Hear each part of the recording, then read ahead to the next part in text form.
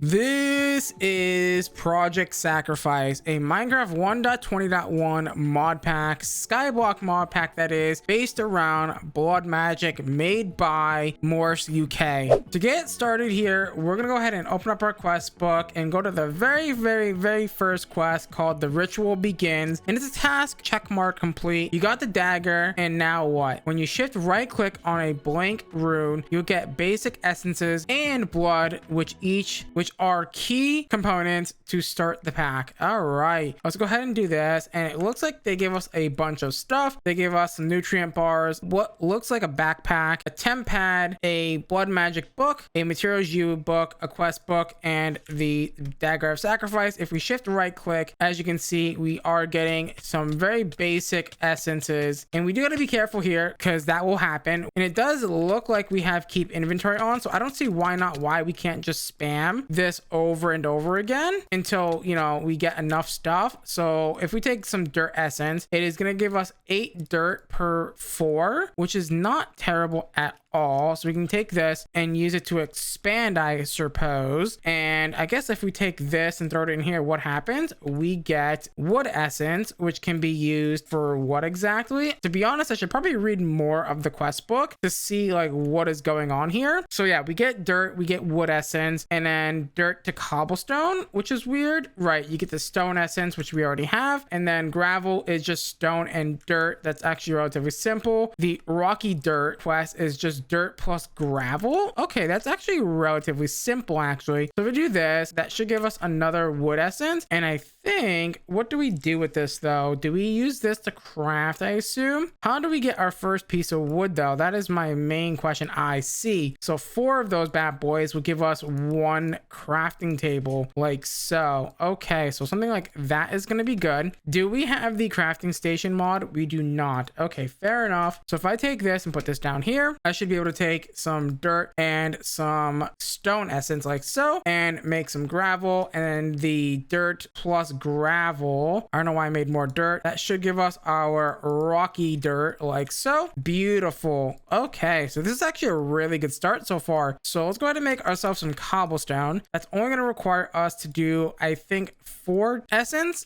Perfect. So 4 of these essences will get us some cobblestone, and I suppose we're going to need to get some more stuff. We can also eat these nutrient bars that will give us full saturation to help obviously regen our health a little bit. So that's pretty nice as well. But I'm going to sit here and gather up some resources, and yeah, we'll be right back. Alrighty, now that things are basically expanded a little bit, what I'm going to go ahead and do is take some cobblestone, and I'm going to go ahead and divide it up like so. And we're also going to divide up some gravel to go ahead and make some andesite, right? Because that's a part of the quest that we need to do. So looking at the quest book, now that we have that, we should be able to make some andesite alloy using andesite in the blood altar. Beautiful. That's gravel. Whoopsie. We want andesite. They look the same. My bad. And then that should convert into some andesite like so. And let's go ahead and get 2 of those because I believe we need 1 for the shaft as well. And let's look at the quest book again. So we need a block of iron. So to get a block of iron, it looks like we need to take a block of andesite alloy, which is going to be 9 of those in the blood altar, and we need to cook it up. Okay, so that's going to take a hot second. We're already at 4. One thing that's really annoying right now is you can't take out items with items in your hand in the blood altar. You have to use an empty hand, which is kind of annoying. So if I take this now and convert it into 9 ingots like so, and then do that, and I don't know how much blood that's going to need. I didn't really look at the recipe, to be honest, but I think it should be okay as long as we just keep feeding it its blood or whatever. So if I look at the block of iron, which by the way, I think the first block of iron that I'm gonna do is gonna be setting a platform underneath our blood altar. So 3,520 things of blood here, and boom, would you look at that? We now have a block of iron, which I can downcraft, and then I'm going to take that and make a bucket, which if I take the bucket and put it in the blood altar, that should give me some water.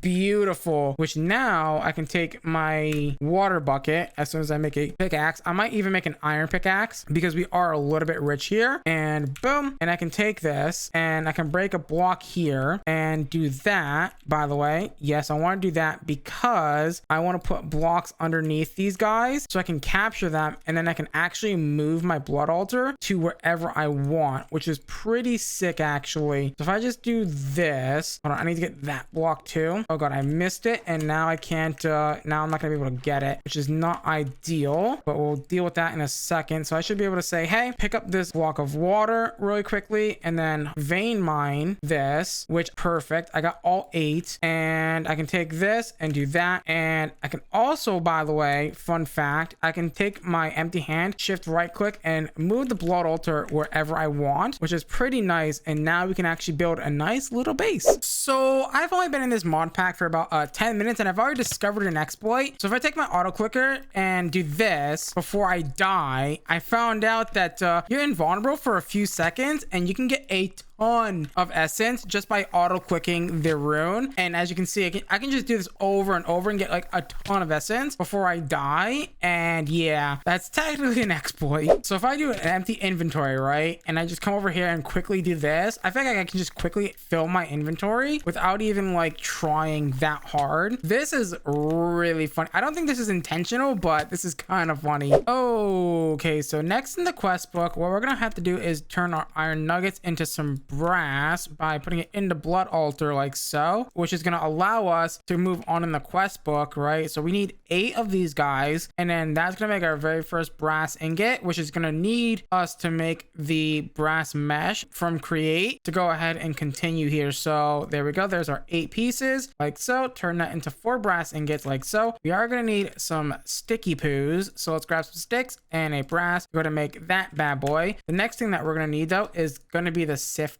which is going to require a cogwheel, some sort of granite, some planks, some sticks. A cogwheel is going to require some shaft, and of course it's going to need some andesite alloy, which you got to take and cook up in the blood altar. This is really funny that blood is what's making all this stuff. There we go. And then take some planks, which we don't have enough of right now. Going to make some of those, and then that plus the plank like so is going to get us the cogwheel. And I think we pretty much have everything that we need for the sifter, which is nice. So the sifter is going to require an andesite alloy. Right, so we're gonna need one of these, and we're definitely gonna need an axe here. Do I have enough to make an axe? I do not. So what I'll do is I'll just make a cobblestone one for now. Take that and that, make a stone axe. Go ahead and place down our wood like so. Strip it, smack it with a andesite alloy, and then there we go. There is our casing, and that should be our sifter ready to go. Quest complete. Beautiful. That unlocks quite a bit for us. However, I do kind of want to automate that a little bit. So that's going to require me to go down this tree right here, which is going to be making the water wheel. And lucky for us, guess what we get? We get a bunch of shafts, right? For the 2 andesite alloys. That is not what I want. I want this to be in the middle with the planks, and that's going to get us a water wheel. Let's go ahead and get more planks because I do want a bit of this. I think 3 water wheels for now should be plenty. There we go. And then 2 more of these like so. 1 and 2. Beautiful. There is those. And I believe we can also upgrade those as well, if I'm not mistaken here. And if we take those guys and surround it by this guy, some more wood planks, we should upgrade these to the big boys. Yeah, beautiful. These guys produce way more stress. So I accidentally made congealed blood, and to do that we just gonna put flesh bits in the altar like so. I believe these are used in a few things. I think they're mainly used to make the runes or whatever. I was looking at this over here, maybe not. I was definitely looking at this for some reason. Oh, I think these go into making the blood orb. That's what it was. That was used to make the blood orb, right? Alrighty, I'm gonna go ahead and make myself a couple of gearboxes. So let's go to make a couple of cogs like so. I am gonna need a little bit more shaft here. So let's go and make a couple more shaft like that. And I guess this should be good. Let's do 12 if I can. So that should get us at exactly like 3 of these. I don't know if this is gonna be enough, but let's hope that it is. So there we go. There's that. And we want sifting, but we also want to make the fan as well. So the fan from create, what is it called here? This guy here, the encased fan, is going to require a propeller and some iron ingots. Okay, so this guy is going to require some of this with some iron like so. And then I guess a quick and dirty shaft like that. Boom. Okay, so how do we want to do this? I think I want this to go into a chest as well. Ooh, do I have any wood? I should have some wood in here. Perfect. So what I want to do is make a couple of chests like so. I'm going to turn this into a hopper if I can. Is it vanilla? It is indeed vanilla. Beautiful. So I want this guy to go, I guess, here and here, and the hopper to go here. So we want the, whatchamacallit guy to go here, the millstone, or the sifter rather. And then I guess we're gonna have to put the cogwheel here. That's fine. And oh dude, this is getting a little tricky with how we're gonna put the placement. This guy's gonna go here, but I want him to face this way. Perfect. And then we're just gonna run a shaft, and then we're gonna run 3 water wheels like so. 1, 2, and 3. Okay, so I'm gonna have to expand out my platform a little bit more. Okay, so I think the thing that we're gonna need to do next is put another vertical gearbox right on top of this bad boy like so. Okay, now can I just do that? Beautiful, I can. And I should be able to put my encased fan right there, and hopefully it's blowing in the right direction. It is not. Okay, so that means I'm gonna have to do some jankiness here, and guess what? We are gonna have to do another gearbox. I think another vertical gearbox. I know, crazy. And it's gonna go like this, and then on top of that we'll go the fan. Now that's blowing in the right direction, and I'm just gonna do this. And I think what we're gonna do is climb up here quickly and put this here, and a block here like so. And then what I'm gonna do inevitably is put a trap door right there. So if I grab myself some more wood, if I have any, beautiful, grab some more wood here. We're gonna need a little bit more than that. There we go. Take that and make some trap doors, and get yet again another bucket of water here with the blood altar. And we're gonna go ahead and plop down a trap door like so. That's not how I want that to go. I want you to face, I believe, this way. Yeah, perfect. And then what I'm gonna have you do is do that. So you should be blowing now, and I'm gonna go have you do that, and I can do that. Well, does it really matter? I guess I can take my gravel now, hopefully, and take that and wash that into iron nuggets. So if I take this and then I throw this into this little hole here, that should wash into iron nuggets. It indeed did wash into iron nuggets and also flint, but also I made a hopper quickly to go ahead and take that, throw that hopper on there, so that way we can go ahead and sift through a bunch of this gravel, I think, right? That's supposed to work. Oh, right. It needs the mesh, which is going to be right here. So put the mesh in there, and now that's going to start going ahead and sifting through all of our gravel for us, which is actually really good, right? That is the first set of quests done. We're going to get the crushed iron, crushed raw copper, lapis lazuli from sifting down gravel, which is really nice, which looks like we're going to have to go up this way, get the crushing wheels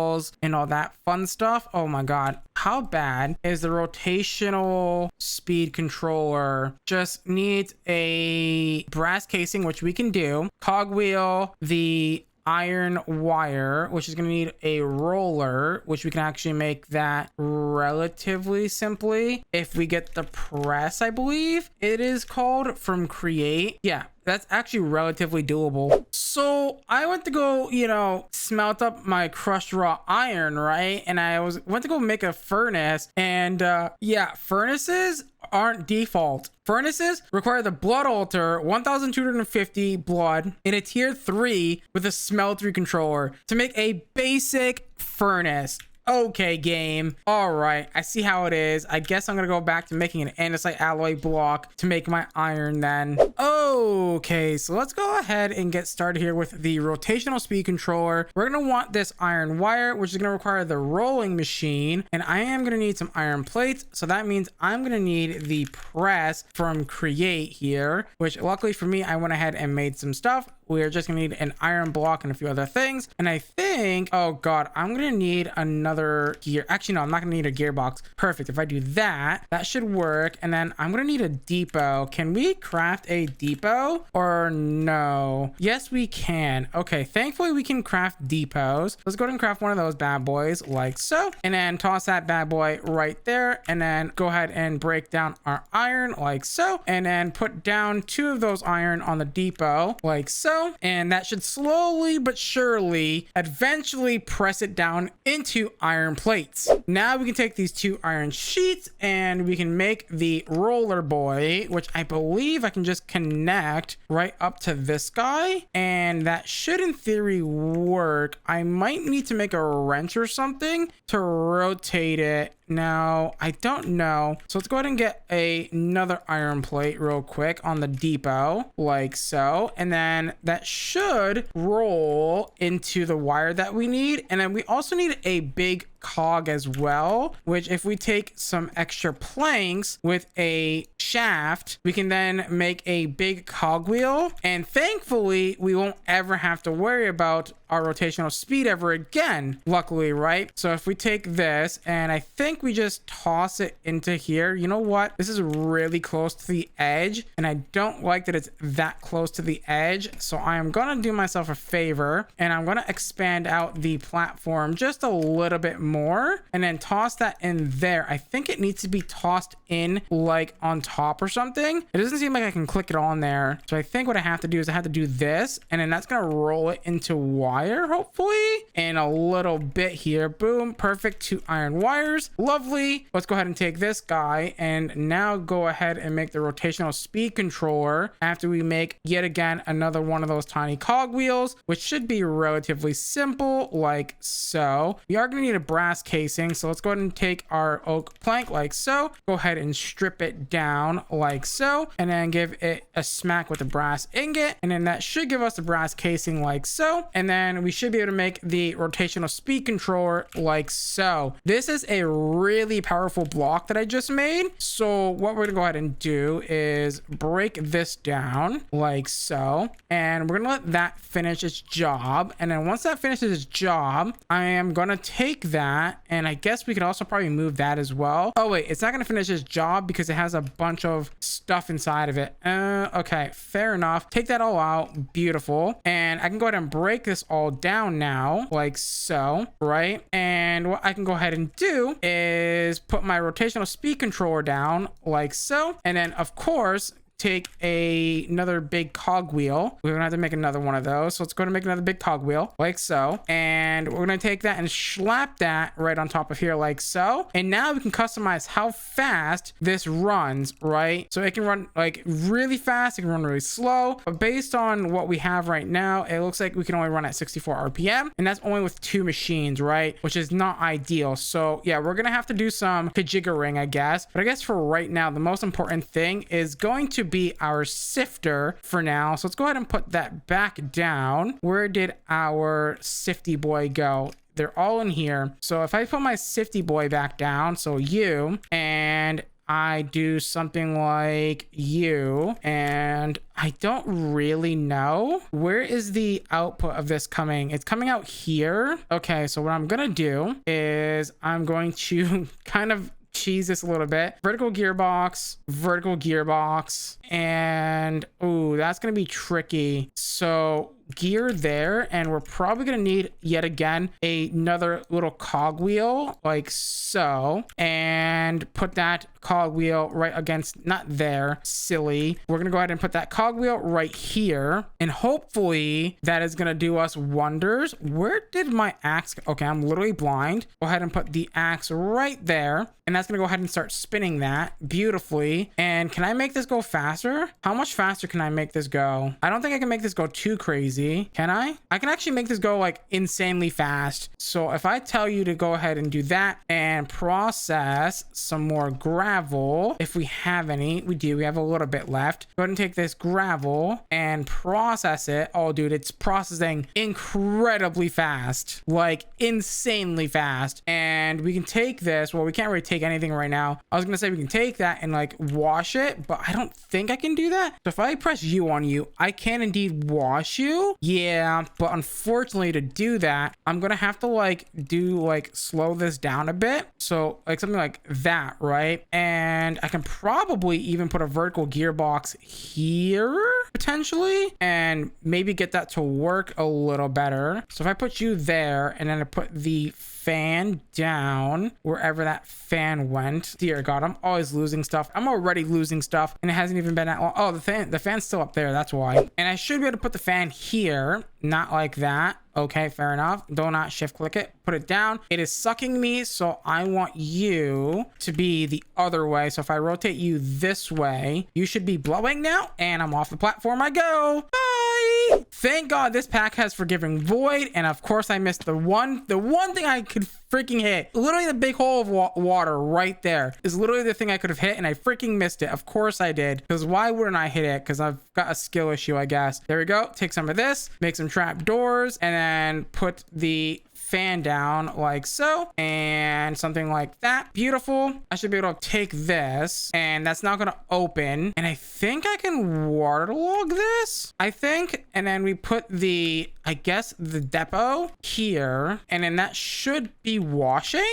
in theory. So if I put this on here, it is indeed washing. Oh, that's so beautiful. How far can I push this? I don't think I can push this that far. I can push it to max. I guess the fan doesn't need that much rotational power. Okay, well, today we learned, I guess, which is freaking insane, by the way. This is actually incredibly fast. We're gonna be able to get so much iron, like so fast as well. So here is my plan, by the way. I'm gonna take my shaft, by the way, and I'm gonna upgrade this to be a little bit more than what we currently have. I'm looking to do a upgrade of 11 of these bad boys, 11 more water wheels, big water wheels that is, which is a lot. So I'm going to be grinding here for a little bit, because I'm going to need a lot of wood essence, and I mean a pretty big chunk of wood essence as well. So if I take my water bucket really quickly and I do this, I think if I waterlog the sieve, right? How do I waterlog this thing? If I do that, let me also put a block on the side here to make sure it stays waterlogged. I can't tell if that's waterlogged or not. I remember how to do this. So what I got to do is I got to pick this up. I've got to go ahead and put in a water bucket right where that sifter was sitting. So right there. And what I got to do is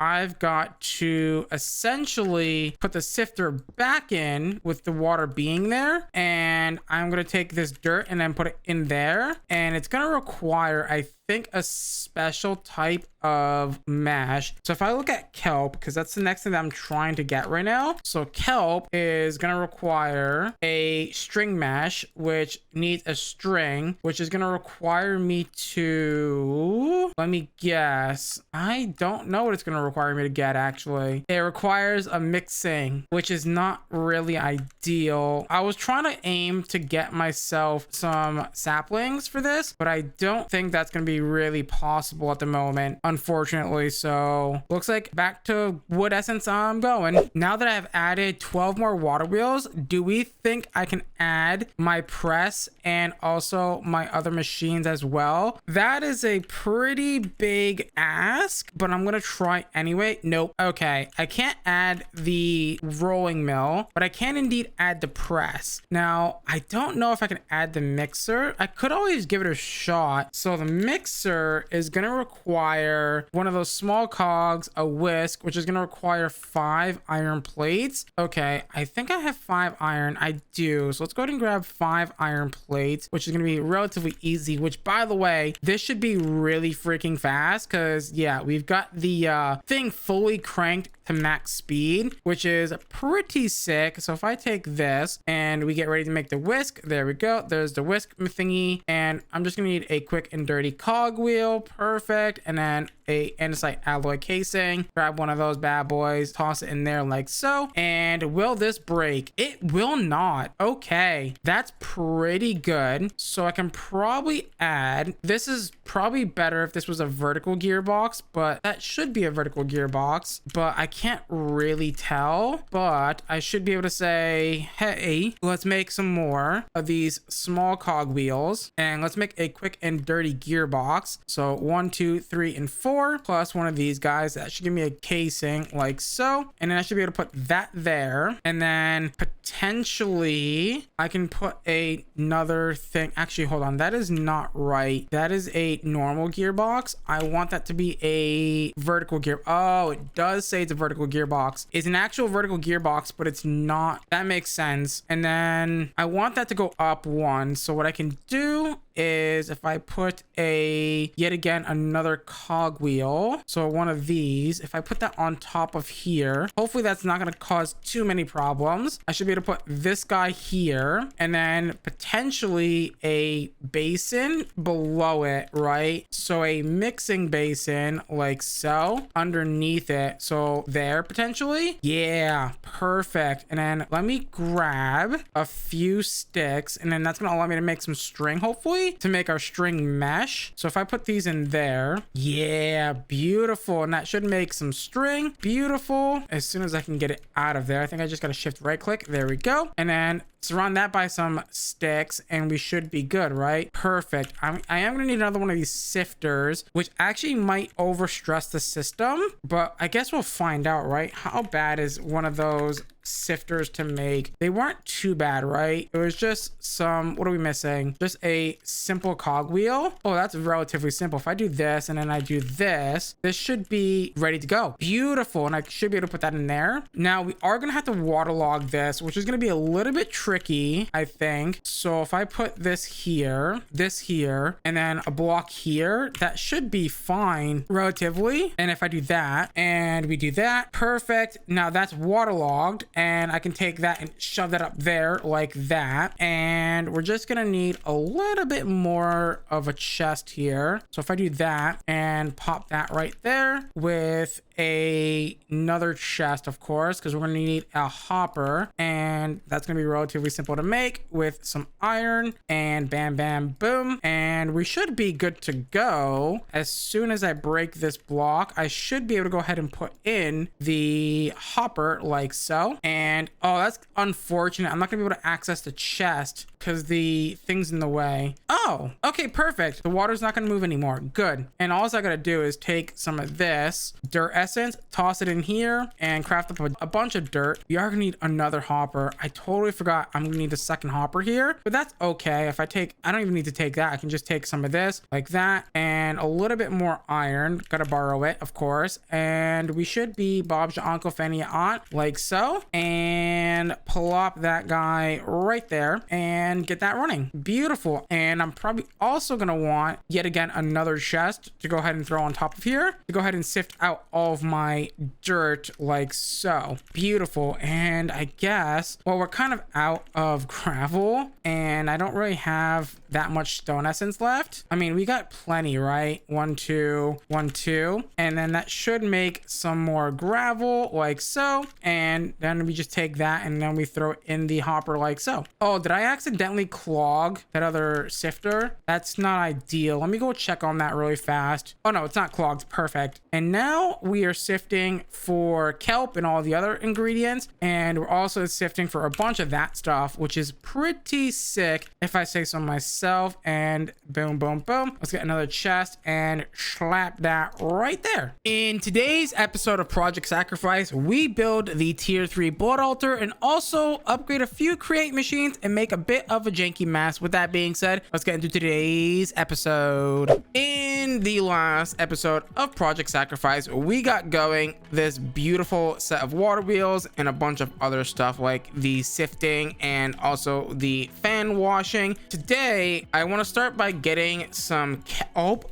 So some kelp, well, we've already got kelp, right? I want to turn it into nature essence. So that's going to require us to use our blood altar here, like so, because I want to be able to do some stuff with it. So also, I need to figure out how can I get a campfire, because campfires require charcoal and or coal, which honestly, we can't make a furnace. We're going to need to figure out how to get coal essence. Right. It is just turning coal blocks into the blood altar. So to do this, let's take 1 block of coal and toss it in there, and 1.25 buckets later of LP, we should end up with 1 coal essence, which is gonna make us, I think, some charcoal. Yeah, I wonder if I can also make coal with that, because that would be really cool. I don't think I can. Only converts into charcoal. I just realized how silly I sounded. I can make a campfire right now. I just realized, wait a minute, I have coal. What am I doing? There we go. Take the coal. Here's another thing. I have a question about, can I cook kelp on a campfire? If I can't cook kelp on a campfire, we're kind of in trouble for a couple of reasons, which it does look like I can, because what I'm going to do is I'm going to kind of cheese this a little bit, and I'm going to move this forward 1 block, right? And then I'm going to run a belt so I can continue making more fans to add to this setup.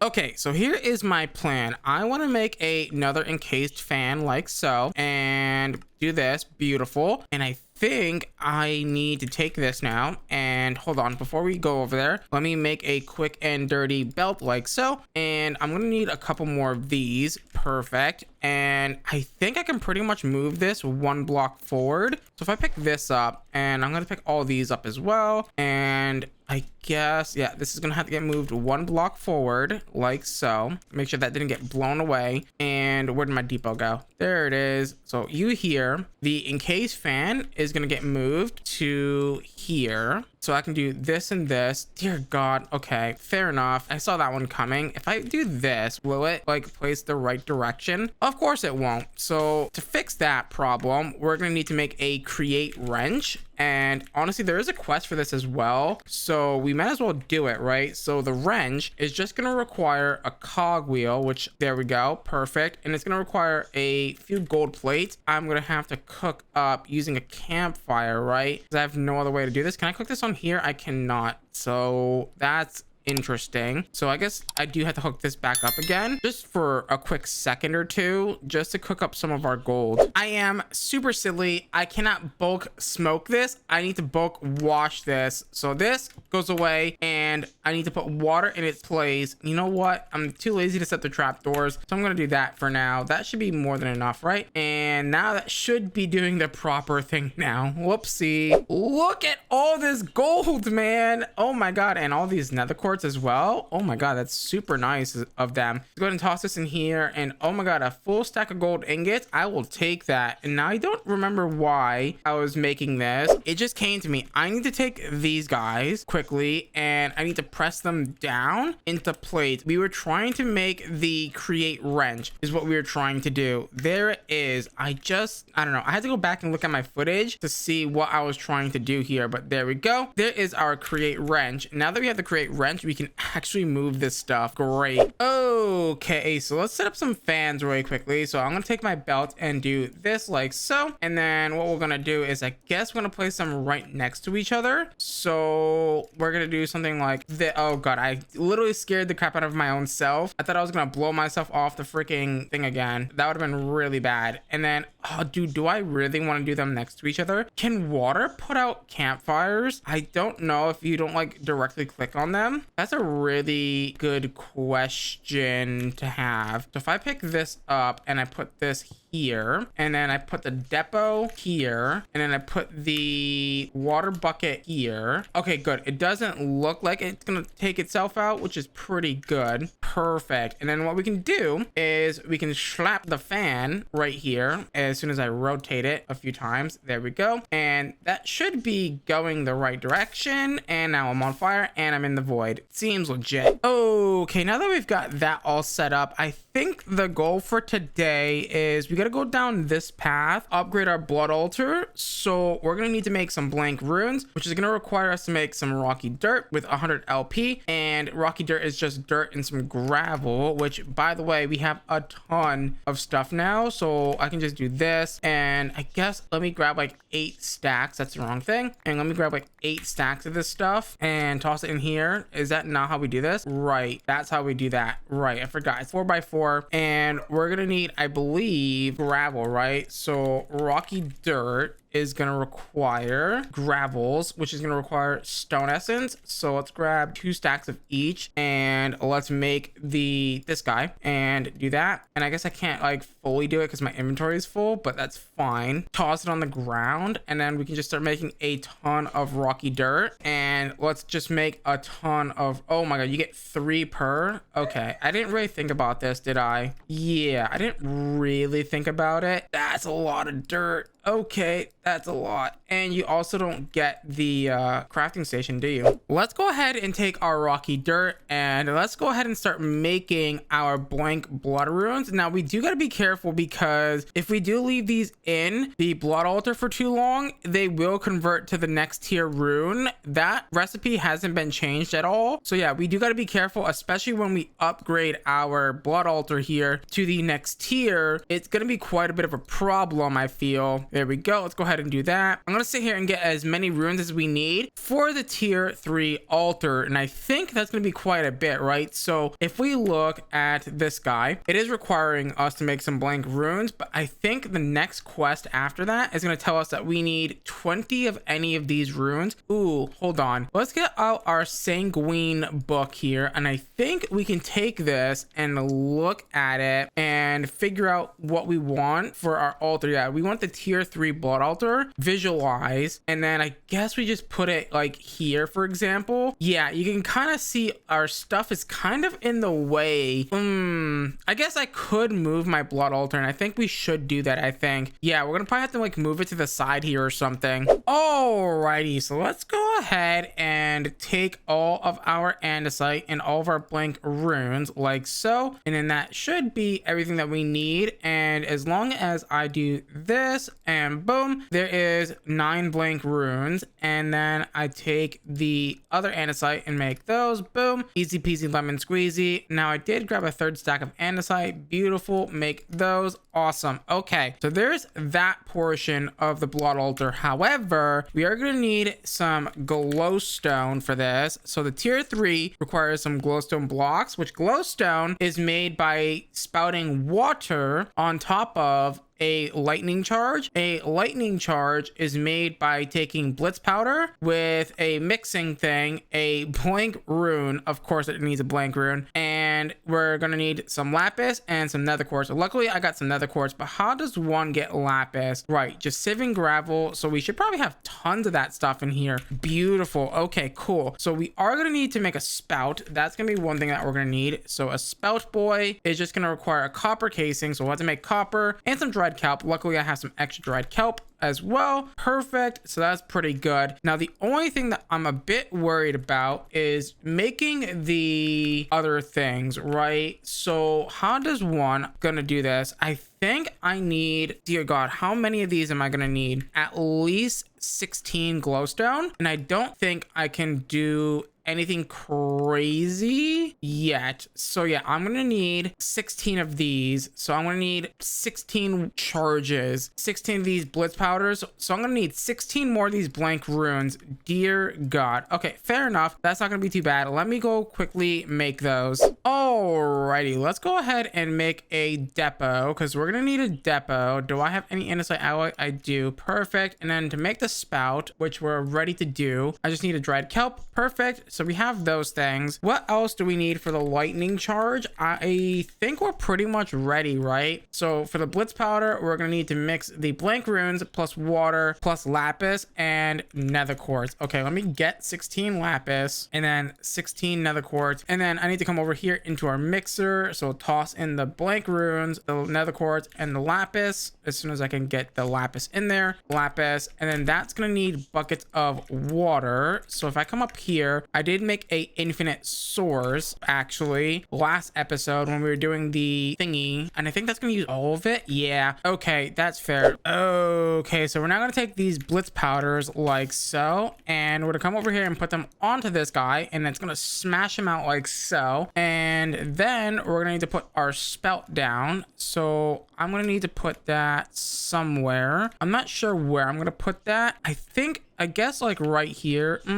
No, we'll put it right here actually instead. I think this will be really fine if I put the depot here and then I put the spout like so. That should be fine. Now here's the problem. You cannot manually fill this guy without a tank, and that's gonna be a problem because I don't think we have access to glass just yet, right? It looks like we can get glass, but I don't think we can. We can bulk smelt bulk smoke it, but the problem being we just do not have access to sand. I mean, we technically do have access to sand, right? If we make the crushing wheels, I don't know if we're able to do that, right? I need to figure out how. You know what? I figured out a way, I think. There is the create tanks from create, and these guys I think can be filled manually. I just need to make a barrel, which isn't too bad, and it's gonna require some copper plates, which is not bad at all. So if I do this, right, and then we get some copper plating, we just need 2 of those, and I think this should indeed work for us. I hope. This is like me trying to figure a way to like get around this without having to make the crushing wheels. I know that we're gonna need them later, but if I do this, and you know what, we're probably gonna also need a fluid pipe. Hopefully those aren't too bad to make. Yeah, they're just gonna be 2 buckets and some redstone, and luckily for us we do got some redstone. And do I have any more iron? I do not have that much iron left, but I can just probably cook up some more if I need to over here. Yeah, look at all this stuff we got, dude. And just like that, we can now make some fluid pipes. Perfect. And then all I gotta do is take my thing and do this, and then we put the tank. Oh, dude, I really want to put the tank on the top of that thing so that way it looks nice.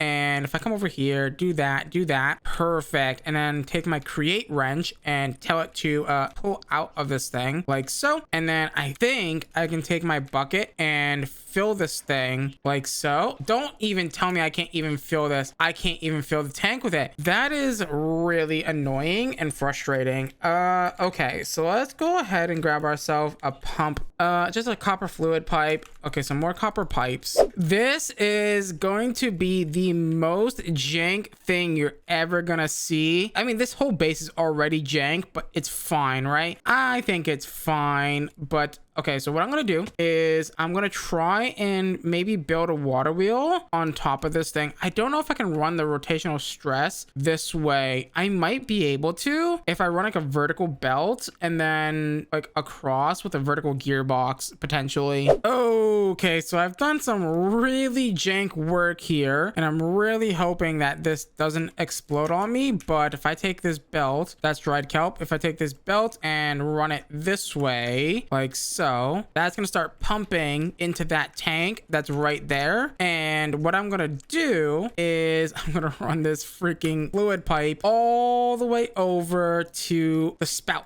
And would you look at that? It is nice and full, which means I can now take this and have that just spout out and make glowstone for us. It's also a little janky. And now here comes the fun part. So once we do this, let's go ahead and make the 4 glowstone blocks that we need. Beautiful. Now what we can do is is take our Book of Sanguine, and we can go ahead and open it, visualize the blood altar, and click it right there. And bam, bam, boom, Bob's your Uncle Fanny your aunt. We are ready to go ahead and start building out the next tier blood altar, which is going to be super exciting. So to do that, we're going to need to take our 20 blank runes like so, and we could also upgrade them in the future if we'd like. And I made some stone brick to be fancy, and we're going to go ahead and put this here and here. I should really expand this platform just a little bit more. And then what we're going to go ahead and do is build out 20 of these bad boys like so, making sure to put the stone brick in the corners, making sure that also that we don't fall into the void either, because that would be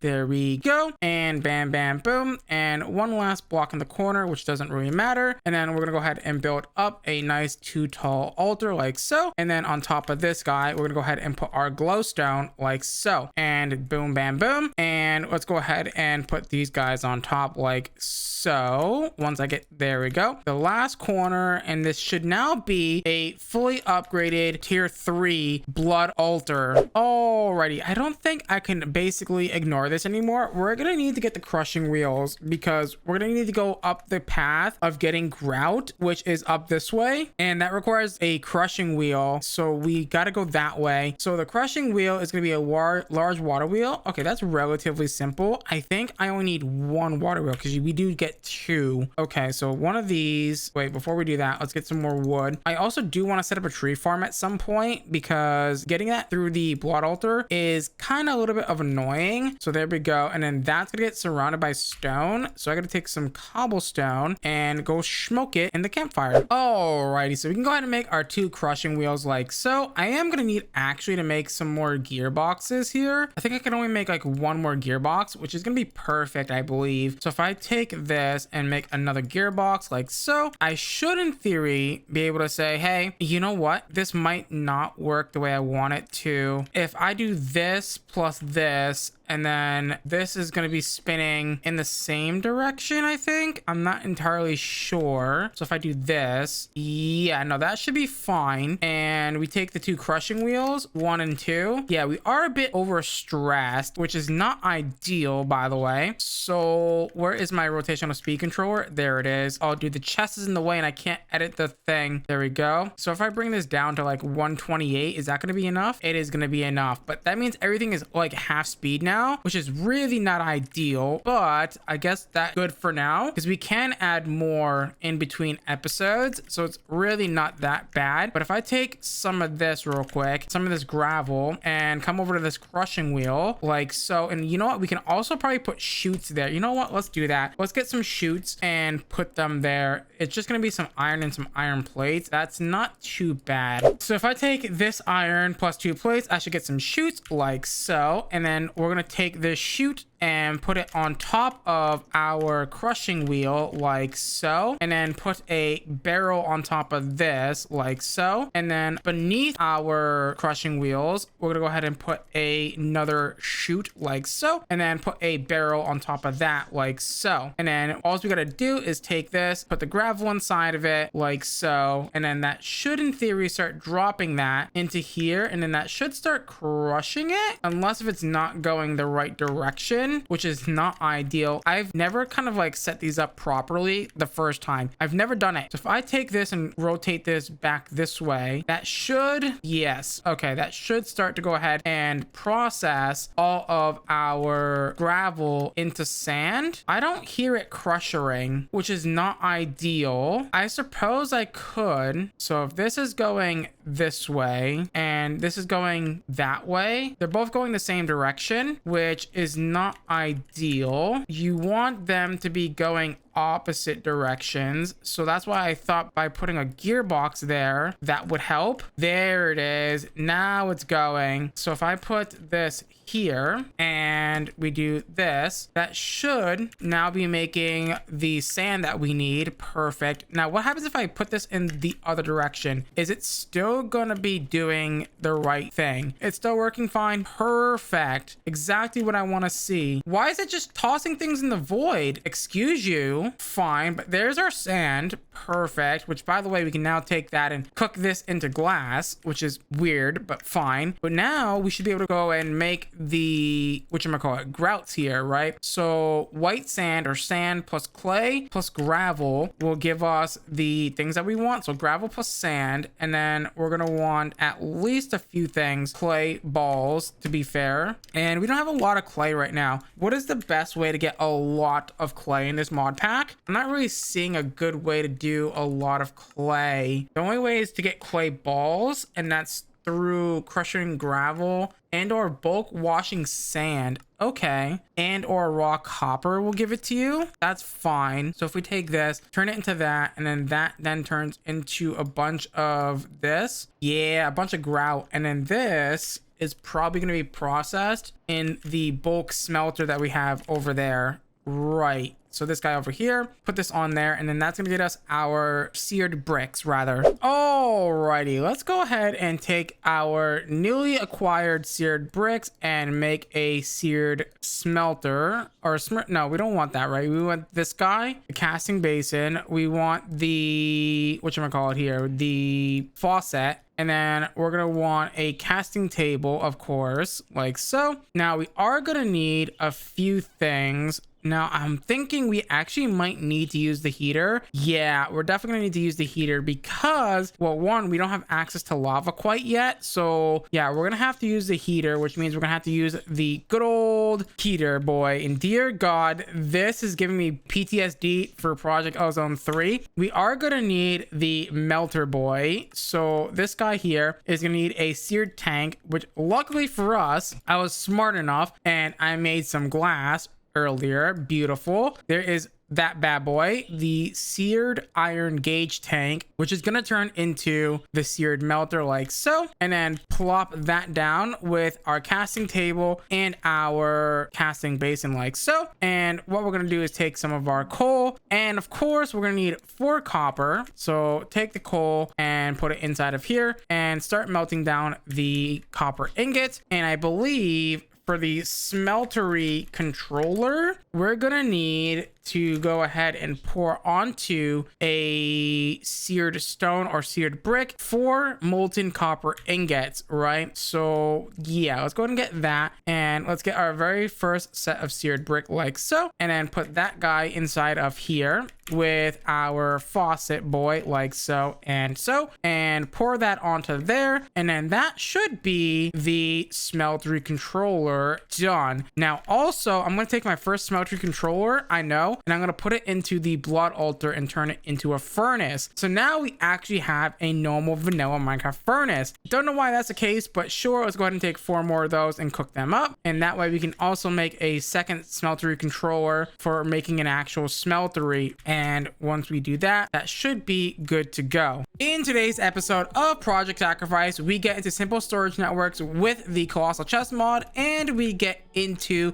biomancy a little bit. With that being said, let's get into today's episode. In between episodes, I did a little bit of basically base work here. I put some dirt here to grow some saplings, and I got ourselves quite a bit of wood actually. And I think today we're gonna try and finish up the quest book. Not like finish, but start working down towards this area of the quest book. But also, I kind of want to finish this side of the quest book. There's only one real quest that we're gonna do here, which is the cobblestone generator. We can actually make a gold one, but to do that, we're gonna need another lightning charge. So I'm gonna need another blank rune. So let me grab a quick rocky dirt for a second and pop it into my blood altar like so. And then we're gonna need, dude, I've already forgotten what we need for the fire charge. So the fire charge is gonna require a lightning charge, which is gonna require a blitz powder, which is gonna require us to mix lapis, nether quartz, and a blank rune with water. Okay, so lapis and a nether quartz into this guy over here. Dear God, this is really hard to do now that that's actually there. Can I right click this in there? I can't. So how am I supposed to do this? Dear God, you know what I'm gonna have to do? I'm gonna have to build like a staircase or something here. I guess for now I'll put dirt here for now and cover this, because technically I don't even need that anymore because we're automatically pumping the water in there, or we're supposed to be. Oh wait, we're not. Right. Okay, so we can actually do that relatively simply actually. So if we want, we can take some of our fluid pipes from last episode. Do we not have any more? You know what? We might have used them all. That is crazy, but honestly, they're not even that expensive to make. So let's just make a few new ones here. I believe this is the recipe for fluid pipes. I feel like missing something here. So fluid pipe is gonna require redstone. That's what I'm missing. So come over here, grab some redstone and make some fluid pipes. Bam, bam, boom. And we can also take this and run it down like so, and not there. Please do not go there. That would be lovely jubbly of you not to go in there. Perfect. And then take this, slam that, and now we have a lightning charge. And then this lightning charge will go into making our fire charge, right? So this is going to require a coal. Oh, we need gunpowder, right? And we can get that from raw zinc. Okay, so now let's go ahead and grab ourselves a piece of coal, and then we should be able to make our fire charge like so. We are going to need a bucket of water, and I believe just some gold ingots, I believe. So if I do this plus a bucket of water, you know what? We actually might need glass for this. So if I look at the cobblestone, and there should be a quest for it. Yeah, it's in the quest book here. So if I look at this and gold cobblestone, yeah, it's gonna need some glass in the middle, which honestly I wish I could do the diamond one, but we're gonna need to get through all of biomancy first before we can even do that. So that's not really happening right now. So boom, there's our cobble gen. Now the reason why I wanted this is because we can automate our gravel by using this cobble gen and a millstone, right? So if we can grab a millstone, it's just gonna need a shaft, some andesite alloy, maybe. We're probably gonna need some more shafts, honestly, and probably some planks as well. So let's grab some of these and boom, and let's grab some shafts. I wonder if there's gonna be an easier way to make some of this andesite alloy later, because yeah, it's kind of annoying to make the andesite alloy a little bit right now. And then we're just gonna need our casings, which honestly, it kind of looks like we're out of casings as well, which honestly isn't that even that bad, because I can just take the oak wood that we just got and I can strip it down and take some of our andesite alloy and make it like that, and then that should be relatively simple enough. And the millstone is going to be missing a block of coal. Okay, fair enough. And let's make the millstone like so, and then I should be able to say, hey, toss this bad boy up here, and hopefully it doesn't overstress. It doesn't overstress. Beautiful. Now the only thing that we're missing is another hopper, unfortunately, so we can go ahead and make one of those. And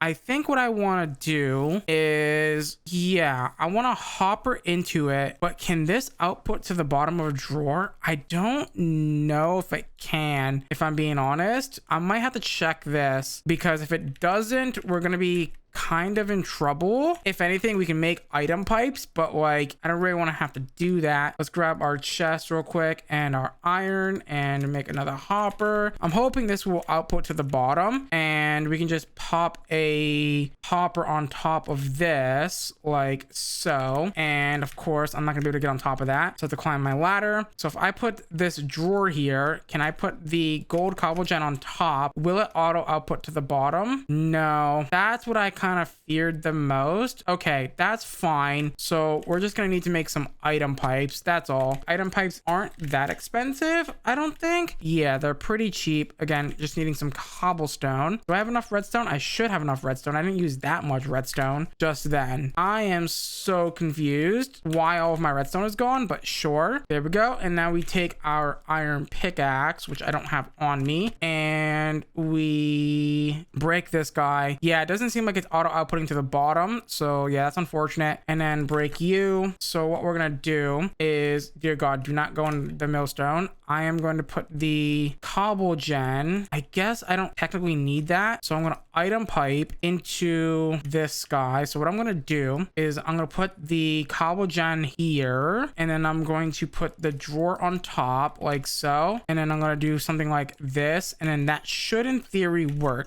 And now we have automatic travel sifting, I am gonna have to figure out what I'm gonna do with all this stuff, but that's gonna come later, right? So I kind of want to head over into biomancy if I can. Also, I did notice that there is a quest in the quest book for the colossal chest mod. I am almost tempted to like use this mod. This is a pretty good mod, but at the same time it's kind of a pain in the butt. I kind of want to wait until I can get into simple storage first and then we do it, which it looks like we pretty much can get into simple storage networks. Ooh, we need the magician's blood orb, which needs a tier 3 altar, which we have, but it needs 25,000 LP. Okay, that's a bit of LP, and if I want to make the runic capacities, it's going to be quite a bit, right? So the runic capacities are pretty expensive. They are these imbued slates, which is 5,000, 7,000, 7,100 LP for one imbued slate, which is, yeah. So if I wanted to do 10, I would need 71,000 LP. You know what? I think I'm going to do that off camera. I think I'm going to upgrade our altar. We might as well, right? I was just thinking to myself, this isn't going to be that bad because of my little exploit that I know that you're invulnerable for like the first few seconds that you're alive. So this shouldn't really be too bad, I don't think. Okay, so I have pretty much everything that we need for this, I believe. We did need a couple more stacks of iron because guess what? Well, we need like 30 buckets or so, which is, yeah, that's not really ideal now, is it? So there is just 30 buckets for this. I should be able to say, hey, let's make some of the rune of capacities. Lovely. And I am now on fire. God darn it. You know what? I might as well just kill myself right now because, I mean, actually, should I wait? I should probably wait until I get the blood altar pretty much built, right? So let me grab my pickaxe. Oh my God, I'm already getting disheveled already. I need that simple storage network like now. Okay, so let's take these 5 and upgrade them. I should have also potentially looked at making runes of self-sacrifice as well. There we go. That is going to put our blood altar to God knows how much, but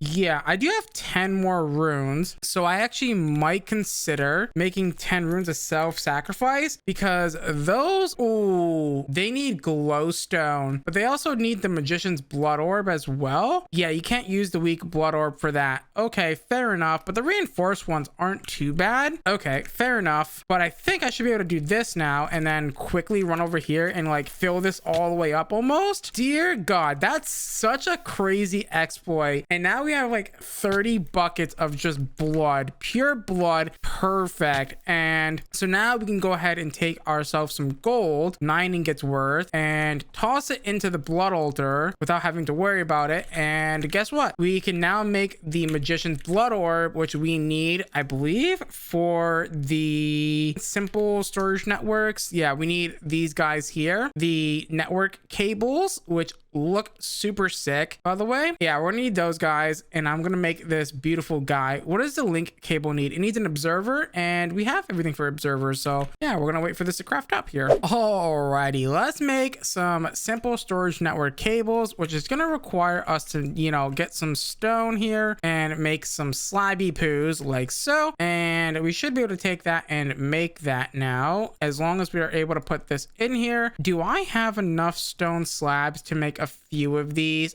I do. Perfect. Let's go ahead and do 3 sets of those. Beautiful. And let's make the link cable. I'm just gonna need some cobblestone, and I'm gonna need some nether quartz, which I'm running low on, by the way. And we should be able to make the link cable once we make the observer, and boom, there is your, oh, that's a filter link cable. I don't really know if that really matters. I guess that's fine. A filtered link cable doesn't really matter too much, I don't think. And then we're gonna need a inventory network route, which is gonna require the magician's blood orb again. And we're gonna need a storage inventory boy, which is gonna require a dropper and one of those iron nuggy boys. Perfect. And then this guy here, so one of those. And then of course a storage request table, which is gonna require quite a bit of stuff here. I'm gonna need some more gold. Let's grab some of that. Also, do I have planks on me? I do not. Let me grab grab some of these and then grab some of this and make the crafting table like so. So 4 of those. Wait, it has what it needs. There we go. And that's perfect. So the request table, I guess the next part of this is going to require us to make the colossal chest stuff. So we're going to need the colossal chest core, which is interesting. So let me go in my quest book here if I have it, which I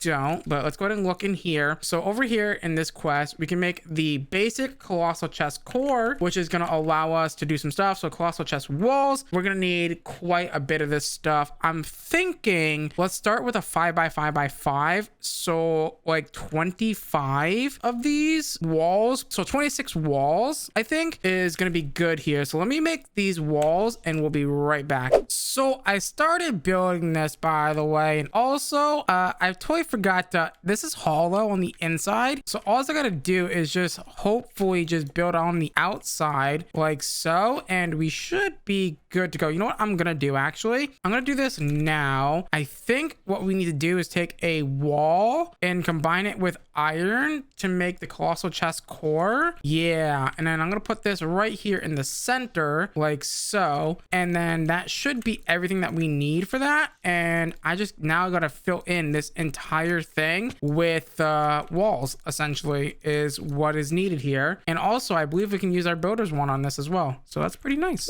And boom, look at this bad boy right here. This is a huge chest. So what I think I can do is I place my network root right here, right? And then I place my request table right on top of it. I don't think it has to be right on top. I think it has to just be somewhere on the network. I place it there, and as you can see, there's nothing there yet. But if I grab myself a network cable and then put a filtered link cable on top of this, I should be able to access this. And as you can see, if I put, like, let's say for example, these saplings in here, I should be able to see the saplings inside of here. This is a game changer. I can now take all this and just dump it in here and not have to ever worry about it. I can also take all of my chests and dump them all in there, and it has a search function as well. So goated for this early on in the mod pack. So I was looking to make the drawer controller, but unfortunately the drawer controller needs a diamond, which means we got to go through all of biomancy to get our first diamond, unfortunately. So yeah, let's go ahead and do that. But before we do that, actually, we're gonna need to make a grass block really quickly, because we're gonna need to grow some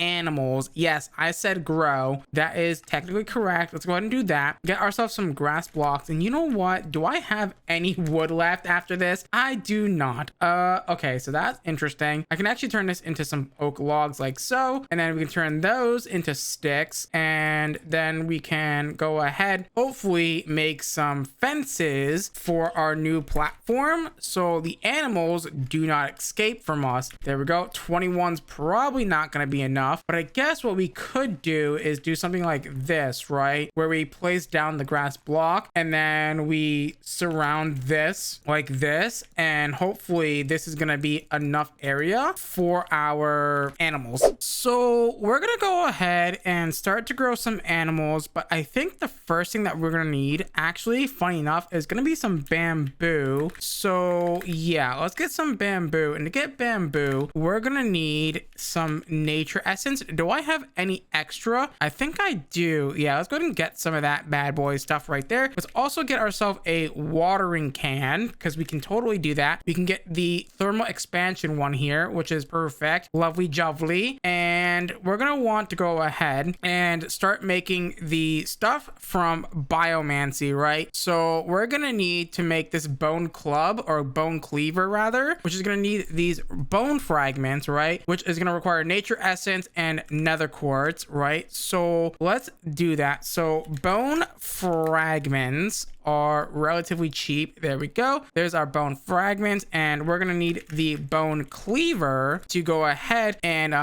murk some pandas, unfortunately. So there's that quest, right? And that quest is not unlocked because it's requiring bone fragments, but I've already done the bone fragments. Oh, you know what? I didn't put it in my inventory. That's why. There we go. So there's the bone cleaver, and we're gonna need a sharp fang, some bile glands, and some sharp claws, and a few other things as well. So to get those, we're gonna need to go ahead and grow a panda. So we're gonna need the panda seeds, which is gonna be a block of bamboo plus a few nature essence, right? And thankfully we've already got the bamboo, so we can do something like that, and then take our nature essence if we have any left over. We do. Perfect. And then take this and make panda seeds. There is a bunch of grass over here. Beautiful. It's spreading quite nicely. I might actually, I guess I can do it right out here actually instead. I am gonna put an infinite water source out here instead. I should now be able to take my watering can and fill it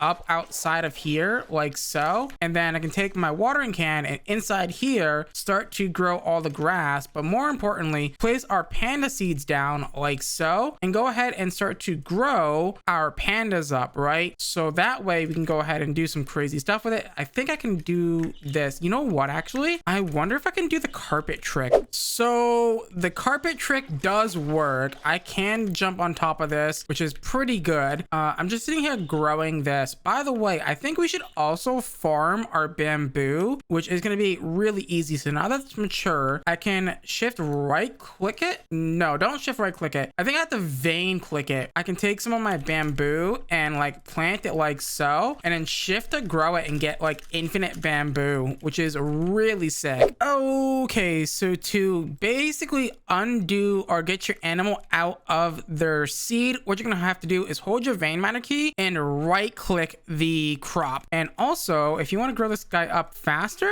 as you can see, he's gonna follow you if you hold bamboo, but you can also feed him the bamboo and he will grow up nice and fast for you, which is pretty good because I really don't want to sit here and wait like 10 million seconds. Do note that you guys can actually pick these guys up with the carry on mod, which is actually really funny to see people carrying around big pandas. Now that we've got two pandas, I should be able to hold two bamboos and right click them, and hopefully these guys will breed up and give us a baby panda. And we can do this infinitely, by the way. So now that we have that, I do apologize. I'm gonna have to kill you guys. They really hurt. I'm gonna kill the baby. I don't want to kill the baby. Oh my god, the baby's attacking me. Stop attacking me, dude. Honestly, I'm not too bothered because I can get infinite pandas, so I'm just gonna kill these guys a bunch of times here and hopefully we get what we need. So we have 3 sharp fangs, but we didn't get any claws. Really? No claws at all. Maybe the claws are got by something else, but I could have sworn you could get the claws from the pandas. Bat, cat, ocelot, wolves, fox, polar bear, and pandas. Yeah, and the ender dragon. That's interesting. I guess I'm just not lucky, I guess. I got 3 sharp fangs though, but we need the claws as well. So I killed another panda and I finally got the 2 sharp claws. Beautiful, but there's a lot to do. So we need to make the bio forge, which is going to require 2 sharp claws, some sort of meat, a living flesh, and a slime ball. Slime balls could be gotten, I think, through cooking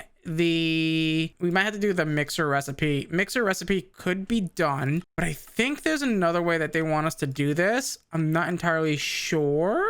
The slime take, no, that's definitely not it. Maybe it is just, you know, getting the dough and then the lime dye. Lime dye can be made with bone meal. Can bone meal be crafted though? That is the question. I can compost for it. I can use wheat, I guess, to compost for it. I see. Sifting sand and a zinc mesh. So I am going to need another sifter here, which is not really ideal. I guess I can move this one, right? Move this spout. We are going to need to make another spout, by the way. So I'm actually going to take this spout. Where did that spout just go? Did it end up in my inventory?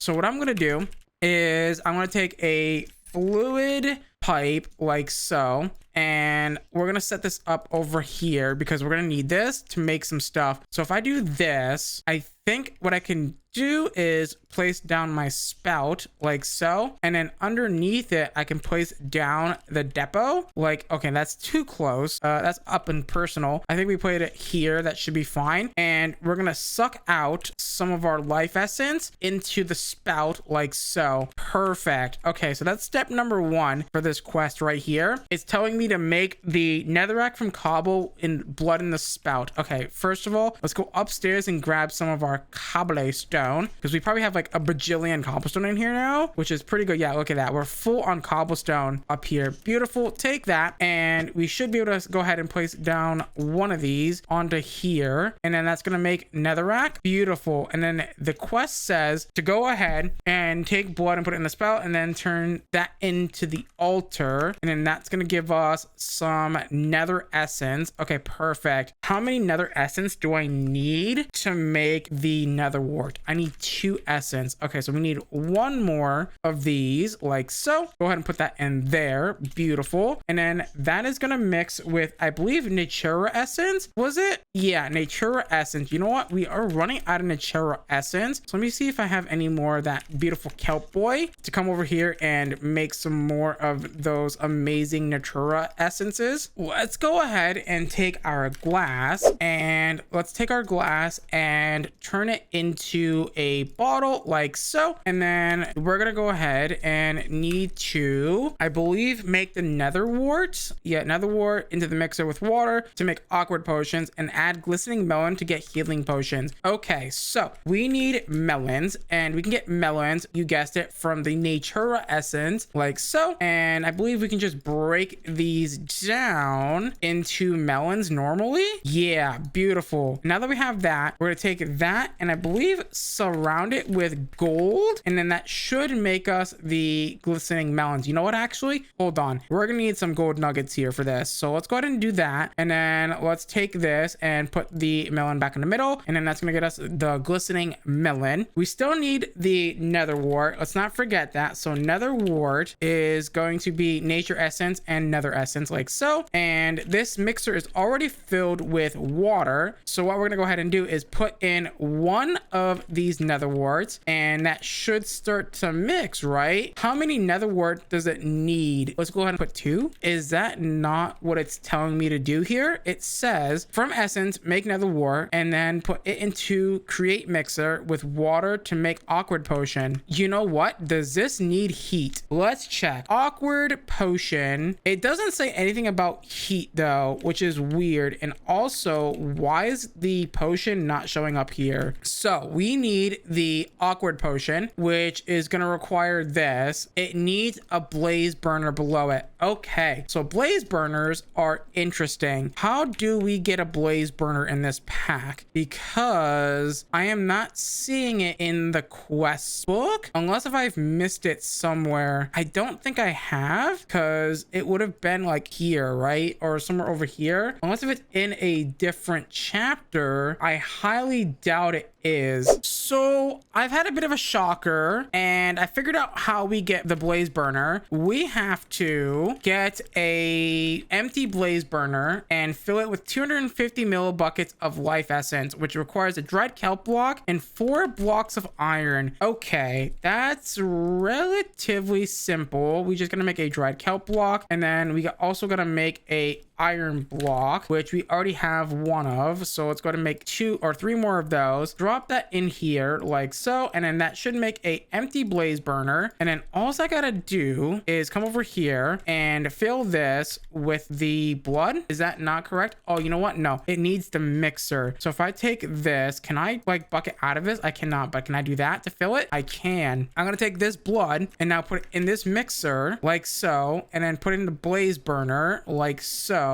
And then hopefully this will make us what we need, which is going to be the blaze burner. Come on, baby. Yeah, perfect. This is going to go underneath there. I guess to empty this, I'm going to have to just break it like that and then replace it. And now that that's got water empty now, and I think what I have to do is refill this with water. Let's go ahead and drop in 1 nether wart and then heat up the blaze burner with all of that coal that we have coming in from our sifting. And then that should start mixing. Beautiful. And now that we have awkward potion, we can take this glistening melon, throw it in there like so, and then get a mundane potion. Is that not what? Wait, I'm so confused. I threw in the glistening melon. Okay, fair enough. Let me see if I can make another glistening melon, and hopefully this will work this time. I don't know why it made a mundane potion. It's supposed to make a potion of healing, is it not? Because that's what it says in the quest book. Okay, I figured out what's happening here. I did a silly boy, and yeah.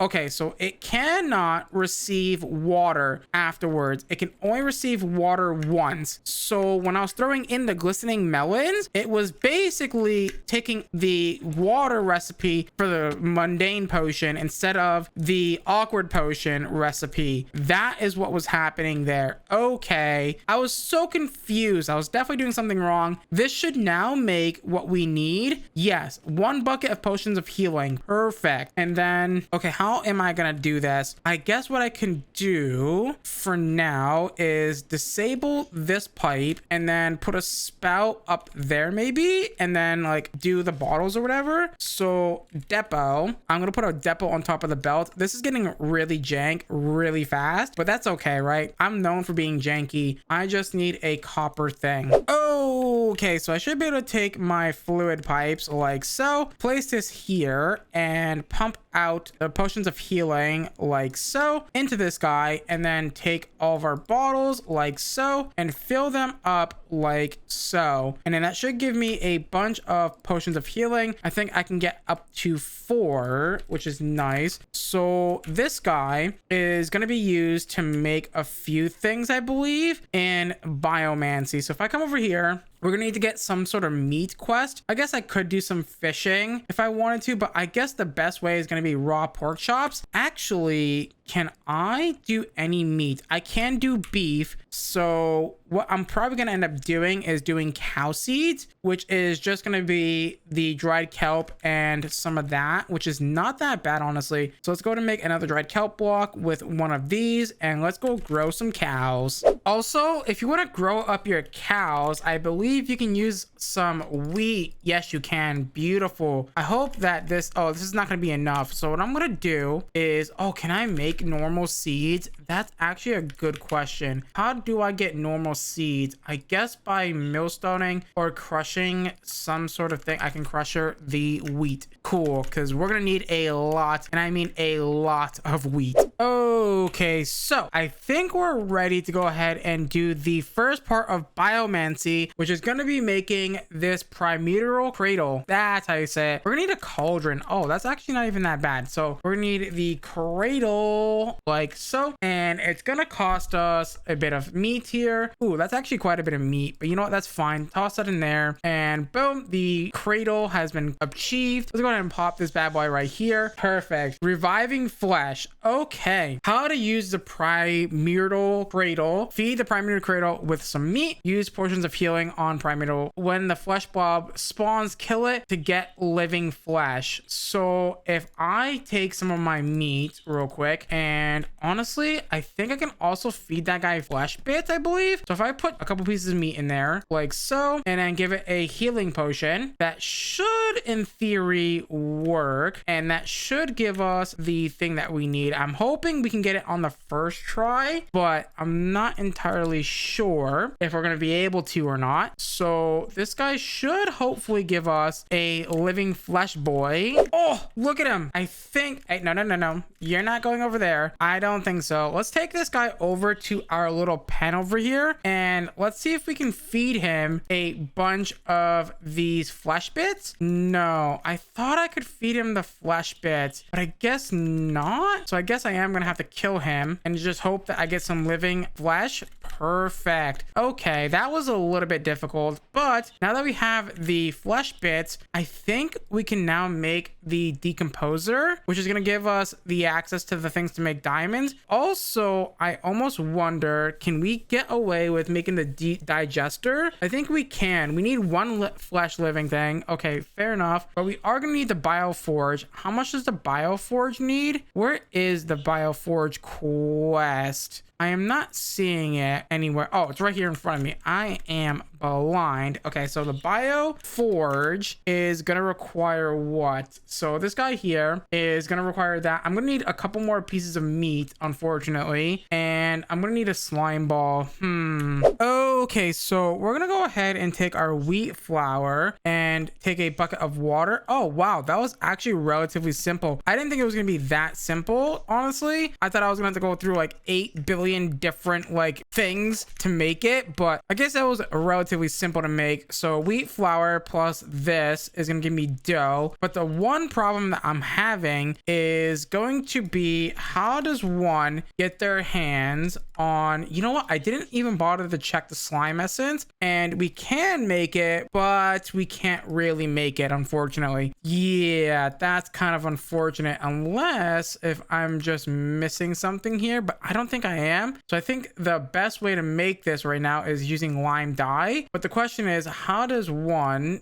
get white dye, or aka bone meal, to get this to work? So slime dye, or slime is gonna be made with that plus lime dye and dough, which we already have. The essence I don't think we can make, right? The dye essence, yeah, no, that needs a bio lab, which we can't make yet. So the white dye is either crushing up bones or bone meal, which actually, you know what, we did discuss this already, because bone meal can be made in the composter. So if I get the composter, which is relatively simple to make, right? So if I take some oak planks really quickly and turn them into slabs, and then turn that into a composter like so, and then we grab some of our extra seeds that we have, we can go ahead and compost that into what we need, which is gonna take up like all of my seeds for some reason, but there we go. There is our bone. We can take that and turn that into white dye. The question is, can we get green dye is the question. How does one get green dye? Right, cactus, which we can get from this, and we can also take this and smoke this, which I think I can. Okay, so we should now hopefully be able to make the lime dye that we need. Beautiful. Now that that's done, we can now take our lime dye plus our dough like so to make our slime ball, and all of that is going to go into making the beautiful bio forge. Beautiful. Okay, so that is the second block that we need for this biomancy mod, which by the way is nice. We're gonna want to make the digester next, but that's going to require a bit of stuff: living flesh, the living bits, which we have, the bone fragments, which we can get. This elastic fiber is going to be interesting, so we might want to like look into that. Player heads, creeper heads, it looks like we can get it from most things: ink sacks, raw salmon, chicken,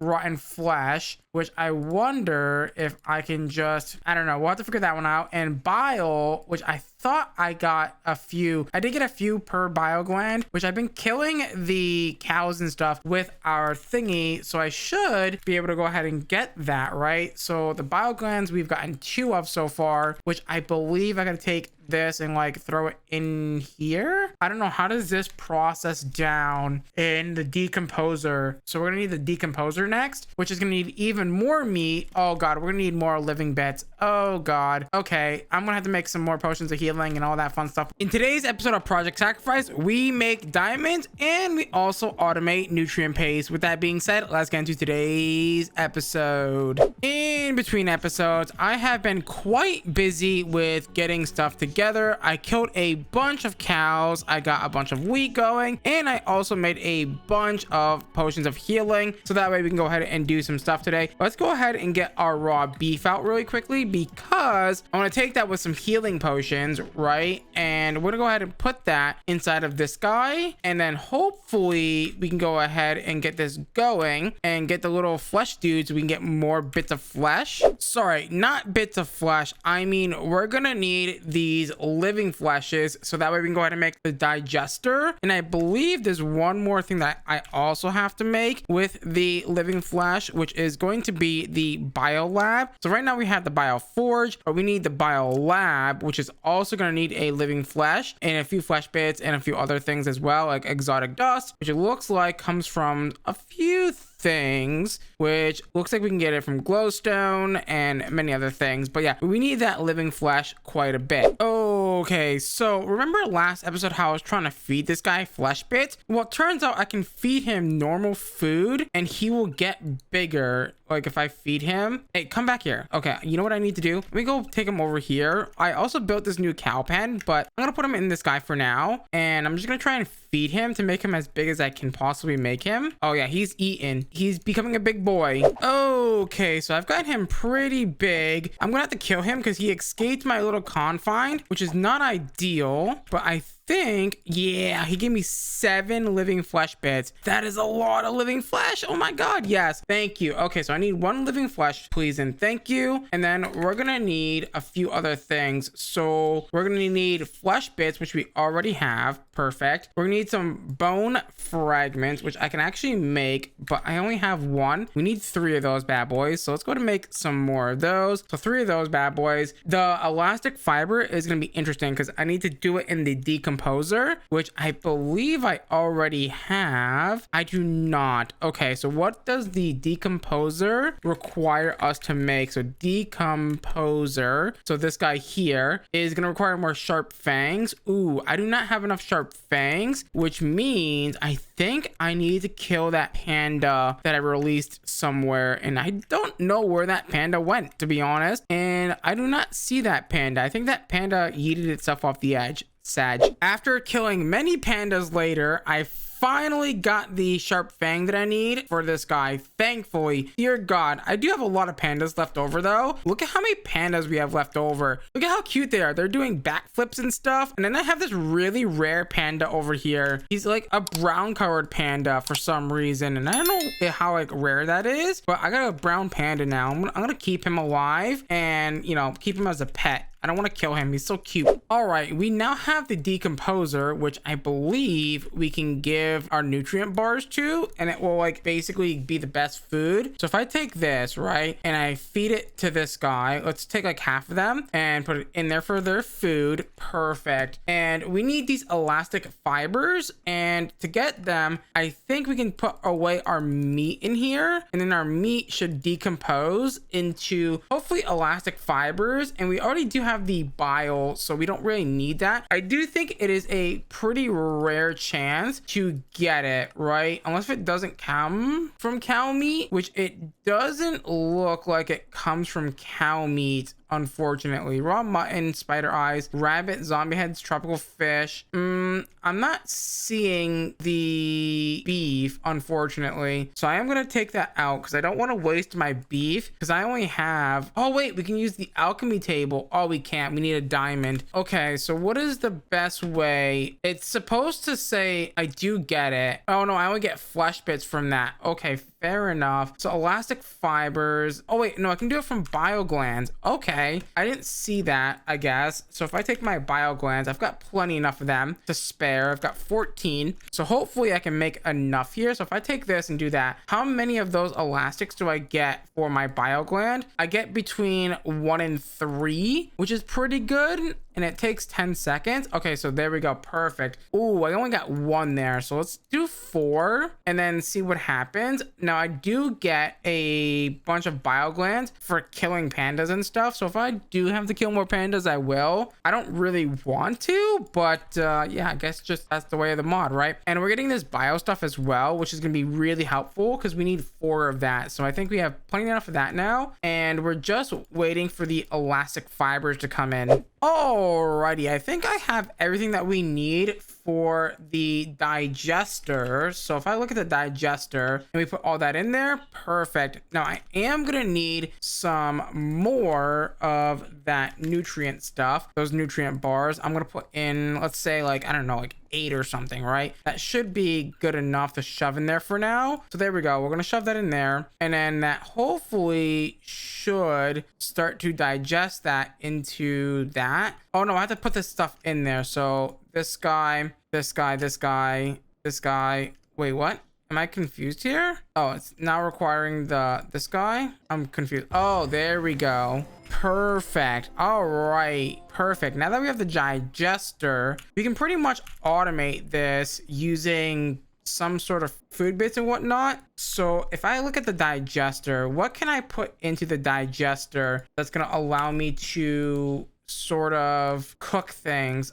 Oh, I could put bamboo in there, but we want something that's going to give us a lot of nutrient paste, right? So I'm thinking melons are probably going to be our best bet here. So if I do that, I could probably get like a hopping bonsai or something and automate it that way. Okay, so to automate the digester, we're gonna need a hopper, of course. And unfortunately, because we don't have compacting drawers yet, we are gonna need to use an oak drawer and then some item pipes. We are gonna need a hopper botany pot. So hopper botany pots are relatively easy to make. We're just gonna need some terracotta and some clay pots, which we're just gonna need to take some of our clay really quickly and smelt it up. Unfortunately, we don't have a lot of clay. I can do it with the washing of sand, which thankfully in between episodes, I did do a little bit of crushing of gravel. So we do have some sand that we can go ahead and wash. Alrighty, so let's go ahead and make the botany pot. There we go. And I think I'm gonna have to I think I put the hopper in it like this. Yeah, perfect. Hopper botany pot. Now that we have that, so what we're gonna do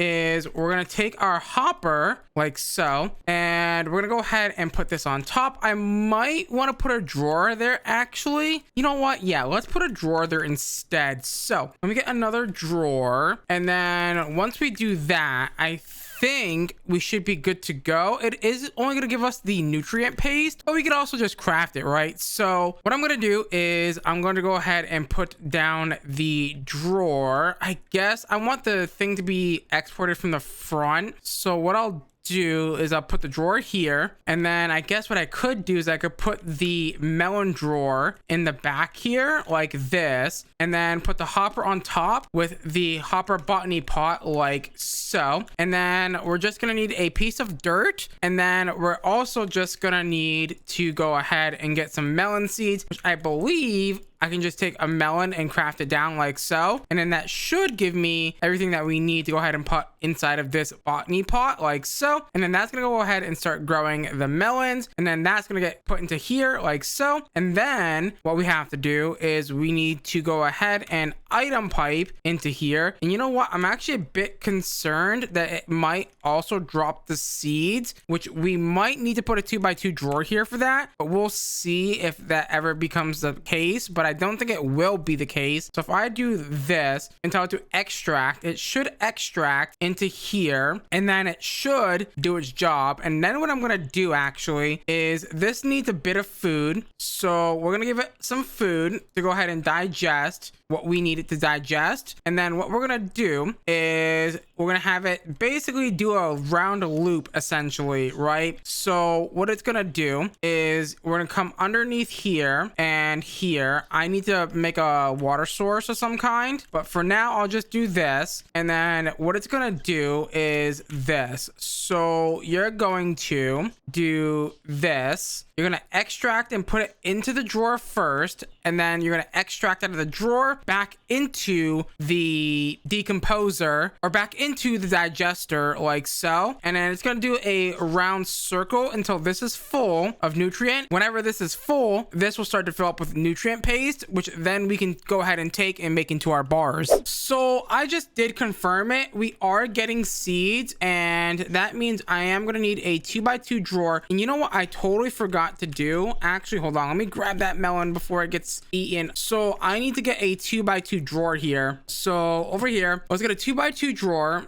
And what we're gonna do is we're gonna lock the drawer, right? So that way the items just don't get lost or whatever. So yeah, oh my god, we are out of wood, which is not ideal. I don't think I'm gonna have enough to make a 2x2 drawer. That is not ideal.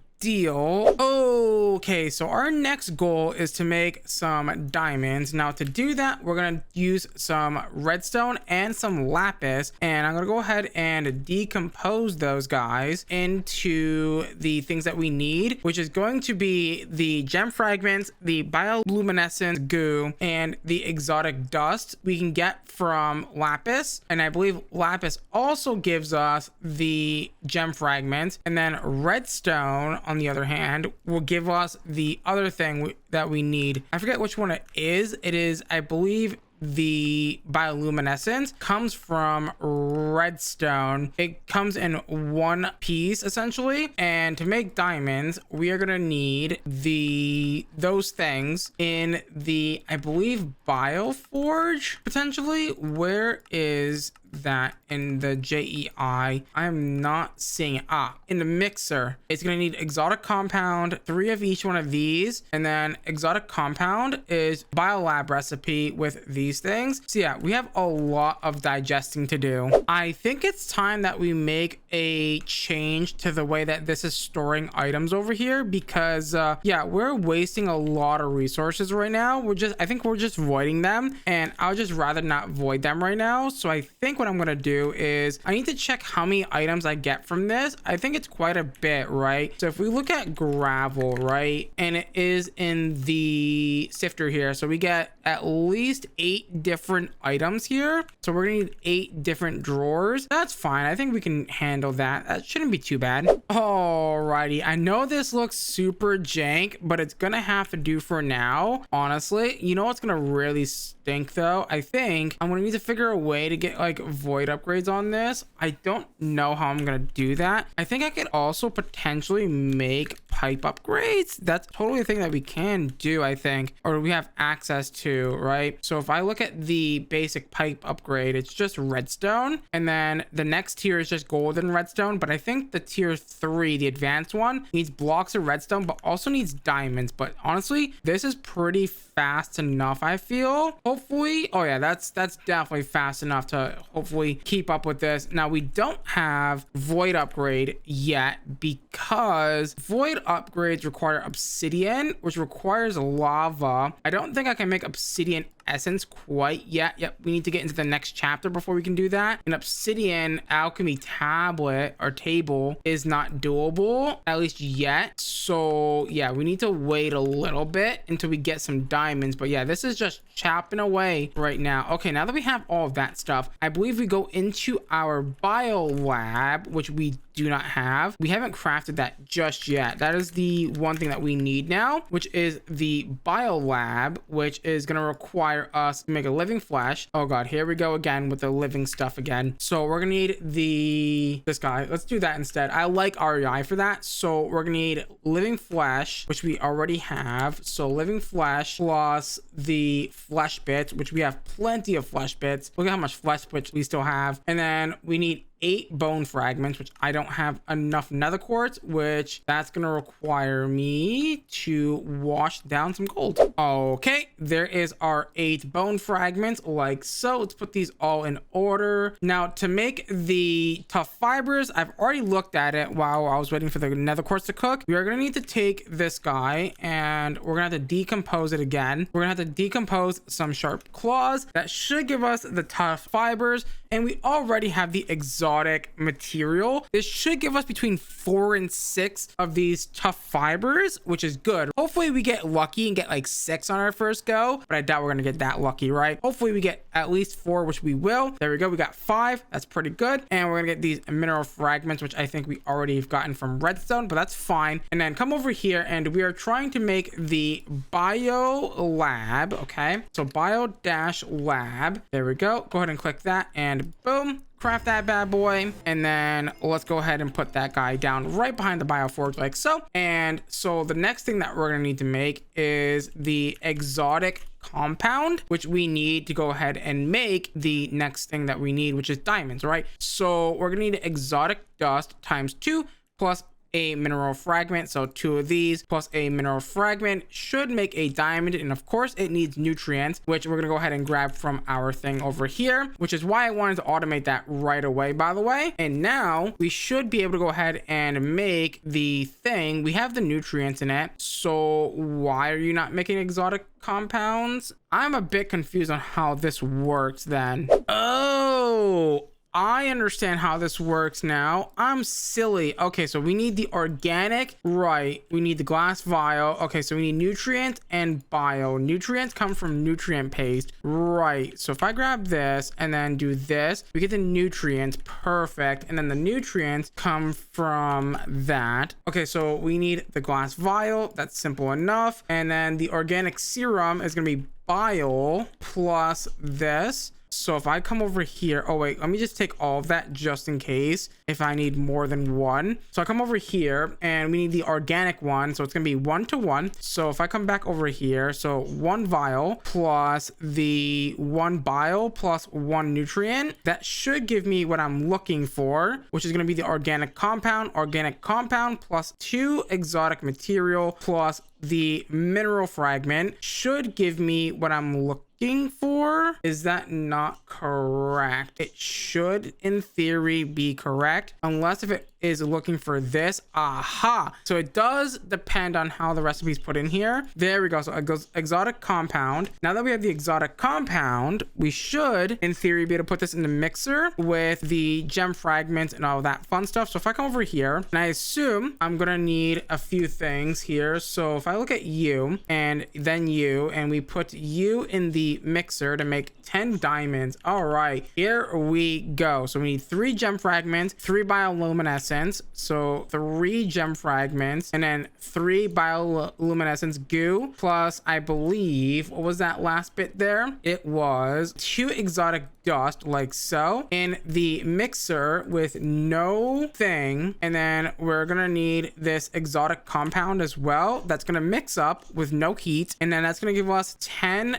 diamonds. Hey, give that back. There we go. Perfect. I should also disable the output there, and perfect. Now we have our diamonds, which I believe that is the end of this quest line for the most part. Now we do got to go this way. Now unfortunately it didn't unlock the thing, so I do have to make more of this, which is not really a problem. They're actually relatively cheap. So one of those plus one of these plus a glass vial, that should give me the organic compound that we need. So let me put that in my inventory so that way I can get the quest. Perfect. Exotic. Perfect. I need to make the exotic compound again, which is going to be relatively simple. So if I do this and then I do one of these or 2 of these plus one of these, it doesn't matter what order you put them in, but it does matter at the same time. And then the exotic compound, and then there is our diamonds. Beautiful. The last bits that we have to do in this quest book or this quest line are these things here, like the raw hopper and all that fun stuff. But I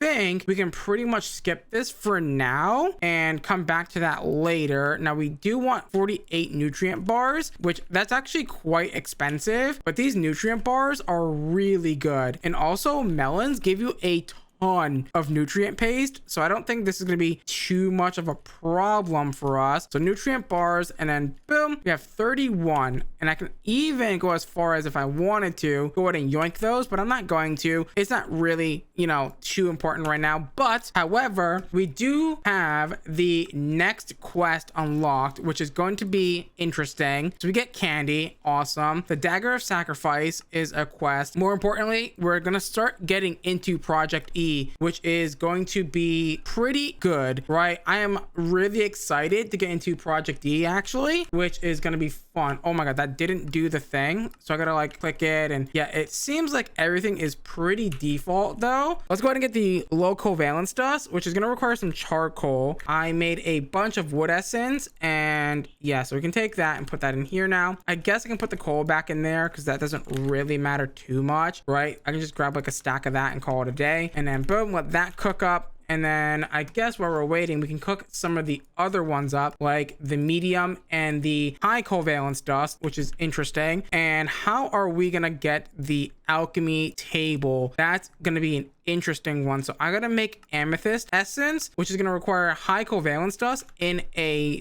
thing. So a pink energy collector is gonna require this amethyst bronze ingot, which is gonna require, I want to say, some sort of way. I assume I gotta get it through the essence, right? Which means I'm gonna have to automate this whole process. Oh wait, I can do bronze amethyst in the biolab, or bronze essence rather. That's interesting. So I can get bronze essence relatively cheaply, I believe. Oh no, that might have been brass. Never mind. So what I'm gonna do, well, I can't really do that, right? I guess I could, because it's only high covalence dust and it's not terrible, right? It's only like 500 LP per thing, so that should be fine, I think. With my charcoal being done, I should be able to go ahead and make the low covalence dust, which is going to be perfect. So low covalence dust is done. Let me put that in my inventory. I also have the amethyst essence, which is nice. I get 20 amethyst shards for that, which is good. So here's the question.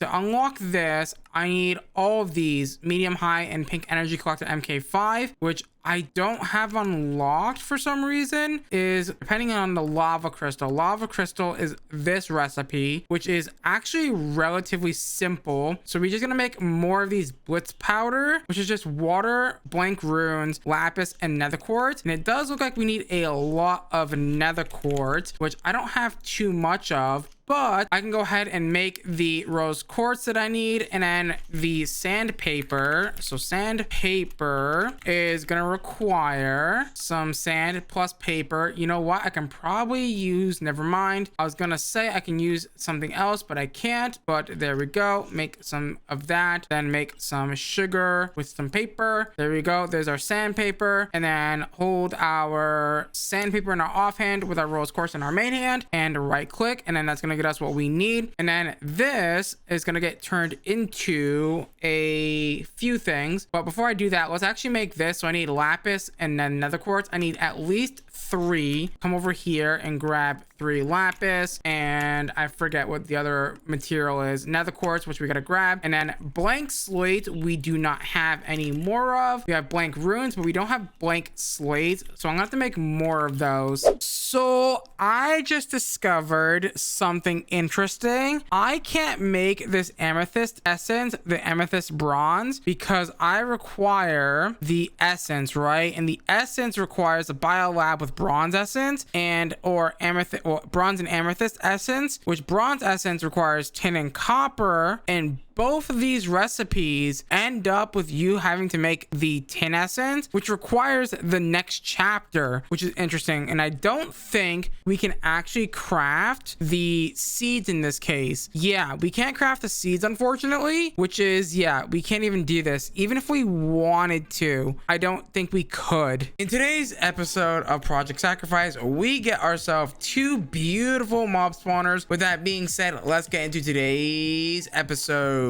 In the last episode, we made the diamond, and we also made the nutrient bar automation here. And in between episodes, I've been trying to get some stuff done around the base, like automating some washing, right? And I found out that when you put a hopper under the depot, it just pulls the item out too fast, and I can't like wash or whatever, which is not ideal. So I have to get like item pipes, and you know, I wanted to filter, which by the way, why is this a feature? You need to make a advanced pipe upgrade to filter. Why? And that bugs me because they require diamonds. They're so freaking expensive just for a little bit of item filtering, which is really annoying, which, you know, it is what it is though. So let me grab this. So I was trying to set it up in between episodes, and it currently broke because it has nowhere to put redstone dust. At least we'll get some free redstone from this automation, which isn't too bad. The plan for today's episode is to go ahead and get a mob farm going, actually getting 2 mob farms going, because I want to switch over to sacrificing. So what I'm going to do is I think I'm going to move this guy elsewhere, and what we're going to do is we're going to build a mob farm on top of this guy, and it's basically going to allow us to go ahead and sacrifice mobs to go ahead and get blood. And then obviously we want a general purpose mob farm. So yeah, that's why I was trying to get some wood automated. I plan to use the colossal chest mod to go ahead and store all of our mob drops, right? So I kind of need a lot of wood, and you know, I can sit there and like, you know, fully automated, I guess, with a blood altar. You know what? I didn't really consider that either. I could automate wood essence, but that's also a problem too, because wood essence requires LP, which requires me to be constantly standing here. It does need dirt, and unfortunately, we don't really have an infinite supply of dirt right now. I wish we had EMC, which is what we're currently working towards anyway. Okay, so to get started with my plan, we're gonna need to do some expensive stuff. So I need nature essence. I'm gonna take 4 nature essence, plus some of our beautiful diamonds, and we're gonna make some chicken seeds. And this is gonna be very important for later because we need to make something called dreadful dirt, which is gonna require us to feed some stuff to some chickens.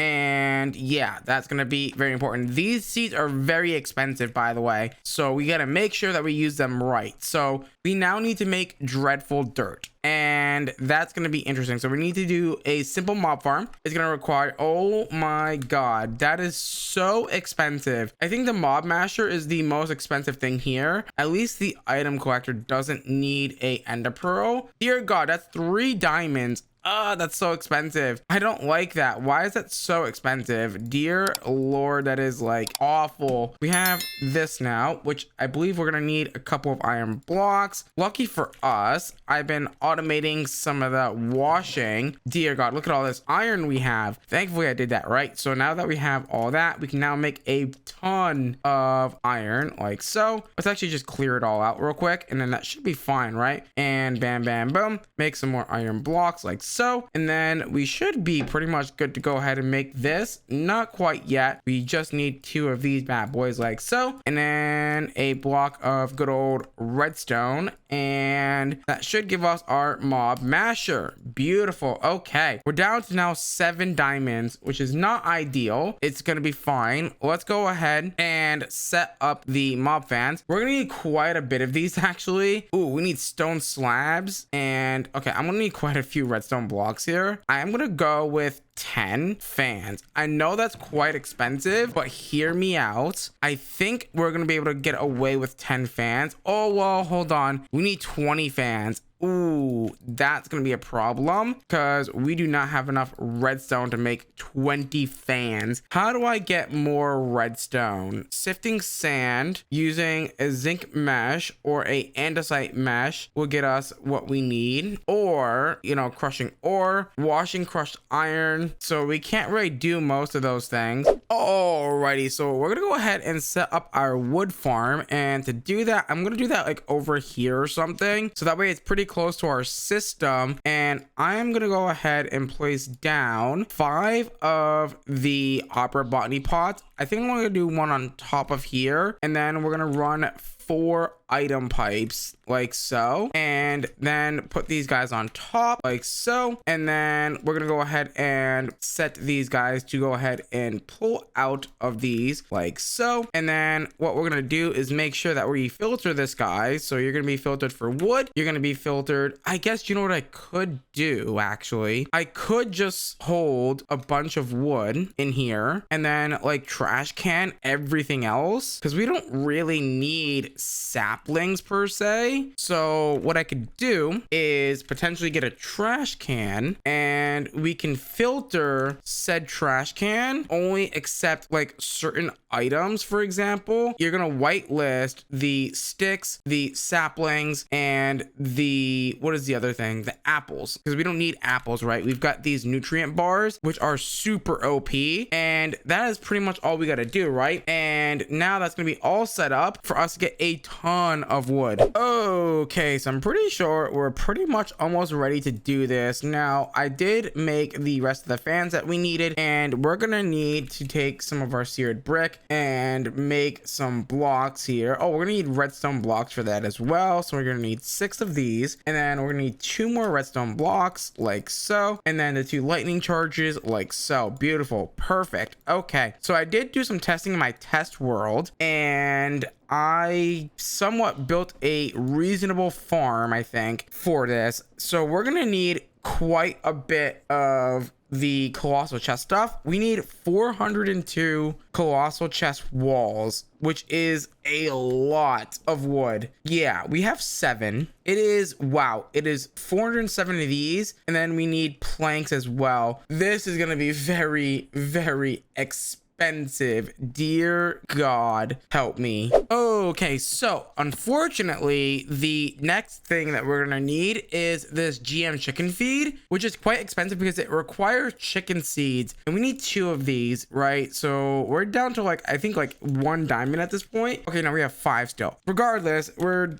really, you know, losing a lot of diamonds very fast. Now we're gonna need some cow seeds, which is fine. These are gonna be relatively easy, and we're gonna need the panda seeds, which we can go ahead and do. I think for the panda seeds, we are gonna need the block of bamboo, like so. That's gonna be easy enough for us. There we go. The wolf seeds is gonna require a bone block, which is gonna require some bone meal, which I think we can get bone meal by like doing some sort of like sifting of some kind or something, right? Yeah, if I sift sand, not waterlogged, I can get that, which is gonna be interesting. So how do I do that? Instead of me, you know, trying to like do this and unwaterlog this, what I'm gonna do is I'm just gonna put down another one of these sifters and call it a day. Okay, I think we're ready to make everything now. So 2 of those and then 2 of these. We're gonna need some wool, which I've already pre-made the string for that. Perfect. And then let's go ahead and get that and that should be good now. And then the wolf seeds is gonna need bone blocks, which I can go ahead and make now with this bone meal. Boom and boom, and we're ready to do that. So let's go ahead and do that. Boom and boom. And then we're gonna take all these guys and make the 2 things of GM chicken feed, which shouldn't be too bad. There we go. And now that we have that, what we're gonna go ahead and do is come right over here to this guy, and I guess for now these guys are gonna have to get moved because I need to. This guy is fine, he's just chilling. I need to go ahead and right click this, and then that's gonna hopefully replant themselves. And now we have all the chicks in the world. We're gonna go ahead and feed these guys once they grow up the 2 of these, and that should give us the rotten eggs that we need to go ahead and build the mob spawners. And I went over here and started to expand our base a little bit more, so that way we can go ahead and set up our mob farm right over here. So I'm gonna go ahead and do that while we wait for those guys to grow up. The mob farm that we're gonna go ahead and build is gonna be a very simple one actually, and what we're gonna go ahead and do is fill this in with dirt, and then what we're gonna go ahead and do is place the fans back here, and then 2 fans right here, and that's gonna blow into this corner, and then the mob masher will go in this corner, and then we'll have our item collector on the outside of that, right, which is gonna be really cool. But what we're gonna need for that is a block of redstone. You know what, I didn't make the fans. We should probably make those actually. So what we're gonna do is we're gonna go ahead and place down a fan here, here, here, and here, and then we're gonna place a fan here and here, like so, and then that's gonna push these guys into this corner. And then what we're gonna do is put down a redstone block like so, and then go ahead and put our mob masher like so. And also I realized I made an extra mob masher when I didn't need one, so I wasted 3 diamonds. Good on me for that one. And what I'm gonna do is this is only gonna be 2 blocks tall for now, because of the fact that I don't want endermen to spawn in here, because right now we do not have the ender inhibitor, which prevents endermen from spawning. So that's a really big part of this, you know, farm. For now, this is gonna have to do with only being 2 tall, which I mean honestly can farm most mobs, so it's not really a problem. I mean, I would really like to do enderman, but I just do not have a way to make the ender inhibitor, which is really important for that. Perfect. And then what we'll do is expand this out 1 more like so, and we will put a glass wall here, and that should be good. So I need 2, 4, 6, 8, 10 blocks of tinted glass. Tinted glass is made with glass and amethyst shards, which amethyst shards are quite expensive. There goes all of our amethyst, which by the way, each one of those takes like a high covalence dust, which is not cheap at all. And what we're gonna go ahead and do is I'm gonna place down a absorption hopper right here, and this guy is gonna go ahead and pick up any sort of drops in this sort of area, which is going to be really useful. Is this going the right direction? I cannot tell. No, it's going the other direction. I don't want it. I want it to go not up and down, I guess, north south. So we want this to go this way. Perfect. And I actually think I can actually fit this in here if I'm not mistaken. Perfect. What we're gonna go ahead and do is build our colossal chest right here, which might be a problem. No, it won't be a problem because I can just item pipe out of here and that'll be fine. So what I'm gonna do is I'm gonna build my colossal chest right here. Also, do note that you can feed chickens seeds to help them grow up faster, but I was just choosing not to do that because we do gotta build stuff still. Dude, I am thinking about how we're gonna do this next build here for the next mob farm, and it's gonna be tricky. We don't have flight, so I need to go like 20 blocks in the air, and I don't know, man. Like, it's gonna be really annoying to get up and down from here. So I want to try and do this all in like one swoop, but it's just like, I don't know, it's gonna be really hard. I also do want to, you know, do a upgrade for both farms, but I'm not really sure how I'm gonna do it because I need observers to go underneath the dreadful dirt, and like a redstone clock will speed up dreadful dirt, by the way. So yeah, I'm not really sure how I want to do that quite yet. This is the jank that I'm dealing with right now. I built the whole platform up 20 blocks, and I'm basically building this a nice little contraption here. I need this to break because that's gonna be where they're gonna fall down. I'm really hoping that this whole thing works, because if not, I'm gonna be in quite a bit of trouble here. So what we're gonna go ahead and do is do this.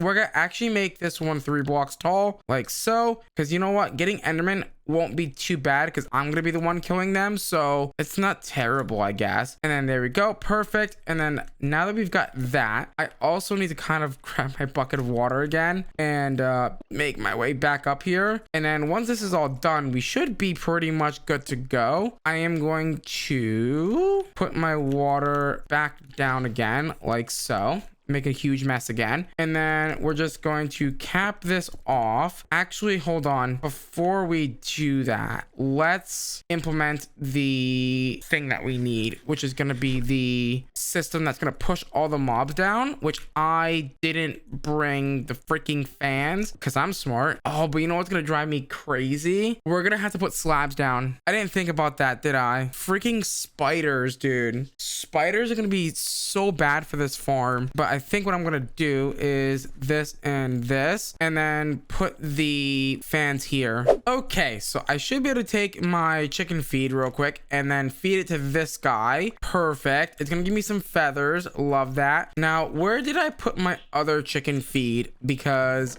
we kind of need that, and we're gonna be doing this guy next. There we go. Beautiful. Now, all we gotta do is come underneath this guy, or we can just YOLO it and, you know, try and put it in the middle here. What we're gonna go ahead and do is do this. That's gonna turn that into that. No shot. Okay, I was about to say it better have not broke my amethyst glass. There we go. Beautiful. That's gonna now start spawning mobs. Now we are gonna need some more levers because we're gonna need to push those guys over some. So let's just make some, you know what, we can make a ton of levers. It's fine, we're gonna use them all anyway probably. So let's go over here and set this guy up to do that and that. And then are these on? These are not on. Now turn all these guys on like so, and then that's gonna go ahead and start farming some beautiful mobs and getting us a bunch of mob drops. Lovely jubbly. And we need to come up here, and I've already turned on the mob farm up here. Well, not turned it on, but you know what I mean. I basically, you know, turned on all the fans and stuff. Like I said, my main concern right now is not the farm itself. It is the fact that we're gonna have spiders in this farm, which is gonna really affect the efficiency of this farm, which is not really ideal in the slightest. So yeah, we're gonna need 1 2 3 4, and then so this is the front of the farm. Yeah, this is where we're gonna want to click this rotten egg like so. That should be all dreadful dirt. Beautiful. So now that's gonna be working now. Hopefully mobs will start dropping into the kill chamber. I'm really hoping that's gonna be the case here. I guess we'll find out here in a second. I am the luckiest person in the world. I left this open on top. I thought I closed this off. Oh my god, that would have been so bad. And I think I can also put this up here now. Oh god, that was pretty sketchy, not gonna lie. I was like, why aren't any mobs spawning? That would be a pretty good reason for mobs to not to spawn.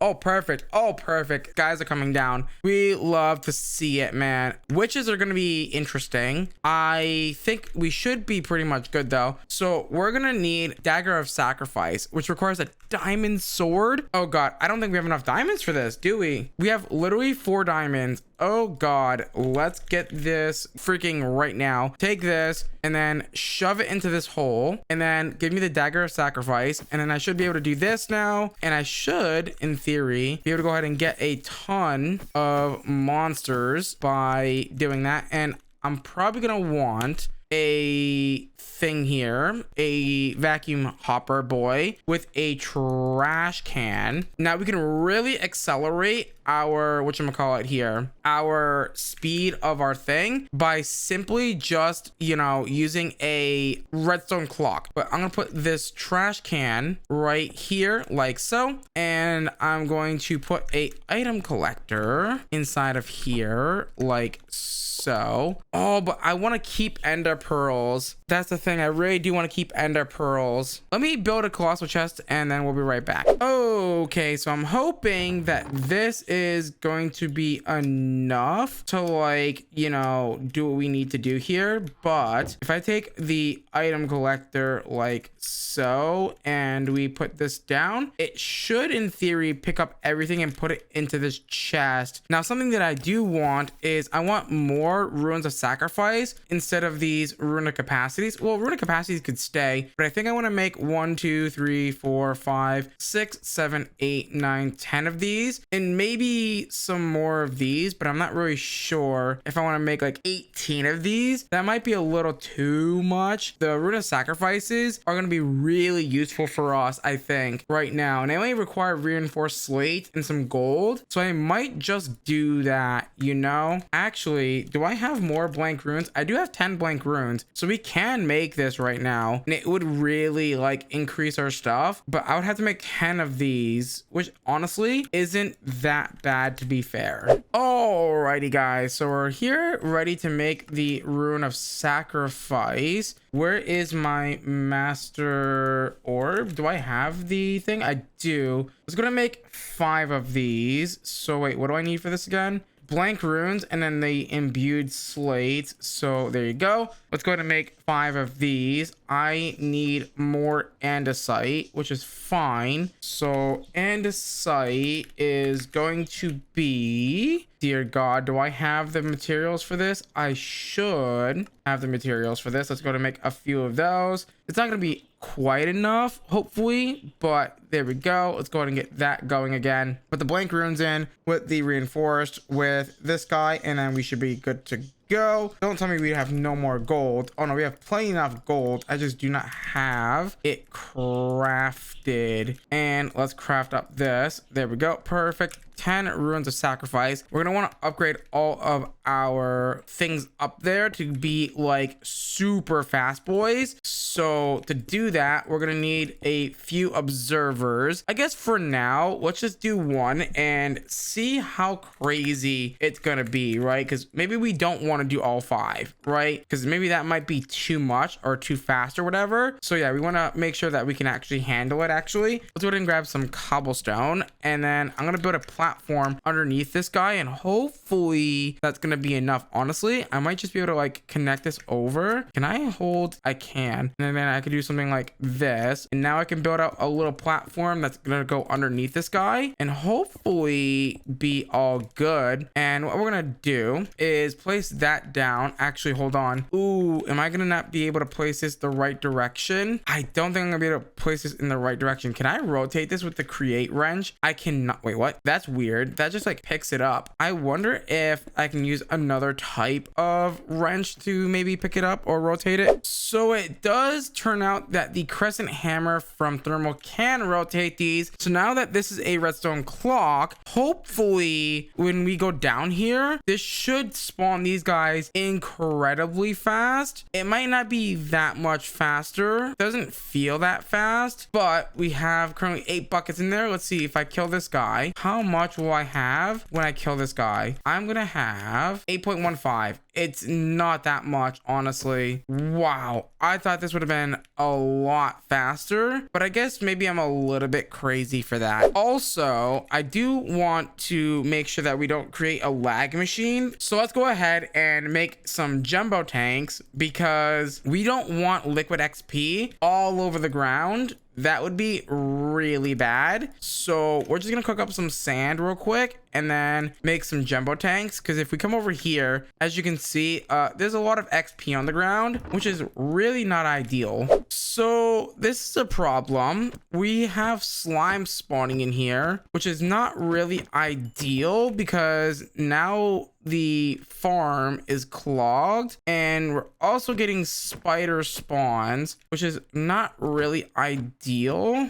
I don't really know how I'm gonna handle this. Here is my plan. I have 8 feathers. I think I can do some stuff with this. I was gonna use height upgrades, but I'm also curious if I use slabs to prevent the slimes from spawning. That might be a solution. That would also take care of slimes, but also take care of spiders, which could really help improve the farm. I'm not really sure if that's gonna really work the way I want it to, but I guess I'm gonna give it a try. It seems that that did indeed work. Now, what am I missing? Am I missing more glass? I was about to say, there's no way I'm missing more glass. There we go. Make some of these. Actually, you know what? We're gonna need to make 10 of these, so that way we can go ahead and make the jumbo tank like so, and then boom and boom. Do they not stack? I was about to say, that thing is being weird. Let's go ahead and put this guy here. So you're gonna go ahead on the upside, export liquids, and then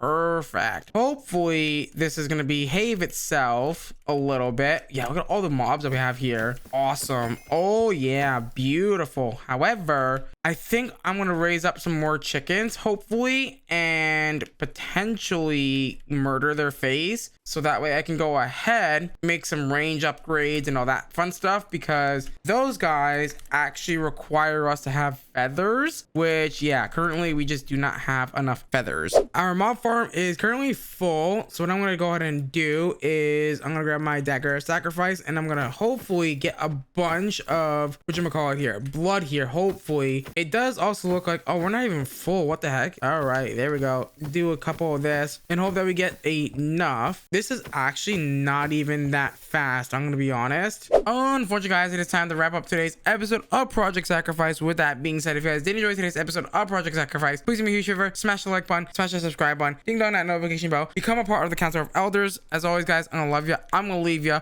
Till next time. Bye-bye. In today's episode of Project Sacrifice, we go to the edge of the hidden realm, and, well, let's just say things weren't so nice to us. In the last episode, we built 2 beautiful mob spawners, one over here that is basically killing all the mobs and giving us a bunch of mob drops, and this one over here, which we're going to use for our blood altar here. So I want to get to the transmutation table, but to do that, we have quite a bit of stuff to do still, so I am going to need to go ahead and get myself some string here and put this in the blood altar, because we need to start doing the snare stuff. So if I put the string here in the blood altar, it should give me the snare. Beautiful. And this is then going to be used to be thrown at these guys to go ahead and give us the demon will. Okay, so I got 1 demon will crystal, which I believe this is going to go into making our hellfire forge. Yeah, there's got to be a better way to get more of these demon will crystals than what we're currently doing. It's just like, it is really annoying to deal with this. Did that drop another one? It did. So let's go ahead and come over here and let's make the hellfire forge. The hellfire forge is just going to require some stone, some iron, and the demon will will crystal. Let's use the lower quality one like so. And I kind of want to make the sword. What is that sword called from Blood Magic? God, I can't remember the name of it. Is it this guy here, the sentient sword? It's gonna need a petty tartaric gem, and this requires 1 will minimum. And you know what? That's actually fine. So redstone, gold, lapis, and glass. So that's actually relatively simple to make by taking this stuff and throwing it into this guy with our will here. Now this is gonna make us a sword that's gonna get us will without needing the snares, which is really good. So we're gonna take this sword like so, and then put it in here like so with the petty tartaric gem. And then that's going to take 0 will, which is nice. And we're going to basically now be able to make a bunch of will without having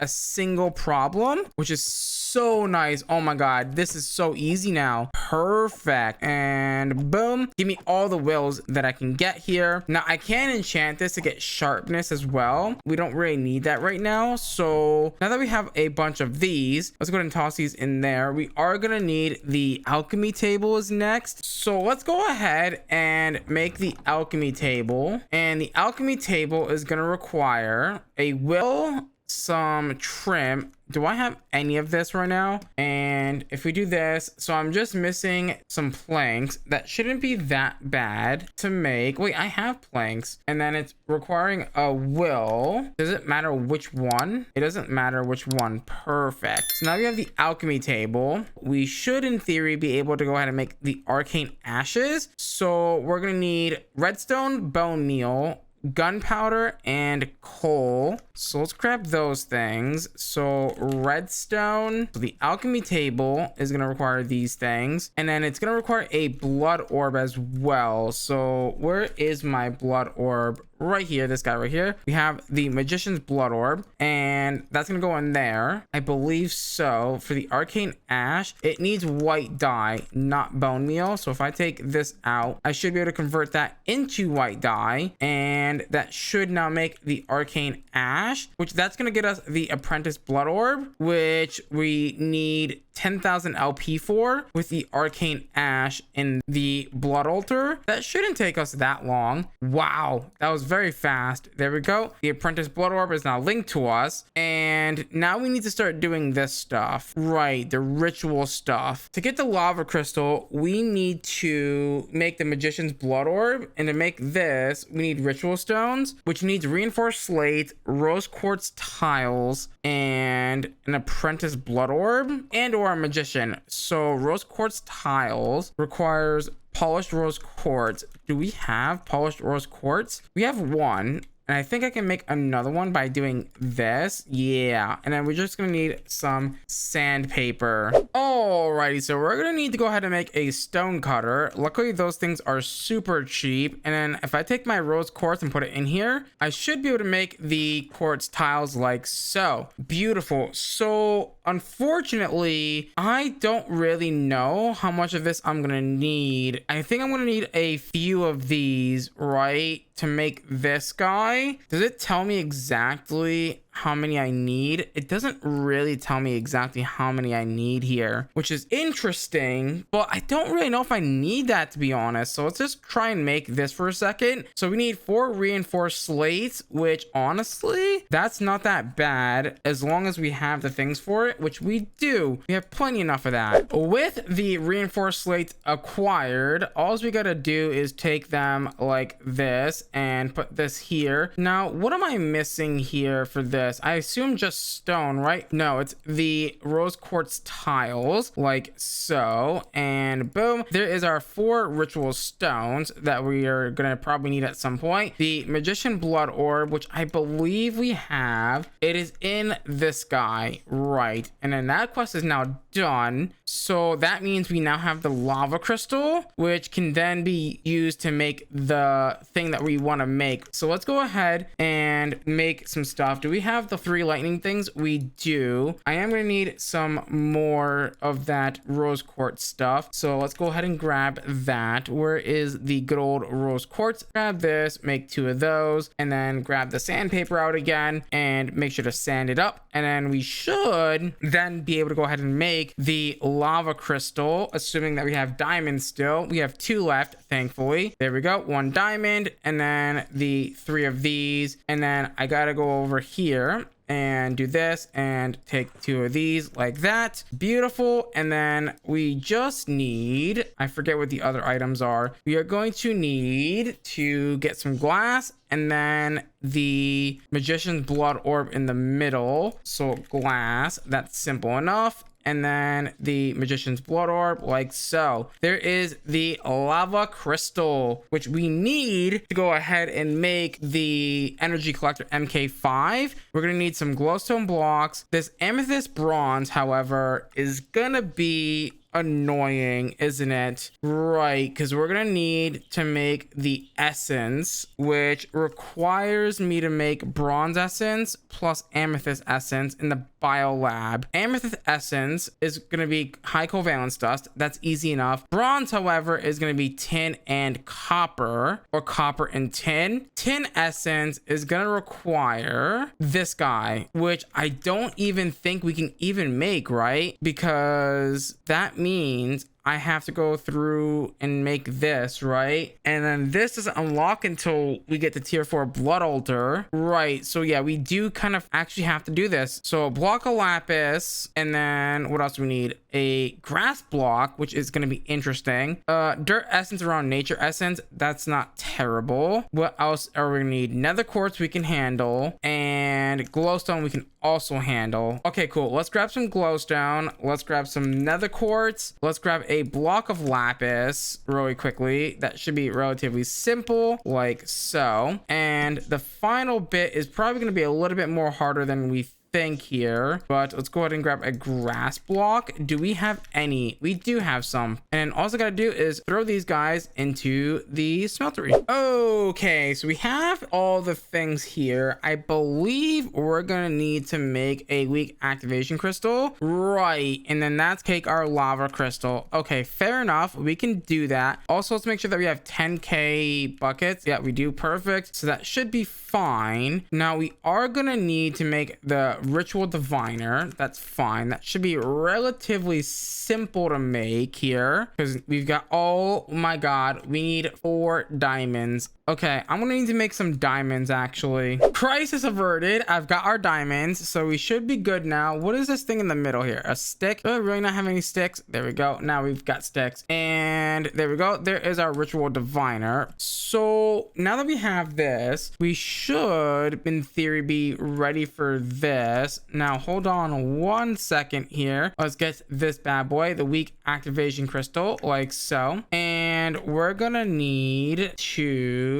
start looking at this. Visit the blood magic dimension. So if we look at the sanguine book here, entry index, and then we look for the edge of the hidden realm. Is there a way I can search for this? I don't think there is. Edge of the hidden realm. Yes. So we need exactly 6 water runes. So 36 total runes, and then 80,000 LP cost. That's a lot of LP cost. So we need 36 runes. Are they saying like blank runes, or like what is that entailing here? I think that is entailing that we need 36 blank runes. It just says runes. It doesn't tell me what it is specifically. So it turns out we need ritual stones, and this is gonna be really expensive. We need 36, so that means I need, if I do the math quickly, we need, so we get 4 per, we need 9 crafts of this, which means I need exactly 36 reinforced slates, which is gonna be quite a bit of LP. 2100 LP times 36 is quite a bit of LP. I guess I'm just gonna have to grind it out. All Alrighty, I made a bunch of reinforced slates here. So let's go ahead. Oh, you know what I didn't do actually? We should probably grab some more nether quartz, honestly, and some redstone. We actually don't have a lot of nether quartz, unless if I come back here. Do we have more in here? No. So I might need to wash some more gold. But for right now, we've got 11. So that should be enough, I think. Alrighty, let's go ahead and get 36 of these bad boys. Oh boy, we're gonna need more of that. That's fine. So that means I am gonna have to wash some more gold. Let's hope that I can do this relatively simply. Oh great, this is in the way. Alrighty, so I think the next thing that we're gonna make is the master infusion stone. Oh my god, we need 4 network roots. Okay, that's a bit expensive. So let's grab this, I guess, and hope that we can make them. Okay, no wait, we need a few more of these. So let's go ahead and do this. Let's make 2 more of those. We're gonna need 2 more of these, and then the master ritual stone, which is, let me grab this real fast. So master, and then nope, wrong one. This one here, the apprentice orb, like so. Oh, you need a master or a magician's. So the apprentice one doesn't work there. So that's interesting. So the magician, there we go. Perfect. Now that we have that, so if I come over here in the sanguine book and then look for the ritual that we're looking for, which is the edge of the hidden realm, like so, and we hit the visualize button, I can go ahead and place this guy down like so. And in the center should go the master infusion stone like so. And then all I gotta do is scroll through the ritual diviner until we find the edge of the hidden realm, and it should give us what we're looking for. Yes, edge of the hidden realm like so. And then we sit here and we right click and it should build the ritual. Now that that's built, all I gotta do is basically get 80,000 LP into my network. I know that's a lot of LP to be holding in a blood orb, but that's just the way it is, right? And then we can use our weak activation crystal on the ritual to go ahead and activate it once we get the 80,000 LP. And the way that we can check that actually is by making the division sigil, which allows us to check how much LP is in our network. But we need an arcane ash for that, and we already know how to make that, so we just need 1 redstone and a few other things. So to make the division sigil, go ahead and put down your arcane ash like so by right clicking it on the ground. Use the redstone on it, then give it the blank slate for a activation, and then that should give you the division sigil, which we can then use to check our current LP in the network, and that will tell us whether or not we have enough to go ahead and activate the ritual of the hidden realm. Alrighty guys, now that we have enough LP, all we gotta do is take our weak activation crystal and right click the master infusion thing, and boom, we now have the edge of the hidden realm, and we can go ahead and click that. But before I do that, I need to make sure that I set a home point so that way I can come home very easily. What do we gotta do when we're in here though? That's the main question. What do I need to go in for? I need to go in to get the saturated tau fruit is what I need here. So let's hop in here. Before we go in here, let's make a set of iron gear and maybe a diamond sword as well, because there will be baddies in here. I want to make sure that I have the best opportunity to survive. You know what I mean? The nutrient bars we're definitely gonna need, so that way we can stay nice and topped up. And yeah, let's go dive into the edge of the hidden realm. So if I right click this, I in theory should be brought to this dimension, and we got ourselves some iron keys. I don't think we need anything else, so let's just YOLO it. So we've got 2 iron keys. These keys are quite expensive to make, so let's just hope that I happen to choose the right way and not get absolutely boned. So that was totally not the right way, but we did get a diamond pickaxe with fortune 2. Unfortunately, not what I'm looking for, and no keys in here. Ow. that zombie really hurt. I need more keys because without keys, we can't continue to explore and whatnot. So I only have one more key, unfortunately, and hopefully, you know, we can get something good out of this and not have to worry. Also, this is free blood, by the way. You can grab that and put it into buckets if you want. And no key in that chest, unfortunately, and no key in that chest either. What the heck, man? I just literally got scammed. I think I just got scammed so hard. Literally. Okay, all right, game, that's so not fair. And there's nothing I can do because I have to now make more keys. But I think luckily for me, I did end up making 2 imbued slates on accident, so we can make more keys. Yeah, I have 3 imbued slates, so I can make more keys if I need to. Ooh, but I need a common Tartaric gem. That's not ideal now, is it? Is there an easier way to make these keys? I don't really think there's an easy way to make these keys, unfortunately. That's rough. So it looks like I'm stuck making the Tartaric gems. That's really unfortunate and unlucky of us to get that boned, I guess, unfortunately. So yeah, I'm gonna have to like sit here and make and upgrade the gems, unfortunately. So I'm gonna need to make 2 of these and then 2 of the, you know, the next one and then the next one. It's just gonna be so expensive and I'm not really looking forward to it, but I mean, what else can I do? Like, there's no other way around this, unfortunately. I guess I just got shafted, I guess, right? This is so freaking slow. Oh my god, oh my god, I'm gonna lose it. Okay, so now we gotta take our Tartaric gems, right, and we have to upgrade them. So the way that we do this is we find the lesser one, right? Oh my god, this requires diamonds. So wait, let me get this straight. So for the key for blood magic, the iron keys, they require greater, common. So I need, oh my god, I gotta waste 2 more diamonds. Are you kidding me? So what we gotta do is we gotta take our Tartaric gem, right? We gotta put it here, and then we gotta put all the upgrades in there, and then take our second petty Tartaric gem. Wait a second. Oh my god, they made it so you only need 1? No way. I don't believe that. No way. Well, we're gonna test this theory right now. So can I upgrade this without having to upgrade the other one? So this is gonna be required into making the lesser common one, Tartaric gem. Let's look at the common one for a second here. So the common one is going to require a diamond, an imbued slate, and a block of gold. Please, for the love of God, make it so that we don't have to do this again. So if I grab that and then is it a diamond with an imbued slate? So please, I really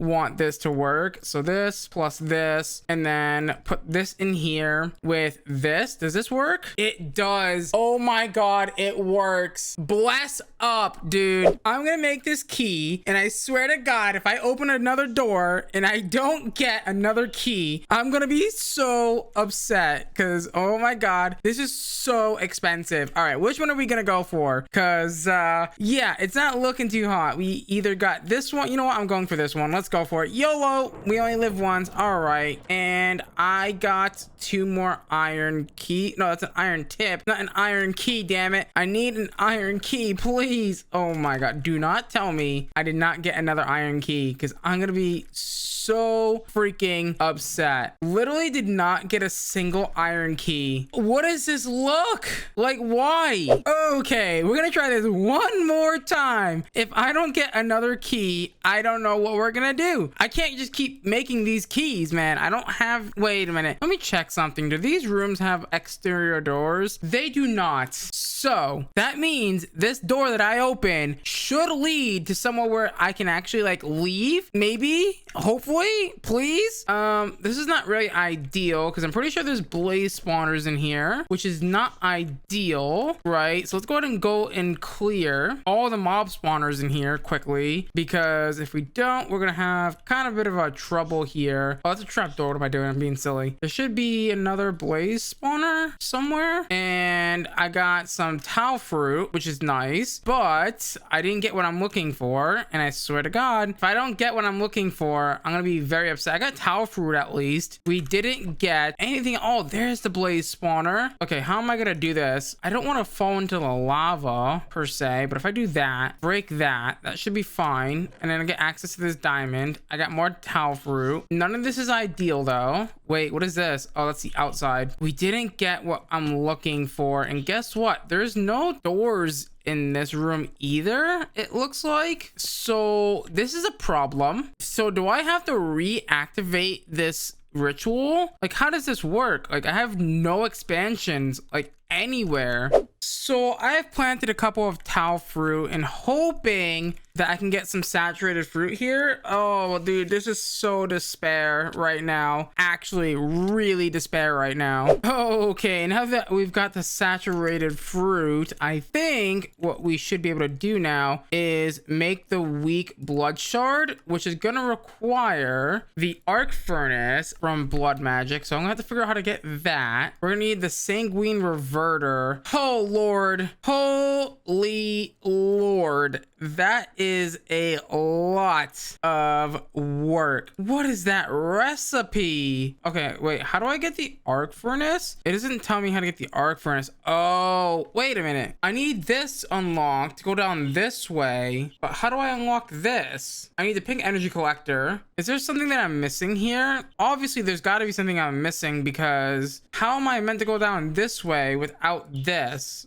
Right? I need the pink MK5. Is there like a smeltery recipe that I might be missing? Copper and amethyst. There is a smeltery recipe that I'm missing. In today's episode of Project Sacrifice, we finally make the alchemy table and we make the MK5 collector. With that being said, let's get into today's episode. In the last episode, we went to the blood magic inversion dimension thingy mabobber, and today I'm gonna go back there actually really quickly because I need lava for my smeltery. So in between episodes, I went ahead and built up our smeltery boy so that way we can go ahead and kick on with today's episode. But yeah, I built the smeltery and unfortunately you can't use the heater, so unfortunately we have to use lava. I was like, you know what, the best way to get lava is indeed going into this bad boy, and if you're lucky you can get one of these nether portal rooms which happens to have a bunch of free lava that you can go ahead and yoink from inside of here, which is beautiful. So I think the plan for today, looking at the quest book, I'm pretty sure what we need to do is we need to get to the tier 4 altar, which is going to be down here. So we have all of this to do, but I don't think we're going to be able to get that all today. I'd really like to try and get the alchemy table today if we can. I think that's a really good goal, but I just realized something. We can now upgrade our smelting capacity with the fans now, right? Because we now have lava. So this is really exciting. So if I take this and I make a quick and dirty fan, I should be able to put some lava in front of the fan and then a depot, and then that should in theory upgrade our smelting because, well, we're gonna need it, right? Because I want to smelt this copper crush stuff, put it in the thing, but we just don't have the capability of doing that right now. So if I put this down and then we grab another bucket really quickly, let me just put this water away and we'll grab some lava from over here and we put the lava down here. I am gonna have to move this a little bit, so let me just get another quick and dirty one of those shafts and then we should be good to go here, and hopefully this should be pretty much good to go. So you're gonna start spinning and then you're gonna start cooking. I think so. It does indeed cook. Oh my god, beautiful. So now I take this, right, because we're gonna want to make amethyst bronze, right, because that's what we've been trying to make this whole time. The amethyst bronze needs the copper ingot plus 1 gem of amethyst, and it looks like we can do it with the normal lava, but I am a bit concerned if we're gonna be able to do it or not because it does look like we're gonna need like proto lava or something, which would not be ideal. So let's take the amethyst really quickly. I cannot seem to spell amethyst. We're gonna need 8 essence. Do I not have? Okay, so we're gonna need the high covalence dust in the blood altar. Okay, here is the true test. Is this gonna work? The putting the copper is gonna work, and it does look like putting putting that in there is going to work. However, we're going to need a little bit of a couple of things here. We're going to need to get some gold ingots, right? Because we're going to need these in ingot form. And I guess we'll use like iron or something. So we're going to have to make like a casting mode real quick. I guess I could make a sand one as well, but I would rather just use gold or something. And hopefully these don't mix. I didn't really check that, so we're just gonna YOLO it. Thankfully, nothing happened there. We got our amethyst bronze ingots. I think we're ready to make our collector. I think we're pretty much there. So the MK5 collector, right? This guy here. Yeah, we're just missing a block of glowstone or 2 blocks of glowstone, a lava crystal, which we have to make again. That's fine. That's relatively simple to make. And then this calcite, which requires stone and amethyst essence. That means I need to make 1 more of those, but that's honestly not that bad. We can just take this guy and take it over to our blood altar, and that should be all we need for that, for the calcite at least. And that's now done. So let's take that and put it in here like so. So there's a 20 calcite. Now we are gonna have to make another one of those annoying freaking lava crystals, which is going to require the lightning charges, which is going to require the blizz powder, and then of course the blank rune, the lapis, the water, and the freaking mixing basin. And just like that, we should now have the thing. We're just missing our magician's blood orb, which luckily we have in our inventory, and boom, there is our lava crystal. Lovely jubbly. And all I got to do is put it all together. Once I make the glowstone, totally forgot about the glowstone. Oh, that needs more lightning charges. Are you kidding me right now? At least 8 more lightning charges. Are you kidding me right now? And just like that, we now have the 2 glowstone blocks like so, and boom, there is our MK5 quest completed. We're gonna have to get the alchemy table, however. Oh bollocks, we need 2 of them?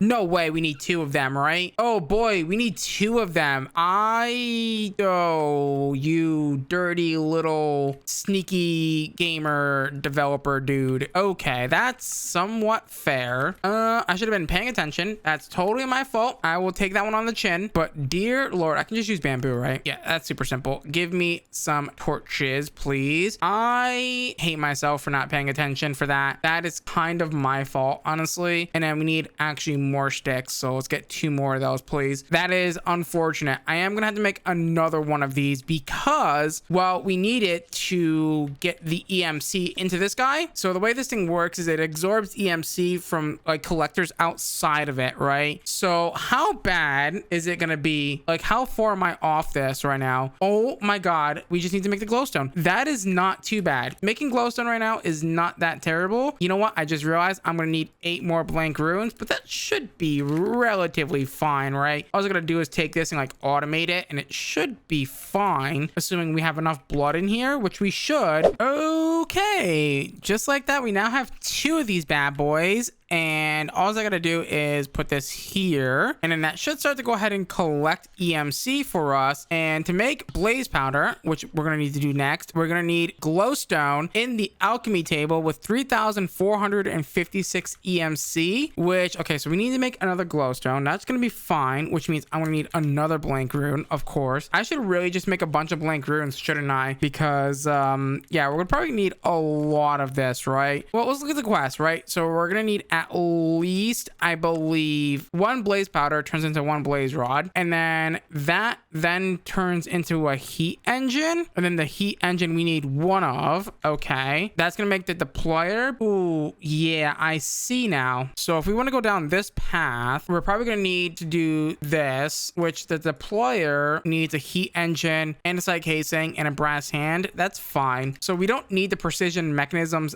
just yet. Okay, fair enough. That's good. Probably skip that part of it for now. So yeah, so let's just get this started. So we're gonna need another glowstone. So let's just make this quick one really quickly, and it should be relatively simple. It's already done probably. And then come over here and then grab our nether quartz, and then grab our lapis as well. Do I not have any more, or am I completely out again? No, we have plenty. Let me make this glowstone, and we're gonna toss it into that guy right there. As you can see, it is starting to fill up, which that means this is indeed working. And then we're gonna take this. Oh wait, hold on. Let's make sure that we get the quest for it because that would be not good. And I guess we can probably start working towards making the other stuff for the deployer. I'm not sure how many of these I'm gonna need to start with. It does look like I'm gonna start needing some more brass, which I believe we can make relatively easily. Yeah, it's just throwing iron nuggies into the smeltery. That's fine. That's relatively cheap then. And these are, everything else is relatively cheap minus the heat engine. That's gonna be a bit of a interesting little doozer if you say so myself. Let me actually just grab a couple of iron nuggies real quick and make a bunch of the bronze essence. Okay, let's go ahead and make our very first deployer hand. I think we can pretty much make this. Now we are gonna need a small cogwheel and a big cogwheel. You know what? We don't have any oak planks. Yeah, we do. What the heck? That was weird. And then I guess a small one like that. That should be more than enough. Now it does look like we're out of andesite alloy. However, that's going to be putting andesite into the blood altar. And we're actually getting really low on the andesite, boys, which is not ideal. Okay, so let's go ahead and make the heat engine like so. And then let's go ahead and make the deployer. We are going to need to make the brass hand. That should be relatively simple. And then the andesite alloy casing, that's just going to require me to take a andesite alloy, which I believe we just used all of it. No, it's right here. So let's take one of those and then get some oak real quick and take this. And we just got to right click it like so. And then boom, we now have a stripped log. Do I have an extra axe laying around? I do. Perfect. And then now that we've got that, we should be able to make the first ever deployer. Let me just make sure that gets put in my inventory. And let me also make sure that gets put in my inventory as well, just in case if it is indeed a quest. And boom, there is our very first deployer. Now, what do they want me to do with this deployer? They want me to make Gobble Goblet, which is interesting. So we're gonna need our comic Tataric gem again, and it needs 0 will, so that's good. So we're gonna need to make some more of that polished quartz stuff here. So quartz plus some redstone. We are running low on redstone. There we go. And then we're gonna need the sandpaper again, and we're gonna need to sandpaper that up real quick. Sandpaper in our offhand, and then the rose quartz in our main hand, like so. We're gonna eat it. That's the way I like to think about it. And then we're gonna need medium covalence dust, and I forget what else we need here. So for the goblet is what we're trying to make here. I can't seem to get my quest book to open for some reason. That's weird, but there we go. And we're gonna need this guy here, and we have this. We're gonna need coal, and we're gonna need diamonds. Right, so coal is simple enough, and hopefully we have diamonds, because we're probably gonna have to make some more. We're down to our very last diamond. Not ideal. We'll figure it out. So now that we've got that, we're gonna need our common Tartaric gem from in here, and we're gonna go ahead and slap it into here with all of these guys, and that should make that. What was the other thing in that book? This guy here, the prismarine agglomeratio. So the bioforge is gonna require me to get prismarine crystals and prismarine shards, which I can get from, I would assume, getting the thing. Oh, right here, prismarine earth charges. No, that can't be right.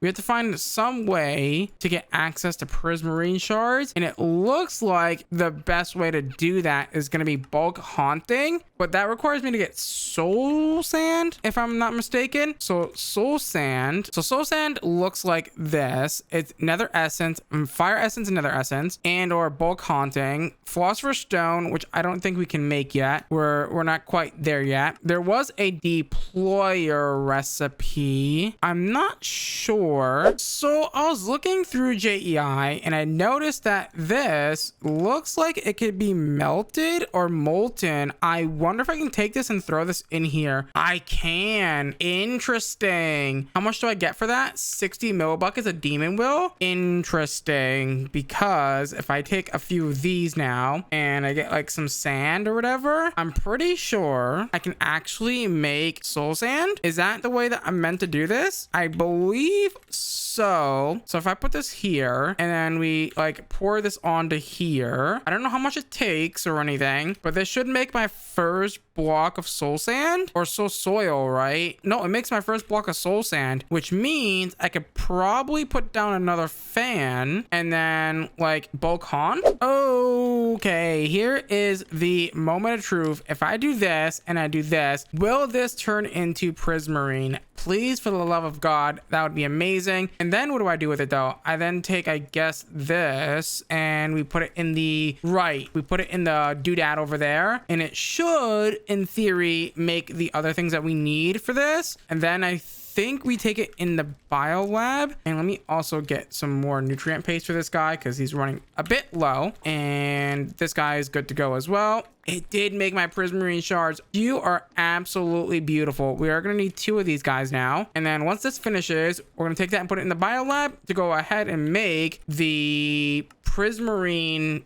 agglomerate that we need. And just like that, we should be able to make the prismarine agglomerate. So 1, and oh my god, it's 2 for 1. Oh my god, that's expensive. Okay, so now we've got to go ahead and make deep slate, and deep slate is, oh god, we're gonna make cobbled deep slate somehow. And to do that, we're gonna need the deployer with coal essence and stone brick with a deployer. How do I get coal essence though? Right, we gotta take coal blocks and put it into the blood altar, and we've got plenty enough coal. I don't know how much deep slate we're gonna need, so I'm just gonna make 1 for now. So let's put that in there. Oh wait, it's gonna get sucked out. It's not blacklisted in here, so put that in there. You do that for me, please. Good question is, where the heck am I putting this? I guess back here. I can't make that. I guess I could make that a vertical gearbox, right? So if I just grab this, I found it. It landed all the way over here somehow, but let me go ahead and take this and turn it into a vertical gearbox, and hopefully that's gonna be a-okay. Oh god, I don't want a vertical gearbox, do I? Because deployers take horizontal power. I'm gonna want another vertical gearbox. It doesn't really matter which way it's spinning, honestly, for this guy. So what we'll do is we'll put it here, and then you're gonna go there, but you're gonna be facing the other direction. I need you to face down, please. We are currently overstressed. Yeah, I'm gonna have to figure out how I'm gonna fix this. I guess for right now, what I could do, actually, I cannot access the stupid little thing for this. These drawers can't be here, particularly just these 2. I guess to fix that is put them here and here. How the hell am I going to get up there now? That's an even better question. The answer to that question is jank staircase, and I can probably half this again to 64. I mean, that's really slow. We're going to definitely want to add more like stress units to this, but yeah, that deployer should not be working, which means I'm going to need another depot. Okay, so let's take our coal essence, right, which we should have over here in this beautiful little chest. Let's take our coal essence and then put it into the deployer with a stone brick, right? And that's supposed to give us what we're looking for. So if I put you in this hand like so, and then I put you here, that should give us our deep slate cobble, which then we have to make more of, or we have to smelt it at least to make the deep slate. Let's go over here. Can I cook it here? That's the wrong thing. Can I cook it here, or can I cook it here? It's here. What do we got to do next? So we have the deep slate. We're gonna have to do this. Oh my god. So we need 3 deep slate. Okay, so let's go get that, I guess. So I'm gonna need at least 2 more blocks, or 2 more essence, that is. So coal, and then we're gonna make it into coal blocks like so, times 2, and then dump that into here, and that should be relatively cheap and easy. So there is our 2 coal essence, and then that coal essence is gonna get turned into deep slate. It doesn't look like this is cooking. You know what? It's probably cooking really slow. So at this point, I'm probably better off just using my furnace at this point, right? Because yeah, that way it's not that slow. Now that we have the 3 deep slate, which is looking like we're gonna need a little bit more. Oh my god, we're gonna need at least 2 more. Oh, I see now. Okay, and that's how you make that thing. But I think I also need to make this thing, which requires, oh my god, we're gonna need so many of the freaking imbued slates. That is a lot, and a lot of deep slate, and there isn't really really? Wait, hold on. No, because I need this guy, right? And we can't make that till the tier 4 blood altar. There is no easy way to farm cobbled deep slate, is there? I don't think so. Isn't that expensive? Like, I should just man up and just make it or whatever. Oh god, dude, doing 16 of these is gonna be very expensive. How much blood is even that? That's like a lot of blood. Yeah, it's 1,300 per. That's a lot of blood.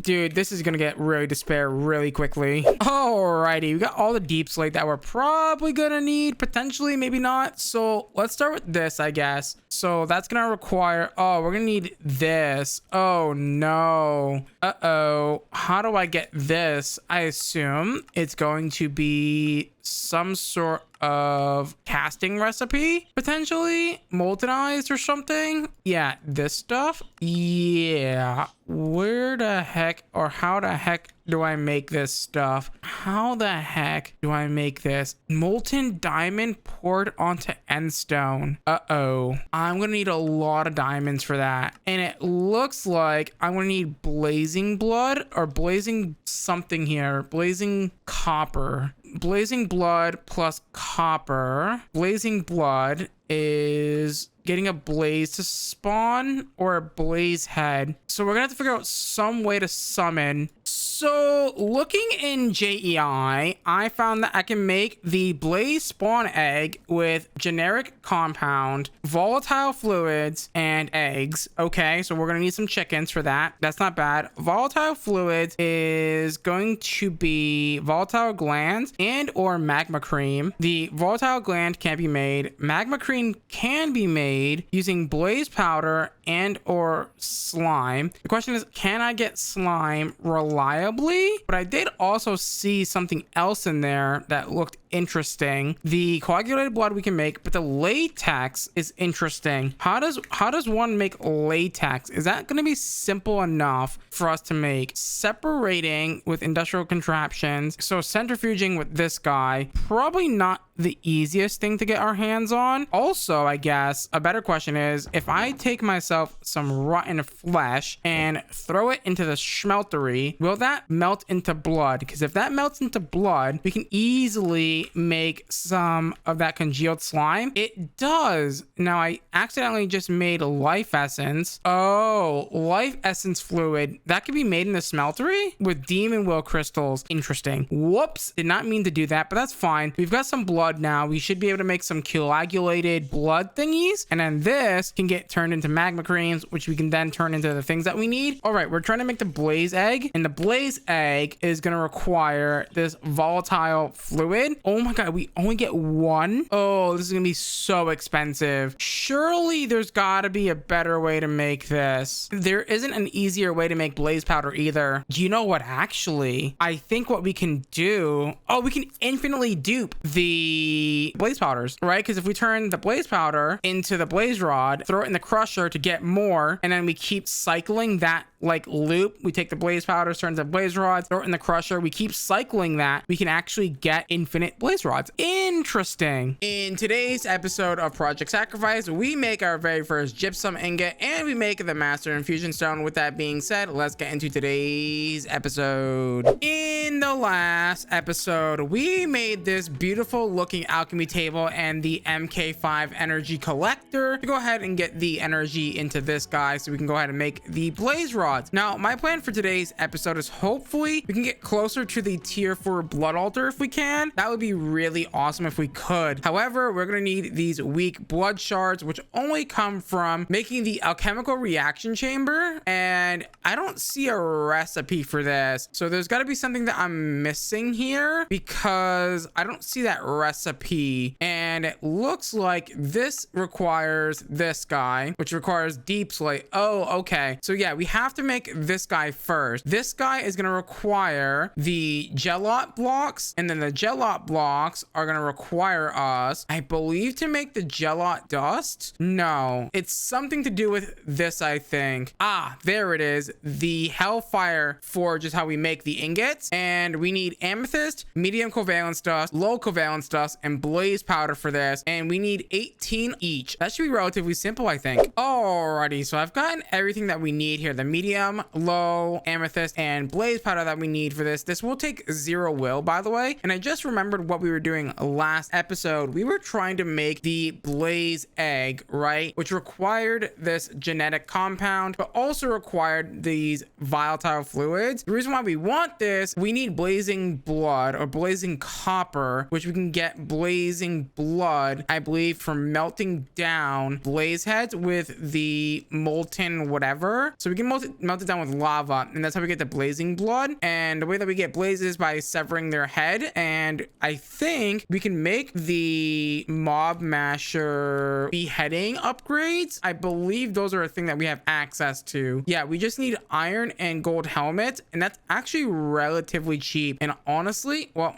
I was gonna say we can use the damaged helmets that we already have, but it doesn't look like they're gonna work, unfortunately. So we are gonna have to make the actual helmets or whatever. Now that our gel lot ingots are done, we can take those and make them into blocks. Now we are gonna need 2 of these. I believe we're gonna need 2 imbued slates as well. Yes, we're gonna need 2 imbued slates and then 3 deep slate. Okay, do I have the imbued slates already? I do. Perfect. We're gonna also need a furnace, right? And furnaces are not the easiest thing to make because we gotta take a smeltery controller.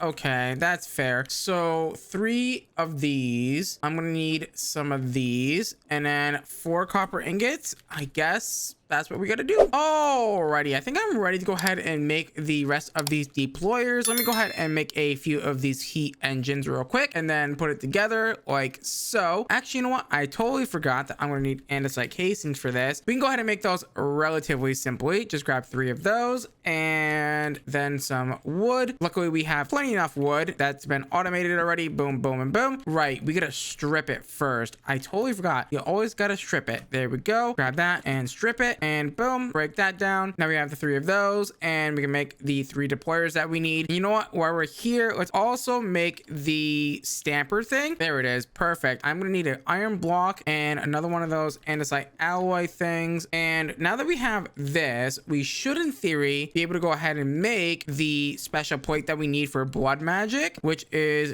good and dandy. So let's go ahead and grab that and put this together. Oh, you know what? We're also gonna need more. I'm gonna need at least 4 more of these because of the fact that I need depots, and we're definitely gonna need some of those. So let's go ahead and do this and grab more of these. I'm gonna get another axe because it's kind of broken. Let's get a new one. Let's go ahead and go set this up. So to set this up, what we're gonna go ahead and do is place down all of our depots like so, and then go ahead and place down all of our deployers like so, and then go ahead and place down our mechanical press like so. Beautiful. Now that we've got that, what we're gonna go ahead and do is, I don't remember exactly what we got to do. So we're gonna go here. Right, we're trying to craft this. I think we're ready to craft that. Let's go ahead and try. You know, we could be pretty close to that. So we need this, and if I had to guess, we're pretty much right there. We just gotta get the orb in there. Is it the magicians? Yeah, perfect. Now that we've got this now unlocks the arc furnace. Wow, Noah would be proud. How does this work? Use on displacement room to turn it into an arc furnace. Ah, I see. Okay, we gotta get a displacement rune, which is another imbued slate. There it is. You know what? When I was setting this up in between episodes, I was like, you know what? Let me make, you know, a bunch of water buckets, and luckily I did. So I need a blank slate, which we probably don't even have. No, we don't have that. And wait, what is blank slates again? The blank slate is, dude, it's been a while since I recorded this. It is gonna be rocky dirt times 2, because I gotta make a blank slate and a imbued slate. Okay, let's go ahead and make the displacement rune. We should be good to go there. So let's grab our orb out again, and the magician. Perfect. Now that we've got that, let's go ahead and now make the displacement rune, which should be relatively simple to make. There we go, displacement rune. And I guess we just gotta place it down and right click it.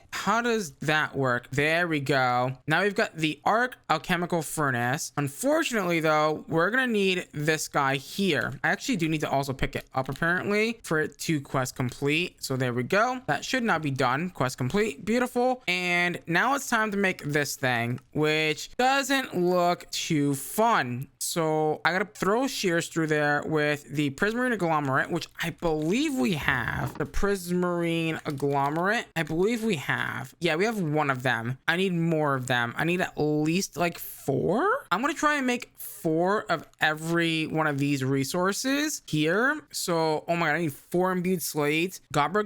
Oh, this needs diamonds. I gotta make more diamonds. I literally only have 1 diamond. Okay, so I'm gonna take all this and put it in here, and that should make the things that we need for this. We're gonna need 2 imbued slates, which luckily I already have one over here because I made an extra one on accident. So I'm gonna take this blank slate and throw it into this chest and just hope that we have enough of this blood. So once that's done doing that, this should now be done doing this. So we have the 2 of those. We have the 2 agglomerate. So let's go put this in here. The one thing that I am a bit concerned about is getting the deep slate again. We're gonna need the deep slate cobblestone, which we can get, I believe, from deploying coal essence on top of stone brick. Okay, and that's assuming that we already have the deep slate. And so what I'm gonna do is we're gonna go this way. So it's gonna go the prismarine agglomerate, and then it's gonna go this guy. And I do want to be safe here. Did I happen to make extra coal essence or no? I didn't. But do I have deep slate? I do have deep slate, and I think we need 2 of them. So that should be more than enough. And then our imbued slate, which is currently being made, or is it not? I think it's already been made because I think I put the other one in here already. And yeah, so we did that. So let's go ahead and take this out by shift right clicking, and then let's put them both in there now, like so. And then we're gonna need the gobber to go in there as well, the gobber, and then the deep slate times 2. And then what we're gonna go ahead and do is we're now gonna get some shears, and we're gonna slap it a couple of times with the shears, right? So shears should be relatively simple to make, easy peasy lemon squeezy. All I gotta do is take it and do this, and it's gonna poke it, and then we're gonna poke it again, and then we're gonna poke it again, we're gonna poke it again, we're gonna stamp it, and then we're gonna poke it, and then we're gonna poke it, we're gonna poke it, we're gonna poke it, and we're gonna stamp it. Beautiful. Now we have the sanguine reverter, and that's gonna go inside of here like so. Now that's done. Now we're gonna take the saturated tau fruit, and it has 20% chance, only 20% chance to be successful. That is crazy. Now, do I have any better orbs I can be using? The apprentice, and is there another one in here somewhere? No. So I think the apprentice is the highest tier, right? Is a tier 3. So I think that is indeed our highest orb that we have. So if I take that and I guess, oh no, we got one already. So now that we've got the weak blood shard, we should, in theory, be able to make the large blood tiles to go ahead and upgrade our blood altar. Okay, so we're probably gonna want to do 28 of these blank runes, which means I'm gonna need 28 more of these blank rune areners. But that shouldn't be really that bad, honestly. Let's grab some rocky dirt, and I guess what we can do is just this, right? All we gotta do is 28 of these, and then what I'm gonna do is I'm going to make sure that the blank runes can be subtracted from here, like so. And then I guess just toss these in there and let that cook. Then we are gonna need the large blood tiles. So let's grab those. So the large blood tiles are these guys here, and it looks relatively simple to make. Take that, and then we combine these together to make the blood bricks. Is that correct? I feel like that's not correct. Bloodstone brick, yes, and that was indeed correct. Okay, good. I just wanted to make sure I didn't make the wrong item or something, because that would be really annoying, because that was super expensive to make. So let's grab the blank rune like so, and I guess throw in our apprentice orb, which we have in our inventory like so. And we need 28 of these. Now I did make a bunch of andesite alloy in between episodes in preparation for today's episode. So there is your 28 of those, which why didn't the quest trigger? Oh, weird. Okay, I had to hold the blood things in my inventory. So the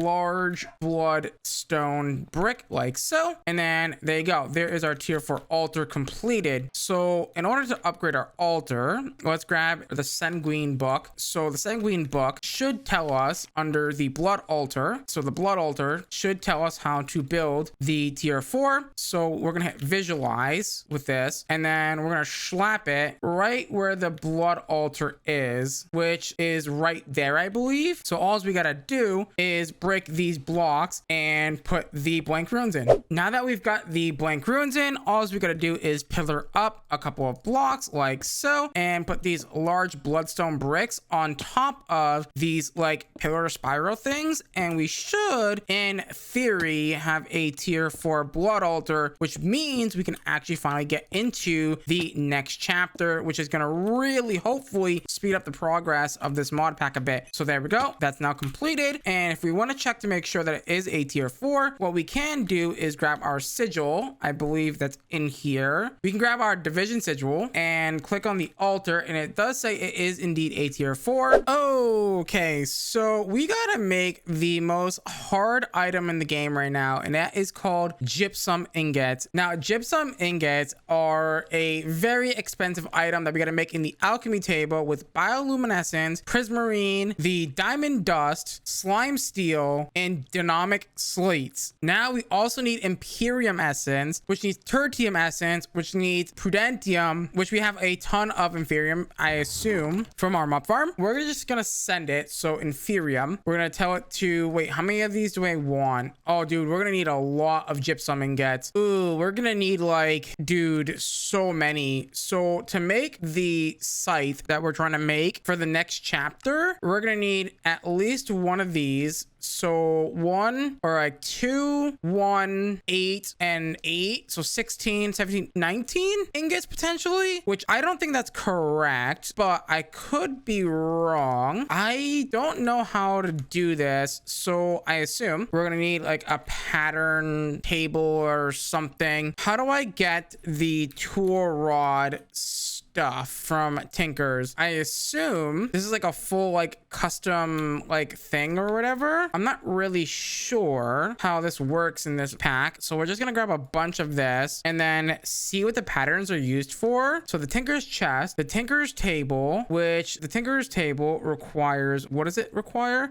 It just doesn't like the fact that, yeah, this system's not that great, honestly. Let's grab that. The Tinker's stations table. I assume the pattern table is something like this, but like maybe with like oak logs or something. Yeah, that's a crafting station. Not exactly what I'm looking for. Let's put this down and see what we're gonna need. I think we're gonna need a pattern thing. Maybe not. I thought I would have needed a pattern thing, but I'm not seeing that. Okay, we are now getting somewhere. I found the part builder. Yay. Okay, dude, I miss old Tinkers. Old Tinkers was goated. Okay, so what we gotta do is take this, do this, and we gotta make all the old parts, right? So let's grab a pattern like so. We're gonna need a tool binding, so one of those. We're gonna need a broad sword blade. We're gonna need a small blade, and I believe a tool binding as well. So let's get a bunch of gold. I believe it's 2 ingots per thing, so like we're looking at like 8 gold ingots. Also, I kind of made a bunch of like mistakes in the smeltery, so I'm just gonna kind of like yeet it out of here and give it a shot again here. There we go. Gold is now melting, and then we should in theory be able to put these down here and then pour the gold over it, hopefully. If not, then we might need to do sand casts, but it does look like this will indeed work. And then we can actually see the cost, I believe, of each one of these, so we can actually figure out how much of the gypsum we are gonna need for this. I also just realized that's not 144 millibuckets. That is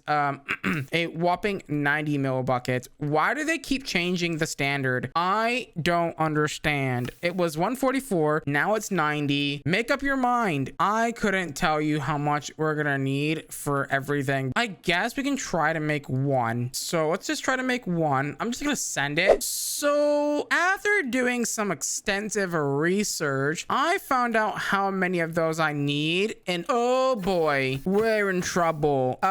We need 14, and that's a lot because it requires dynamic slates, which require 15,000 LP each. Oh boy. Yeah, there is a big problem. We are not getting enough blood for this. No way are we getting enough blood for this. That's gonna be a problem that we're gonna have to figure out because we need that to make the gypsum. That's easy. That's also easy. Diamond dust might be a little bit tricky. I'm gonna need a pulverizer for that. Can I even make a pulverizer right now? Do I even have any way to make power right now?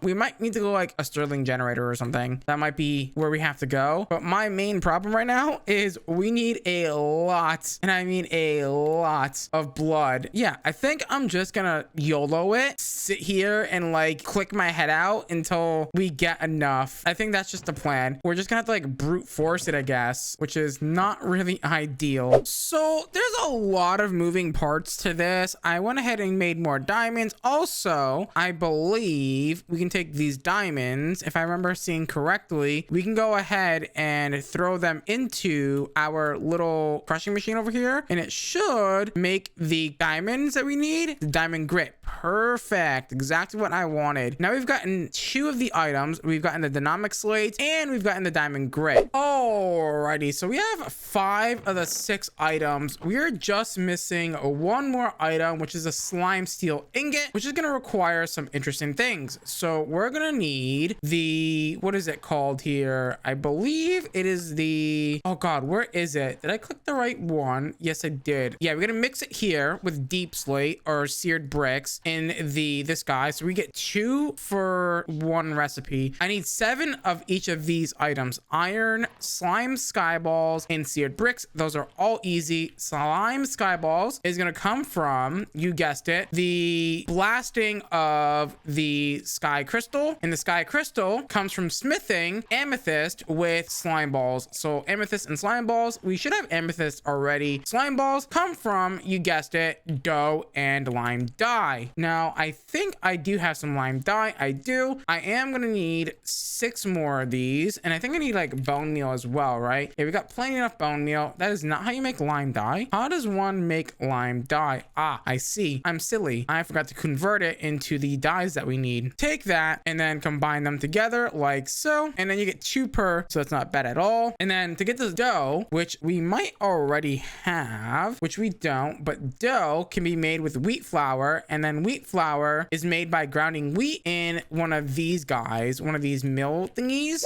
Now that we have the slime balls, we're gonna need the smithing table, so that should be relatively easy. Of course, this doesn't want to put the oak planks in there because it doesn't want to. There we go, smithing table. And then we're gonna need some amethyst, and boom, we have that. So let's go ahead and do this, I guess, over here. That plus that should give us that, and then that's gonna go here to get smelted. And then once that is smelted, that should make the sky slime. Okay, so I should be able to take this now and hopefully throw it into here with this and this. Now we are gonna have to heat it up, honestly, so let's go ahead and get some coal here, and underneath all of this should be a blaze burner. So let's go ahead and give that guy a couple pieces of coal, and then that should in theory make our slime things that we need, the slime steel. Beautiful. Now here's the other problem that we're gonna have. We have a bigger problem. That is going to be the fact that we need the master blood orb, and we also need to fill it, which needs another one of these weak blood shards. Honestly, thankfully we have extra saturated fruit, which I believe are in this chest. Yeah, extra saturated fruit, and we're gonna put it in here, and hopefully that's gonna make the blood crystal that we need. But we need 40,000 LP. That is so much LP. So what I'm gonna go ahead and do is I'm gonna make massive blood orb, and I'm also gonna fill it as well. Alrighty, so the final step for gypsum is going to be the fact that we got to put the master orb in here, and then we put the dynamic, the diamond grit, the slime steel, imperial, and prismarine crystals, bioluminescence goo, and that's gonna hopefully make all of the things that we need, right? So I think it's like 5,000 LP per craft, right? Yes, it's 5,000 LP per craft. So this is gonna be very nice. But we got our very first gypsum ingot, which means we can make the Essentia Inoculus. In today's episode of Project Sacrifice, we go down a huge rabbit hole to go ahead and get the Philosopher's Stone. With that being said, let's get into today's episode. In the last episode, we made the gypsum ingot, and today I'm hopefully gonna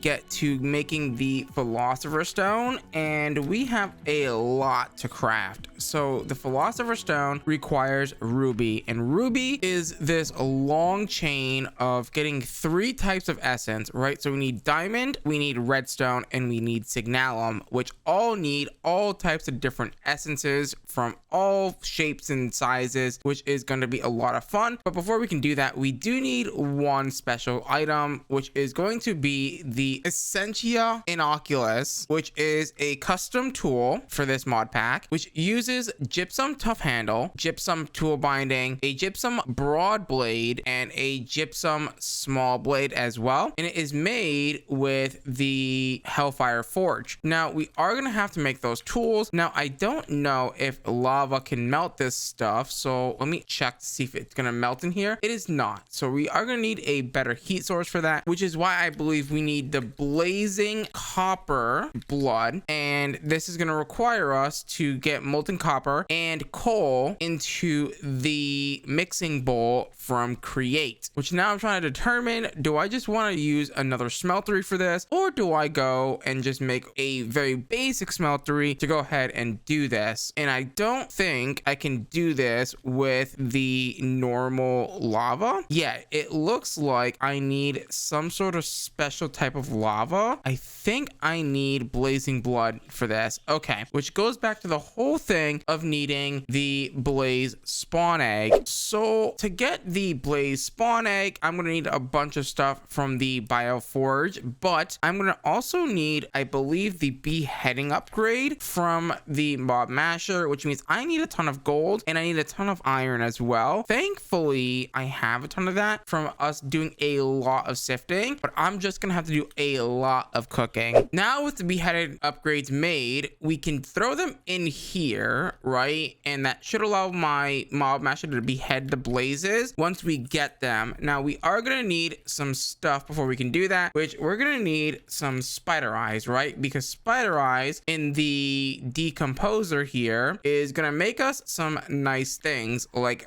bile, which we need for the organic compound, and we also are gonna need this hormonal secretion, which we can totally make because we have bone marrow right here. We have 122 bone marrow. We're not gonna use all of it, and we're gonna come over here and throw it in here, and that's giving us plenty enough bile. And then once that's done, we're gonna throw that in there and hopefully get some hormonal secretion, so that way we can go ahead and make the genetic compound. Okay, so let's go ahead and make the thingies. So we're gonna take our bile and we're gonna take our nutrients like so. We're gonna need 16 of each of these, so 16 of those, and then 16 of the nutrient, and then throw in the glass vials, and then that should in theory make the organic compound. And then with the organic compound made, we're gonna take that plus hormonal secretion, so we need 16 of those. Let's go ahead and make that. So 16 of the hormonal secretion, and then we need the 16 nutrients again. So let's grab this, take 16 of that. That should be pretty much all we need now once this is done. So 16 of those. No, wait, I think that goes here, and then we combine those and those, and that is gonna make our genetic compound that we need for this. And now we just need volatile fluid and 8 eggs, which I don't know if I have eggs. I have 1 egg. This chicken guy hasn't been laying me some eggs. That's not ideal. Now we are gonna need some eggs. Is there a better way that we can make like normal eggs here? I don't think there is any way. How often do chickens lay eggs? eggs. Dear God, do I have to wait like 8 billion minutes? That's gonna really stink if I have to wait 8 billion minutes. After waiting 5 million years, we finally got the eggs that we needed. And the last thing that we need to go ahead and collect is the volatile fluids, which require the volatile glands, which I thought we had these, but I guess we don't. Creepers, gas blaze, withers, and ender dragons. And I assume we gotta get them from like doing some stuff or whatever. Let me check the chest back here. I thought we had 24 of them. That's what I thought. So let's go over here in the bioforge and make the blaze spawn eggs. We need 32 of them. Okay, and how do I get this again? Is it just killing creepers? I don't really know because I don't think we have any in there either. Okay, so I basically rebuilt my mob farm. I turned it back on. I also added looting upgrades, and I finally got all the volatile fluids or volatile glands that we need to go ahead and craft up the 8 blaze eggs like so. Actually, I think I gotta decompose these, don't I? Yeah, I might need to decompose these. Yeah. Wow, you get 2 to 5. I thought we had to use the glands. Okay, with the volatile fluid, what we can go ahead and do is make our blaze spawn eggs like so, and then come over here and drop in the blazes very quickly into the spawner really quickly, and that should go ahead and give us the blaze heads that we need to go ahead and make the blazing blood. Now the blazing blood is going to be made into, I believe, the copper variant, right? And once we do that, that should be good to go. We are going to get 100 millibuckets of blazing blood per head, so I think that should be enough, right, for what we need. Let's go ahead and get the blaze head to go ahead and make the blazing blood. Let's go ahead and drop that in there and melt that down. That should give us 200 millibuckets. And then what we'll do, I guess we can take another seared tank if we can even make one right now, and we'll take this guy and we'll upgrade it. We do not have the things for this, but you know what, can I at least make this in the smeltery with cobblestone? I don't think I can, so I am gonna have to make some more grout. I should now be able to take the blazing blood to put it on the bottom, and then hopefully right click this to go ahead and put it in this tank. Beautiful. And then what I'm gonna go ahead and do is remove this tank and replace it with this one, and then that should give me the blazing blood that we need to hopefully melt down the gypsum. Now before we do that though, I do want to make everything that I need for the Oculus, so that way we can have it. So if I press U on the gypsum ingots and we look at this, hopefully we can make all the things that we need. So what we need is this guy, and let's bookmark this. So we're gonna need a tough handle if we can find that. Tool handle, nope, that's not what we want. We want the tough handle. We want the tool binding. We want the broad sword blade like so, and we want the small sword blade. These are very important stuff. So there we go. I'm assuming I can go ahead and do this with sandcast. So if I do that and do that, no, sandcasts do not exist in this pack. That is unfortunate because sandcasts are a really good way to make temporary casts, but I guess that is not in the pack, unfortunately. So we cannot do that, unfortunately, which I mean, I guess that's fine, right? I guess I don't need the tough tool rod because I already have one of those tough tool rods already. So yeah, we don't need this guy. Just an extra thing that we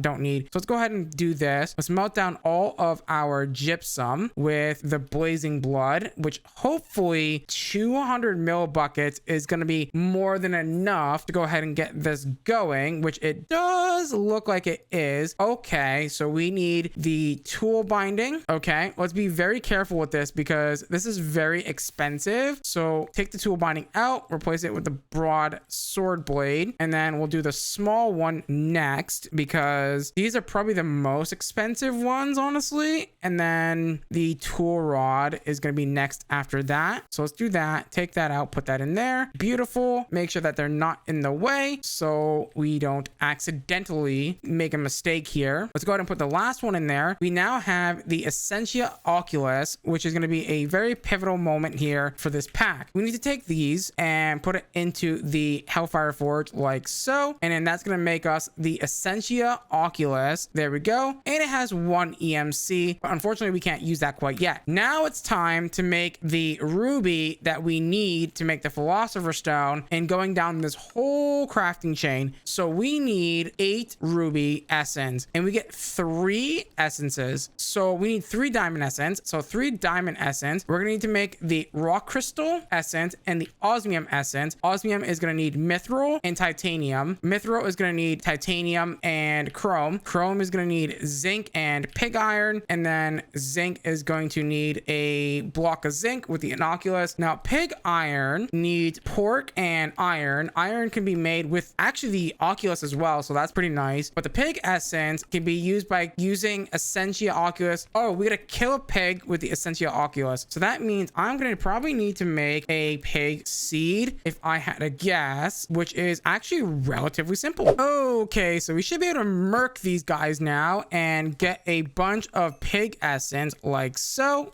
Beautiful. Now that we've got that, let's go ahead and get the next thing that we're gonna need, which is gonna be iron essence, which is gonna be super simple. All we gotta do is make a block of iron like so and place that bad boy down somewhere. I guess over here will do just fine. Let's go ahead and place that bad boy down. I believe right click this and it's gonna get us a ton of iron essence. Beautiful. Now that we've got that, what we gotta do is take that iron essence and that pig essence and come over here, I believe, to the bio lab. Is that where we make this? So the pig iron essence is gonna be made in the bio lab, not the bio forge. This guy over here, we're gonna take this pig essence and iron essence and toss it in there, and it should in theory make us the pig essence that we need. Pig iron, there it is. Now the zinc essence is gonna require zinc, which we have zinc ingots actually, thankfully. Let's go ahead and take that, make a block out of it, and then take that block and put it over with the iron, give it a couple of right clicks, and then that should give us the zinc essence that we need. Now that we got the zinc essence, we now need chrome essence, which is going to be zinc and pig iron. So let's go ahead and make 6 of those. So to do that, we're just going to need 3 of those and 3 of those, and then that should in theory make everything that we need here. There is the 6 chrome essence that we now don't need anymore. Titanium is going to be steel and tungsten. Tungsten is going to be ice and fury. Fury is going to be, oh boy, here we go, fire. Fire is going to be campfires. That's easy enough. And refined glowstone is going to be glowstone. Oh dude, this is getting, hold up, we need to back up for a second. So for titanium, which is what we're trying to make, we need tungsten and we need steel, and tungsten is going to need ice and fury. Fury is going to need fire and refined glowstone. Glowstone and refined obsidian. Obsidian and iron. Thankfully we already have one of those, so let's go ahead and grab ourselves some obsidian. There we go. Thankfully we have extra of those, and we're gonna go ahead and place that bad boy down like so, and let's go ahead and give that a couple of clicks, and then we're gonna need 3 of those mixed together. So 1 2 3 mixed with 3 iron essence like so, and then that's gonna go ahead and make the refined obsidian that we need. So refined obsidian. Glowstone is just gonna be, I believe, glowstone blocks, which is relatively simple. We've got plenty enough glowstone. We've got 1,000 of it. There we go, from all those witches that we've killed before. And once we do this, all we gotta do is slap that down, go ahead and give it a couple of clicks, and now we have all the glowstone essence we're ever gonna need. And now that we've got that done, let's go ahead and work on the next one, which is gonna be refined glowstone, which is gonna be glowstone and refined obsidian. So let's go ahead and get 3 of those in the bioforge. So 3 of those mixed in with 3 of these like so. And the campfire one should be relatively simple. So campfire, we're gonna need a campfire, which we can make like so, and I guess toss it right next to the iron, give that a couple of clicks, and now we have fire essence, which we're gonna need to go ahead and mix that with the refined glowstone like so. So refined glowstone plus the 3 fire essence like that, and that is gonna go ahead and make the fury ingot essence. Now unfortunately ice is a bit of an annoying one because we need either blue ice and or ice to go ahead and get ourselves the thing. Now unfortunately I don't think we have the thing that we need to go ahead and get ice. Now I wonder, can I get away with making a pure daisy? No, because I don't think Botania's in the pack. At least I thought it was, but it's not. That's not ideal. And there's only one way to get ice. Ice could either only be made through either this ice charge, which requires blitz powder or blizz powder, which I don't even think I have. I mean, we could have it, but I don't think we don't have it. So that's really unfortunate. I can't make the blizz spawn either. That's unfortunate. Can I make blizz essence? It needs ice though. Okay, so that's definitely not it then. So the other way way to get ice is through the blast chiller and or the compressing of snowballs, which it can get from compressing down fluid cells, which requires just tin. But that would require us to go ahead and get into FTB industrial contraptions. And the other method that we can use is using water in the blast chiller, which requires signalum, which we're going to need signalum anyway. But signalum, I think, needs induction smelter because it doesn't look like I can make it through the essence, unfortunately. Now, there is one really interesting method to get it, but I don't think we can make the item that we need for it, which is emerald. We need philosopher's stone and or emerald essence, which I can get from a block of emerald. I don't think we can have right now. Okay, so unfortunately, we are gonna have to take a slight detour and get into some power. So we're pretty much basically there. We are going to need some silver. Now, silver is going to come from essence, which means I got to make silver by using a charge rune to extract that from that. So we're going to need to make a charge rune, which charge runes are, or is it called charging? I think it's called a charging rune. This guy right here, we are going to need a few things. We're going to need a blank slate, which means I need one of these guys. I did make a dynamic slate in between episodes here. So let me also make sure that I remove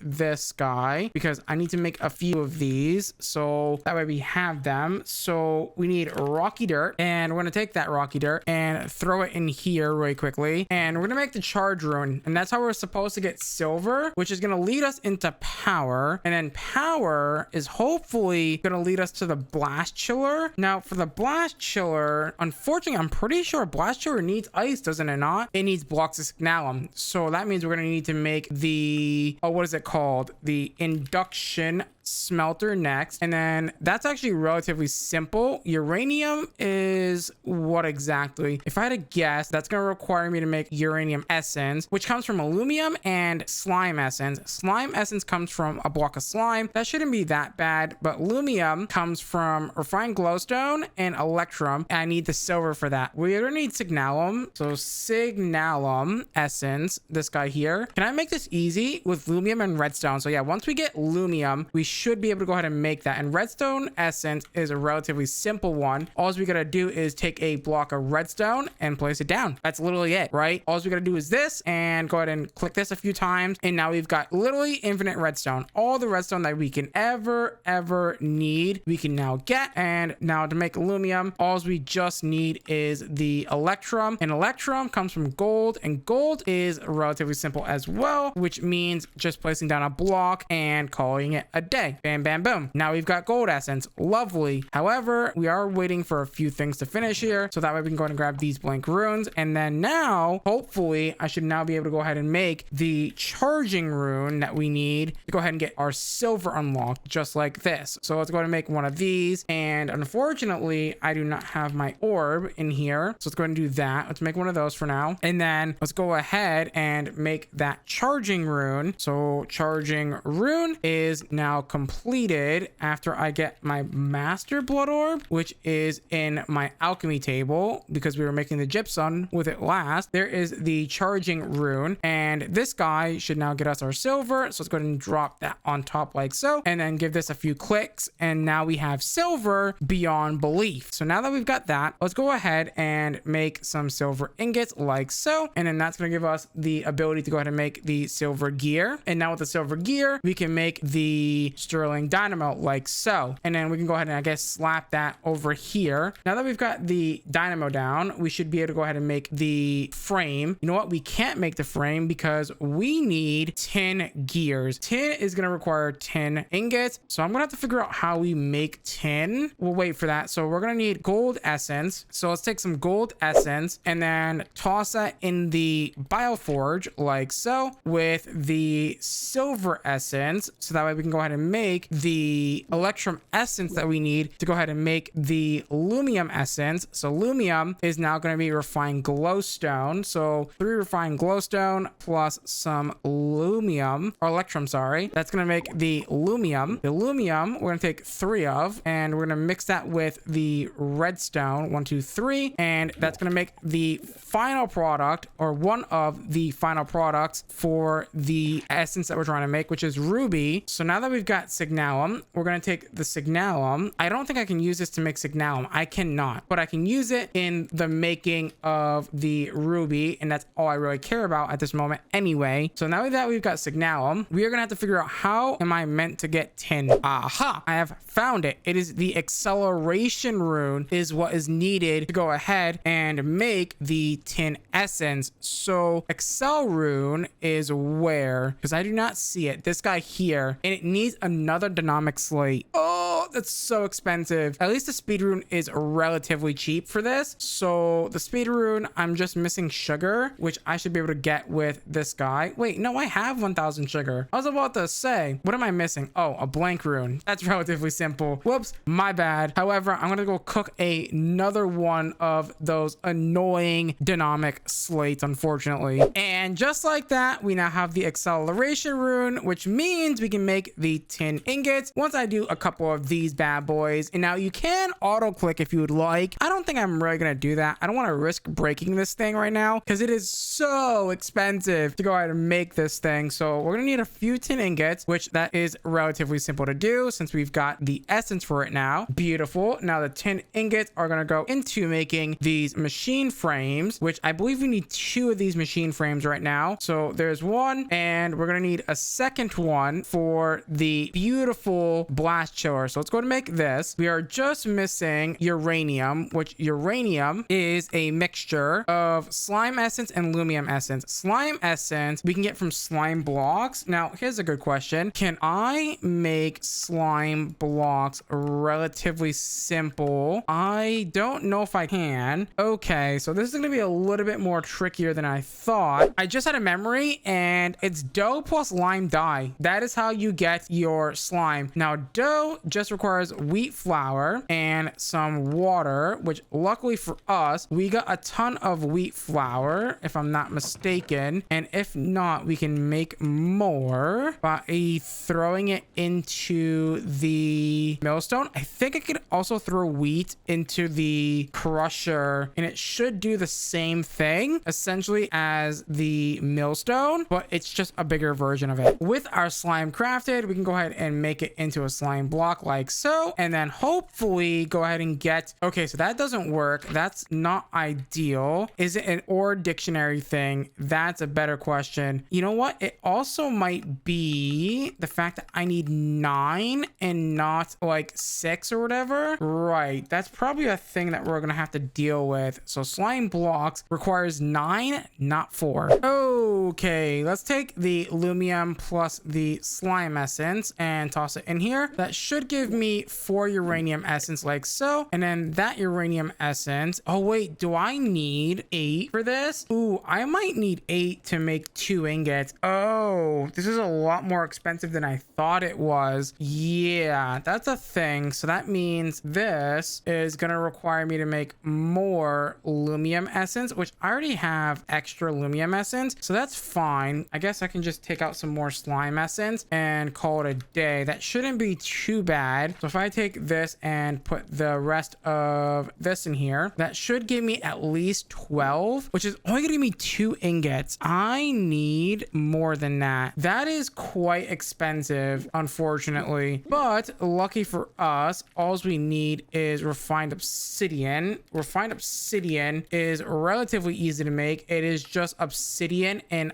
iron, so I can make literally like tons of that stuff relatively simply. Okay, so we have all the uranium essence like so. We're gonna need 8 of these like so, and then let's go ahead and make this guy. So let's toss that in there. So 2 of those. Let me get some more iron nuggies. There we go. That's good and dandy. Let's make the other gear that we need, and let's go ahead and make the induction smelter. We are gonna need the redstone coil. That's simple enough. And we are going to need a blast furnace, which luckily for us is not that hard. Oh god, we need a furnace and we need some smooth stone, which thankfully smooth stone is not that hard to make. I assume I just take the thingy and put it under lava. However, the furnace is quite expensive. If we take our smelter controller, which honestly, you know what, at this point, I'm just gonna use my furnace from over here to do this. That way, you know, we're not waiting too long or whatever. And hopefully this will cook up relatively quickly. With the smooth stone cooked, all we gotta do is take our furnace and upgrade it to a blast furnace like so. Where did that smooth stone just go? It is not behaving. There we go. Smooth stone, just like that. And then that's gonna go into our induction smelter like so. Beautiful. And then the last thing that we need is the signalum, and signalum is going to require us to go ahead and make the aluminum ingots and rose gold ingots, which is electrum and ruby dust. Ruby dust is bronze ingot and amethyst bronze. Oh no, not the amethyst bronze again. And then bronze ingots, which is, I assume, copper and tin. That's relatively standard. That is relatively standard. The amethyst bronze, which honestly we might be able to like kind of cheese now since we have like essences, right? Can I make this using bronze essence and amethyst essence, which we have that? Can I make this using tin and copper essence? Copper essence I can finally make. Oh, this is beautiful. With my new attained bronze essence, I'm going to take that and mix it with the amethyst essence to make the amethyst bronze. Now with the amethyst bronze, I'm hoping I can get away with making some other stuff. So 16 of these should net me a few things. Cyanite is pretty cool. I don't think I can use that. I can't use it to make amethyst bronze, which is what we need, right? So if I take 8 of these to make this is then gonna go into making the ruby, and I can then take my bronze, I hope, and make bronze ingots like so. Now one of the things that I don't know is, can I make flux ducts? Is that possible? Like, what cables do I have access to at the moment? Flux ducts do look craftable. However, we do need lead for that, and lead I assume is gotten through essence, which is just going to be air essence and uranium essence. Air essence is going to be on a transmutation table. I do not have that yet. That's a problem. I can't get this until I get the transmutation table, which is what we're literally working towards right this second. So I assume the next best option I have is power cables. Where are the basic power cables? These do 500 RF a tick, which is more than enough for what we need, which I need dielectric paste. How do I make dielectric paste? It is just going to be coal, clay, and blaze powder to make the dielectric paste. I guess, yeah, that should be more than enough. So we're going to need, wait, do we need these for the cables? We do. So we need the horizontal boys. So let me get some of these iron bars. Luckily, we have iron to spare. There we go. Let's make a few of these. And then I just need these capacitors, which require little bits of work. What are we trying to upgrade to? The basic? Wait, basic or tiny? It says tiny. Right. So take these guys and upgrade them a few times. We should now be able to make these basic energy cables from this mod here. And I kind of want this to be like facing this way. Can I make this face the right way without needing a wrench? I can. Beautiful. And then what we're going to go ahead and do is grab some coal and put it in the dynamo. That's going to give us power, which is going to allow it to make us some stuff. So amethyst, let's start with 2 each, I guess. And it's not letting me put this in here for the ruby dust. So I need rose gold, which needs ruby dust, bronze ingot, and amethyst bronze. And the induction smelter should allow me to do that. It's the wrong bronze. Really? Okay, that's fair. So if I just grab some quick copper and some quick tin, do I have any extra tin? I do. Can I make some bronze this way? Is this gonna give me the right bronze? I hope it does give me the right bronze. I only need like maybe 2 or something. Like, I don't need anything insane. So we take that and now we mix it with this, and then that's gonna give us the thing that we need, which is the ruby dust, which I guess, oh, we're gonna need a few blocks of this. 2 blocks. This makes how many? Okay, so 1 set makes 2. So I need 9 sets of each of these. I'm gonna craft this really quickly. We needed electrum, and I tried to use the induction smelter. You can't make electrum in the induction smelter. However, you can make electrum ingots in the smeltery. So that's what I had to go ahead and do to go ahead and make the electrum. Can these not pour into this? That is so weird. weird. Now that we've got electrum blocks, I believe I cannot use these either.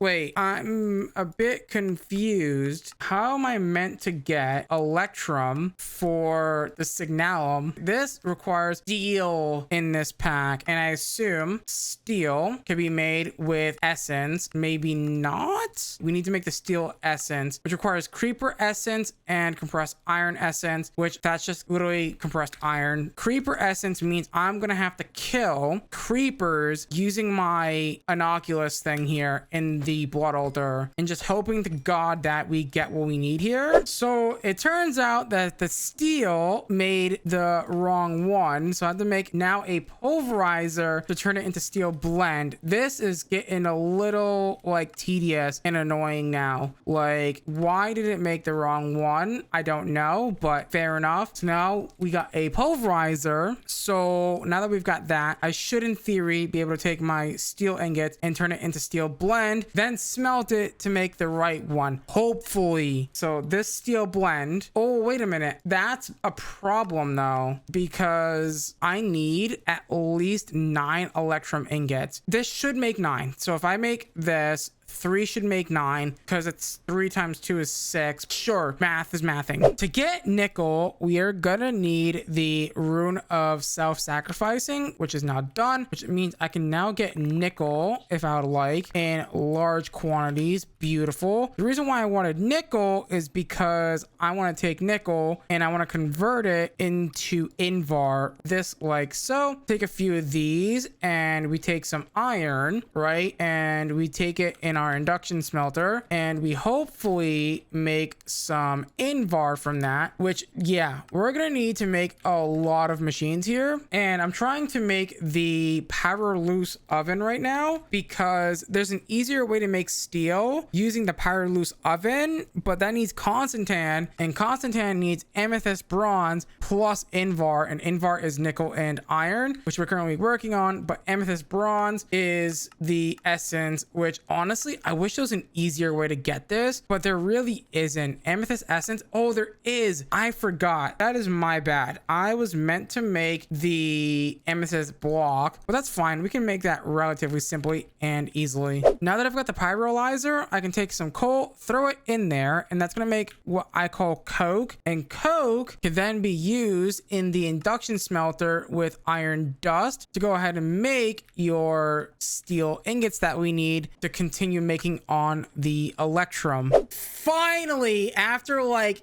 so much grind, we're finally able to make the rose gold that we need to go ahead and make the signalum that we need to go ahead to make the signalum blocks to go ahead and make the blast chiller, so that way we can make ice. Yes, all of this was to make ice. Isn't that crazy to think that all of this prep work was to go make ice? There we go, and we already made the invar, luckily for us, and boom boom boom, and there we go. And we're gonna need another one of these, which luckily for us we have everything that we need for this, and boom. And the last thing that we need is literally this signalum blocks and this little redstone flux coil thing, but that's easy enough, right? And now we're just missing the signalum, which we are currently on the way to make. And I think, wait, do we need more lumium? No, I think we're okay now at this point, right? So if I take this and we take that, how much of this I'm gonna need? I'm gonna need at least 20, well 18 at least, right? This is all to make ice, so let's grab that. So steel essence we can make, by the way. I'm gonna need to keep some of that because that's gonna go into making titanium. How much titanium do I actually need here? So 2 titanium to make 2 osmium, and then mithril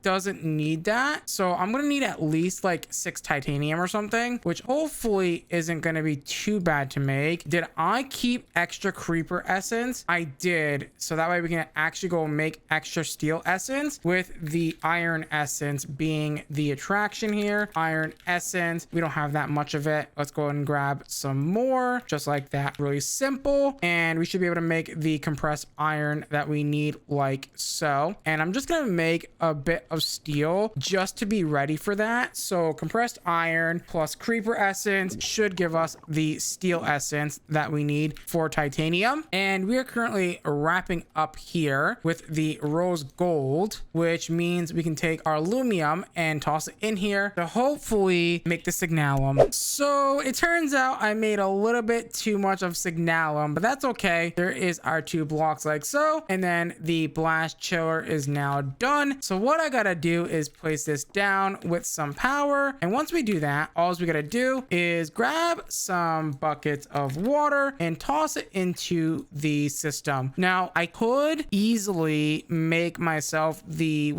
remote, which allows me to access my system anywhere in the world or whatever. I believe even cross-dimensionally. There we go. That's now gonna make us ice. Now with the ice, I should in theory be able to tackle this really quickly. So let me put this like right here away from the fire. Oh dude, that's so beautiful. Oh dude, we have so much ice. Let's freaking go. That was one hell of a crafting chain. Now that we've got the ice, I even forget what the ice is used for. Right, it is used to make tungsten with the fury ingot, which I believe the fury ingot we already grabbed. Yep, we already grabbed that. So let's grab 3 of those, and then let's grab 3 of the ice. I'm really debating if I want to make the controller. And there's our tungsten. So tungsten is now done. I can go ahead and delete all of this junk. Steel is done. Tungsten is done. Titanium is going to require steel and tungsten. So let's grab, I think, 3 steel and 3 tungsten essence like so. And that should make 6 titanium essence. Titanium essence is now going to go into, I believe, making mithril, which needs chrome. Chrome is just pig iron and zinc. And I believe we already got that. So we're looking for chrome. That's right. So chrome essence with the, I believe, I keep forgetting this, with the titanium, right? So we'll take half of the titanium that we just made and make mithril essence. And then the mithril essence is going to go into making osmium with titanium and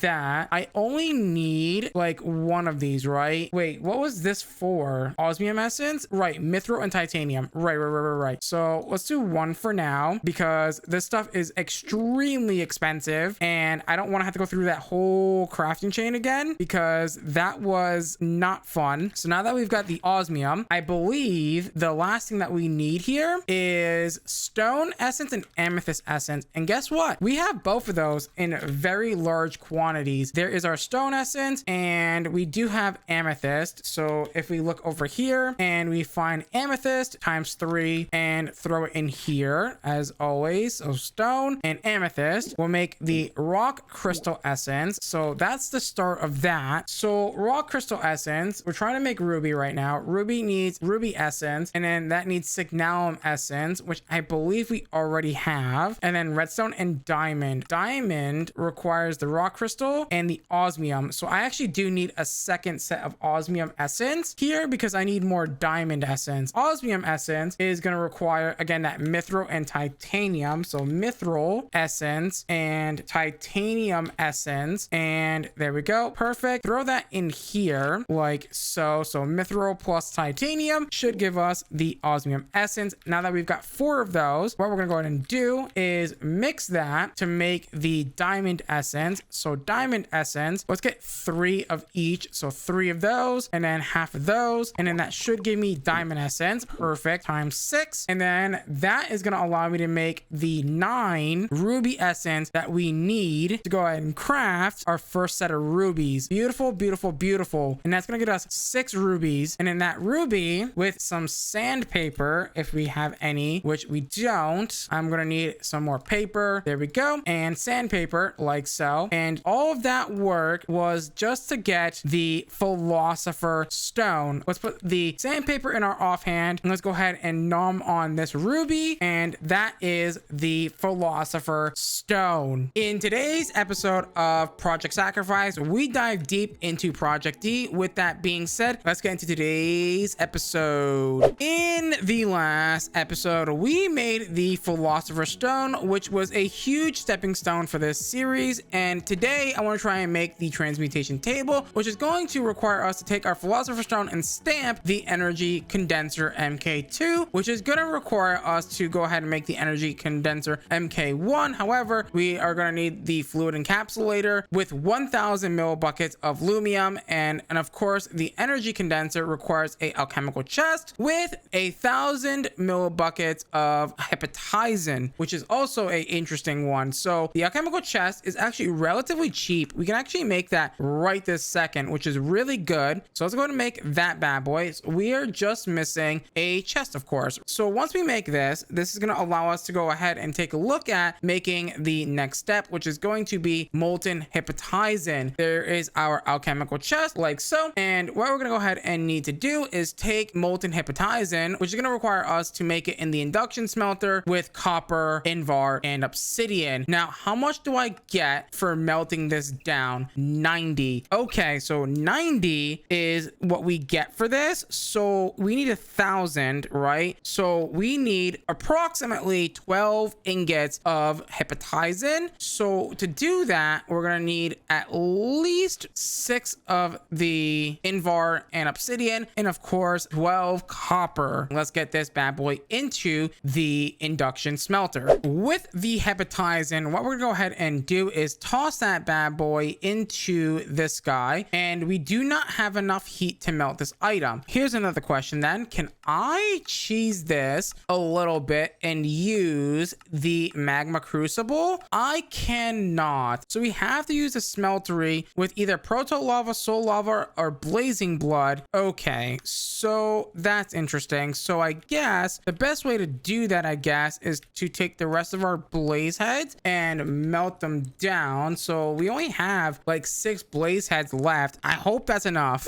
With our newly acquired blaze blood, let's hopefully hope that we can melt this down, and we can, thankfully. Now let's hope that it doesn't take too much of our blazing blood, because again, we don't really have a lot of it, and making blaze eggs is kind of a bit of a problem because of this genetic compound. It's really annoying to craft, and I'm actually gonna swap these because I don't want to accidentally use the smeltery and waste my blazing blood. Now that we've got that, let's go ahead and take our thingy and move it out the ingot cast and put in the bucket like so, and then get that bad boy in there nice and filled with a bucket of hepatizen like so, and that should be everything that we need for the MK1. So this guy here is going to require us to do that, and we're gonna need the fluid encapsulator next, which honestly looks super cheap. Thank you, pack creator, for making it relatively cheap to make. As I say, I don't have things that we need. Let's see, copper gears, that's easy enough for us to make. The redstone flux thing is easy enough for us to make. The machine frame is actually relatively cheap to make. The only thing that we don't have is the tin gear like so, and then that should be done. Now it does look like we need a special kind of glass for this. It needs tinted glass or normal glass. There it is. Beautiful. Fluid encapsulator like so. Plop it over here with all this stuff. Do I have any extra power cables? I do. Let's go ahead and grab those and make sure that this is all hooked up like so. And then all we gotta do is take our molten hepatizen, put it in here with our alchemical chest, and once we do that, that should be relatively simple. There is that. So that's gonna encapsulate the thing to make the very first energy condenser, and then once we make that, that's gonna then go back into here, and we need to melt down exactly 12 ingots of lumium, which we do not have. I think I can make lumium. Oh, is lumium? Oh no, it's constantan and ruby dust. Oh, you gotta be kidding. Okay, this is relatively cheap. Ruby dust, we have some left over. I think we get super. That should be enough there. Do we have enough constantan? We do not have enough constantan, and constantan was invar and amethyst bronze. Okay, that's not too bad. So it turns out you actually need the blazing blood for melting down aluminum as well. So let's go ahead and toss that in there. Hopefully it doesn't mix with the hepatizen, because if it does, I mean, it doesn't really matter because we've got literally infinite lumium. But I was wondering, I guess you can't really do the hepatizen with the inoculus. That would have been really useful. Unfortunately, you can't do that, and I need another bucket because unfortunately our ice melted, but luckily, you know, we don't really need it that bad anymore. But also we can also use our philosopher's stone to make more ice, so it's not really too bad of a problem to have. But there we go. Now we have the molten lumium like so. All we got to do is take it to the fluid encapsulator and make the MK2, and then we are going to want to make another one one of these. Actually, I don't think we're going to need another one of these, actually, now that I think about it, unless if it's used in another recipe, which it very well could be used in another recipe, like the EMC link for automation later down the road. Yeah, we're definitely going to want to make a second one of those once we get our transmutation table. Now we can take this guy over here, put it in the depot like so, with our philosopher's stone as a thing, and then that should boop it and give us the transmutation table. So the way the transmutation table works is, let's say we're going to take this lumium essence and make lumium ingots. We can take it into this table here, and we can put it into the fire and or this slot right here, and it's going to teach that item to the transmutation table. And if you put it in the fire, it's going to go ahead and burn it and give you the value of said EMC. For example, block of electrum is 4,864. So if we go ahead and burn that, that's going to give us, well, it's going to learn it, but it's also going to give us that 4,000 EMC. As you can see, we are now up to 69,000. If you want to get fast EMC in this pack, what you can do is use your Oculus to go ahead and get a bunch of gold essence, and then take this gold essence and put it into your whatever crafting station you have and craft it into gold ingots, and then go ahead and, you know, make the gold blocks and get all the EMC you'll ever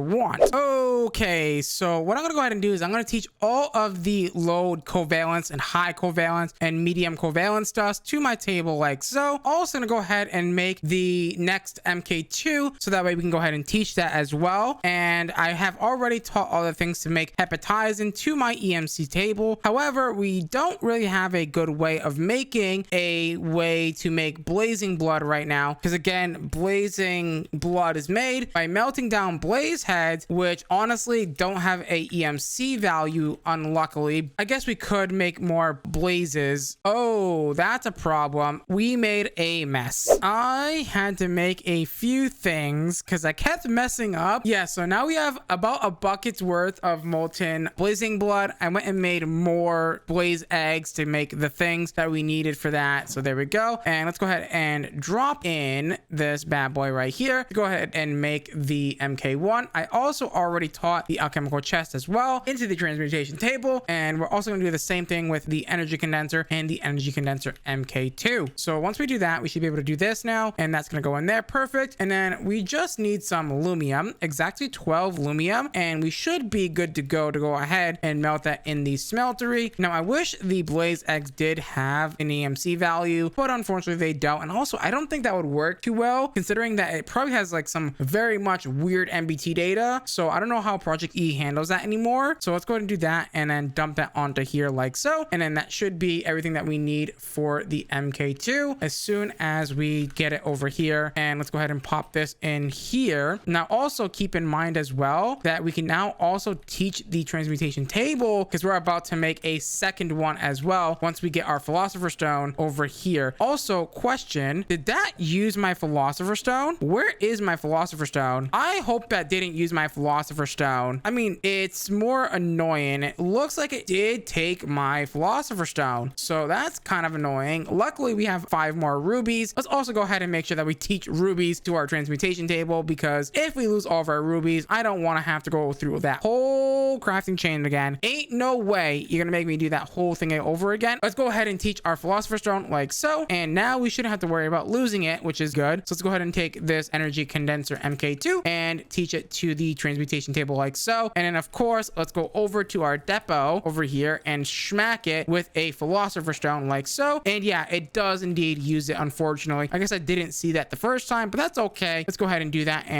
and we should be good to go. Now here's a better question. How expensive is the arcane tablet? That is relatively cheap. It just requires these guys, which is just a transmutation table stamped. Okay, I can do that. Now this magnum star is a bit expensive. However, I'm not saying that we can't do it. We do have 1 diamond left. Also, is diamonds made with the diamond essence? I cannot. There's not a good way to generate diamonds, unfortunately. That's kind of sad. I guess it is what it is, right? So let's go ahead and make the tablet. So let's get our transmutation table and let's go throw it in our stamper boy, which is going to be right over here. So if I pop that in there, that should stamp. Lovely jubbly. And we can go ahead and teach this to this. We cannot. Oh, it doesn't have an EMC value. I didn't even notice that. So I wonder what's the best route for us to make EMC right now, because we are going to need 100 100 million EMC to make the arcane transmutation tablet, which this is my favorite one, by the way. So I kind of want this. So that's relatively cheap as well. This is the most expensive thing. So I wonder what's the best route to go about this. So let me grab my Philosopher's Stone and let's make the fuels next. So the fuels are just the Philosopher's Stone plus 4 coal, and then it's going to make the alchemical coal, and then the alchemical coal plus 4 should make the Mobius coal. So let's do that, and that's going to be what we turn into the Aeternalis fuel after we grab 4 of those as well out of the system, like so. And that's going to make the Aeternalis fuel, which is the best fuel that you can get from Project E. So now that we've got that, this is now going to be converted into red matter or dark matter using diamond blocks. Do we need that for the Magnum Store? I'm pretty sure we don't. So if I grab 8 of these, or 7 rather, and we put a diamond block in the middle, so we need 9 diamonds for that. I think our best option right now for EMC is going to be gold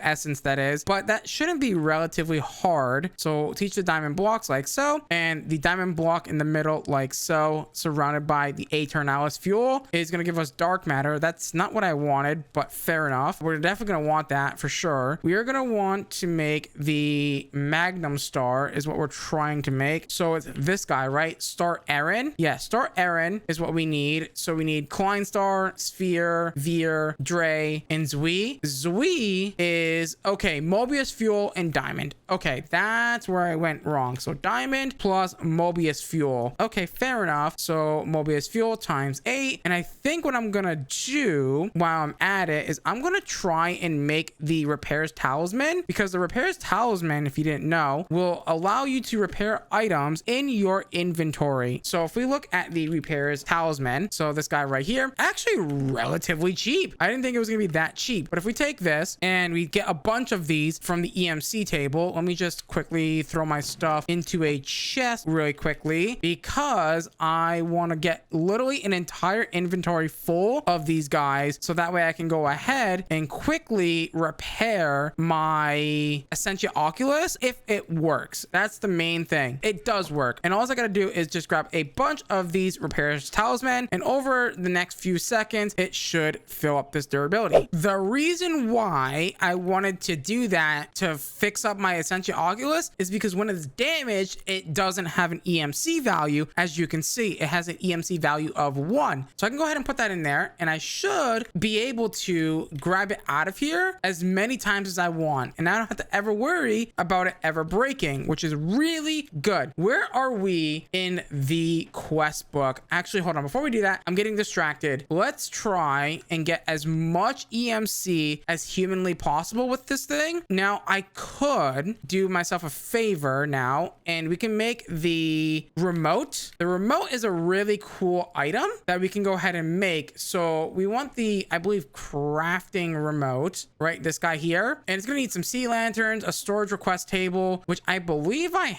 have all this stuff. Let me just grab my pickaxe and deal with this. Okay, so I should be able to go ahead relatively quickly make this crafting remote, and I think this doesn't need anything else. I believe I just shift right click this, or shift right click the network table or root, and I should now have access to my inventory anywhere in the world, which is really nice. So now I can just sit here and literally get as much essence as humanly possible, maybe even fill this entire chest up and try and get as many of this stuff as possible. Alrighty, much later, I now have a lot of gold blocks, and I mean a lot of gold blocks. I went ahead and just made so much gold, man, and I mean like so much gold to the point where I'm lagging. It is so freaking bad. So let's go over to my transmutation table like so, and then drop off all this EMC into this baby like so. This is actually a lot of EMC. Honestly, a lot of fun. Now I just gotta literally clean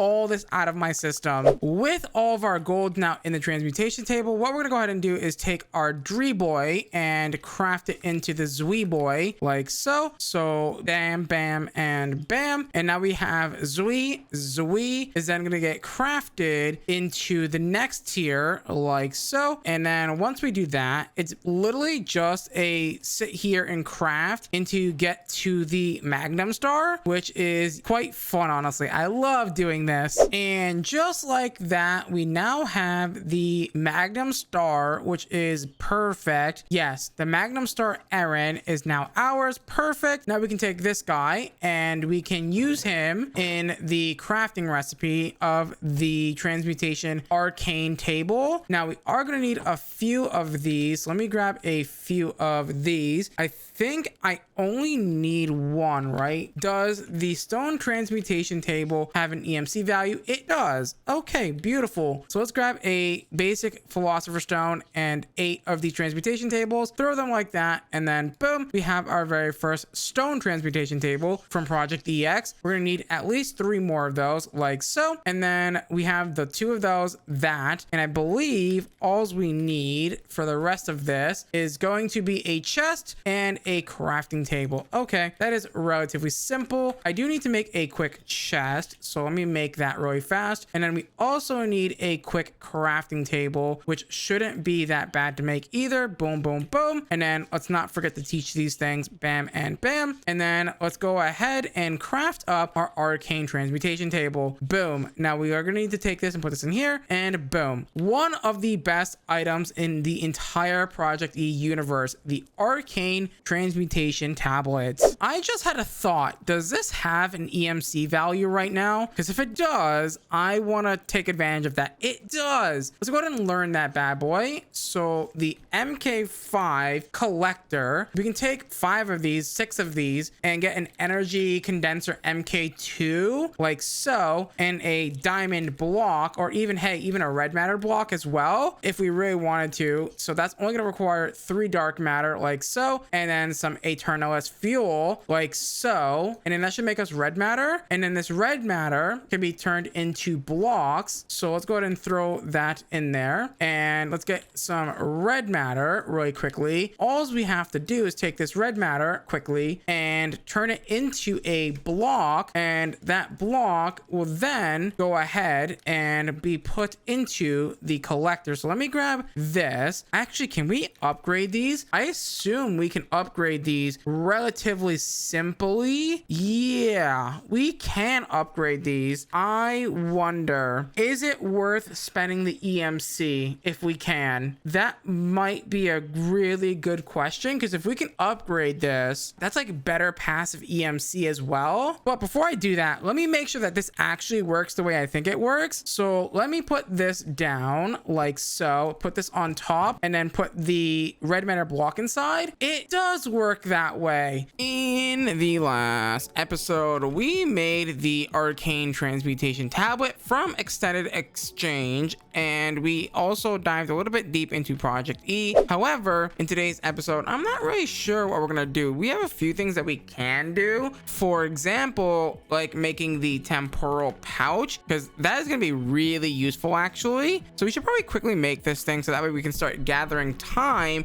It's basically time in the bottle essentially. I do maybe want to upgrade our storage system from simple storage networks to refined storage. Let's see where that is in the quest book. I'm pretty sure that is in the next tab. Yeah, it is right here. So the machine casing from refined storage is going to require us to make coarse enriched iron, and of course use the machine frame to upgrade that. So coarse enriched iron should just be some nether quartz and iron, and it does look like I do need nether quartz essence for this, and nether quartz essence could be gotten by nether quartz blocks. That's actually not too bad at all, assuming that we have nether quartz, which we do. So let's go ahead and take that and make sure that we never lose that by putting it in our transmutation table like so, and then let's go ahead and make a block of quartz like so, and then that means we can now get the nether quartz essence as soon as I place this bad boy down like so, and we go ahead and give it a right click like so, and all I have to do is take some iron, go ahead and upgrade it with the nether quartz essence to go ahead and get ourselves the quartz enriched iron, which is going to be useful beautiful for, again, refined storage. So let's go ahead and grab some iron ingots like so and put it in here with the nether quartz essence to go ahead and make some quartz enriched iron. Now that we have that, we should be able to take this guy with a machine frame, which I assume I didn't teach for whatever reason. So let's go ahead and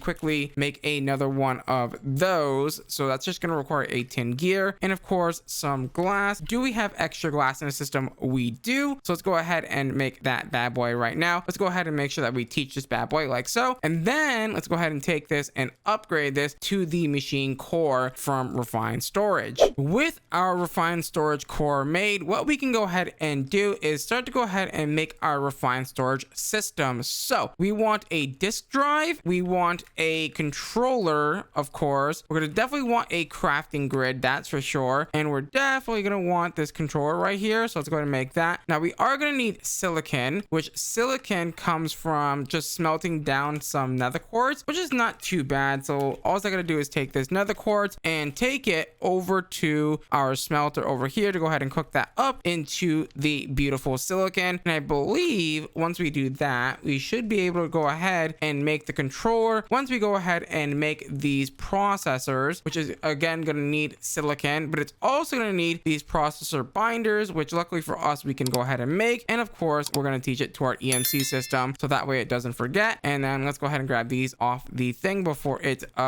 disappears and never to be seen again. Okay. So I think silicon is now taught to our system. Beautiful. And now we should be able to go ahead and start to make the processors for refined storage. For example, the raw basic processor, which we do not have redstone nor iron taught to our system. I'm pretty sure I thought I taught those to the system, but I could be wrong. But let's go ahead and teach them very quickly. And let's go ahead and grab a raw processor and of course a raw one of these as well. And then of course a diamond one as well. Now here's a question. Do furnaces have EMC? Because if they do, they do. Okay. What about smeltery controllers? Because if that's the case, what I might do is just void whatever I have in the smeltery to go ahead and teach it to my system. Yeah, honestly, hepatizen is not that expensive anymore. So let's go ahead and yeet that from there. Let's go ahead and teach that to our system. So now we should be able to grab a second smeltery out of here, making our life 10 times easier. Lovely. Which for some reason, it's not letting me grab it. So unfortunately, I'm pretty sure this tablet is bugged because I can't grab this out of this table. But if I come over here to this one, I can go ahead and grab it. That's interesting. We might not want to use this one because it seems like it's a bit buggy. So what I think I might do, unfortunately, is not use that. And let's just go ahead and resmash another transmutation table into a actual Project E tablet. And then hopefully that one will work. With the processors cooked and taught to the system, we can now go ahead and grab a bunch of them. So for example, let's grab advanced, 2 stacks of improved, and 2 stacks of basic processors like so. Toss them in here and we should now be able to grab some more stuff like machine casings, and also let's grab some silicon really quickly. Let's just grab a few stacks of that and then let's toss it into all of in here. And then once we do that, right, we should now be able to go ahead and make all the refined storage stuff that we need. For example, the controller, as soon as I get some more quartz enriched iron. Honestly, I want this as well because of the fact that the colossal chest can get a little laggy when I'm trying to do mass EMC production, which is really not ideal. So I kind of want to upgrade to refined storage. I think that's going to be best, honestly. And also plus auto crafting, right? We can set up like a whole auto crafting system with refined storage. So there we go. We are now good to go with that. And we've got the controller now. Let's go ahead and craft up the thing. Oh, you know what? We're going to need grids. Grids are kind of a pain in the butt to make. So grids require construction and they require destruction. So a construction is just going to be glowstone and basic, and deconstruction is going to be basic and nether quartz. Let's go ahead and teach those bad boys as well. And then once we do that, we should be good to go. Let me grab a few stacks of those, and then let me also grab a few stacks of these as well. Beautiful. Now we can do all the things in the world with this. So let's go ahead and do that, and let's make ourselves a grid. So 1 grid, please. And then of course course, you know the deal. Got to teach everything. Now the game is literally about teaching everything to the transmutation table, and we don't have any crafting tables, weirdly enough. That's interesting. So let's go ahead and make a couple of these, and boom, we only need one, to be honest. And then you, and now we have a crafting grid. Now that that's done, let's go ahead and get ourselves a disk drive. So that should be relatively simple. We just need some sort of chest, which I do not have. That's fine. Let's go ahead and drag and drop one of these, and boom, we now have a disk drive, which means we have basically a full refined storage system, except we actually do need a drive. So I was thinking, I believe we have the more refined storage mod in here, which has the like insane disks, like the 1638K or whatever. So yeah, these guys right here, they only cost 11 million EMC, which is not too bad. It's basically the same thing, like as in like AE, you just craft like the 1K, and then you grab the 3 1Ks out of the system, and then you know, do the same process over and over again with the 4Ks now, and so on and so forth. With the 16384K storage part crafted, what we got to do is take this, and I believe got to make a thing for this. It's really simple. With some quartz, enriched iron, redstone glass, and the storage part, we can go ahead and make the disk, which I believe I can EMC. I don't know how well that's gonna go. However, we do not have a lot of EMC to pull a lot of these out, unfortunately. So we're only gonna do 2 for now. And I guess what I can do is take this out now, because we don't really need it, to be honest. We can technically, well, I really don't know how much power this is gonna use. I should really check to see how much power this is gonna use before I just single-handedly just be like, oh, okay, it works, and call it a day. We might need to upgrade our power situation here in a second. So if I put this in here, how much power is this gonna take? 6 FE a tick. That is not terrible. I'm gonna do something really jank for the moment, and I'm going to move my furnace for one, and I am going to go ahead and run some of these basic cables over here. And I did get rid of my system, so let me just quickly just put this back for a second, and I have to, I think, relink my remote for a second. But once I do this, I should be able to grab my stuff, and I believe I just need my cables from power, which aren't even in there. So let's go ahead and grab these. These do about 500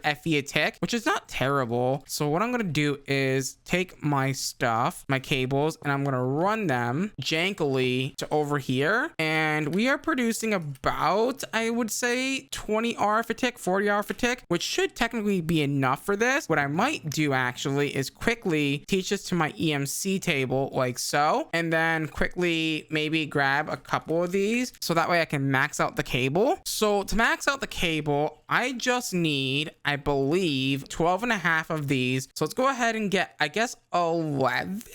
Yeah, 11 should be perfect. It's not quite maxing it out, basically almost maxing it out, because we need 12 and a half to max it out. We can't do 12 and a half, and we're just gonna take our cables and connect them, and I need more cables. Hold on. And then once we do that, we should in theory be able to run this for quite a bit of time. Now I do want to go ahead and automate this process. So to do that, we can run a EMC link, which we haven't quite made yet. EMC links are interesting. They require this recipe, and it needs some red matter, these energy links, and a MK2. Energy links are actually relatively cheap to make. I thought they were going to be like super expensive. So energy links are just this recipe. What am I missing? A thing of red matter in the middle. Dear God, that's expensive. That is 500,000 EMC down the drain. There we go. And then we need 4 of these guys. So 1, 2, 3, and then the 4th one is there. And of course, we can now make the thing once I grab a condenser MK2. So like that, and then that should be pretty much good to go once I do this. And I gotta get 4 more red matter. Okay, this is getting quite out of hand here. There we go. And honestly, we are gonna set up EMC production in a second, so it's not gonna be that bad, but there we go. A EMC link like so. And then what we're gonna go ahead and do is teach this EMC link the eternal as fuel like so. And you know what, actually, I just had a thought. Do we have one of these extra? Do these have EMC? They do have EMC. Oh, you are beautiful. The advanced pipe up upgrades. Not that it matters anyways, because yeah, we can make the whatchamacallit pipe upgrades relatively simple. I kind of wanted just to see if it had EMC, and we're gonna need item pipes. And do I have any fluid pipes? I want to make sure I get all of it. I just also realized I could use energy pipes from this mod as well, but I mean, those require the upgrades, and I guess I could do that as well. But there we go, we have those taught. And then all I gotta really do is come over here and basically just do this, and also make sure that the advanced one is set to round robin. So advanced pipe upgrade like so, and let's make sure that you're set to, I'm gonna make sure you extract first. So I need a wrench. Where is my wrench? And I just opened that on accident. There we go, teach that. And then I don't have anything in there yet, so it shouldn't pull anything. There we go, do that, and make sure that you do the round robin, and you're going to be for that, and you're then going to be filtered to that. And hopefully, yeah, that's a lot of EMC, but hopefully this is going to be generating more power. Let's see. I don't know. It doesn't really tell me what it's generating. You know what? Honestly, I think let's just make energy pipes. I would rather just have energy pipes. Energy pipes are the GOAT. So energy pipes, and you know what? I could be wrong, but they don't look like they exist. Oh no, they do exist. I was about to say I need more redstone. Energy pipe, and boom, like so. And now I can just teach you really quickly, and then grab a stack and call it a day. And we're gonna need another one of those advanced pipe upgrades like so. Actually, we're gonna need multiple of these pipe upgrades. We're gonna need 12 of these ones. Ooh, that's kind of expensive. So now with the pipes upgraded, we can now pull 32,768 RF a tick, which we're not even close to pulling that much RF. So I think my next task is to literally empty this entire chest into our refined storage system. But I might just make a quick and dirty importer with like speed and stack upgrades, because then that would just be way faster than having to, you know, do it manually. So actually that does really sound like a good plan. Actually, I really don't feel like emptying that manually, to be honest. That sounds like a lot of hard work. There we go, we've got the cables now, and we should be able to make the import bus, export buses, and all the buses we ever want. I keep going to the wrong system. There we go. I wonder what the advanced one is like. So ultra importer, whoa, elite importer. Okay, hold on, there's new importers. I kind of want these. They just require blocks of iron and a bunch of importers. Let's see what this is. So if I do this, give me 4 of these. That should be simple. Now we're going to take the elite importers like so, and we're going to teach these guys, and then I need 4 of these guys, and I believe that was 3 diamond blocks. Ooh, there's a creative importer as well, but we don't have netherite quite yet, so that is a thing that we're going to need at some point. So diamond. Ooh, I am low on EMC, and I really should start making that EMC system. So let's go ahead and get the ultra importer like so, and then we're gonna need a stack upgrade and a few other things. So stack upgrades are gonna require a upgrade base. So stack upgrades require sugar and speed upgrades. Speed upgrades require the upgrade base. So there we go, upgrade base. And then let's go ahead and make the speed upgrade, which just requires some sugar and quartz enriched iron. There we go. I'm gonna get literally a stack of these, because it is going to take a few of the speed upgrades to make the stack upgrade like so. And then now that we've got that, we can go ahead and teach that to our system. And I suppose what we could do is now delete this and this, and basically literally just put the importer on this guy like so, and put the stack upgrade. Oh, these don't go in there?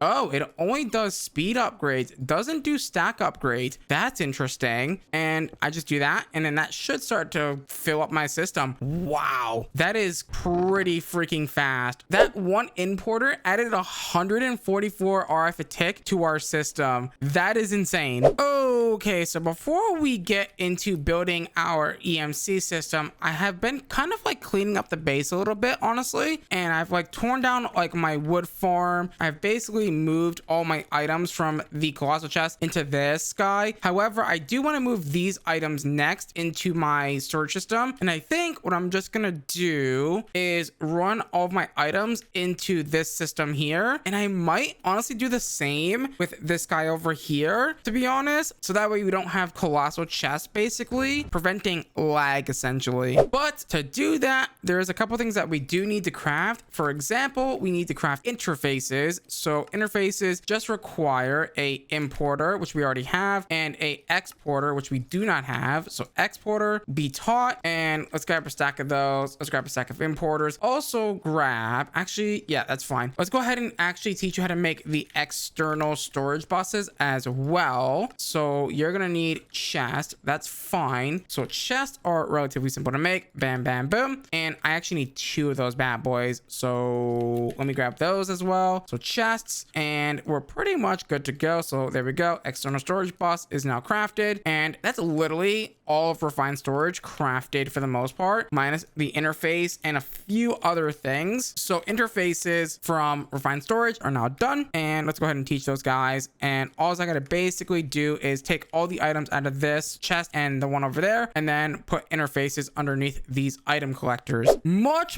later, I have done a little thing. I have built a platform that I plan on using to go ahead and move our entire base to. So this middle platform is a 25 by 25 platform where our main blood altar will be going, and then these platforms on the side is where we'll be doing other mods like create and such, and like power and all that fun stuff will be going on these platforms. So however, I'm going to be using this platform to go ahead and build our EMC farm. To get started with our EMC farm, what we're going to go ahead and need is a few deployers, and of course we're going to need to EMC those bad boys. Now we are going to need some power as well for this, so let's go ahead and do this. I guess I could just make another water wheel. I'm debating whether if I want to use water wheels or if I want to use the steam boiler, but I think we're just going to stick with water wheels because that's what I know best, honestly. So water wheels, let's make one of these bad boys. Honestly, I just realized I can basically teach all the create stuff to my EMC table, so I don't have to ever worry about it ever again. Oh, that's gonna be so nice. So let's go ahead and make a bunch of these. Let's make a quick and dirty water wheel, so that way we can go ahead and upgrade this. I guess, well, do I really want to keep the little one? I don't really know, but I'm gonna do it anyway. And then let's go ahead and upgrade that bad boy to the big boy. I don't really know if I fancy this, to be honest. I would actually really like to try the steam boiler because I heard that that's really good. Yeah, the steam engine is what it's called here. I heard that this is really good for stress unit generation, so I'm determined to maybe try this out. So after doing some testing in a creative testing world, I discovered that the best way to deal with this is going to be using the water wheel method instead of the steam engine method.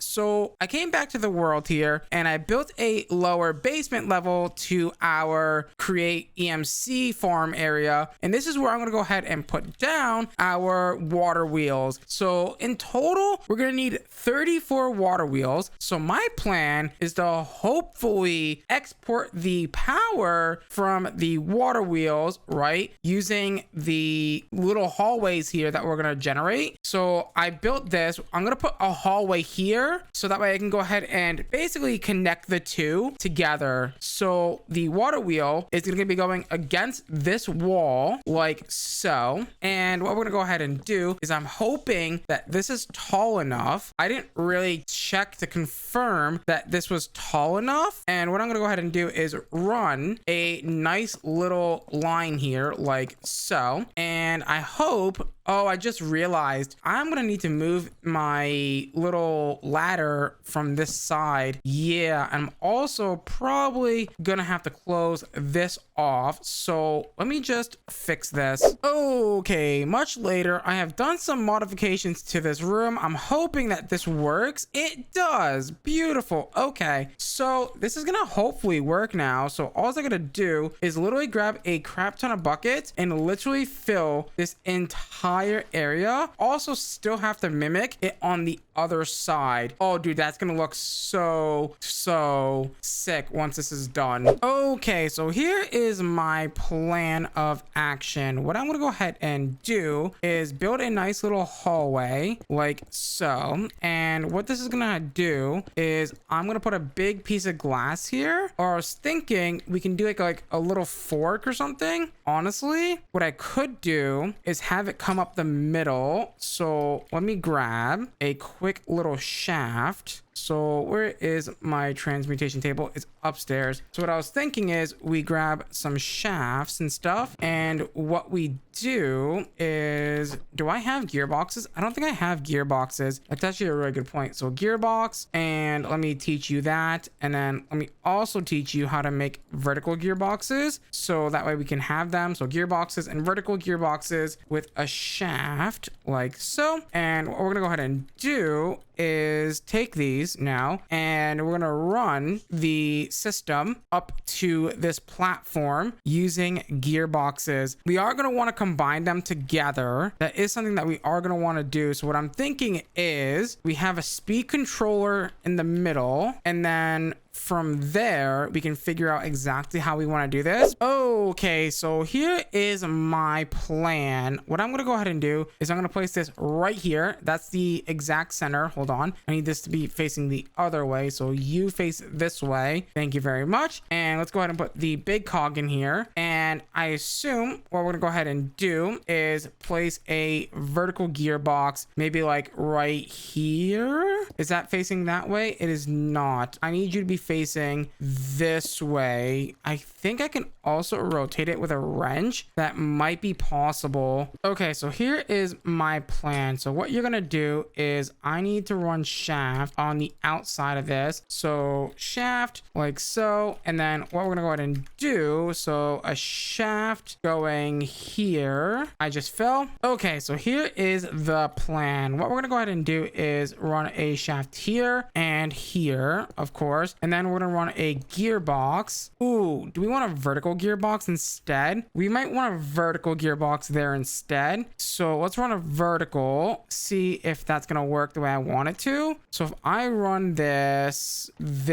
way, that's not spinning. There we go. Perfect. Now that that's spinning, you're gonna run there into another vertical gearbox that's gonna run up. Ooh, hold on. So you gotta run that way. Can you run upwards though? That's my main question, because if you run upwards, that would be amazing. But I don't think it's running the way I want it to. Yeah, I need you to be facing this way. Unfortunately, this guy right here, like that. That's perfect. And then this is gonna run up here. And then once that's done, we're gonna need to figure out how I'm gonna import that stress unit to here. So this is gonna go here. I assume another vertical gearbox and then a normal gearbox potentially. So something like this. And then that should start spinning that. Perfect. And now I just have to replicate this on this side. Okay, now that we've got the stress coming in, what we're gonna go ahead and do is I wanna make a stressometer, because I wanna see how much stress we're pulling from this stressometer right here, which needs a speed control, which means I need to make the casings. Do I have extra brass? I do. Okay, with the stressometer down, what I'm going to go ahead and do is place down at least 17 gold blocks. As you can see, I dug out the floor for this because I have a better plan than what I built in the test world that I was using. So let's go ahead and get 17 blocks of gold like so, and let's go ahead and place these down in a fashion like this. And what we'll go ahead and do is get deployers on the top of this with some other blocks. So let me get my test blocks very quickly. So the cobblestone, and on top of this is going to go our deployers. So the deployers have to be facing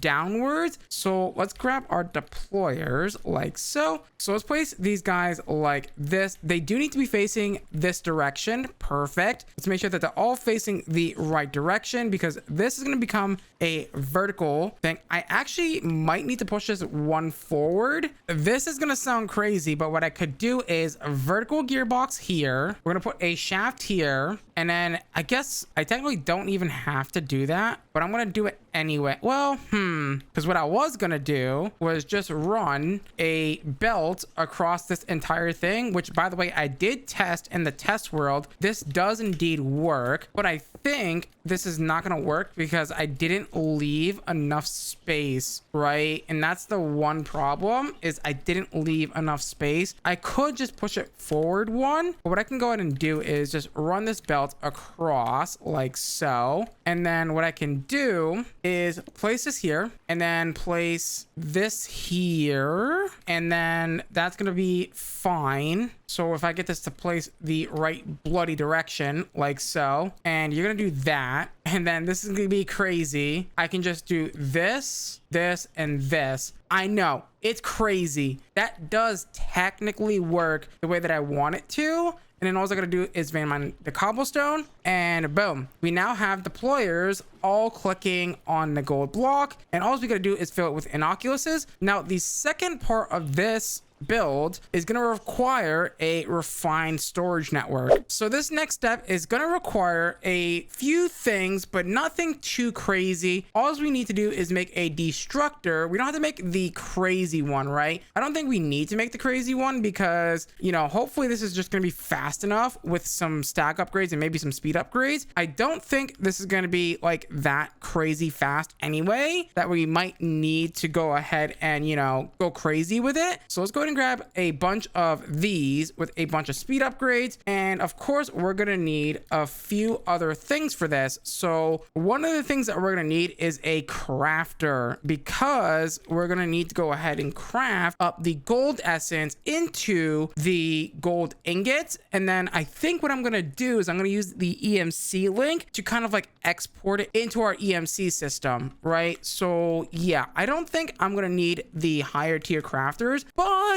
I kind of want to try them out. I kind of do want to use them, especially for later on in the series. So I believe we can make these iron crafters, which are not that expensive, honestly. We just got to get some chests out of the Project E system. And then let's go ahead and get the crafters going here. These are actually really cool because they also not only increase the space of the crafters, they also increase the speed of which they craft at. And we need neural processors. Ooh, you know what? That's actually not even that bad. I thought this was going to be like very expensive. It turns out it doesn't look to be that expensive. Are they all neural processors? They are. Okay, but we don't have netherite, so we're not going to go that far. Okay, so let's go ahead and set this up. So what we're going to go ahead and do is place down all of our destructors like so in a row. And of course, I can't do it that way because the belt is running the opposite direction. But if I do this and we run this through, what we should be able to do is rotate these boys so they're facing me. So they're going to be facing this block. Actually, I have a better idea. So here is my plan. Let's go ahead and use the trapdoor method to get into crawl mode. And what we're going to go ahead and do is take our destructors, wherever those went, and we're going to go ahead and place them onto the cobblestone blocks like so. And that's going to allow us then go ahead and vein mine the cobblestone instead of us having to, you know, sit there and configure every single destructor over and over again. So the way this is going to work is, now that that's done, what we're going to go ahead and do is turn the destructor on item mode and pick up items instead of breaking items on all of them. So that way we can pick up the items that this system drops, like the gold essence or any other essence that we decide to farm using this method. We're going to also stick in some of the speed upgrades just to be sure it's nice and fast. Also, one more thing that I'm going to want to make for this system, but we'll talk about that later. And all we got to do next is also just go ahead and put the oculuses in here. So also, let's set this refined storage system up really quickly. It is just going to be a simple controller like so. I want to do it in the middle here, but I'm not really sure how I'm gonna get the cables over here, but that should be fine. That's gonna go here, and we're gonna go ahead and put this here and this on top. Go ahead and put the 16384K inside of here, and what we're gonna go ahead and do is run a cable above here and then downwards to get the destructors on. And then I'm gonna need to figure a way to give this bad boy some power. I'm not really sure how much is gonna be needed quite yet. Hopefully not too much power for this, but yeah, yeah, we're gonna find out here shortly. So right now we're at exactly 0 RF a tick, which is really nice. I don't think that's gonna be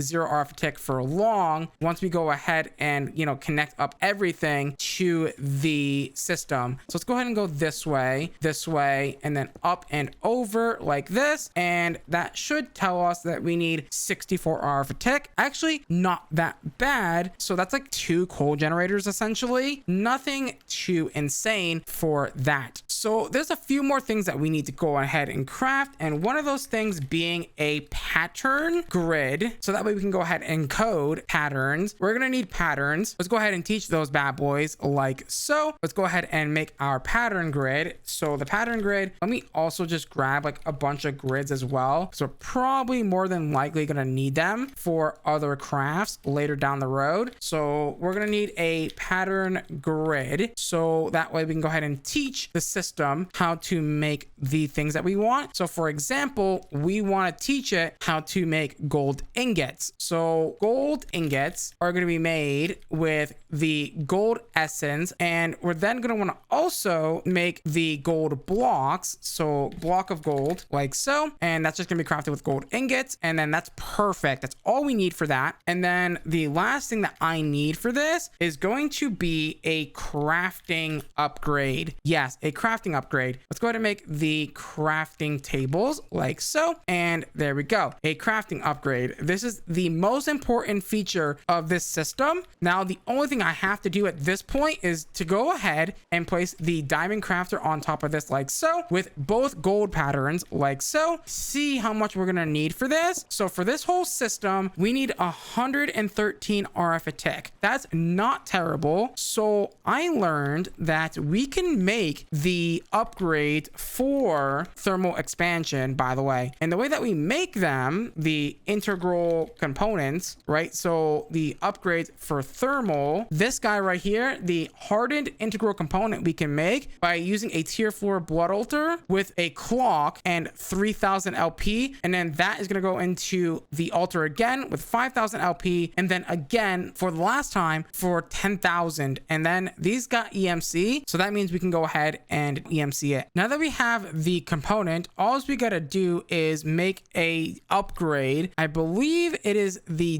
dynamo upgrade, so it's one of these bad boys. Yes, this guy right here, which is going to reduce our efficiency. However, it is going to give us way more power. Unfortunately, we do not have silver gears. We don't even have silver. Hello? That's not ideal, but I think I have silver essence. I do. Perfect. So let's make the silver ingots, and then of course we got to make the thing like so. And then once we do that, one of the hard parts about this though is going to be the fact that we need the, what is that thing called again? We need the signalum plates or whatever. We also need hardened glass. Thankfully isn't too hard to make at all, which is good to go. Now that we have that, all we got to do is make signalum plates, which signalum plates needs a servo here, servo press, which means I need another one of these machine frames. We also happen to want the other augment as well. I believe it's called the auxiliary speed upgrade as well. Oh no, it's called, that's right, they changed it. It's called the flux amplifier, I believe. So not that one, not that one. It is going to be the flux linkage amplifier. We're definitely going to want that bad boy, which honestly, it needs lead, and I don't even think we have access to lead yet because I haven't seen lead. So lead, we're gonna need lead essence for that. So lead essence is exactly what? Let me see. I do not see it in here. I thought I just saw air essence and uranium essence. I see. Okay, so air essence is easy and uranium essence is also somewhat easy. Well, not really, but let's go ahead and grab that. And I think I have a few air essence. Yeah, I do. Perfect. I just noticed something. The linkage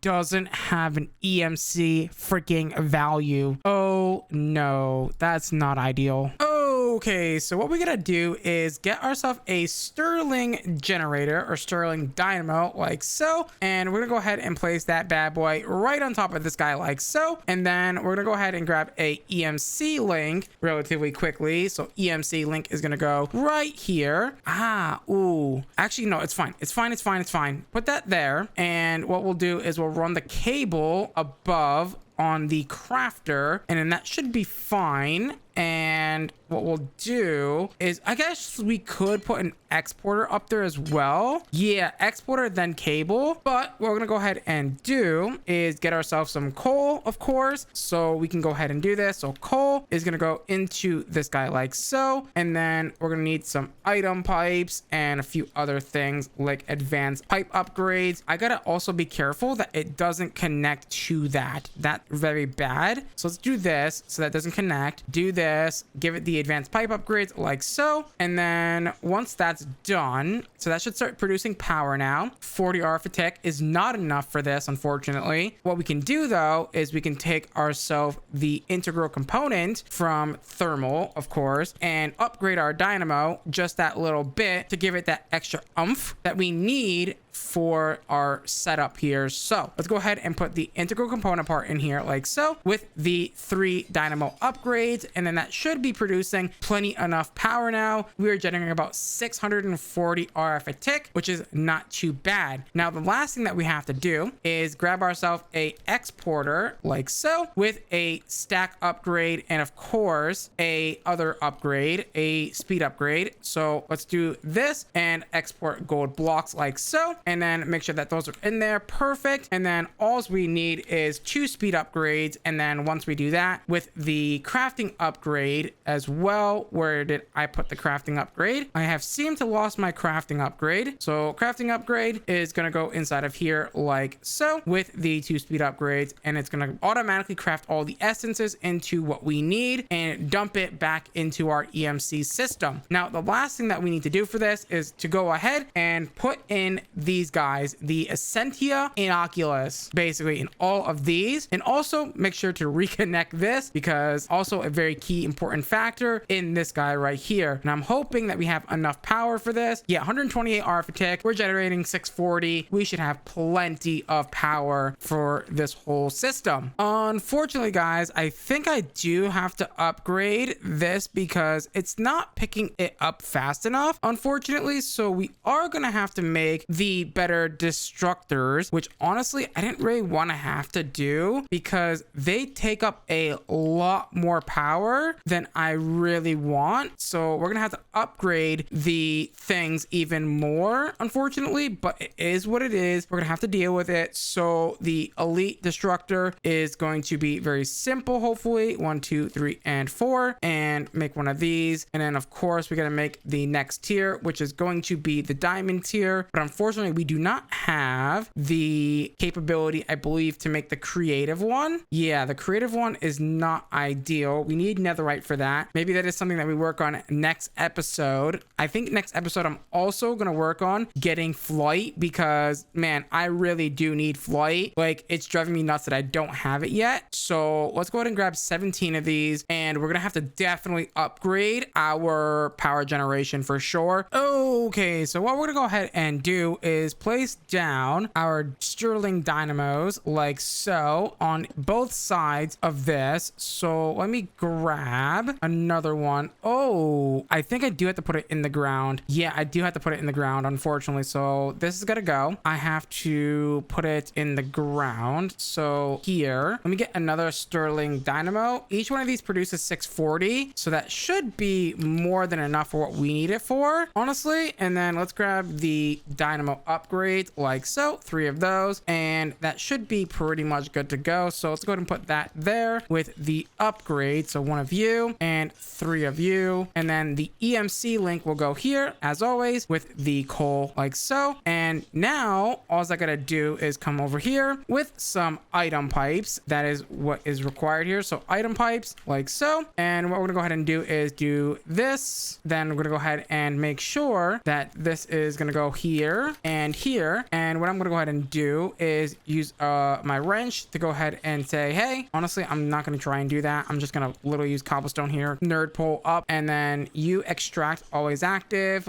Do this guy, and you're gonna do round robin so they get equal amounts. There we go, perfect. And then the last thing that we need to do is go back up here and grab ourselves the energy pipes. So energy pipes, and then we just need 3 of these, and then I guess 2 more advanced upgrades, like so. Literally, that's it. All we gotta do is this, and this, and then make sure that these guys get their upgrades. So 1 and 2, and that should be enough RF a tick. That is 1280, I believe. It should be 1280 RF a tick, assuming that this is working, which it doesn't look like it's working. I probably didn't configure the EMC link like a silly boy. There we go. That should now be working, and we should see that the refined storage system is now online. Beautiful. And all we got to do is just break this and reconnect the shafts back here. So let me come over here and go up here, and let's go ahead and reconnect both shafts to this guy, and we should be pretty much good to go. So boom, you're overstressed, I know, and boom, and now you should be good to go. Beautiful. Now here's a problem. My magnet keeps picking up the items. Now we don't want that, so I'm thinking we upgrade this bad boy to the advanced magnet, and hopefully this advanced magnet will allow me to go ahead and filter some things. So I need a Eye of Ender, which is just a ender pearl plus some blaze rods, like so. And then now that that's done, let's go ahead and upgrade again our magnet, so that way we can go ahead and hopefully filter stuff that we don't want to be picked up by our magnet. So there we go. For example, we don't want gold essence to be picked up, so perfect. You are blacklisted for that. We just turn this on now, and hopefully when we walk over there, it shouldn't pick up the gold essence, and it should only leave it up to those destructors. Now the only thing that I'm noticing is we're not getting EMC coming in. That is because I moved the EMC link. Let's go ahead and put another one up there, so that way we can go ahead and keep that going. So let's go ahead and do that, and we should now start to go ahead and see our EMC climbing up around 300k EMC per tick, which is a lot of EMC. Just for a little bit of bonus EMC, what I'm going to go ahead and do is I'm going to place down a energy condenser MK2 on top of a MK7 collector, like so. And then what I'm going to go ahead and do is surround this guy like so, and hopefully this guy is going to passively produce red matter blocks for us for free. And all we got to do is just grab a EMC link and go ahead and pump in the red matter to this guy, and that's going to get us a bunch more extra EMC. In today's episode, we take flight, and we also automate refined radiance. With that being said, let's get into today's episode. In the last episode, we got into refined storage, which we ended up moving all of our items into refined storage. We made the 1638K discs, which now we can store 32 million items in, which is really nice. But also last episode, I started building out our new base, and also happened to build a very complicated but simple EMC generation. As you can see, we have 475 million in the top left of our screen, and honestly, that's really good because honestly, we need EMC. So that's now basically fully set up and ready to go, and is going actually. And today my first objective is to get flight. And to get flight, it is super simple. All we need is some dark matter, and we need some feathers, which I believe we can get from taking string and taking that and putting that into a alchemy table, like so. Now we are gonna need a bit of EMC for that, guys. So let's get a MK7 if we can, like so, and then take that and drop it here so it can generate EMC, like so. And now we have feathers. Beautiful. With that done, we're gonna take those feathers. We're gonna need 4 of those feathers.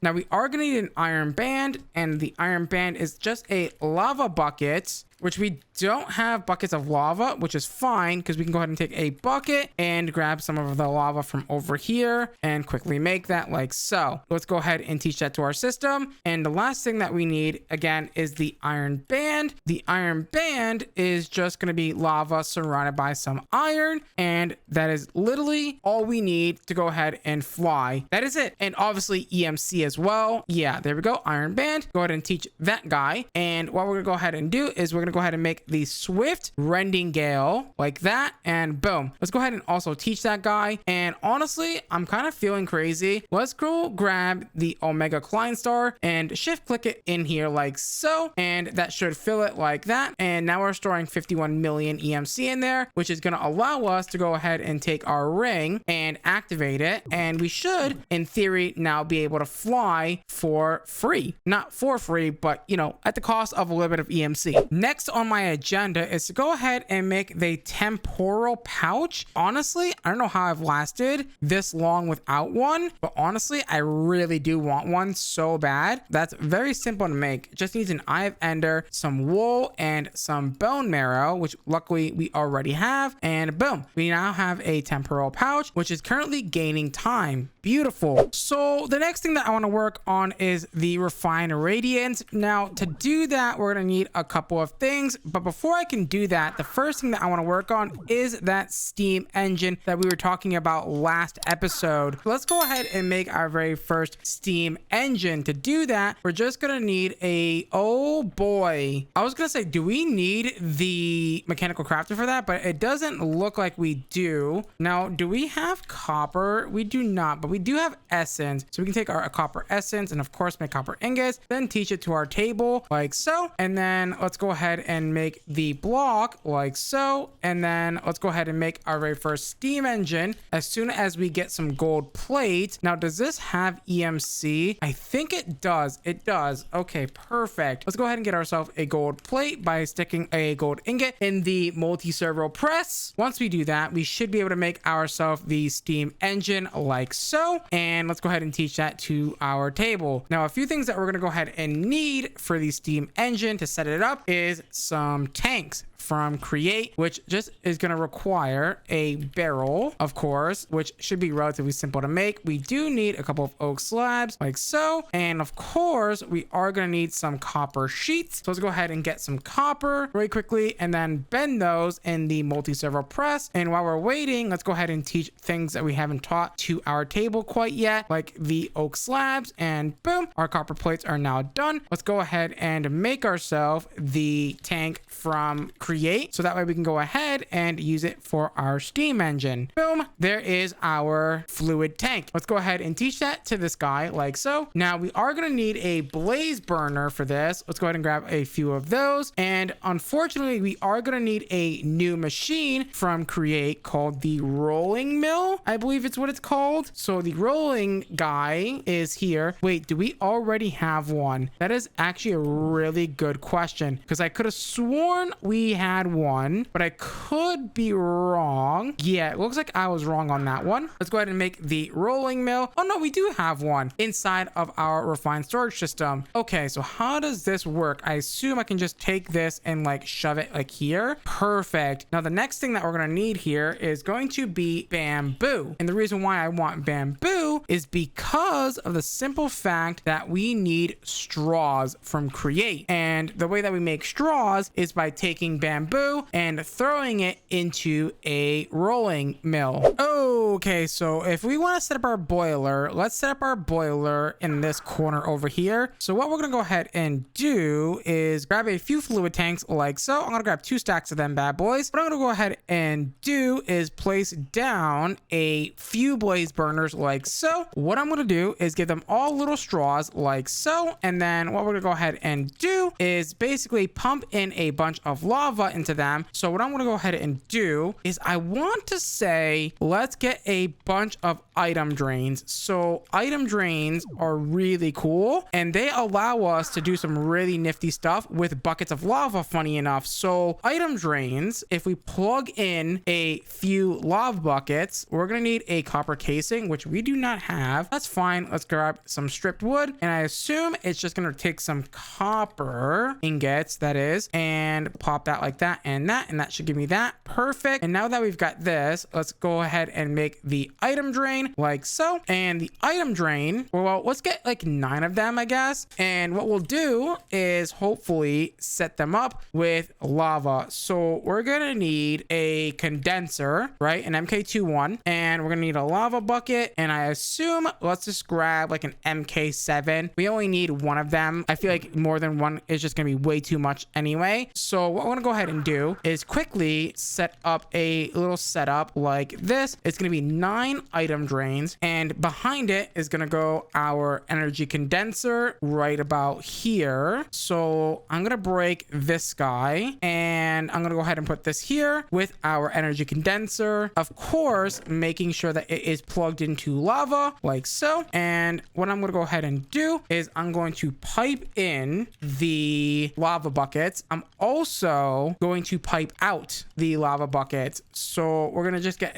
a simple EMC link and put it on top of this guy like so. And then you're all gonna just pull out. Interesting, it's not letting me pull out of the top. Ugh, that's kind of annoying. So the way to fix this, I guess, is going to be to put this here instead. And then what we'll do is pull out here, and we will put in here. And then what I'm gonna go ahead and do is grab some fluid pipes, of course, and I'm gonna run a tank down here. So let's go ahead and build a tank for this. I'm gonna do this right about here. So let's grab this guy and do that. And you're gonna be a 3x3 tank, so something like this. Let's also make sure that they connect like that, and we're gonna build a huge tank. Honestly, with our lava tank, what we're gonna go ahead and do now is take our fluid pipe like so and move it across like this. And we're gonna also go ahead and connect all these guys together. What I'm gonna go ahead and do, actually, before we even get this kick started, is I'm going to actually take this away for a second, because I want to make sure that this guy is extracting with the round robin on always, so that way they can all get the same amount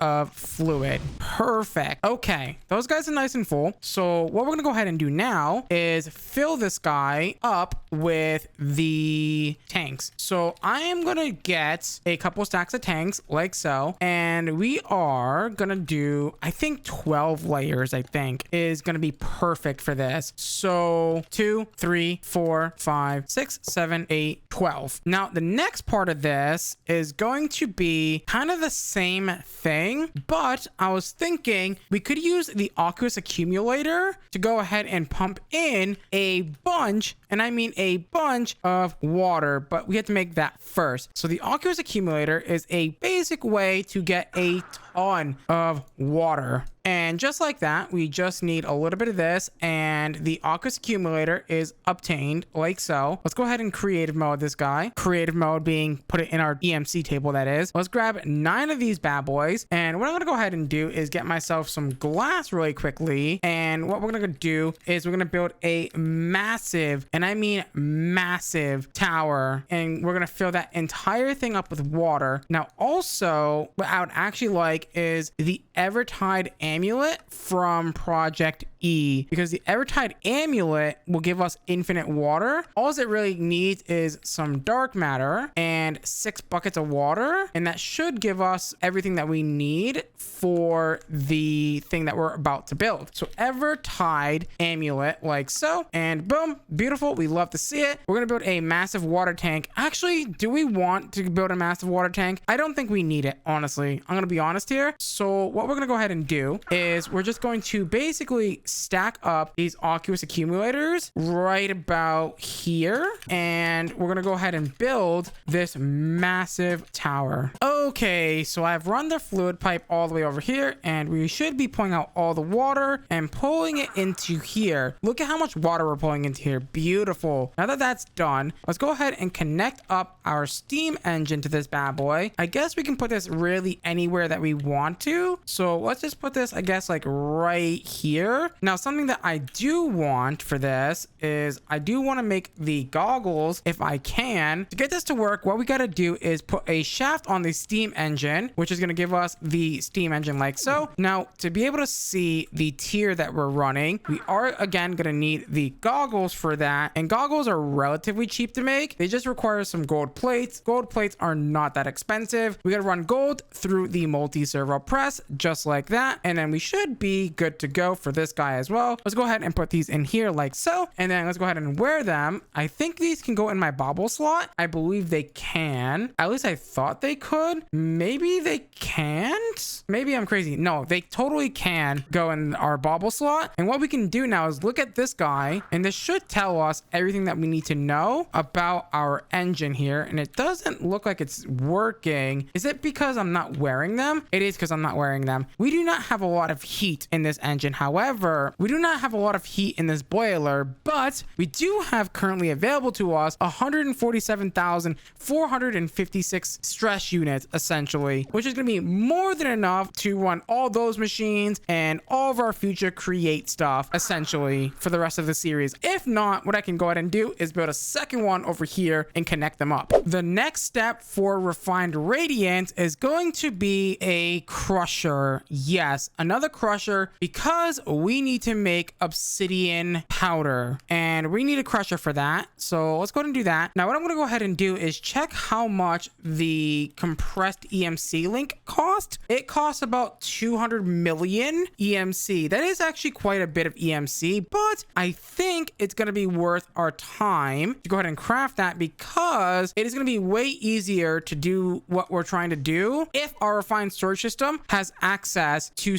the certain items that we need for this refined radiance, right? So let's go ahead and make a few of these. This is quite expensive, but we're going to make it work. Let's go ahead and do that. So you and the compressed refined EMC link like so, and let's go ahead and teach that. And what we can do is place this bad boy right here, for example, and hook up a external storage bus to this bad guy like so, and make sure that this is on negative like 100 priority, and then switch it back to item mode, so that way nothing goes in here but everything goes into our refined storage system. Some of the stuff that I'm going to need to teach it, for example, is obsidian. We're going to need rose quartz. I believe it's rose quartz for the refined radiant. We need chromatic compound, needs polished rose quartz. So do I have any extra of that? I do not. So to make that, we just need to take rose quartz and EMC that up like so. And I guess I'm going to need some sandpaper for that. So let's sand that up. Okay, let's go ahead and set this up. So what we're going to go ahead and do is, I think I need a speed controller, of course. So speed controller, and we're going to need a big cogwheel, of course. And ooh, here's a good question. Where is this going to go? I assume here. That should be fine. Let's go ahead and make sure that this is facing the right direction. So this way you go. And I'm going to have to figure out how I'm going to get the stress units over here, but that's fine. And what we're going to go ahead and do is we just need a drawer of some kind, potentially. Actually, no, we just need a interface, actually. So a simple interface will go like here. And what we'll do is we'll just get like a funnel of some kind, and then just have the stuff drop into the funnel. What we're going to go ahead and do is place this down right here like so. Above that, what we're going to do is place a couple of blocks like so, and then do this and this. And what we're going to go ahead and do is simply put down our crushing wheels. So here and here. And then perfectly, what we need to do is set it up so they are spinning opposite directions of each other. So here is my plan. I am going to grab a gearbox, and I'm going to grab myself some belts, and I'm also going to go ahead and grab myself some shafts, and I'm going to set this up. So what we need to do is set up a gearbox like so. And what we're going to go ahead and do is run the shaft like this, and then that's going to run all the way across, and I guess this way. So let's grab ourselves a quick and dirty belt, and what we're going to do is this and this. Oh, I needed to connect here, which means I need a thing going here. What is the best way to do this? Here's what I need to do. I need to swap these. So there is going to be a vertical gearbox that's going to go here, and that is going to be the gearbox that connects to up there. So this gearbox is going to go here, and then that's going to connect those two together like so. That still works because I can do that, and then we can run a horizontal belt like so. That's going to then power this, which is then going to run here and power this. And then this is going to connect here. And then I need to somehow connect this belt from here all the way over to that thing right there. So I've come up with a somewhat jank solution here, and I am running this down here, and then I am transferring it over to this gearbox, and then I'm transferring it over to this vertical, and then I'm running this vertical up here to another vertical gearbox, essentially. And it's jank, and I love it though, and it's working. So if I put this in here, that should start to go ahead and crush that into whatever we need. And now all I gotta do is crank the speed up of that guy just like that, and that's good to go. And hopefully, yeah, we can see how much stress we are using, assuming I hook up like a stressometer to this guy. So let's grab a stressometer like so, and I will just hook it up to this guy, I think, and then that should be good to go. So if I put this here, wow, that's using 25% just for that. That is insane. But what we can go ahead and do is grab a EMC link, and I guess maybe like a brass funnel. And what we can do is down here in the middle, place the EMC link here. And then what we can do is break this. And then underneath here, let's go ahead and drop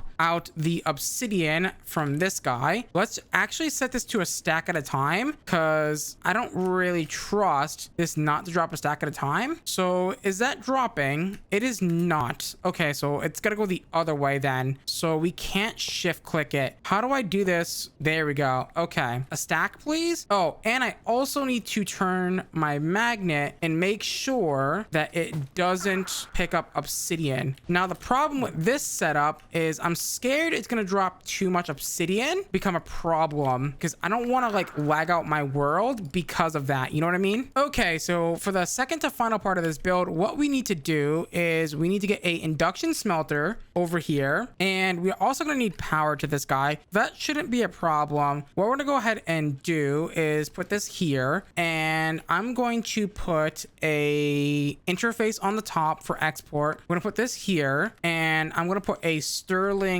dynamo here in the back like so. And what we're gonna go ahead and do is get the integral component part with the upgrades, of course. And what we're going to do is we need a exporter. Now there is one thing that I do need from the refined storage system, and that is a regulator upgrade. Regulator upgrades allows us to control how much items are going into the induction smelter. So we're gonna need an upgrade base and a redstone comparator. I don't have any redstone torches. That's fine. Let's go ahead and get a upgrade base real quick like so. And let's go ahead and get some redstone torches. So regulator, and we should be pretty much good to go here. 1, 2, and 3. And I guess we can also EMC this as well if we so desire, which I kind of do desire to do that. So let's go ahead and do that. While I'm over here, let me also quickly teach this system how to know about coal, so that way I can also export from the other side there. So let's go ahead and teach this coal. The way that this works is we place the coal like so in these squares. Also the glowstone and the rose quartz is also gonna go in here like so. And what we're gonna go ahead and do is make sure that we have a stack of all these items. And what we're gonna go ahead and do is place the induction smelter down, which we've already done. Place the Sterling dynamo on the back of it, and then go ahead and place the integral component parts into it like so, as well as all of our upgrades. And then we're also gonna see how much this is when we upgrade this bad boy, because we're gonna definitely want this upgraded. So the integral component part, we don't have the speed upgrades, unfortunately. We don't really need to worry about that for right now. What we're gonna go ahead and do next is place down the regulator upgrade in here like so. We're gonna tell it to regulate glowstone, polished rose quartz as well, and we're also gonna tell it to go ahead and grab the crushed obsidian powder, and we're gonna also tell that to regulate that as well into the induction smelter. That should give us the chromatic compound automation. And let's also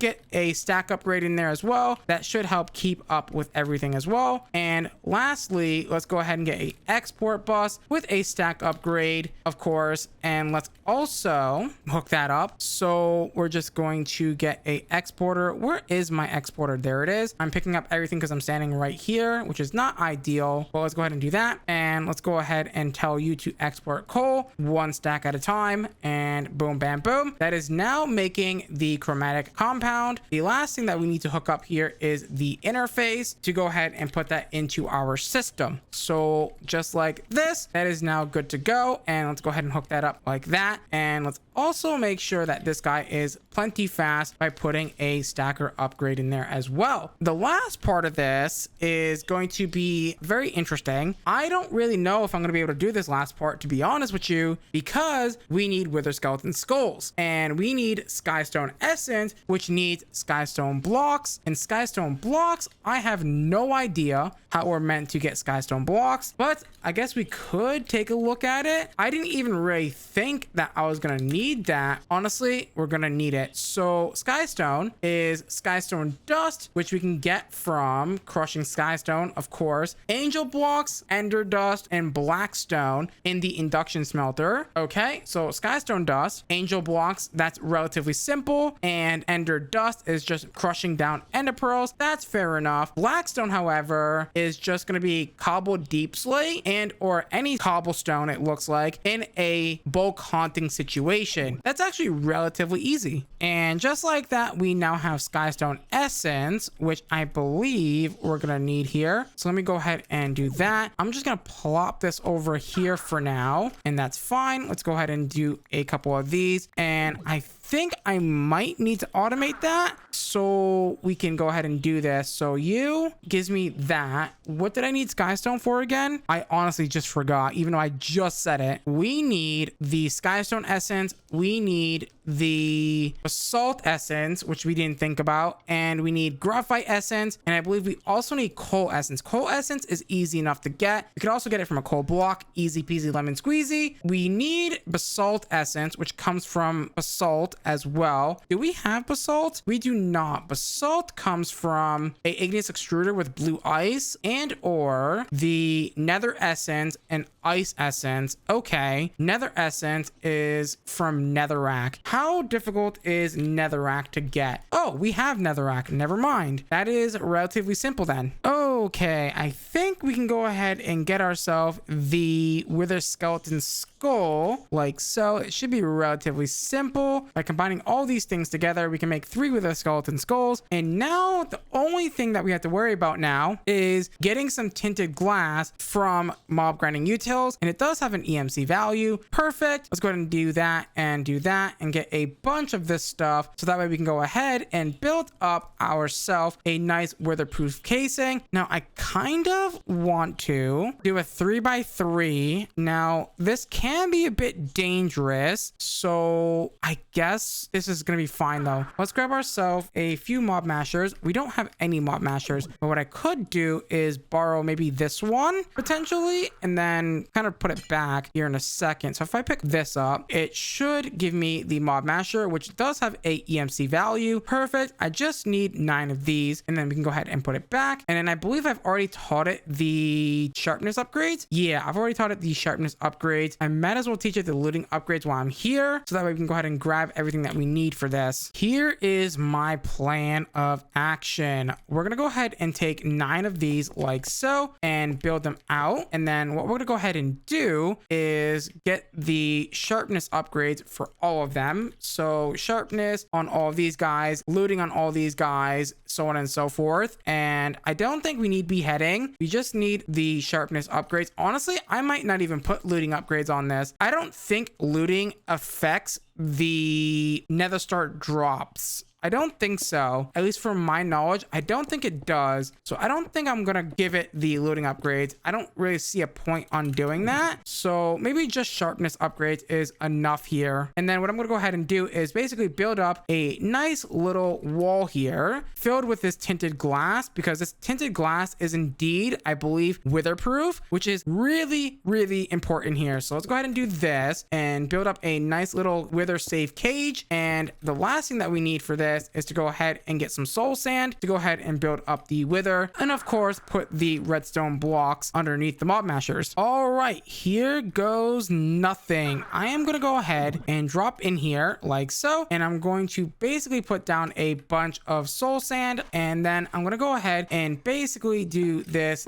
and that. I'm gonna summon a wither and pray to God that that wither does not escape from that enclosure, because I have no way of killing it. So, and he got out. Oh boy. You come this way, please. That is not ideal. Okay, I have a better plan this time. Let's get some mob fans and hold him down with them. I hope this works this time. I think this is gonna work. So give me this, and then I guess I don't even need to do that crazy of a thing, because I can just do like the height modifier and the width modifier, and that's a mob fan. Okay, that's interesting. So let me just quickly teach this stuff, and I have a feeling this is gonna work this time. Okay, so this should work this time. I'm raging, but here we go. Let's get the 3 wither skeleton skulls that we need. Am I really out of stuff? I shouldn't be. There we go, 3 wither skeleton skulls, and of course some more soul sand, and attempt number 2 at trying to kill the wither this time. So it should be relatively simple. Let's go ahead and break this real quick. I'm not gonna spawn the wither with a big gaping hole like this, but what I am gonna do is do this and this, and then replace the glass again, and then hopefully this time he won't get out on me and it will be fine. Not that. Oh god, I made a mistake.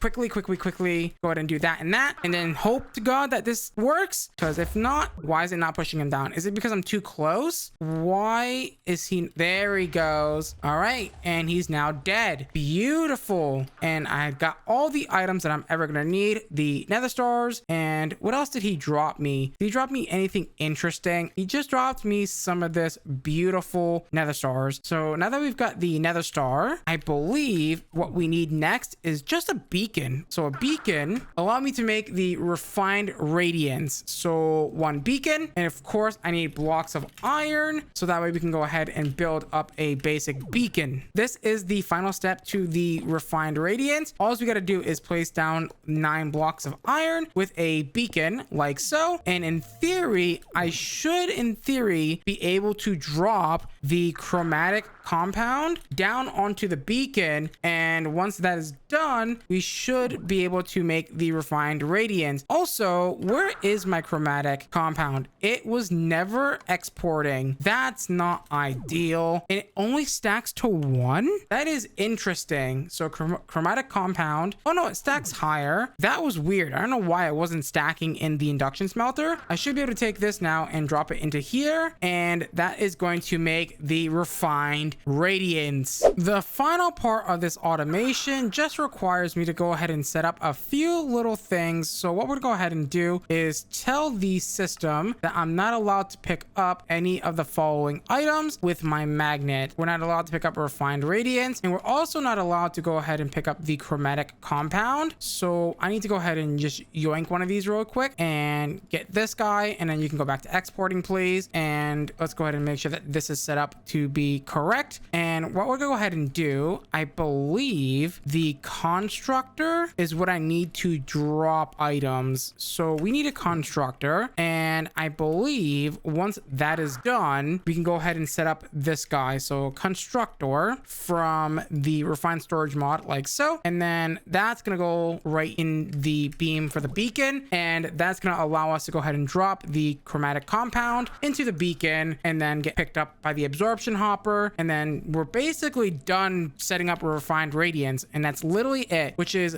really good because we're gonna need a lot of this stuff. So let's go ahead and do this, and then I guess that's fine. And what I'm gonna go ahead and do is set up, actually I kind of want to set it up the other way around so I can actually kind of see it dropping the chromatic compound into this beacon beam. And all we got to do is just set up some glass, and then that should be all we need here. So glass like like so. And then you are going to be filtered to drop blocks instead of placing, and you're going to be filtered for chromatic compound. And I guess we could put a stack upgrade, maybe some speed upgrades in there as well, so it can, you know, quickly make the refined radiance as well. So let's go ahead and get some speed upgrades in there, and we're good to go. And we just got to hook this up, and we're pretty much done with this from my understanding. So let's do that. Let's also set up the pickup for this. So we need a absorption hopper, and that's gonna go here. And can I filter you? I don't think I can filter you. Yeah, that's not ideal. So if I put you there, you're the opposite direction. I need you to go this way. Okay, perfect. And this is the area it will pick up any items and drop it into the system. So which side is that? That's the wrong side. The north, is it? No, it is the south. Okay, perfect. And there's no XP or anything. And why are we picking up powdered obsidian? So what I might have to do here, instead of using this, is I think I need to put a piece of glass right on top of this, and then hopefully use the destructor to pick up only radiance. Yeah, I think that's gonna be the case here. Okay, these guys are nice and filtered. So this guy is picking up the refined radiance, and this guy is only dropping the chromatic compound. And hopefully this should be a relatively simple setup to go ahead and make the refined radiance. I'm really hoping that this is gonna work, because if not, we're kind of in trouble here. Yes, and it is a bit of a problem because this guy is definitely not picking up the refined radiance for some reason. Exact mode off, maybe?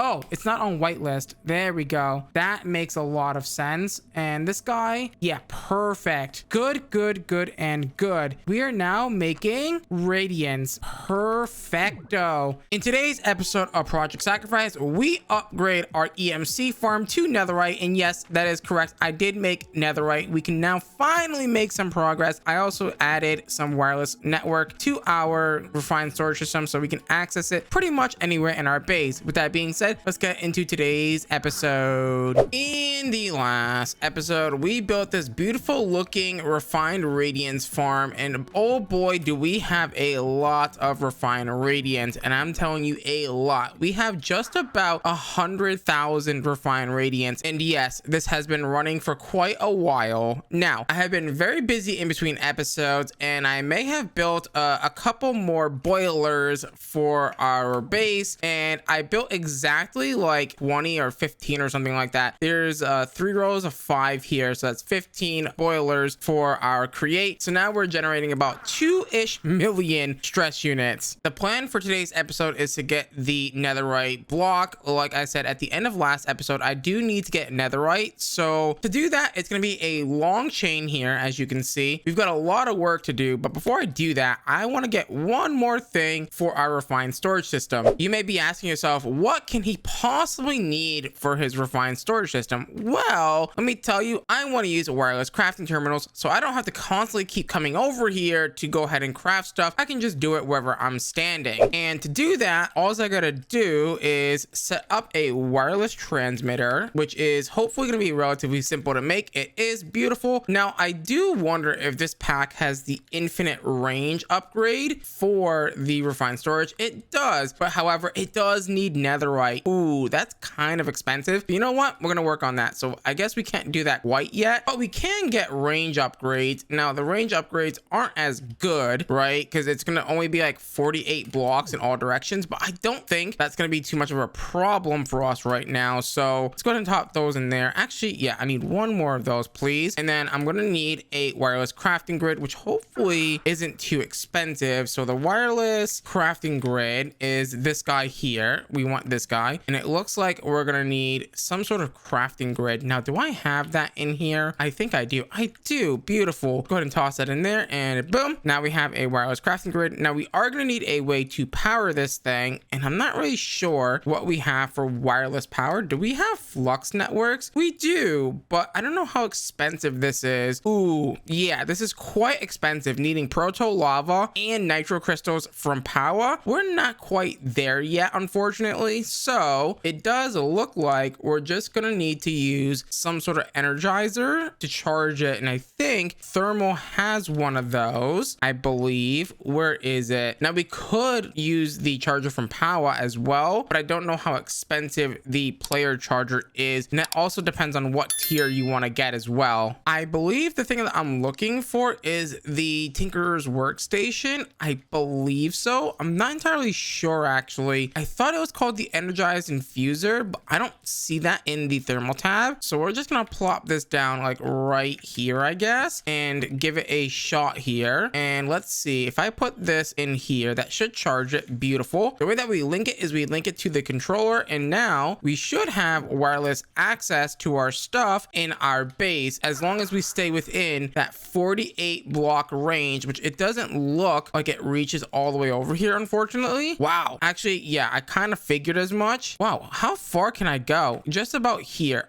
We can expand that radius actually if we want to. So the way that we expand it is all we gotta really do is grab this guy really quickly and put it in our EMC table, and we just gotta run a cable over there and then put a second one of these down, and then we can do that the same way that direction if we need to. All we gotta do is place a second transmitter down on the cable like so, and then add our upgrades, and now we should be able to access our stuff from all the way over here. Wow, 48 blocks is not that far. So the first step to getting the netherite is going to be a block of hepatizin, right? So if we look at the quest line here, it's going to tell us that we need ancient debris, and ancient debris needs molten obsidian and a block of hepatizin, which I think we can easily make now. That's totally a thing. You know what? We can actually just make one, right? So hear me out. We can make one, and then we can just dupe it with our refined radiance. We have so much refined radiance that I don't even think it really matters at this point, right? Because we have so much of it that it's just like, it doesn't really matter, right? If I waste a little bit of it. Wow, this is really slow. I do want to watch a flowing time really bad, but that's kind of a extreme crafting recipe, and it doesn't look that cheap, honestly. Yeah, we're just gonna wait for this obsidian to cook. I made that silly mistake again. I did it again. Oh my god, I'm so silly. Dude, when I was making it the first time, I kept making it in the smelter, forgetting it doesn't alloy. Whoops. It's supposed to be made in the induction smelter. That is despair. Let me grab a couple of these, and then our induction smelter is right here, so we toss those in there. And oh my god, that's quite fast actually. There we go, we get two. So the way that the refined radiance works is you're gonna put it in your crafting table like so, grab one, and then do as much duping as you want, which is, oh dude, it's so beautiful. Look at how easy it is, and it's super cheap to do this as well. So now that we've got a stack of that, we can just make a block like so, and I need to melt down obsidian, which luckily for me, guess what I just did? I melted down obsidian in the smeltery. So I think I can grab a bucket here, I assume, and I can pour it into here, maybe. Yeah, that actually does work. So now that we have the molten obsidian, we take that and we shove it into our fluid encapsulator like so, and throw that in there like so, and that's definitely going to need a upgrade. So upgrade boy like so, and do one of those, and that's one ancient debris. So that's a start. So that's done. We now need to make this guy, which is not going to be cheap. So amethyst bronze, we're gonna need the tau oil, demon crystals, which are not that hard to get actually. So we're gonna need some demon will like so, and we're gonna need, I forget, how do I do this again? I think I gotta put it in the arc thing with this guy. Yeah, I do. So let me do that. Take this out. Is that not working? Okay, it is working. Perfect. Now that we've got the demon will crystal, that's simple enough. So this guy needs the tau oil, which needs tau fruit and bone meal. Ooh, do we have tau fruit? Yeah, we have quite a bit of it. Cool. So 3 tau fruit and a bone meal over in the other table here. Doesn't look like I have a lot of bone meal, but we do got plenty. There we go. Take that and shove it into this table here. Is that correct? I believe so. And then we need one of our orbs. So what am I doing? I can just literally come over here and grab this from our system. Okay, so which one is our biggest one? I think it's the master is our biggest one here. And we're gonna take that, throw that in there. That should make what we need next, which is the tau oil. So the tau oil, and then a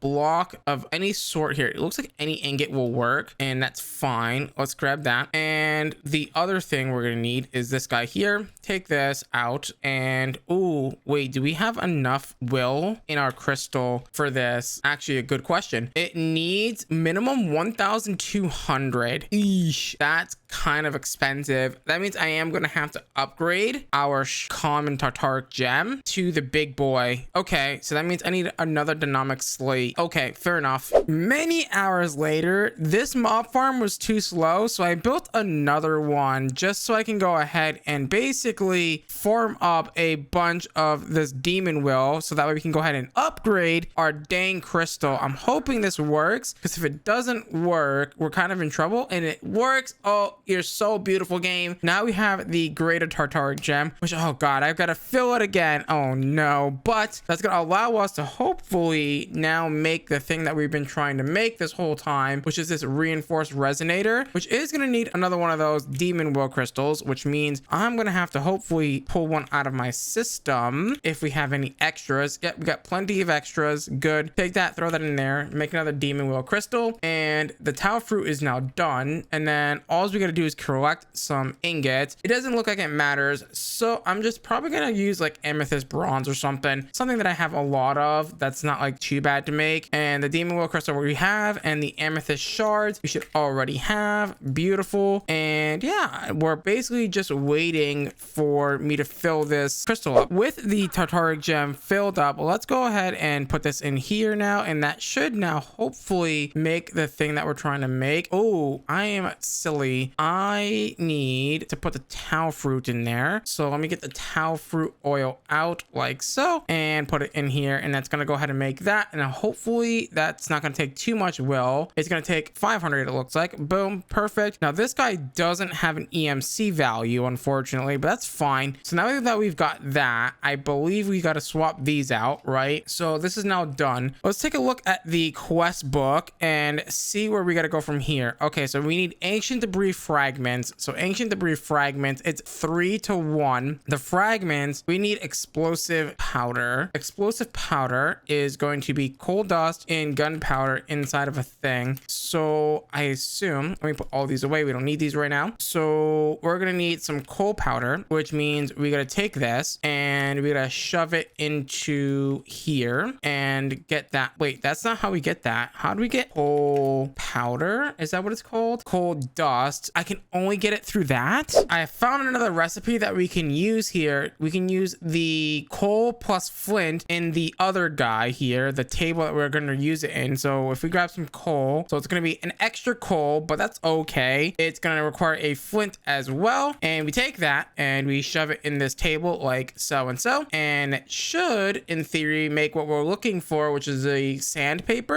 coal paper. And then we're gonna need some gunpowder, so gunpowder times 2, and let's go ahead and put that in there like so and so and so, and then that should make the explosive powder. It has 64 uses, which is interesting. And then that I think needs to go into this guy, right? Yeah, so we need how many of these? It's a 50% chance to get extra corrupted stuff. And then how much is this? So I need advanced cutting fluid, so 1 makes 1, and then 1 makes 1 scrap. I only need 4 scrap. I need 4 scrap, so I need 4 of these. So I need another one of ancient debris.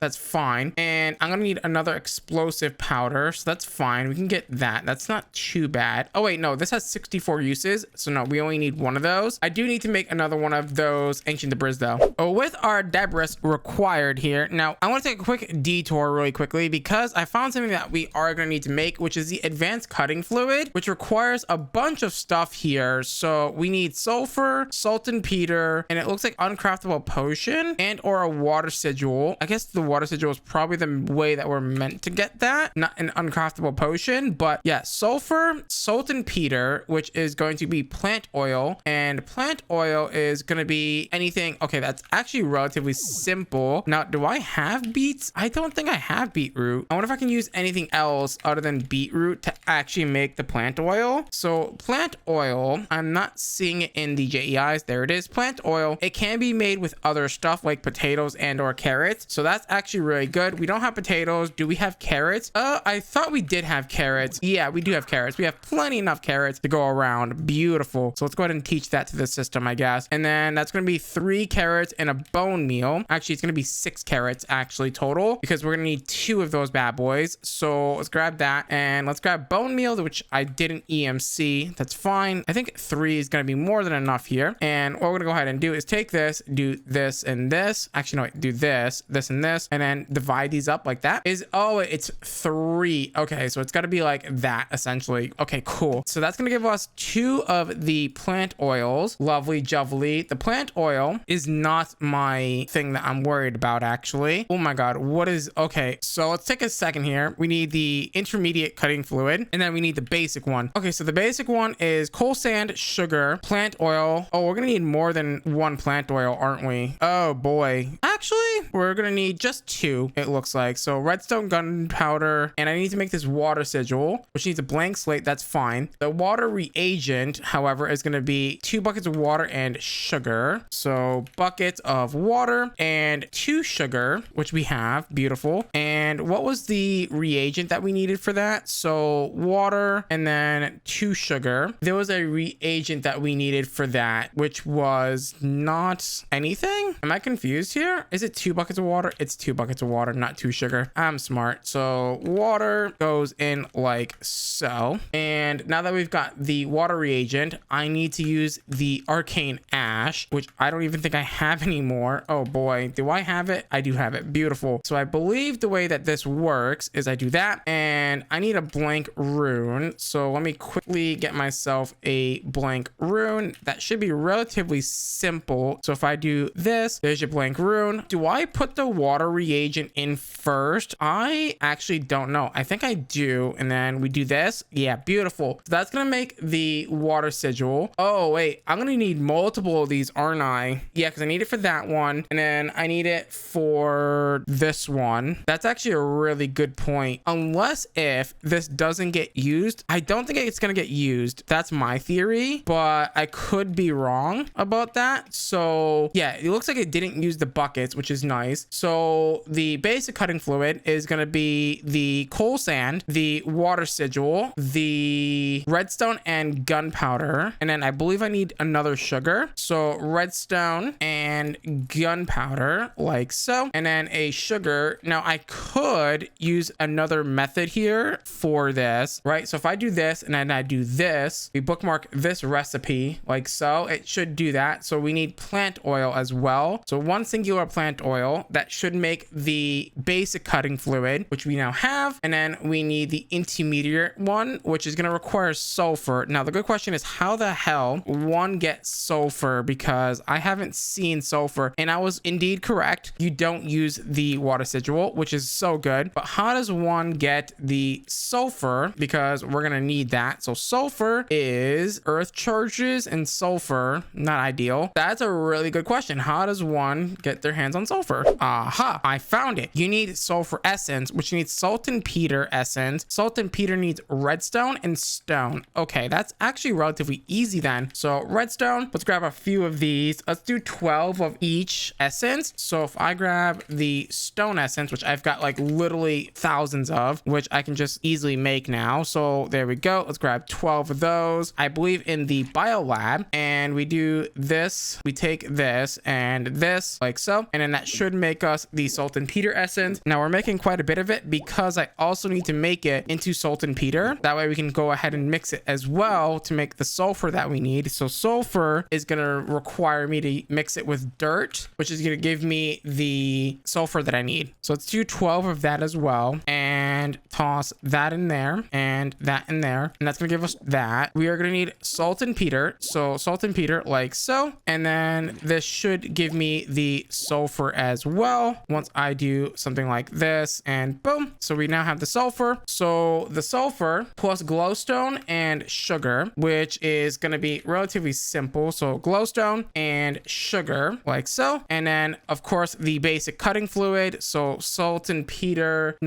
sulfur for this one. Glowstone, gunpowder, which I didn't grab. That's fine. Let me grab that really fast. And I'm also probably going to grab an extra sugar as well, because we're probably going to need it for the next tier. And that should now make the advanced one, or intermediate, sorry. We don't need the plant oil, but for the advanced one, we are going to need a recipe of both salt and peter, the greater tartaric gem, and glowberries. Glowberries, I don't know how we're going to get glowberries. Sweet berries plus glowstone, and sweet berries can be made by washing tau fruit. Okay, that's relatively simple to make. So let me grab myself some tau fruit, and we're gonna go ahead and wash that bad boy like so. Then we're gonna mix that with glowstone, and then that should give us the thing that we need. As soon as this is done washing, beautiful. Sweet berries do have EMC. I am gonna EMC them just in case if they come up later, and I'll do the same for the glowberries again, just in case if they do come up later. Now I am a bit worried that I'm gonna need a empty tartaric gem here. That should be fine. So intermediate plus the glowberry plus both salt and peter and the sulfur. And the last thing that we need to do is grab our greater tartaric gem and throw it in here and pray to God that this doesn't eat it, because if it eats it, we're in trouble, like big trouble, because then I'm gonna have to go like craft a whole another one, and it's gonna be a pain in the backside. It does eat it. Oh yeah, that's not ideal. Okay, so let's go ahead and take our basically explosive guy and put it into here. We're gonna put this in here. Where is this guy? We're gonna do that, and that's gonna hopefully make our thing. Now I can't upgrade this. I wonder if there is upgrades if I like put like blood or something in here. Not really sure, but that's gonna give us 3 of these, and then that is gonna get put into this guy again with the crystal resonator, which we already have. Let's take that and then put the crystal resonator back in here like so, and that's gonna go ahead and take some damage. And then this, I believe, is then going to turn into 6 of these, which then I use the advanced cutting fluid to cut that into scrap sandpaper, which then we smelt to get 1-to-1, and we only need 4, by the way. So 4 of those will get us enough scrap to make 1 ingot, and then that 1 ingot will then get turned into like, you know, a bajillion ingots. So I'm wondering if refined radiance can duplicate scrap. I should have checked that. I only needed 1. I could have just duped it with refined radiance. That's fair enough. Then we take this, put into advanced cutting fluid. So this guy and this guy should make what we need. The corrupted dust. What does corrupted dust do? It turns into corrupted dust. Well, no kidding. Oh, that's interesting. It's also another way of duping stuff. Oh, okay. That's interesting. There we go. We now have that, which I believe if I just take that and throw that into this furnace, we should get what we're needing here, which is the 1 scrap. Oh God, I'm so upset that I wasted so much stuff, but it's okay, I guess. Let's go ahead and take this out just in case if I, you know, don't accidentally like waste it or anything. Actually, you know what? We can repair this with the repairs talisman. So if we do need to do that, we can do that at some point. And then we take 4 scrap and we make it into a netherite ingot by converting it with some gold ingots like so. So there's our netherite, and then that netherite can then get duped with refined radiance. I am now duping netherite with a refined radiance. You know, actually what's really crazy about this is I can probably get away with, if I built another refined radiance farm, I could just get away with duping netherite. We dupe netherite over and over and over again, and then we get like infinite EMC, right? But the reason why I wanted to do that is because I'm going to upgrade our EMC farm. Things are going to get really crazy really fast. So if I take this and I teach this to our system like so, and what we're going to go ahead and do is I'm going to quickly make a pattern for netherite. So netherite ingots can be made with netherite essence like so. Essence we can, you know, get with the system that we have behind me, and then we just take the netherite and make it into blocks like so. That's literally the same system as we have over here with the gold, except now it's netherite, which is a lot more efficient at doing its job. So I'm now going to tell you to export. Instead of exporting gold, you're going to go ahead and export the netherite like so. And I'm going to go ahead and tell you that we're no longer doing this with the the gold, and we're gonna basically do this with netherite blocks, which is 500,000 EMC each, which is a insane amount of EMC. Now that we've got netherite, we can actually make the infinity booster, which honestly I'm quite terrified to put in because it probably requires like a lot, and I mean a lot of power. I don't even know if we can even handle that, right? So if I grab some range upgrades, what else do I need for this? Range upgrades, and then I also need Eyes of Ender and nether stars. Do I even have extra nether stars that I can just like lend? I do. And then now that we've got that, we can go ahead and put all this in here, and we should now be able to make the infinity boosters like so. And right now our system is using 249 RF a tick. If I take this and put this in here, what is the power? Oh, we're out of power. It is 4,000 RF a tick. Oh boy, that's a lot of power. How am I gonna deal with that? These only generate, oh my god, these aren't even upgraded. What am I doing? Unfortunately though, I don't think 160 RF a tick is gonna be enough, so we're definitely gonna need to scale up our power for sure. And I think we're gonna do that next episode, or maybe not next episode, a later date, once we get into power, which is gonna be our next big sort of task to kind of do, is to get to the power mod. In today's episode of Project Sacrifice, we struggled to make sapphires. With that being said, we built this little sapphire machine back here, and it was a pain. With that being said, let's get into today's episode. In the last episode, we upgraded our EMC farm to netherite, and yes, we did indeed make the netherite, which is super good. That allows us to make some progress, and honestly, I'm so ready to make some more progress. It's been a hot minute, so we're gonna go ahead and we are going to start to make the sapphire that we need to get into power. So we got to go this way now. Now I could technically make this. I really do want to make this because this will basically give us a invulnerability so we don't like die or anything. That could be something that we do work on later, but for right now we are gonna focus on getting this stuff done because I want to put in the infinity upgrade. The infinity upgrade for our refined storage system, so the infinity range booster, is really expensive in terms of power. So right now our system is using 249 RF a tick, and if I put this in here like so, as you can see, it like instantly turns off because it uses 4,217 RF a tick. We don't have that amount of power, so we're gonna need to get into power like very soon. So we need to make sapphire, and sapphire is going to be made with the dust in the multi-server press with a gem cast. Dust is going to need a sequenced recipe 15 times with the stamper, the Kappa ingot, and then another stamper, and then a Peru ingot, and then another stamper, and you've got to do that 15 times. Now to get the Pyru and the Kappa ingots, we are going to need to go ahead and use the blaze burner recipe. Now I am not seeing that on this one.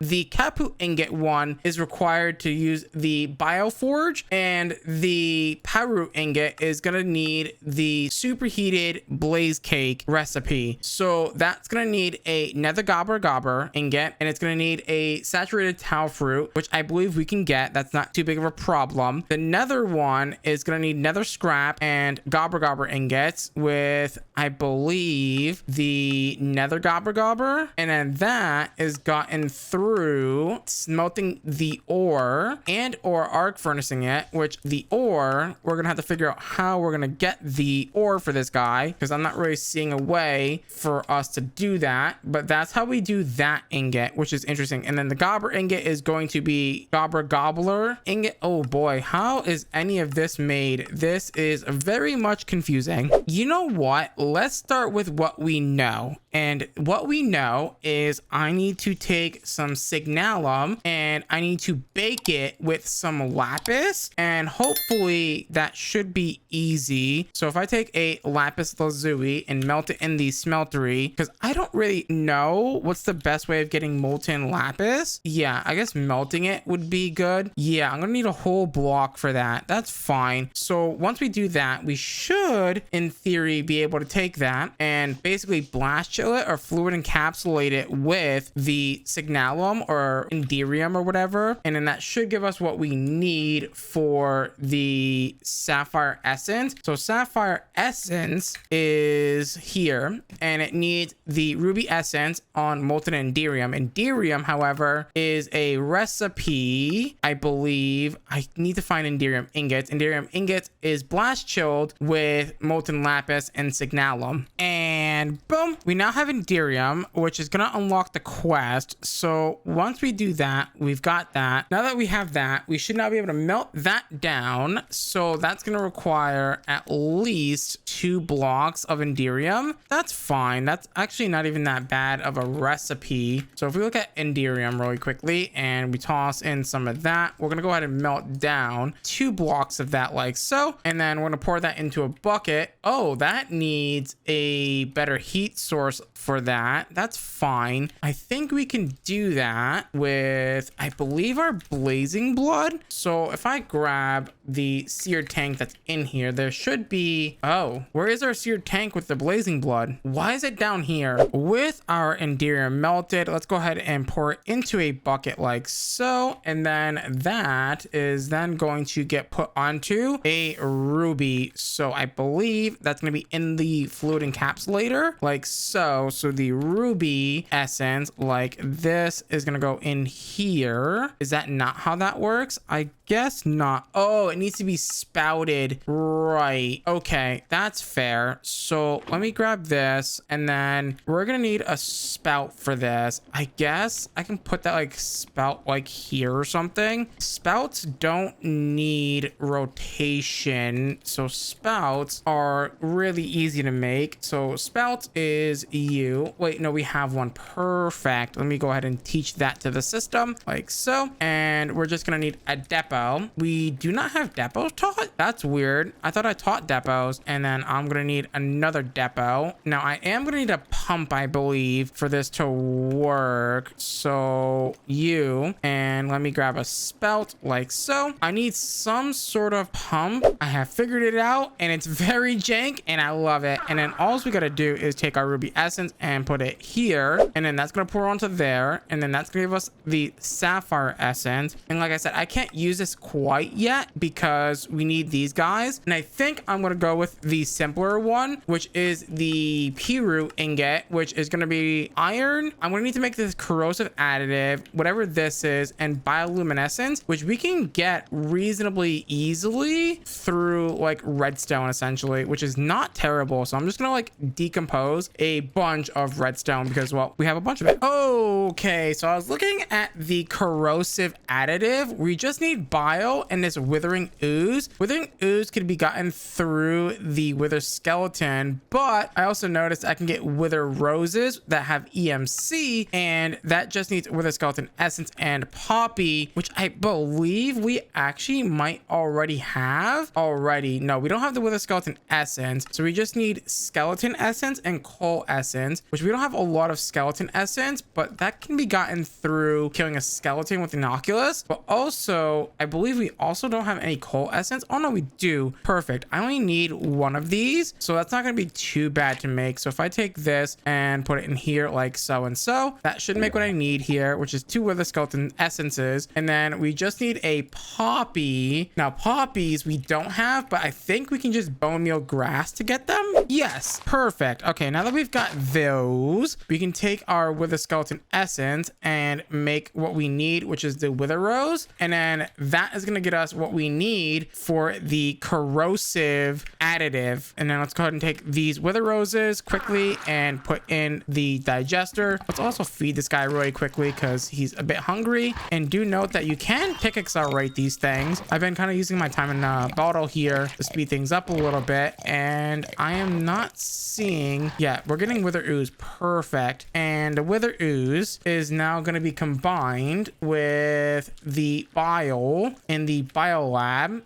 Do we have extra bile or no? Yeah, we've got quite a bit of it. I do have to find a better source of it at some point, but let's take our wither ooze and combine it with the bile in the bio lab. That should be working, right? To make the corrosive additive. Ah, we're missing organic compound. Do we have extra organic compound or no? We do not not have extra organic compound. So I'm gonna have to quickly make some more of that organic compound, which is just nutrients and bile with some glass vials. And just like that, we are making the corrosive additive, which is good. So now that we've got the corrosive additive, we need 8 of those. And what else are we missing? So we have the 8 of those, 2 iron ingots. Oh, we literally have everything. Perfect. So let me grab 2 iron ingots here, and then we're gonna need the lethargic powder and the bioluminescence, which we have plenty of. So give me 4 stacks of those, and then give me 2 stacks of the lethargic powder, and then that is gonna go into, I believe, this guy, and it's gonna make the caput ingots like so.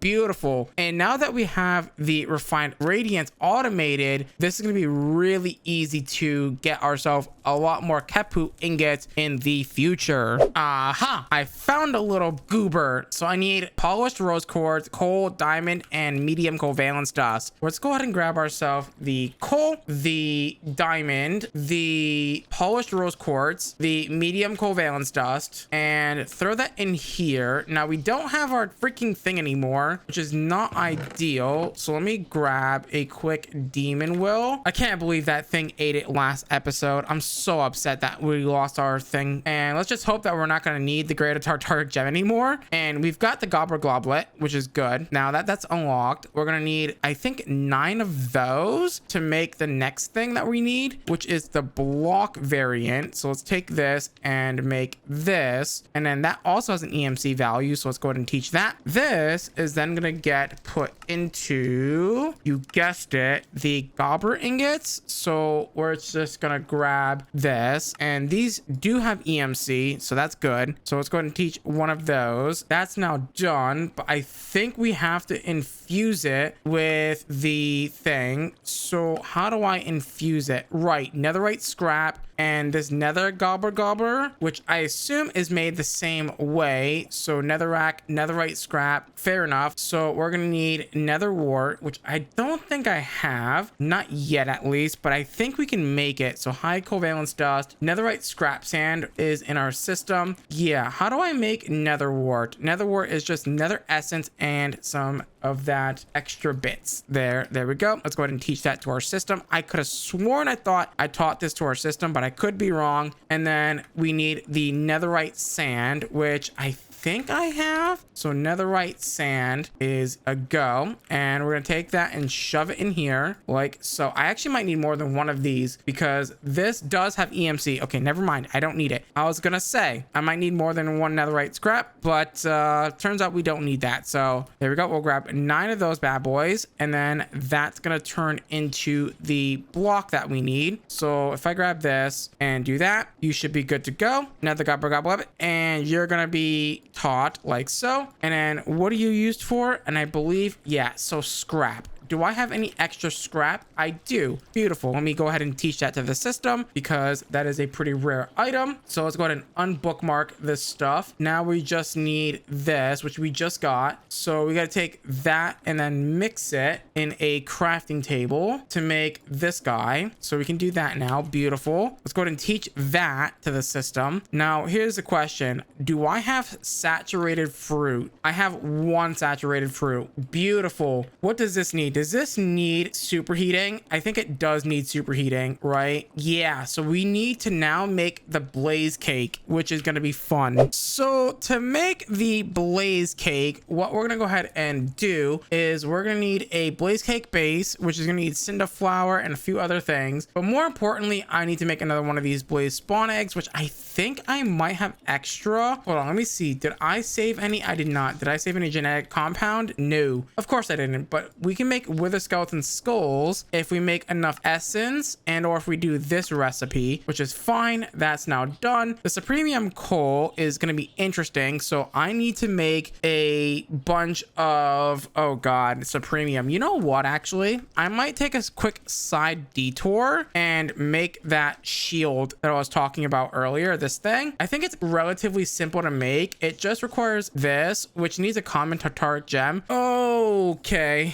yep, So there's that. And then this doesn't need anything too crazy, I don't think. You know what? Never mind. I thought I was going to make that. I think I'm just going to suck it up and just grind out the stuff that I need for this. And yeah, we'll have to be right back because that's going to take a while. Okay, so I made the blaze eggs and we're going to need supremium coal, 1 supremium coal. Honestly, I was thinking we might as well just get all the superheated stuff out of the way if we can, but I'm not really sure how much we're going to need for that. But cinder flour should be relatively cheap to make. All we got to do is drop in some of that netherrack into the crushing wheel, and then that should in theory make the cinder flour that we need. Beautiful. And then we got to take that with some sugar in a basin. I guess we have a press here, so let's just pick this up really quickly and put down a basin if we can. Is that the right basin? That is not the right basin. I need the basin that's over here if I can get access to it. Yeah, this basin right here. Give me that quickly, and then I'm going to give you a quick EMC like so, and then put that back down in there. Beautiful. And then we're gonna grab one of those basins really quickly and put it down here, and we're gonna throw in our cinder flour like so. And then it's going to need, for the cake base, some sugar and some eggs. So sugar and some eggs like so, and toss those guys in there and there. And then that should in theory start to go, and I don't know why it's not going because it should be going. Oh, you don't have any stress units, right? Because I never put the deployer back. That's fine. I'll just kind of shaft it up real quick. It shouldn't be that bad. Also, I didn't put in the sugar. I guess I didn't put in the sugar. There we go. And there we go. We now have cake basin. We've got the cake basin now. We're gonna need the foo. Oh my god, these endermen are pissing me off, which means we're gonna need gobber foo. Okay, so that, let me get some of that gobber foo. Let me grab some of this, and that should be relatively easy and cheap to make. So let me grab another blaze egg really quickly. So you have EMC, so I'm just gonna make sure I teach one of you, and you're gonna go into making the next one, which is gonna be the nether one. Beautiful. We only need one of those, so there we go. We have that. Now the blaze heads, we're gonna need to take one of our blaze eggs, which we have so kindly made, put it inside of our farm like so. Can I get that? I think I can. I can. Beautiful. And that's gonna get us the blaze head like so. And now that that's done, we're going to need, so we've got that, the next thing that we're gonna need for the blaze cake is, that's it, we're already done. So we're gonna take all this and we're gonna shove it into here as soon as I take this out and take this water sigil out like so. And what are we missing? So we have the coal, we have that, we have the blaze spawn head. Oh, the skeleton skull head, that's what we're missing. Let's go ahead and put that over here, and that should be good to go. Now the blaze cake is gonna make the superheated stuff, so we don't need that. We're making that right now. Yeah, so we're gonna need gold, cobalt, and oh wait, we can't even make cobalt right now, so that means we're gonna have to make a second one of these, but that's fine. We made extras for a reason, so it's not gonna be that bad. I need to put down another mixer, so I think what we're gonna go ahead and do is connect that over here. That should be fine. So do I have an extra mixer or no? I do not. Can I make one, or am I yoinking again? Let's see. Can I make this? I somewhat can-ish. Not really. Okay, fair enough. We're yoinking. Alrighty, we have the mixer somewhat set up. We're gonna go ahead and do this, and then go ahead and get that spinning like so. No, it's not spinning the fastest. God, I'm wondering if I should set that up over here instead. The thing is, the refined radiance is like right here. I have found a way to make it way more compact, so there we go. That should now be spinning at like a Mach billion speed. Perfect. So now what we got to do is take our tower fruit, I believe, and mix it with the nether gobber, and that should be good. So take that, and then we take that, throw that in there, make sure that's both in there, which they are. Beautiful. And then we're gonna go ahead and cook this like that. Beautiful. Now that's sad, that's gonna go to waste, but it's fine. And now that we've got this, what we're gonna go ahead and do is just quickly take it and throw it in our system and dupe it with a bunch of refined radiance. Okay, so what we're gonna go ahead and do is we're gonna set this up in a really cool way. Let's go ahead and get ourselves some shafts, and then let's go ahead and get ourselves some belts really quickly. And we're gonna need some presses. We're gonna need 3 presses like so, and we're gonna also need 2 deployers like so. And what we're gonna go ahead and do is set up a belt that is gonna be 6 wide, maybe 7 wide. So if I do something like this, and then 1, 2, 3, 4, 5, 6, 7, like that, we're gonna set this up like this, and then this is gonna be the back belt. And what we're gonna go ahead and do is do this, and then do this again, but this time this is gonna be the front belt. And then what we're gonna go ahead and do is we're gonna go ahead and put down Stampy Boy. So Stampy Boy, and then we need a deployer next. So deployer boy, and actually, you know what? This might work. And then stamper, deployer, stamper. Now I could make it so there's a block gap between them, but I don't think that really matters. And then all we gotta do is, let me just do this real quick. So I can do this,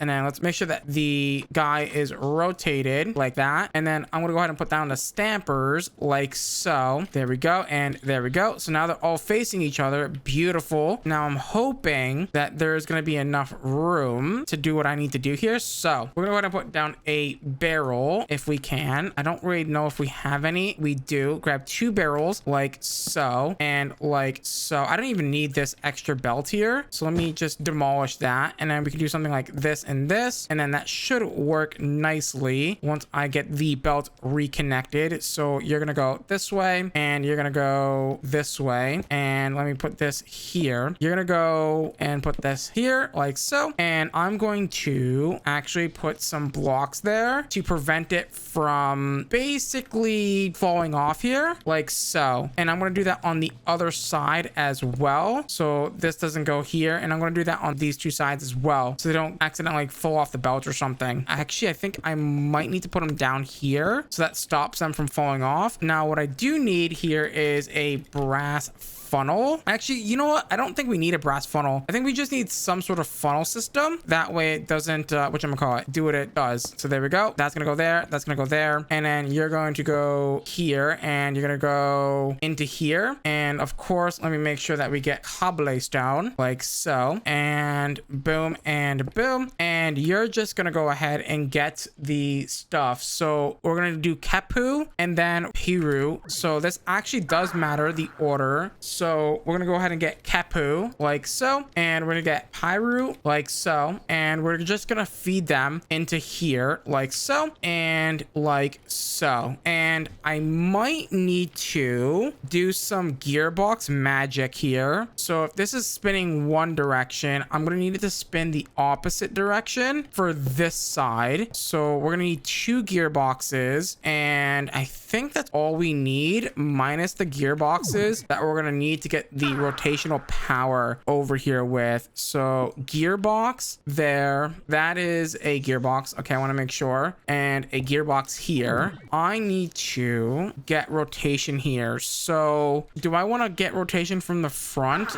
I assume I do. So what I'll do, actually, we can try it from the back, but I don't think it's going to work that way. So let's get ourselves a gearbox like so. A nice little vertical gearbox. We'll go ahead and plop that right there, and I'm going to run a shaft down here like so. Now here's actually a good question. That is going vertical. So if I do this, and we're just gonna run a belt underneath, so here, right? And then maybe a belt. We can do a vertical gearbox here, and that vertical gearbox can then run a shaft here, and then, ooh, that's gonna be quite ugly. Actually, hold on, let me disconnect this belt, and what we'll do is this belt to here, and then this belt to here. So there's gonna be another belt here, and then you're gonna go here, third belt that's gonna go here, and then that's gonna start spinning. Now I don't think that is spinning the right direction. Yeah, this is going backwards. Yes, that's going backwards, which we don't want. To fix that, I guess what we could do is is slap a vertical gearbox like right here, and then that should fix that problem. So if I slap a vertical here, that should reverse the polarity. Yes, perfect. My only thing being is this is my input shaft, right? Yes. So what I'm thinking, can I fit a speed controller down here? That's actually a really good question. So if I take a speed controller, so I need the speed controller to be facing this way, not that way. After doing some configuring, I figured out how to get it to work. Oh my god, that took a minute to figure out. Now that that's working, all we gotta do is, wait, this is not exporting, putting onto the belt, putting in, putting out, putting in. Perfect. And now all I gotta do is take my one sapphire essence that I have and put it down on the thing, and it is too fast. Okay. Oh wait, no, this is not even hooked up, and boom, you're now working.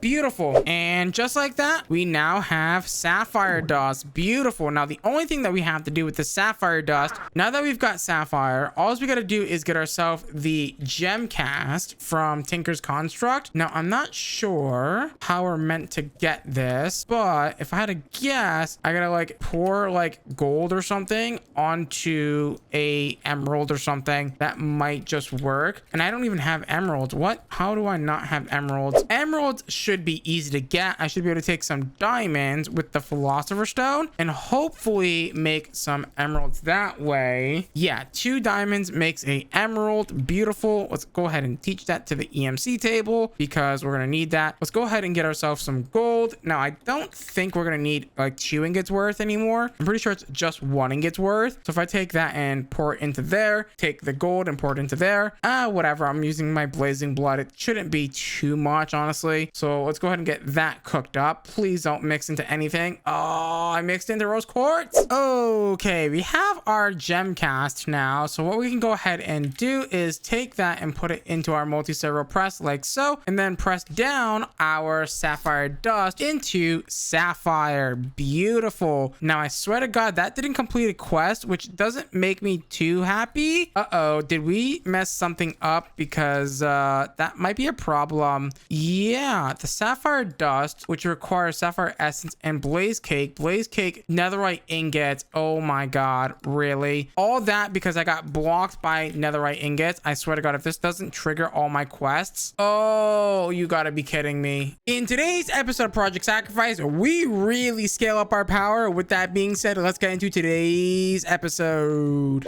In the last episode, we built this beautiful little contraption over here to go ahead and make sapphire dust, and that is going to allow us to go ahead and continue today's episode with making all of the power stuff and hopefully potentially maybe even getting the rest of this quest done. But I'm pretty sure we're gonna need a lot more to get this done. However, this is going to be our main focus today. So to get started here, we're gonna go ahead and need to make the energizing orb from power. Now this is relatively simple. We are going to need some dielectric paste. Now the dielectric paste, I don't think we have. No, we do not have the dielectric paste yet. So the dielectric paste is just going to be some blaze powder, some clay, and some coal, which luckily for us it has EMC, so we can go ahead and toss that in there and get ourselves a bunch more of the dielectric paste. Now that we have the dielectric paste, what we can go ahead and do is make these rods relatively simply and quickly. Also, I'm pretty sure these rods can be crafted like this to go ahead and turn into the other variant, so the vertical rods as well, and they do have 2 different names. Perfect. So let's go ahead and grab some of those and some of those. We're gonna need them for later. And the energizing orb just needs some glass, and of course our sapphire that we put away. There we go. Take that, and then we're gonna go ahead and shove that in here like so. And now we have the energizing orb. With the energizing orb now crafted, what we can go ahead and do is we're gonna need some cables. Unfortunately, we do not have any other things for that. We can go ahead and take these starter cables like so. Also, make sure to go ahead and teach the basic capacitors and all the other capacitors that you're going to be using down the road. So for example, there should be a basic capacitor, but I am not really seeing it right now. So let's go ahead and take that and put that in here for now and get some of those. Beautiful. Now this is going to go ahead and matter. So if we look at the quest book again, we're going to go ahead and need the energizing rod basic, which is very important here. And that's going to allow us to go ahead and make some stuff to make the upgrades. So So let's go ahead and teach this. Dielectric casings. Perfect. Toss those in there like so. Like I said, we're going to need the basic capacitors. Looks like we do not have any redstone blocks. Perfect. There we go. And then once we do that, let's go ahead and make the basic capacitors like so. And then go ahead and teach those bad boys. With those taught, let's go ahead and now make the basic energizing rod, which is going to need the starter rod, which is luckily for us easy enough. And of course, these have EMC, so we can go ahead and teach those bad boys like so and do this like that. We are going to need some quartz blocks. Unfortunately, let's go ahead and make those, and bam, bam, boom. And we have the basic rod. And now I believe we can also take the starter cable and upgrade it as well to the next tier, which is going to be the basic one. Now with this should be able to go ahead and do about 2k RF a tick, which is not that bad at all. Let's go ahead and get 6 of these basic starter rods like so, and that should be pretty much good to go. So go ahead and place down your energizing orb like so, and then 1 block away, go ahead and place down your cables. So your basic cables like so. Actually, let's do 2 blocks just to be sure. 2 of these like that. And what we're gonna go ahead and do is place down our laser things down like so. And it doesn't look like the mod that puts it in our inventory is working, but there we go. Let's go ahead and put down 6 of those like so. And that's gonna need power. And I'm thinking what we can do is just run some very simple run-of-the-mill cables. So it turns out that connecting the energy pipe to this pipe doesn't work. So what we have to do is quickly make ourselves a basic battery pack from the power mod, which honestly doesn't look too bad. We're just missing some of this energy star starters. That's fine. We can go ahead and take this and plop that in here like so. Grab a second one like so, and then go ahead and craft up the next one that we need. Now, can I actually make these relatively easily, or do I need to follow that? I don't even need that. Okay, fair enough. Take that and make that instead. So the energy battery like so. And then what we're gonna go ahead and do is, instead of connecting it here, we're gonna go ahead and put a battery in between the middle here like so. And then now that should indeed work. So now that we've got that going, what we have to go ahead and do is, I believe, take the gold and iron to make hardened steel is the next recipe that we need for the next upgrade. So hardened energized steel is going to be gold and iron in the energizing orb. So if we grab some gold ingots like so, and then a iron ingot, and toss it into the energizing orb by right clicking like so and so, that should start to go ahead and charge that up. Perfect. It filled instantly. Now that we've got that, we can now take this and dump it into our system with a few of the energizing rods. So let's go ahead and vein mine this because we don't need these basic ones anymore. What we're going to go ahead and do is upgrade the basic to the hardened tiered ones next. So the hardened tiered ones are going to require these hardened capacitors, which require the basic capacitors, which we do not have in our inventory for some reason. There we go. That didn't work. Why did that not work? The hardened capacitor requires the basic capacitor. Interesting. So am I missing something here? Ah, yes, the way to go. There we go. Perfect. The basic capacitors, grab some of those, toss those in there, and now we should be able to make the hardened boys, and the hardened boys are going to allow us to go ahead and make the next tier stuff, like I said. And just like that, we should now have the hardened boy. Let me just go ahead and teach quartz blocks to the system and then grab like a bunch of it, so that way we have it. And I hate that this keeps doing that. So hardened, and that should be good to go once I put this here. Beautiful. The hardened energized rod. Also, we're gonna need to go ahead and upgrade our cables to the hardened tier. And I guess we could also upgrade our energy cell if we really wanted to go ahead and do that. So I think all I gotta do is pick up this energy cell, and it should allow me to go ahead and craft the next one. Honestly, I might not even need to do that with this system. So if I grab the hardened cell, there should be 2 recipes. No. Okay, fair enough. So I do have to keep upgrading them after that that point. That is fair. Let's go ahead and grab 2 of those energy cells and put them together like so. And that should give me the hardened energy cell like so. And then that's going to allow me to go ahead and put this here and here. And then that should now hold 10 million RF. And what we're going to go ahead and do is break these basic cables because we don't need them anymore, and put down our hardened cables with our hardened rods. Okay, so what we have to go ahead and do next is grab ourselves the next tier. So the next tier is going to be blazing crystals, which blazing crystals is going to be either blaze rods or blaze powder in the energizing orb. Now I believe we have a ton of blaze rods. Yep, we do. We have 194. Okay, so let's take that and put that in here. And also, depending on the tier is how fast this is going to craft as well. So be mindful of that. If you have the lower tiers trying to craft the higher tiers, it's going to be much slower. There we go. Let's go ahead and grab some blazing crystals, which I believe now is going to go into the blazing rods, which is going to be this recipe. I need the blazing crystals like so. Let's go ahead and make sure that we teach this to our table like so. Grab a stack of those bad boys and throw that in there like so. I'm pretty sure that Power has a wireless energy system. Honestly, we might take a look at that next. We should be good to go now. I just got to pick up one of these bad boys and just upgrade that to the tier that we want, which is going to be the blazing tier. Now that we've got the blazing rod, this should allow us to go ahead and do some crazy stuff. So let me go ahead and do this guy real quick, teach him, and then get a bunch of these, not grabbing the EMC links. I hate that Project E does this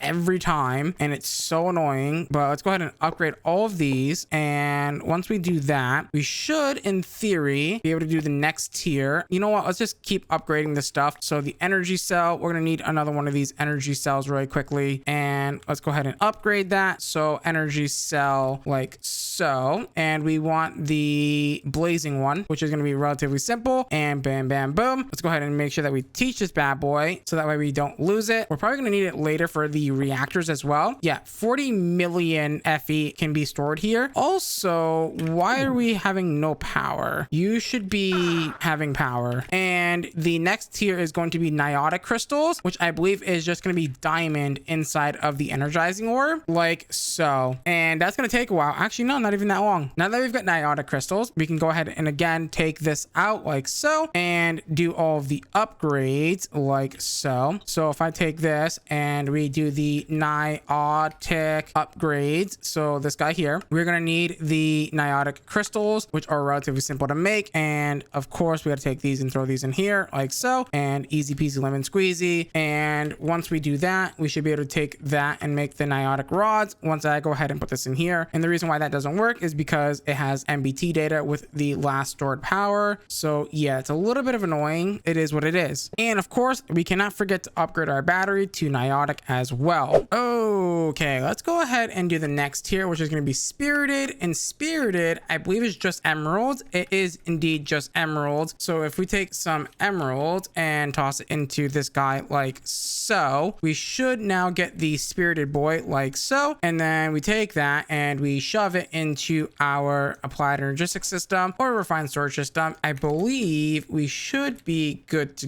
go here. Once we make this guy, we need to make the spirited capacitors, which is fine. That's not too bad to make. There we go. Take those out, throw them in there. Actually, no, wait, not in there. Sorry. We got to take those and throw those into our refined storage system like so. And then let's go ahead and make the upgraded version of this, which is going to require me to pick these guys up again. And then once we do that, we should be on our way to making the final tier, which is going to be the nitro, right? And nitro is a bit expensive. It is going to require you to use some nether stars and a few other things to go ahead and make the nitro crystals. It's not that bad, but it is quite bad because if you don't have these upgraded, oh boy, it takes a while, right? Because it needs like 20 million power, which is quite a bit of power, honestly. And then we can take our spirited boys and do that. And now we have a spirited energy crystal like so. And this guy can hold a lot of power, 400 million FE. I don't know why I have to keep coming over here to, you know, turn it on for some reason. I also just realized that I haven't been upgrading our cables. Alrighty, let's go ahead and get the final tier, which is going to be our nitro boys, which is going to require us to get some redstone, blocks of blazing crystal, and again, that pesky little nether star that we're gonna need here. Now, did I put extra blazing crystal in here? I did. So let's go ahead and take that and make a blazing block like so. And then let's go ahead and grab ourselves some redstone really quickly and make 2 redstone blocks. And then on top of that, we are gonna need a nether star, which I believe I've already used ours. Nope, we have not. Beautiful. Take these guys and throw it in here like so and so. And then that should make the nitro crystal. That is going to take 20 million RF, which is a insane amount of RF. But there we go. There is the final crystal. We're going to take that and turn that into a nitro crystal. And I believe this guy right here, perfect. And we're going to take that and put it into here. Now, I'm not really sure if we're going to need the power thingy anymore, but I'm sure we will use it down the road, hopefully. So this isn't like a complete waste of time. Let's go ahead and make the power thingy. We're going to need some of these low tier things, and let's go ahead and take those and dump them in there and put those guys together. And now we have the nitro rods. Beautiful. And these guys can do 200k in and out, which is actually not even that bad, honestly, of a thing here, honestly. So let's go ahead and do that. And actually, before I do that, before I forget again, let's upgrade our cables from the spirited to the nitro boy like so. Beautiful. Now that we have that, what we can go ahead and do is, I guess, put this back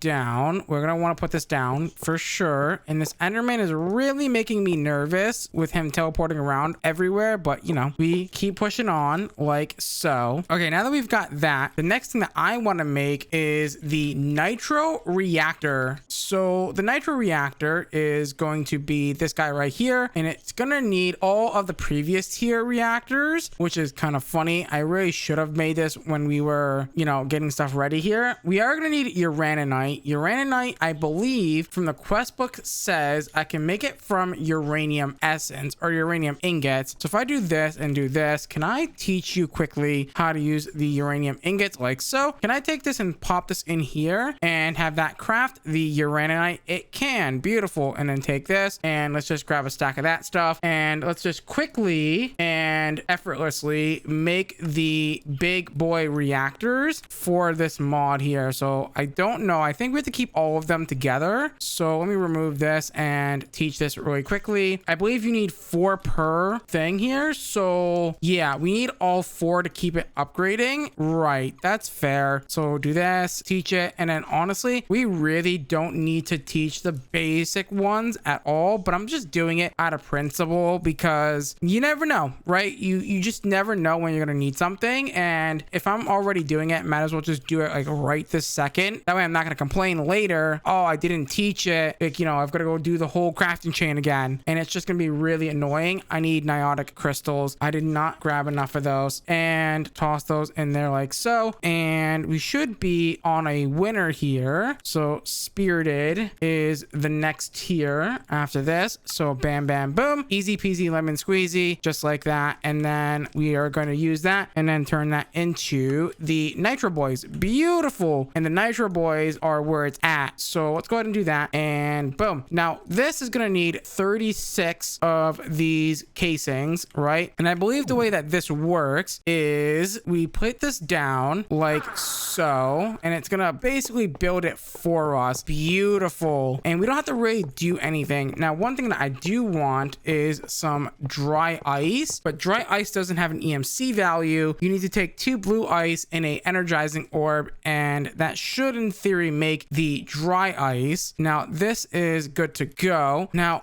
dude, do we have blue ice? I don't know if we have blue ice. I don't think we do, but I'm pretty sure we can make blue ice relatively simply with our system. So if I wanted ice, for example, all I gotta do is take it and do that, and that should give us ice. The ice can then be turned into packed ice like so, and then the packed ice should then be able to get turned into blue ice like so. Yes. Okay, beautiful. I'm not gonna lie, I don't really want to be fussed around with trying to automate the power thing here, so I think I'm just gonna end up going with blue ice instead. It's just a little bit better. It's not like that crazy much better, so I think we're gonna go with blue ice. And I've also placed down a couple more power reactors, just a couple, cool. And we're gonna go ahead and place down our new energy cell right here, directly in the center of these guys. There is actually not a center, but we'll just say that's the center for now. And what we're gonna go ahead and do is set up some EMC links on the floor across these guys like so. And honestly, what we could do if we wanted to is we're probably going to end up putting the flux plugs on the back, but to make flux plugs, they're kind of expensive at the moment. So if we look here, the flux dust requires bedrock and or nitro crystal under superheated blaze burner with some lava. So let's put that in that there, and this here, and this over here. We're gonna need three things for this. We're gonna need ice, which we already have, so blue ice. We need coal for carbon, and then we need redstone. Also need the fuel for this, which is gonna be uraninite right here. And we're gonna go ahead and teach this to the EMC links like so on all the sides. Let's make sure that you have that and you have everything that you need. Now that we've got all that taught, all we gotta do is grab some item pipes from in here and some advanced pipe upgrades. Now I don't know, do we have access to the better pipe upgrades or no? Actually, there is ultimate pipe upgrades that we can indeed make. Can I reach them all the way over here? I can. Cool. So ultimate pipe upgrades just requires some netherite and of course some redstone blocks, which we can make. That's not too bad. So the ultimate pipe upgrades, these guys will do a much better job than the advanced boys. Let's go ahead and grab a few of those like so. And what we're gonna go ahead and do is do that, and hopefully this will work. So if I grab this and pull and do this guy, these guys should be nice and full, generating us some power. Wow, 400 million FE a tick. That is so much power. Here is my plan. Ooh, I was gonna say I'm gonna run some cables to this, but I'm not sure if I want to run them underneath or below. I think we're just gonna run them here. I know it looks ugly, but like, I don't know if I want to run it underneath, but I don't think I can run it underneath because I'm gonna put the flux plug on the bottom. And just like that, we literally, oh my god, dude, we have so much power. Dude, we have so much power. There's no way. I might need like draconic evolution or something to like really like be able to like hone this much power. So let's look at draconic evolution. We could make the energy ball. How expensive is awakened draconium? 10 million EMC. Okay, well that requires us to get into draconium first, and we're not quite there yet. So yeah, it's totally a thing that we could do. But yeah, that energy cell is already full, by the way. 2 billion energy is already filled. Okay, I want to take a quick little detour and get a watch of flowing time if I can, which is going to require me to make these crystal matrix ingots. And the crystal matrix ingots aren't too bad to make. They just require us to make some diamond lattices, which we can go ahead and make relatively simply, and then we toss those in our system, and crystal matrix ingots are now done. Beautiful. Now we take these crystal matrix ingots and combine it with some crafting tables. So let me get some crafting tables really quickly. There we go. There's a crafting table, and then what we have to do is take this crafting table and then craft more crafting tables with the crafting table, which is funny enough. We want to go ahead and compress this bad boy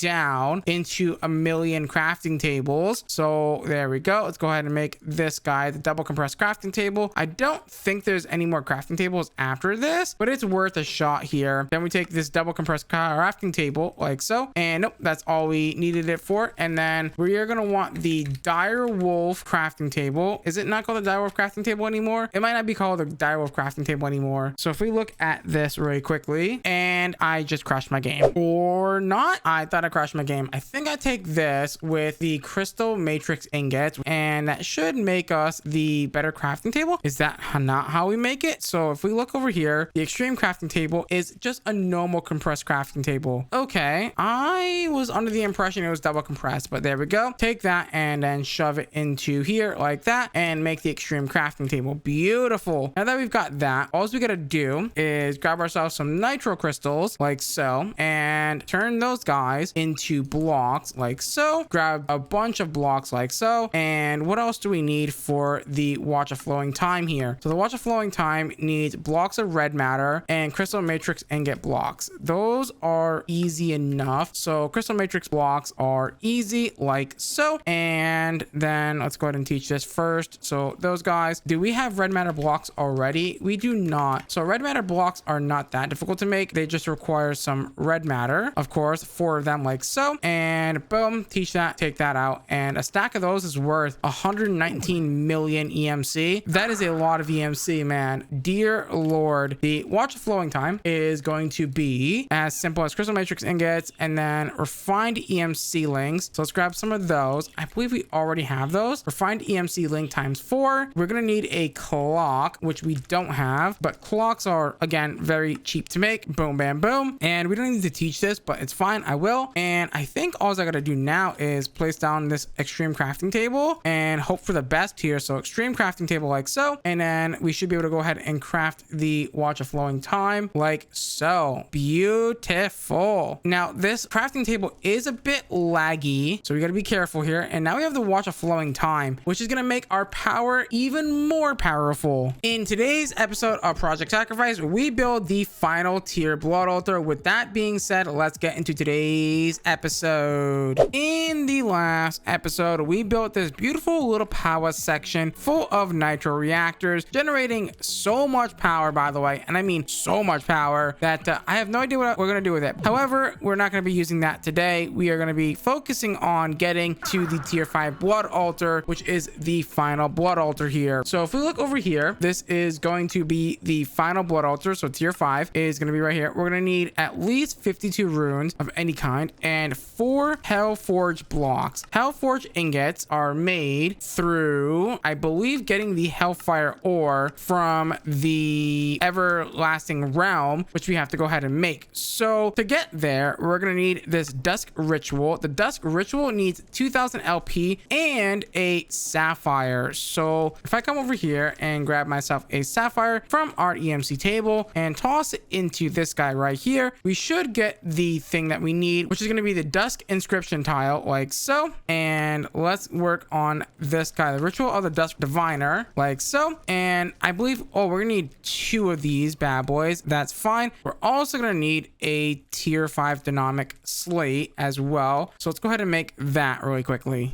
Before we continue, the first thing that I want to make is a key. So we're going to need some redstone and we're going to need some iron, of course. And we're going to need some of that beautiful imbued slate in the Hellfire Forge like so. So that, and then take this out with the 2 iron and the redstone like so. And then put our common Tataric gem inside of there like so. And that should, in theory, make the key that we need for the dungeons. Beautiful. The iron keys, which have EMC. Luckily for us, we can go ahead and teach those guys like so. The last thing that we have to go ahead and do is put the sapphire into here like so and get a second one of those inscription doodad things for the Dusk Boy. So if I grab the refined storage link thing here and we look at the Dusk guy from Blood Magic like so. Ooh, we are going to need a second dynamic slate and also the Ritual Diviner. Do we not have the Ritual Diviner? We do. I just need to make another one of these slates. And just like that, we should now be able to go ahead and make the Dusk Ritual Diviner like so. Beautiful. And then this guy is going to get us the ritual that we need, which I believe is the everlasting something here. Let's see. Where are we looking for? So the ritual that we have to build is called the Pathway to the Endless Realm. Now, I do need my book, which I don't even know if I have anymore. I really hope I still have my book. So turns out I'm a very happy boy right now because ritual stones have EMC. Oh my God, this is gonna make my life 10 times easier doing this now. The Master Ritual Stone even has its own EMC. Oh my God, yes, please. Sign me the hell up for this. Master Ritual Stone, which is gonna require a few things. These storage network roots, which I believe we should have in here somewhere. So storage network roots, that's easy. And our Master Blood Orb should be in here. If not, it's over here in this table over here. There it is. Also, you do need 150,000 of the blood magic essences to activate this ritual, which turns out we have 800,000, almost 900,000. So I think we're pretty much good to go. We are going to need a weak activation crystal for this as well. And that's all we really need for this, as well as maybe some space as well. So to build this bad boy, all we gotta do is take our master ritual stone like so and place it down, and grab our ritual of the dusk like so, and go ahead and start building this bad boy by holding right click on the master ritual stone. As long as you have the exact amount of ritual stones in your inventory, it should indeed fully build the ritual like so. And then all you gotta do is activate it with your weak activation crystal. The energy rushes through you through the ritual. Beautiful. And now we have the pathway to the endless realm. Go ahead and get some of our iron keys like so, and go ahead and teleport inside of this bad boy, and go ahead and start opening and unlocking all the doors until we find what we're looking for, which is going to be the demon will crystals. Now I do got to be careful again, because we do not want to die in here, I don't think, but it does look like we're not really finding anything too crazy. Now do note that you will need to find forming keys and all that fun stuff eventually. Like something like that, for example, needs a forming key. Not all the doors can be unlocked through the iron key. Now before we go gather all of our stuff again, I want to make all the modium, and yes, that mod is indeed in this pack. All the modium is obtained, if I remember correctly, all the modium is made by sandpapering lumium. So if I grab some sandpaper really quickly and we grab some aluminum, we should be good to go and make this. And all we gotta do is put this in our offhand, munch on it for a little bit, make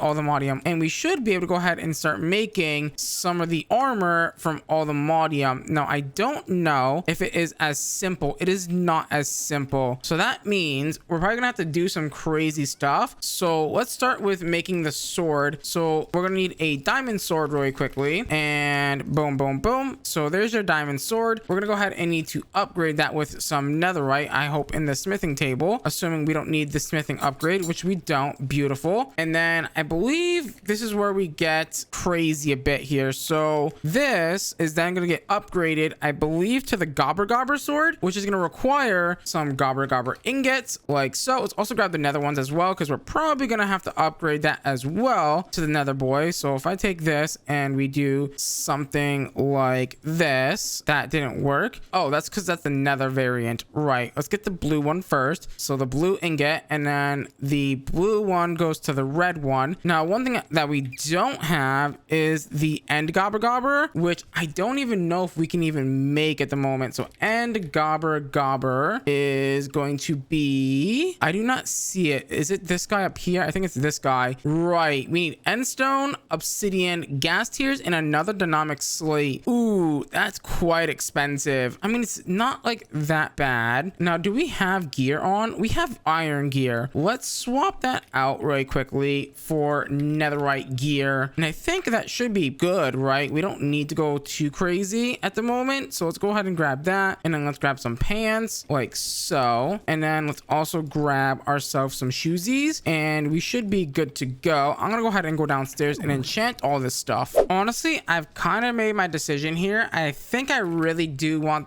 all the modium armor. So yeah, I'm just gonna go and quickly make this stuff. It shouldn't be that bad to make. Based on what I've looked at, it doesn't seem too bad, but I mean, I guess we'll figure it out once we get there, right? I mean, it shouldn't be that bad, hopefully, and hopefully it doesn't require like a whole nother like setup. So if I grab this, I'm gonna need gas tears. It was like gas tears, and I forget the other stuff. So if we look at the end gobber, so this stuff here, it needs gas tears, obsidian, endstone. Endstone we can get, maybe not, but let's see. Gas tears, I don't know how I get gas tears actually. Gas tears are gotten via gas tier essence, which is killed by the angel block. Okay, fair enough. Angel blocks are hopefully easy enough to make. So angel blocks are just feathers and sticks. Easy peasy lemon squeezy. All I should have to do is place this over here and then get our innocuous and right click it like so. so. And that's gonna give us a bunch of that, which is gonna give us gas tiers. So gas tiers are then gonna be used in our thing here. So let me also figure out how they want me to get end stone. But end stone is gotten through a method here. So end stone essence can be gotten through obviously end stone. Yeah, shift right clicking on cobblestone with glowstone dust to craft. So if I grab some cobblestone and we grab some glowstone, you're telling me that will give me glowstone or endstone? Is that what you're telling me right now? Because that would be amazing if that is true. So if I do something like this and then shift right clicking this, there we go. Beautiful. Okay. And then we only need that one because that has an EMC value. So I can break this guy down and then put this in here. Yeah, beautiful. And we're pretty much good to go there, right? So the endstone, the obsidian, the gas tier, is it in the Hellfire Forge for the end gobber? So this here, Hellfire Forge with the dynamic slate. Perfect. And then that's gonna give us the end gobber, which I believe we then take this. Let's EMC it because that was really expensive to make. There we go. And I assume I just take some of this and block it up and then cook it. If that's the case, that would be amazing. End gobber. And then let's teach that bad boy like so. And then let's go ahead and do this and this. So is this it? I think this is the final variant. So if I give this a click like so, I should in theory be able to go ahead and upgrade our sword with this stuff. Nope, that is not the final thing for it. Oh, okay. So I need chorus fruit, nether gobber. Ooh, chorus fruit is going to be an interesting one. So chorus fruit, you know what? There's that. I kind of need the chorus flower, and I don't think the flower is going to be easy obtainable without going to the end. And I don't think we're anywhere close to the end at all. The end portal frames like require, yeah, wyvern cores, end stone, and yeah, that's unfortunate. So I cannot do that, but I think this is as good as it's going to get for now. And that's honestly fine, I feel. So I was doing some clearing and I found this little area down here, and down here I found this demonite ingot, which I believe that's what we're looking for. So if we slash home for a second, and now that we're home, all I gotta do is take some of this and smelt it down into the ingot variant. And then once the ingot variant is cooked, I believe I can go ahead and I can technically go ahead and dupe this with the refined radiance. So if I do this, I can dupe this with refined radiance. Okay, so that makes this 100 times easier. So I don't have to go and find like 8 billion of these ingots, right? And all we gotta do is craft them into hellfire blocks like so, and that should be a quest complete now, which is perfect. Okay, tier 5 blood altar. You know what? Question, does this have EMC? These don't have EMC. That's kind of a load of bullocks, but sure, we will deal with that in the most easiest way possible, which is going to be to automate that. So if I grab some pipey boys very quickly and put them down with maybe some ultimate pipe upgrades this time. So ultimate pipe upgrades like so, and we just drop that like so, and then maybe do something like this, and then put these guys in there with like blank slate. We can make a bunch of these blank slate relatively easily, and then we're just gonna go ahead and do a bunch of this. I'm just gonna do like 4 stacks of blank runes, and this should be fine. Also, we can also speed this up, by the way, if we wanted to. We can go ahead and grab ourselves a pedestal. So dark matter pedestal, relatively easy and cheap to make, and we just plop this down like right here, for example. Actually, not even right there. Let's not do that. Right, once you place this down, you can't pick it up. That's the annoying part about it. And then all we gotta do is grab ourselves a watch of flowing time like so, drop that like so, and then that should go ahead and speed this process way faster. Okay, let's go ahead and build our final tier blood altar here. It's It's going to be very huge. So we're going to grab all of our blank runes like so. And we're going to do a little thing I like to call a wraparound like so. And then, you know what? Let's also do this little technique I like to do is do that. So that way I can easily put this together without having to worry about anything at all. And yes, I know this is a huge altar. This is, I believe, the final altar that we need to build. I believe actually there's technically we're gonna need to build a second one if we want to keep this thing filled right automatically. So we're gonna have to do the well of suffering somehow, which is gonna be hopefully pretty easy, and we don't have to do like anything crazy, I hope. And then let's go ahead and put these guys in the corners like so. And obviously for right now we're not gonna build out the whatchamacallit stuff runes. We can just use the basic ones for now, and we can put all of our upgraded runes in later once this is fully built, you know what I mean? So all I gotta do is I believe come here and do this, and then this is gonna be the tier 4 blood altar. So this guy here, as you can see as well, we have 145 of these left to place. This guy is pretty big, but I think we have pretty much everything that we need for this, which is, yeah, gonna be really awesome. I do want to do the well of suffering, which is gonna be a thing that we're definitely gonna want to do for sure. And yeah, so let's go ahead and build this guy, and it's looking quite good already. Now this one's going to be a little bit annoying because we got to do like the whole like wraparound part like so. At least it doesn't need a beacon anymore, right? Because back in the old days, this used to require a beacon on each one of these corners, which is interesting. So bam, bam, boom, and bam, bam, bam, and bam. I didn't grab the blood tiles. I believe I did leave those over there, which is fine because we can go ahead and grab those. And then the demonite blocks are going to go in the corners. So like this and like this on all the corners, and then we're pretty much there. And then let's put down all of these guys, all the blank runes. Now I do kind of want the augmented capacity runes. Those would be really nice to have, but they're quite expensive if I remember correctly. And I think next episode we will actually set up well of suffering, and I'm just missing a few blocks, which are these blocks over here. So the blood tiles and the glowstone, and let's go ahead and plop these on here. Hopefully this is updating. So 139, 140, 141, and then this should be the 145 that we need, like so. A tier 5 blood altar. Okay, I want to make something called a player transmitter. So the player transmitter is actually interesting. So the transmitter here is going to allow us to wirelessly charge ourselves using an aerial pearl on a zombie or a husk. Ooh, that's annoying. Do I have to do that for every tier? No, I just got to do it for the first tier. So that's fine. How do I make the aerial pearl? How are you gotten? Are you going to be easy, or are you going to be a pain in the backside? Okay, going to be very easy. Now, I wonder if I can use the guys in here for this, because that would be super interesting if I can.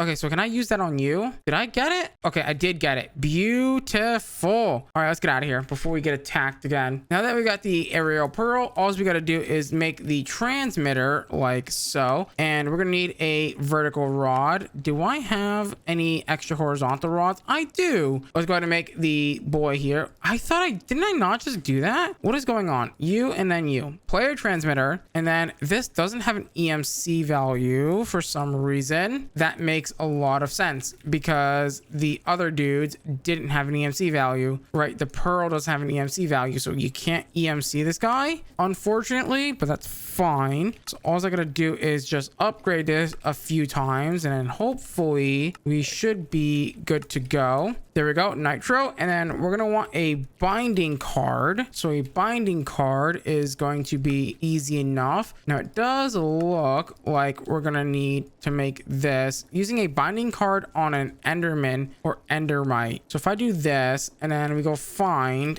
a enderman wherever he is, I swear I keep seeing enderman, but I don't see them. Is there one in here somewhere? Can I like do that? There we go, dimensional card, perfect. And then all I gotta do is take this guy, slap it on this guy with one of these. So this guy, why are you not, do you have to go down on a block? Maybe that's the case. Yeah, it looks like you got to be down on a block. That's fine. And then let's slap this on here. I am going to need some more nitro cables. So nitro cables, please, like so. And then slap that like so, not like that. God damn it. This guy like so, and then not that. I am having a hard time today playing Minecraft for some reason. Why did that place that there? I don't understand what's going on. Shift right click this, and then we should be good. And then I put this in here, and that should start wirelessly charging everything on my hotbar and my inventory. In today's episode of Project Sacrifice, we fully automate the blood altar, and we also fully automate applied energistics too. With that being said, let's get into today's episode. In the last episode, we built this beautiful tier 5 blood altar, and at the end of the episode when we were building it, we were talking about how we wanted to automate our blood altar by using the Well of Suffering, and I think that's going to be the plan for the first part of this video. I'm going to go ahead and build up the Well of Suffering. So to build the Well of Suffering, what we're going to go ahead and do is we're going to need another blood altar. The blood altar hopefully is relatively easy and cheap for us to make. We are just missing a basin from create, which is not too bad. There we go. We now have the blood altar. Now we are going to need a tier 3 blood altar for this, and I'm going to do this about, I want to say 7 blocks above our blood altar like so. And what we're going to go ahead and do is build up a tier 3 basic blood altar. With the tier 3 blood altar built, what we're going to go ahead and do is dangle down some stone brick like so. And what we're going to go ahead and do is grab some more ritual stones and a master ritual stone from the EMC table here like so. And then now that we've got that, what we have to do is take our dusk diviner, which I believe I threw in here on accident. With our diviner, what we're going to go ahead and do is place down our master ritual stone like so. And once this is placed down, all we got to do is find the recipe for this. So it should be called the Well of the Suffering. Now that we have it, all we got to do is make sure that the Well of Suffering actually clears this, which I believe it does. And once it's fully built, all we got to do is activate it. But before we do that, we're going to have to build another mob farm on top of this guy right here, hoping that it's also not 15 blocks above this, because this would do 15 blocks up and 15 blocks down as well. So I kind of want to build a mob farm. However, unfortunately, our mob farm needs dreadful dirt, which this does have EMC. However, we don't have an easy-ish way to get silk touch unless if I go through and keep enchanting like diamond tools to hopefully get some of that beautiful silk touch that we need. There's no shot. I literally got a silk touch book, and I've got silk touch on my shovel when I tried to enchant it. What is the odds of that? I believe I can now grab this dreadful dirt like so and be able to basically take it and put it in our EMC table for free mob farming, which is so nice. Now that you've got your mob farm built, what you got to go ahead and do is take yourself the ender inhibitor, because you don't want endermen teleporting around everywhere, which I believe this is totally craftable. It is beautiful. Let's go ahead and make that bad boy and teach it to our system. This is going to stop endermen from teleporting when taking damage, which is super important for this farm. All we got to do now is get ourselves the weak activation crystal, activate our thing. Also, let's go ahead and make sure that we have enough blood in our system for this. So I believe we do, but I just want to check to make sure that we do have enough to activate this, which I believe we do. We have 745,000. I believe that's more than enough.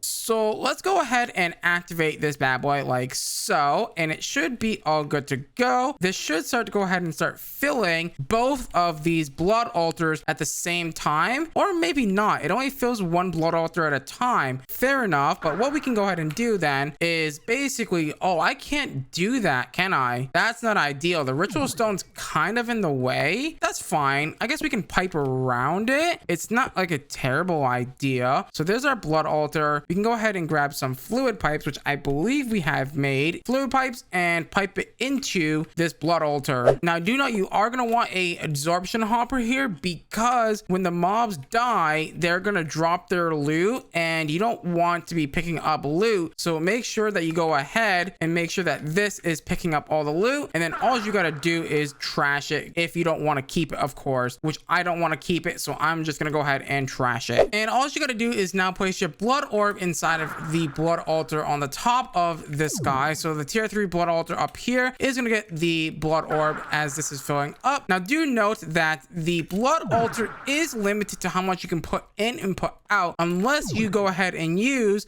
the displacement runes. Now that this is nice and full, what we can go ahead and do is do some fun little automation. So let's go ahead and grab ourselves a basic chest here, and we're gonna go ahead and place that down right about, I want to say like here. And what we're gonna go ahead and do is get ourselves a crafter, and we don't really need a insane crafter, we just need a crafter. And we're gonna go ahead and place this right here, and what we're gonna go ahead and do is tell it to go ahead and craft the industrial iron that we need to go ahead and get started on with the next chapter, like so. Yeah, now that we have that, let's go ahead and put that there, and let's go ahead and rotate this guy. Well, we're gonna need the refined storage rent for that. Let's go ahead and grab that and rotate that to face inside the chest. And I guess what we could do is maybe make some wireless networking stuff. So let's go ahead and make a network receiver and a network transmitter, and this is going to allow us to go ahead and transfer the refined storage channels, quote unquote, wirelessly over here. So that's going to need a network card like so, and all these do have EMC, so we can go ahead and EMC those guys up. The way this works is we're gonna go ahead and place down our wireless receiver on this end, and we're gonna go ahead and take ourselves our network card, and we're gonna go ahead and right click it on the wireless receiver, and then come over here and place down the network transmitter on the network, and then put the wireless card on there. And then that should allow us to go ahead and transfer the network to over here. And all we gotta do is put the pattern in there, and we're gonna have to find a way to automate this in an interesting way. So let's go ahead and grab ourselves some item pipes like so. And what we're gonna go ahead and do is tell it we want to go ahead and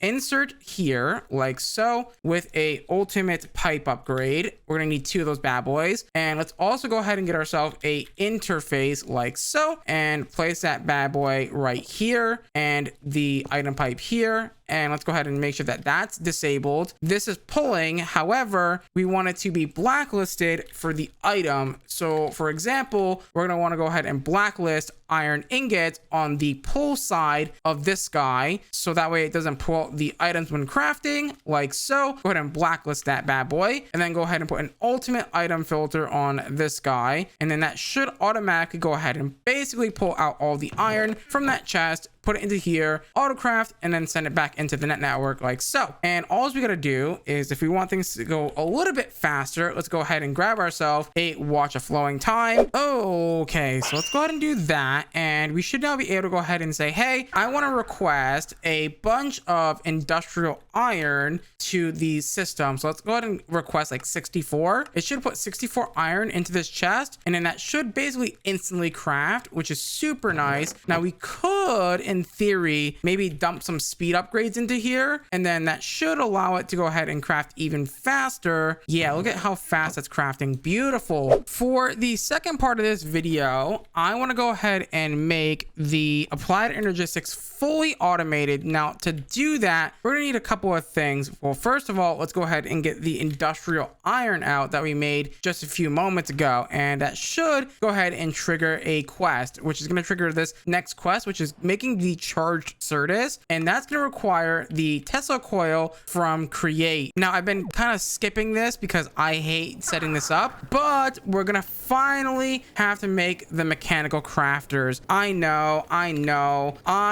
don't know, man, these things are a pain in the butt, and I kind of really dislike them, but hopefully we can get this done very quickly. Oh wow, they have EMC. Okay, so did we go ahead and do the tube thing? things. We did we also do the brass casing? We did. So it wasn't as bad as I thought it would be, but to set it up, it's a little bit annoying, but we'll go ahead and get it set up. So to get this bad boy set up, we're gonna go ahead and need some stress units, of course. Also, how many of these do we need for the Tesla coil to be exact? So if we look at the Tesla coil here, we need 3, 6. So that's relatively simple. So if I set this up like right here, so we're gonna want to do a 6 gap and then a 1 gap and then a 3 gap. Is that correct? And I guess what we'll do, there's no real good way of doing this. So I think we're gonna do this by hand, I suppose. So let's go ahead and grab ourselves a barrel, and what we have to go ahead and do is basically take these guys and face it towards the barrel like so, and you're gonna go down and you're gonna go right like so, and then you guys are gonna all point down and go to this guy. And for the Tesla coil, we're gonna need copper spools, which needs copper wire, which needs copper sheets over here in this little sheet machine over here. Where is this guy? I believe, if I'm not mistaken, I can take some of this. Do we have copper sheets just ready available? Probably not, but I can go ahead and make some by taking that and doing a little of that. Now we did have this full of straw, so I believe if I do that, it should take all the straw out, and then take this and throw this in there, and then that should make the copper wire. Beautiful. It's 2 to 1, and then we just take that and we put that in here. Now we are going to need the spool guy, which is relatively easy to make. We just need some iron plates, which we can easily do by taking that and throwing those in there like so, and then calling it a day. That should be not too bad. And once we do this, this should be relatively simple, and we gotta take that and just wrap it around, and it should be easy peasy lemon squeezy. So let's go to get 3 of those bad boys. So 3 copper spools, a andesite alloy, so a andesite alloy, and it does look like we are gonna need some sort of capacitor boy over here, which honestly doesn't look too bad to make. Just needs some zinc sheet and some redstone torches, which honestly aren't even that bad. And then zinc sheets should be relatively simple by taking some zinc and tossing it into the multi-servo press. Not exactly. So how do I get the zinc sheet? I gotta stamp them down. So that requires me to go ahead and come over here, over to my stampy boy, and then have it get stamped out real quick like so. And that should be good to go. Did that pick that up? Thank you. Oh, they have EMC. Even better. Let's go ahead and get the 2 capacitors that we need. 1, 2. And let's go ahead and grab ourselves a electron tube and a brass casing.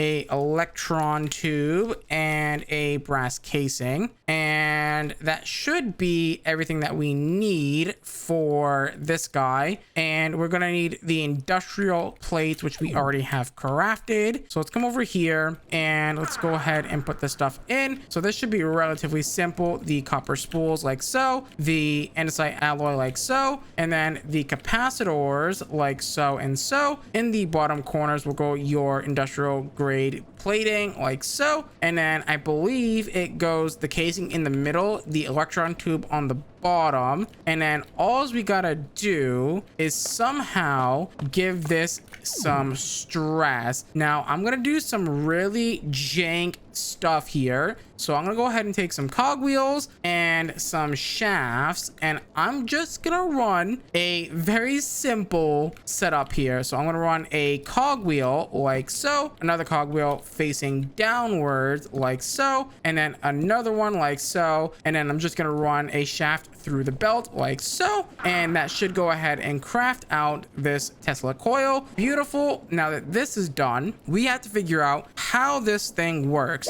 So I have a theory. All I have to do is give it some power. So we're gonna do that by getting some nitro cable like so and running it over to it like so, and hopefully that's gonna be what we need to do here. I think we're gonna need Certus quartz next, and to get Certus quartz. It's a bit interesting. So we're gonna need nether quartz, and I believe we've done nether quartz already. We have, so we should have a ton of nether quartz essence inside of our system. We do, and all we gotta do is get ourselves some skystone essence, which we have plenty of, and we take this and I believe throw it in here like so, and then that should in theory make what we need. And there is our Certus quartz essence. Okay, we need 8. And now that we have that, we should, in theory, be able to take this, make 8 of these, make Certus quartz, and then take it and put it in our EMC table. Now, here's the question. How does this charger work? Okay, so I have figured out how it works. That's interesting. How am I going to do this in a semi-intelligible way? I suppose what I could do is run the cable up that way. So we're going to need a depot, and on the depot, what we need to go ahead and do is place the Tesla coil facing the other direction. So something like this. And then we're going to need to run the cable up to it. And apparently that's how the Tesla coil works, is you place items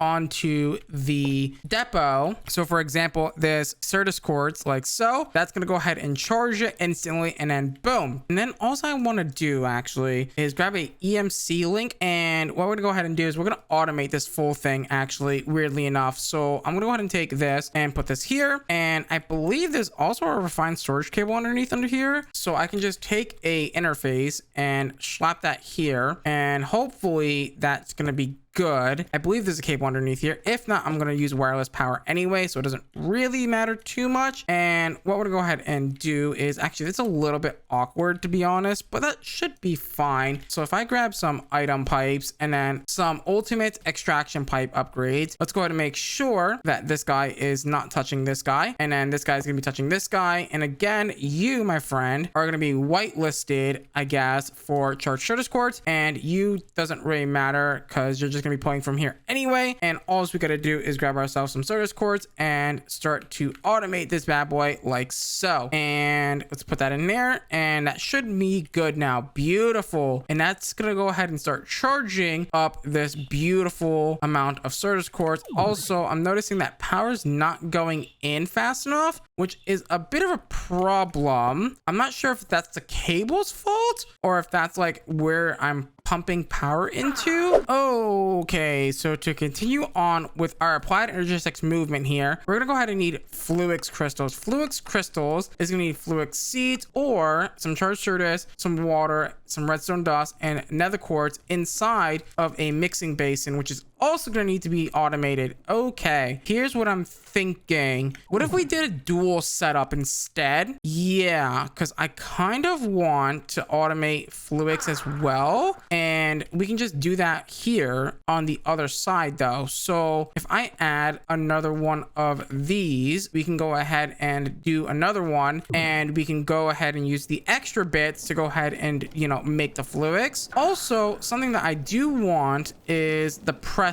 Now I can make the presses by, you know, getting Certus quartz essence, which honestly, yeah, this is gonna be way easier than going and making a meteor compass and trying to find them. But we're gonna need a lot of Certus essence, which means I'm gonna need a lot of skystone, which I believe we can also get by extracting it. And yeah, and we can also get nether quartz by extracting it, so it shouldn't be too difficult. Alrighty, I've got all of the Certus essence I need to go ahead and make all the presses, but I was just over here checking some stuff out, and I realized that we have a unused mixer over here that we can probably use to go ahead and make the thing that we're trying to make, which is the Fluix, which is going to be really nice for us to go ahead and use. The silicone is going to be an interesting one to make. The engineer should just be a diamond. I'm just going to need a quick and dirty Certus crystal to go ahead and make the calculation press, and then the silicone press is actually interesting. Also, I noticed that the silicone is used from refined storage, which means all I got to do is take some nether quartz and quickly smelt it up over here in a furnace, and I was gonna go ahead and use that mixer that was behind me to go ahead and make the Fluix crystal automation. All I gotta do is realistically pump some water into it, which is literally right here, by the way, and we just gotta pump in some items, and that's all we have to literally do is just pump some fluid in and then pump some items in like so. So let's go ahead and grab ourselves a interface, and let's look at the Fluix that we need. So Fluix is going to be relatively easy and cheap because we need no heat. It just needs redstone, charged Certus, and nether quartz, and then some water. All I gotta do is come over here, grab some redstone, and then grab some nether quartz like so, and then we're gonna go ahead and need some Certus or charged Certus like so, and go ahead and dump those into here like so, and make sure that it's keeping that stuff in stock like so. And then I just gotta go ahead and teach my EMC link over here to go ahead and basically hold out redstone and nether quartz like so. And all we gotta do is actually, hold on, let's be smart about this. Let's grab some network stuff and go ahead and set that up as well. This is gonna be really simple. All we gotta do is take our stuff and throw it in. So redstone, nether quartz, and of course the charged Certus like so. And that's gonna go ahead and make, oh boy, why did it make that? Let's try that again. So charged Certus is in there now. Let's go ahead and take the nether quartz, and then let's go ahead and take the redstone. So it looks like it used it all. Toss it in there. That should now make the Fluix. Why is it making rose quartz?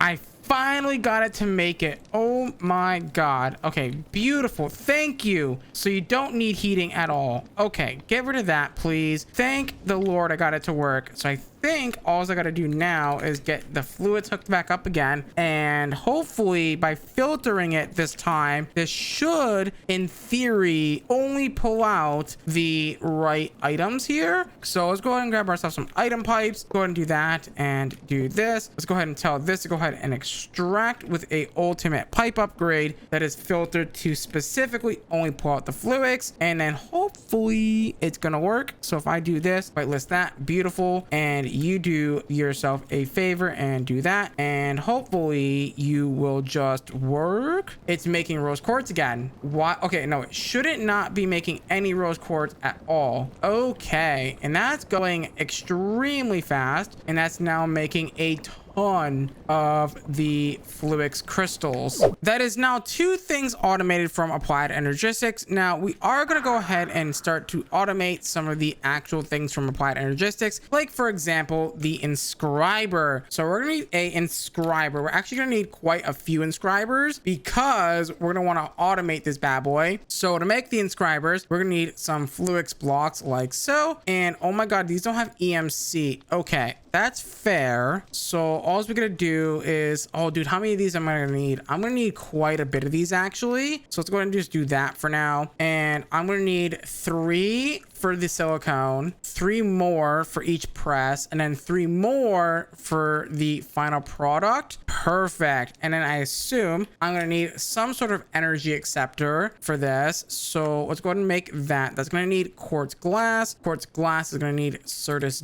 dust, which I believe I can make in a pulverizer. Right, game? No, I cannot. Okay, so how does one get their hands on Certus dust? Through that method, and it has EMC. Beautiful. Not that I'm going to need a lot of it, but just in case we do need it, we're going to need some quartz glass, I believe it's called, for this. So the energy acceptor could be made. Energy acceptor. This is the way that we're going to power our Applied Energistics system with the beautiful energy acceptor. Let's go ahead and make that energy acceptor now, and that should be relatively simple. Beautiful. So the energy acceptor is now done. All we gotta do is set this bad boy up. So we're gonna set it up over here. This should be fine. Actually, you know what? We will set it up over here. So let's go ahead and put down the energy acceptor. So I'm just gonna line them up in a row like so, and I am going to go ahead and put down presses.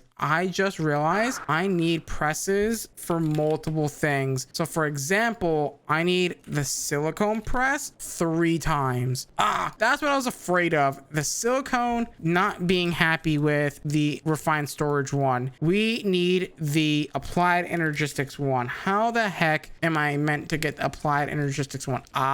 That's my bad. I was supposed to smelt up Certus dust. With the silicone done and the silicone presses made, what I'm gonna go ahead and do is grab ourselves some EM seedlings, and what I'm gonna go ahead and do is grab some item pipes, which we already have, and I'm just going to run a line all the way down like so, and making sure that these guys are broken up in between each one, because we're gonna go ahead and place down the EMC links like so, and they're gonna go ahead and power everything, right? And they're just gonna get all the items that they need, like silicone, gold, diamonds, and the Certus quartz. Now, to give these guys power, we are gonna need a ME cable to run into the side of this bad boy, and I believe that shouldn't be that bad to make, just requiring some quartz fiber, which is fine. And then I believe we don't really need anything too complicated. I believe it should be just a Fluix cable like so, and then that doesn't have EMC, but that's fine. Go ahead and place that like so. This is gonna need power. Now, we don't have wireless power quite yet. However, I can run a cable between here and I don't know, where is our nearest energy cable? Ooh, it's quite far away. Actually, we have a nitro cable that's actually like right here, so I might just run this one instead. Okay, so with all these guys now set up to be automated, what we're gonna go ahead and do is take our pipes and run them down like this, and tell this to go ahead and extract on all these guys like so. And what I'm gonna go ahead and do is I'm gonna go ahead and place down a interface at the back of this. So interface is gonna go right about, I want to say like here, and then this guy is gonna get disconnected here, and then we're gonna run some more interfaces here with a network thing underneath here. So this should go ahead and start to, oh, don't even tell me these are sided. These are sided. That's a problem. So that means we're gonna need to go ahead and make sure that we upgrade these to the advanced guys, so that way they're not taking out the stupid presses. And to make that should be relatively simple. I only need like what, 3, 6, 9, so I need like 18 of these guys, which shouldn't be too hard to get relatively quickly. Okay, so now that we have this guy, this should be good to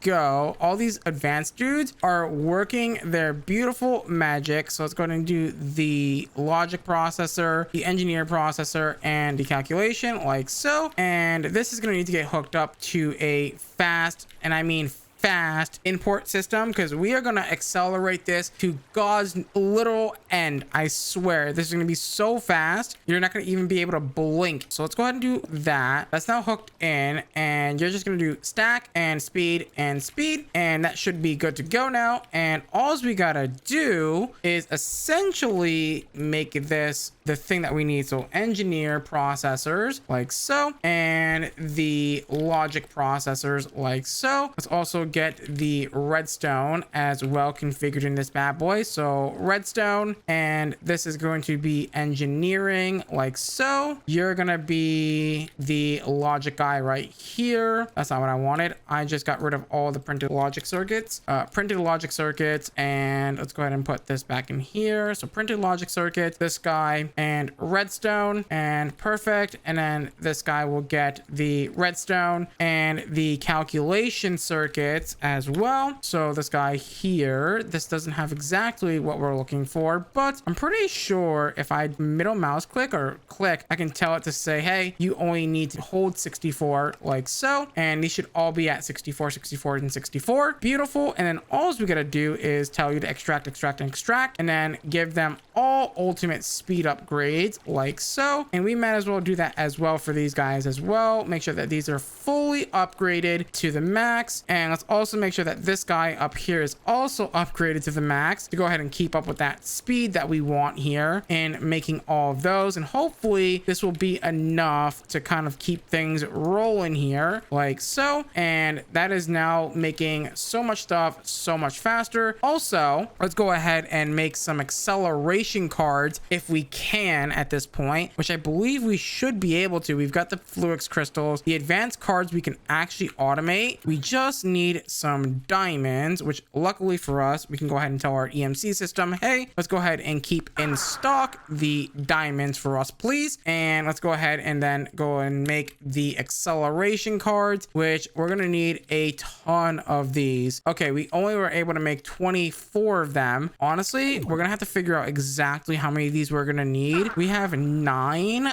of these advanced crafters. They each can hold 5. So we need about 45 acceleration cards. And just like that, we now have enough acceleration cards to go ahead and slap them all into this guy like so. And this is now going to make stuff at a astounding rate. Okay, beautiful. And that is now applied energistics, essentially pretty much fully automated for the most part, which we're going to need this later to go ahead and get into these things. So the electronic circuits, the advanced circuits, the iridium circuits, which are going to go into these things. Also the infinite pipe upgrade as well. And yeah, I mean, we're starting on the right path. However, these are going to be a whole nother ball game, which I'm not even excited about, not in the slightest. In today's episode of Project Sacrifice, we automate 2 of the 2 most important circuits in the game. With that being said, let's get into today's episode as it's full of despair and fun. In the last episode, we set up the industrial grade metal automation. Now, I did change it a little bit in the fact that we're keeping it in stock now through this detector. And what it's doing is it's basically seeing if it's underneath the amount of 50,000, basically give it a redstone signal, turning this back on and allowing it to import iron into the blood altar and then cycling it back through. And that's basically how I'm going to do it from now on, because we're going to need a bunch of them. Now, my plan today is hopefully going to be to make this iridium circuit. Now, iridium circuits are quite complicated to make. It requires a sequenced recipe, which is a problem because I don't really exactly know how I'm going to deal with this whole system,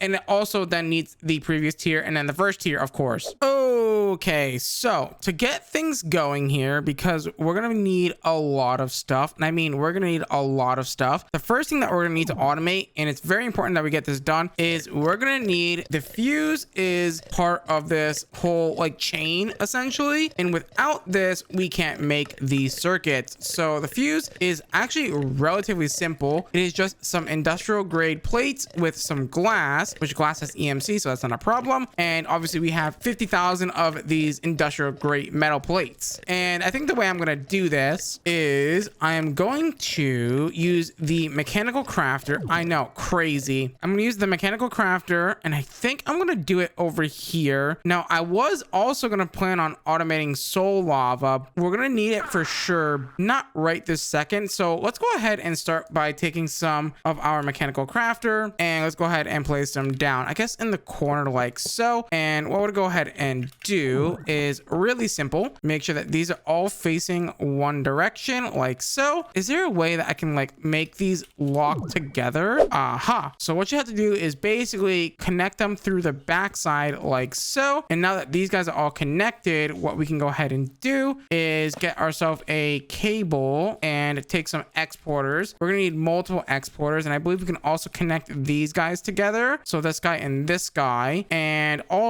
that's gonna do is basically give us the opportunity to take some exporters and connect 3 of them like so. And the top block is going to be glass, the bottom block is going to be glass, and then the other one in the middle will be your industrial plates like so. And all we gotta do is this, and of course we're gonna put this here and then connect that bad boy up to some refined storage, which hopefully isn't too far away from us. I don't think it is. I think it's actually relatively close. And then we're gonna have to somehow get some create power over here. Shouldn't be too bad, actually. Okay, so here is my plan. Let me go ahead and get some cogwheels really quickly, and I have a plan of how I want this to work. So this is gonna go here like so, and what we're gonna go ahead and do is get it so there is a clutch on this bad boy. That's gonna allow us to go ahead and tell the machine to stop when we are at a certain point and have a certain amount of fuses, so that way we're not constantly wasting iron. That's actually a really important part of this. So let's go ahead and put the clutch in, and then I believe all I gotta do now is get a vertical gearbox, and we should be good to go as long as I can get this lined up properly, which shouldn't be too bad. So if I put this here, actually, second thought, give me this vertical gearbox, and all I gotta do is do this and then rotate it so it's facing this way, and then that should be good to go as soon as I give this some power like so. That should now be crafting the fuses. Beautiful. Let's go ahead and get that into a interface. That should be relatively simple like so, and then that's gonna dump that into there. And what we're gonna go ahead and do is grab ourselves a stack upgrade with some speed upgrades, and of course we're gonna hook this up. Let's also make sure that we get a detector like so, and we should be able to connect this down here because it's gonna output the redstone signal of the fuse like so, and then that's going to emit signal when the thing is, I believe, below, which is what we want. And let's say like below 2048, that should be more than enough. And then we're gonna run a cable to that, and then we're also got to run a cable to the interface, and then that should be fuses fully automated. I'm really hoping that this is gonna work the way I want it to. So if I grab myself some belts, we're gonna need some deployers actually, but you know what, I just remembered something. For the very first electrical circuit, we're gonna need, I believe we're gonna need some sort of LV wire, if I'm not mistaken. Yeah, LV cable, which requires rubber, and rubber comes from, it looks like just smelting any old slime balls on a campfire. Do I even have a campfire still? I do, but I want to try smelting some slime in a furnace here and see if that will give me rubber. There we go. We now have rubber. Beautiful. And then that's going to be really simple. We just take that and we make some of that with, I believe, some copper, and then that should make LV cables. Now we are going to want to make sure that we teach this to this real quick, and then make some LV cable with that. So LV cable is relatively simple like so, and then let's go ahead and also teach this to this like so, and then put it into our system like so. Beautiful. Okay, what we're gonna go ahead and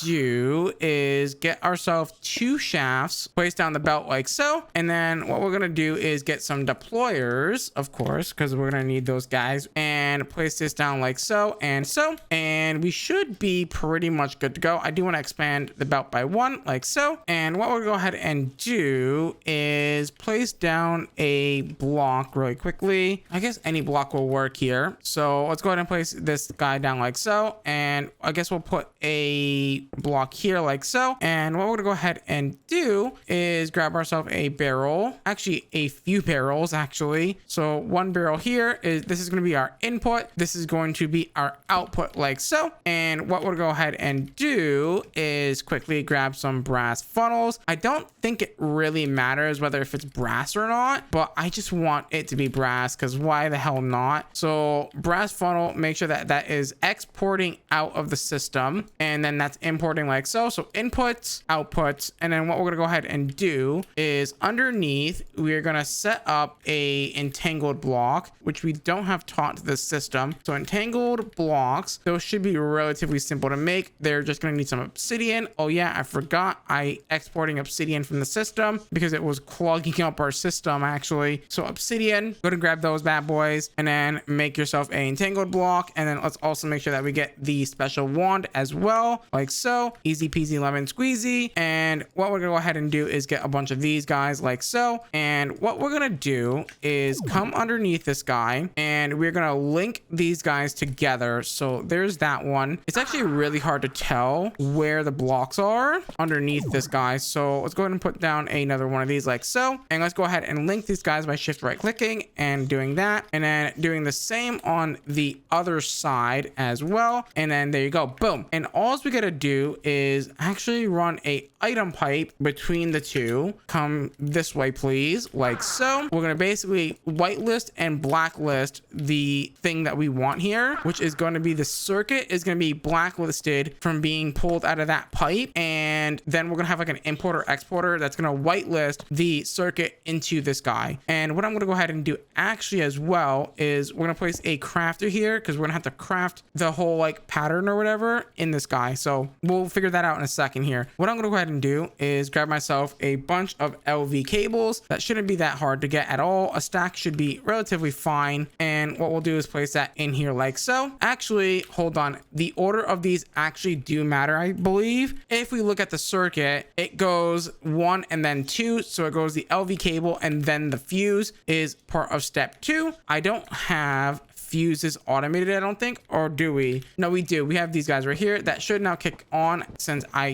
brought it down below 2k. And then I believe I just need the printed logic circuits. Now, is it the logic processors or is it the non-processed version? I believe it's the non-processed version that we need. Okay, this is facing the wrong direction. Oh, you know what? Things aren't moving. That's a telltale sign, actually. So I need to get rotation power up to this, which shouldn't be terrible. At least I don't think it's going to be terrible. It might be terrible, honestly, based on my luck here. So this actually does matter which way this is spinning, unfortunately. So I do have to kind of pay attention here. So I guess, how am I going to connect you in the most sane-ish way possible? I don't know. Just figure it out, I guess. YOLO. Okay, that's going to spin that way. And then I need another vertical gearbox, like spinning this way. Is that spinning the right way? Nope, it is not spinning the right way. Okay, so that means I need one more vertical gearbox here, and that should now be spinning the right way, releasing the items from in here. And the only thing I have to worry about now is getting shaft power up here, which shouldn't be difficult. I have found a solution and it is working. Look at it. It is going and it's awesome. Okay, beautiful. Now that we've got that, what we can do is basically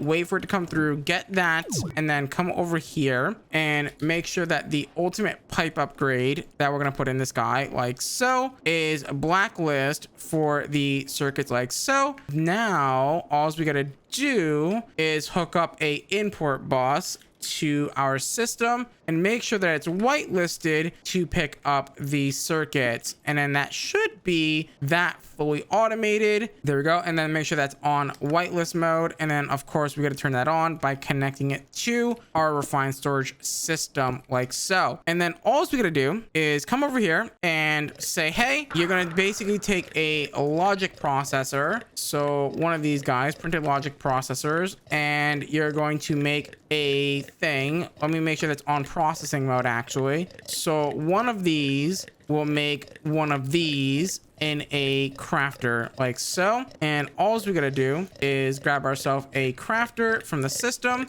and then that should in theory make us the printed circuits, which is going to be amazing. So if I put this here, this is going to need refined storage power, which honestly is not looking so hot. Actually, you know what, it's fine, because I'm about to show you guys something insane. You guys know that we have entangled blocks, right? Well, it turns out entangled blocks can mimic refined storage blocks and items, which is insane. So if I take this crafter and shift right click it and put it in this entangled block, that should now be activated, right? So if I wanted to say request like circuit, will it show up? Interesting, it doesn't work with the crafter, but it works with the exporter. That's interesting. I would have thought that would have worked, but I guess not. Okay, well, I guess the next best thing then is probably going to be to set up a, I know, basic network. Wait, did I just do patterns? Oh, I broke the block, but it gave me the pattern. That's strange. What I was gonna say is I'm just gonna set up a network system. Like literally, I know this is crazy, but it literally just works. So if I do this and then we get a network transmitter, now I'm not gonna, put this a million blocks away. I'm just gonna literally just set this up like right here, and that should be fine as long as I do do something like this, and now that should be online. Perfect, it is. And we should now be able to say, hey, I want to make 10 circuits really quickly. So let's make 10 of these bad boys. Boom. And that's going to now start making these circuits. Now, however, we're not quite done with this automation yet, because we are going to need some export buses here, right here on the top of this bad boy, with some of that beautiful fuses and also the LV cables. For the next circuit, we're going to need to set up some automation. So what I'm going to go ahead and do is I'm going to go ahead and yoink a pulverizer from over here quickly, because we're going to need to make something called, I believe, advanced alloy. So if we look at the quest book and we look at the advanced circuit, the advanced circuit needs this advanced alloy, which requires this mixed metal blend, which requires some lead dust, constantan dust, aluminum dust, and or iron dust, electrum dust, and or aluminum dust. And then there's iron dust, bronze dust, and aluminum dust. So we can choose one of those 3 recipes to go ahead and make really quickly, as this guy is angry at me. But let me go ahead and set this up. So this should be relatively simple-ish to set up. And this guy is going to go in a void. There you go. Get wrecked, nerd. And what we're going to do is come over here, and we're going to set up some pulverizers. So you,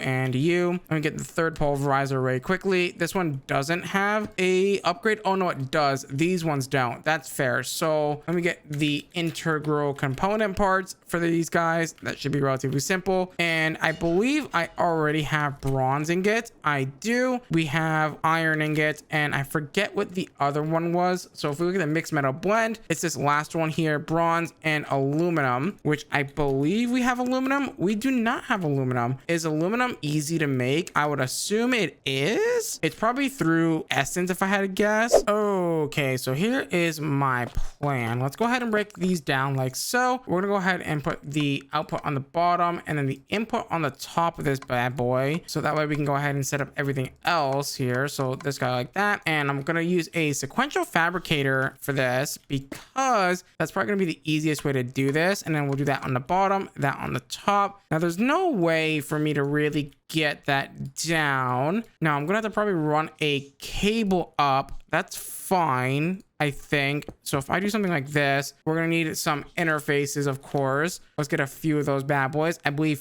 5 should be enough here, because we also need one for this bottom here. These guys like this, and then this guy like that. We're gonna have to run power to the back. So what I'm gonna do is something like that, and actually do it 2-hole, because we're going to want to also make sure that we can run the nitro cable down as well. So perfect. And then these guys will get connected via underneath like so. And then what we'll do is connect this here. That shouldn't be terrible. So this guy like so. And then that's all connected. Beautiful. Now we're just going to need to run a nitro cable all the way to our power. And then that should give us everything that we need for these guys. And then these guys up here will be to auto pull and push, and then that should be good to go for the iron, the aluminum, and the bronze, of course. And then once that does that, we should be on a winner here, and boom. And then that's gonna auto input into these guys like so. I don't know why this guy is not auto inputting it. Do not tell me I cannot pulverize this. I am going to be very upset if I cannot pulverize this aluminum. Are you kidding me right now? I have to use the industrial contraptions just to make this work. All right, so we need the macerator from this guy. So that means my whole plan just went out the window. I am a bit fearful for what's about to come, which is going to be the bloody freaking macerator from industrial contraptions, because that needs a whole new power system, right? So we're gonna need like coal generators from the industrial contraptions mod, or whatever it's called. I think it's called a generator, actually, now that I think about it. Yeah, the generator from industrial contraptions, which requires a tin battery and an iron furnace. I'm gonna have some auto crafting to do. Okay, so here is my plan for setting this up. I'm just gonna hope that this works. Now, do you accept a Eternalis fuel? I hope you do. You do not. Okay, so that's a good sign, I guess, or a bad sign if you take it that way. I assume you only take coal. That is correct. So I'm thinking that should be fine, actually. All I gotta do is now dump these like so, and then that should be fine. We're just gonna need a quick and dirty EMC link like so. And once we got that now set up, all we gotta do is say, hey, let's go ahead and do that and give me a little bit of coal like so, and then speed upgrade, and boom, you're gonna go ahead and cook a bunch of that. Let's also go ahead and make sure that you're set to round robin. So go ahead and dump coal in a bunch of these guys like so. And what we're gonna go ahead and do is run some LV cable, because I assume we're gonna need LV cable for this. Now, is there a different type of cable that I can be using for this guy? I can be using EV cables, IV cables. I guess IV cables would be nice. Oh, I need energy crystals for that, which honestly, that does not look like fun, but EV cables look relatively cheap and easy to make. So I might just try and yoink some of these real quick, and hopefully they have EMC. They do. Perfect. Take those guys and get a bunch of them like so, and we should be good to go now. And all I gotta do is connect these guys up like so, and hopefully things won't explode. No promises. And then all I gotta do, I believe, is hook this up to a simple macerator, and I'm hoping that these are not generating EV power. My macerator is going to explode or something. We need a bunch of these machine blocks, which we can make relatively simply. There we go. Beautiful. And let's put down the macerator. Let's actually put it up one more block here. So there you go. You're going to go there, and you're just going to be pumped in literally a bunch of the aluminum. So let's take the aluminum and pump it in like so. And then we're going to go ahead and tell it, hey, let's go ahead and extract that bad boy. And I'm gonna like kind of like move it over to the side here, so that way we can just run a cable straight down and it's not gonna be a problem, hopefully. There we go. That should be running now, and I am going to get myself a couple of watches, and hopefully that this is not gonna like explode on itself or something. And now that's going even faster. We can make speed upgrades. That is a thing that we can indeed make from industrial contraptions here. Let's go ahead and put this down like so. Make sure it has a stack upgrade, and of course it's got its speed upgrades. Now it's not going to be as fast as a pulverizer,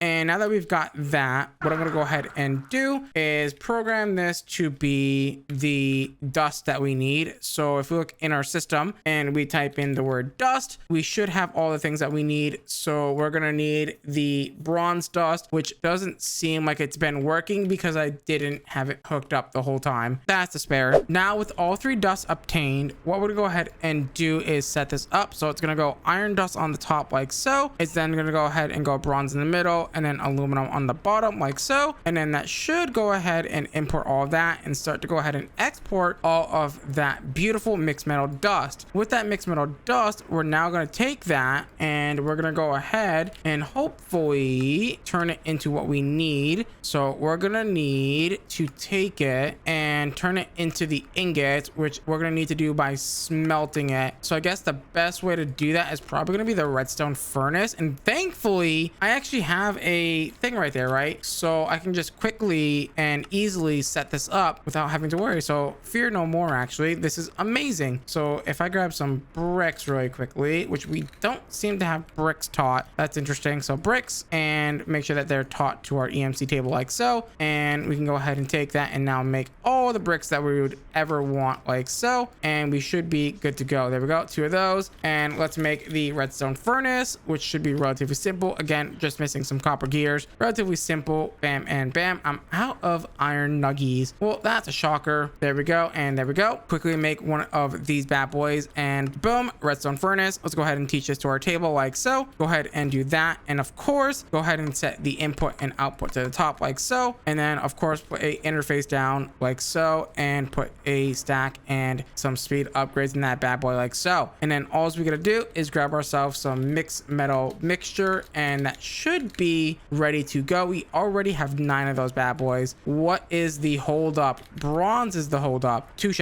All right, we should be able to take all these upgrades and throw them in here like so, and everything should be coming in extra fast now. At least I hope it's gonna be coming in extra fast. Why is bronze dust? I see, I didn't set up the filter for these guys, so that's not really ideal. Can I get that back, please? Nope. Well, there goes my create wrench. It's in the void now, so set up that, set up this, and then set up that, and then that should be good to go. And what we're gonna go ahead and do is set these all to 64. That's what I didn't want. I didn't want it to brick itself. I might not want to do that system. I might need to use regulator upgrades. Yeah, let's set up regulator upgrades. That's gonna be the best way to handle this, I think. So let me grab my exporters like so, and then you are going to get a regulatory upgrade, and what we're gonna do is have it only import a stack at a time, so that way it's, you know, not gonna be filling up with too much garbage. And there you go, you should be all good now. So the advanced alloy is coming in. It's not coming in as fast, but I believe I saw that I can dupe this. I thought I saw I could dupe this with refined radiance. I cannot. The next one is going to be a 4 deployer setup. I've already placed down the crafter and the barrel like so. What we're gonna go ahead and do is I'm gonna try to fit 4 deployers on this one belt. I'm really hoping I can do that. Why is that going backwards? That is not oh, it's because I'm running it through the gearbox. Okay, so that means I'm gonna have to put another gearbox here because I need it to be going the other direction. Can I just like plop a normal gearbox here? I can. Beautiful. Let's go ahead and put down a block like so, and then place down our barrel like so, just like the other setup. What we're going to go ahead and do is place down some deployers facing this way, of course, and this way. So 4 deployers. I am gonna need to extend the belt by 1, but that's more than reasonable. That shouldn't be too bad. So if I just put an extra belt here, that should be fine, and then we'll place down our block again, and everything will be a-okay. And the only difference of this one being, this one is going to be your engineer's processor, I believe, and then your advanced alloy, and then your fuses. So if I grab these, let me grab the advanced alloy. So advanced alloy, and then you're gonna want your fuses, and then you're gonna want your advanced engineering processors. So printed circuit engineer. This guy is gonna be used in the crafting of this guy. So yeah, this one's gonna go in the first one like so, and then I guess get some stack and speed upgrades for that as well, so that way we have them. So stack and also speed upgrade, that's going to be very important here. Stack upgrade with a speed upgrade, and then you're going to get your recipe, and we're going to need some brass funnels. Now the only tricky part about this, I think, is going to be setting up the whole system to, okay, yeah, getting power to this is gonna be a pain in the backside. I think I can use a vertical gearbox here, but I might be wrong. Now I did lose my create wrench, but thankfully we have an EMC, so it's fine. Let's go ahead and get some vertical gearboxes. That should be fine. And if I put this here, that should start to spin, but it's not spinning because it's not facing the right direction. But there we go. That's also still not facing the right direction. So if I grab vertical gearboxes, actually, you know, I should be able to just do this. As jank as it is, I know it works, right? So that's getting that rotation. Beautiful. Just what I want to see. We're gonna need to give this some of that beautiful pokey bit stuff. And now I'm going to get a basic circuit. So let me grab those from in here. So basic circuit. I feel like they should be, oh, they're called electronic circuits, not basic circuits. So if I take this and do this, now it's not set up down at the bottom, but this should work. There we go. Now all I gotta do is go downstairs and set up the entangled blocks to go ahead and do their thing. Now I am gonna set this up right underneath here. Now I actually do need to get power to this. That's gonna be through there, so that should be fine actually. So if I do something like this and we do our entangled wand, and we make sure that it's linked here, this one to this one, and then this one to this one, of course. And we got to make sure that we can go ahead and basically item pipe from here to here like so. And let's also make sure that you are set up properly. So you're going to be export there.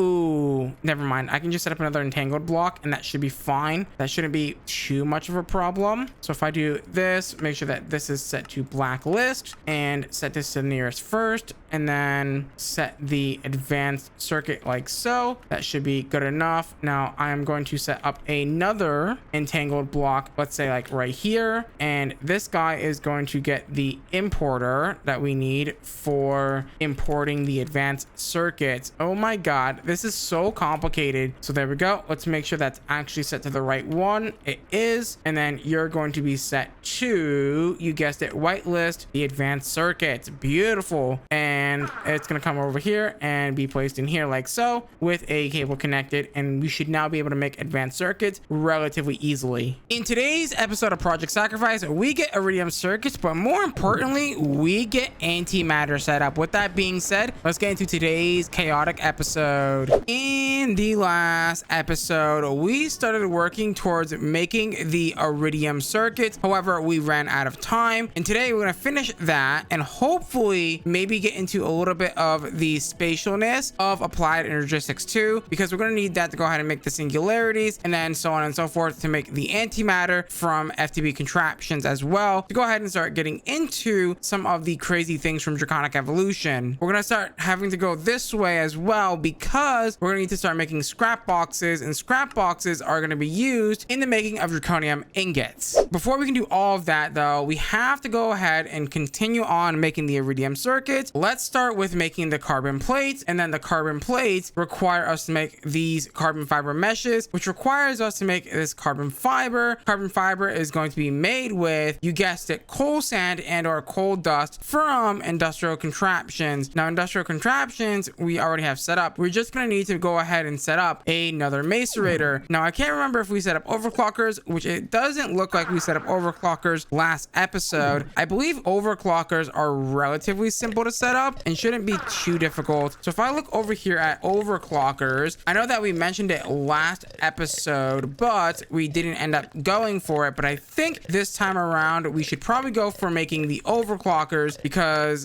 that way we can go ahead and speed up our machines quite a bit. With overclockers made, what we're gonna go ahead and do is we're gonna set up another macerator real quick. We're gonna need some EV cables, and I'm hoping we have enough power here to go ahead and do what we want to do today. So let's go ahead and put this guy down like so, and let's put down another macerator like so. Also, let's go ahead and upgrade this. Now I'm not sure how many of these overclockers we can use in this guy, and it looks like it didn't craft. Why did it not craft my overclockers? Overclocker shenanigans taken care of. I think I should be able to go ahead and put these in here, and hopefully we can put a bunch of these in here. Dear god, that's so fast. Okay, so that's really fast, just putting 4 of those guys in there. So I guess 4 is going to be good enough. Let's go ahead and get ourselves a EMC link, and then that should be okay. Let's go ahead and put down our EMC link like so, and make sure that we filter this guy for coal, and then I think that's all we got to really worry about at this point, right? And then that should be coal dust automated, and then we can go on to the next step, which is going to be compressing it down, hopefully. Do I just want to do that here? So to do that, all I got to do is just put this guy here, and oh wait, do we need to craft it first? That's actually a good question. Carbon fiber mesh,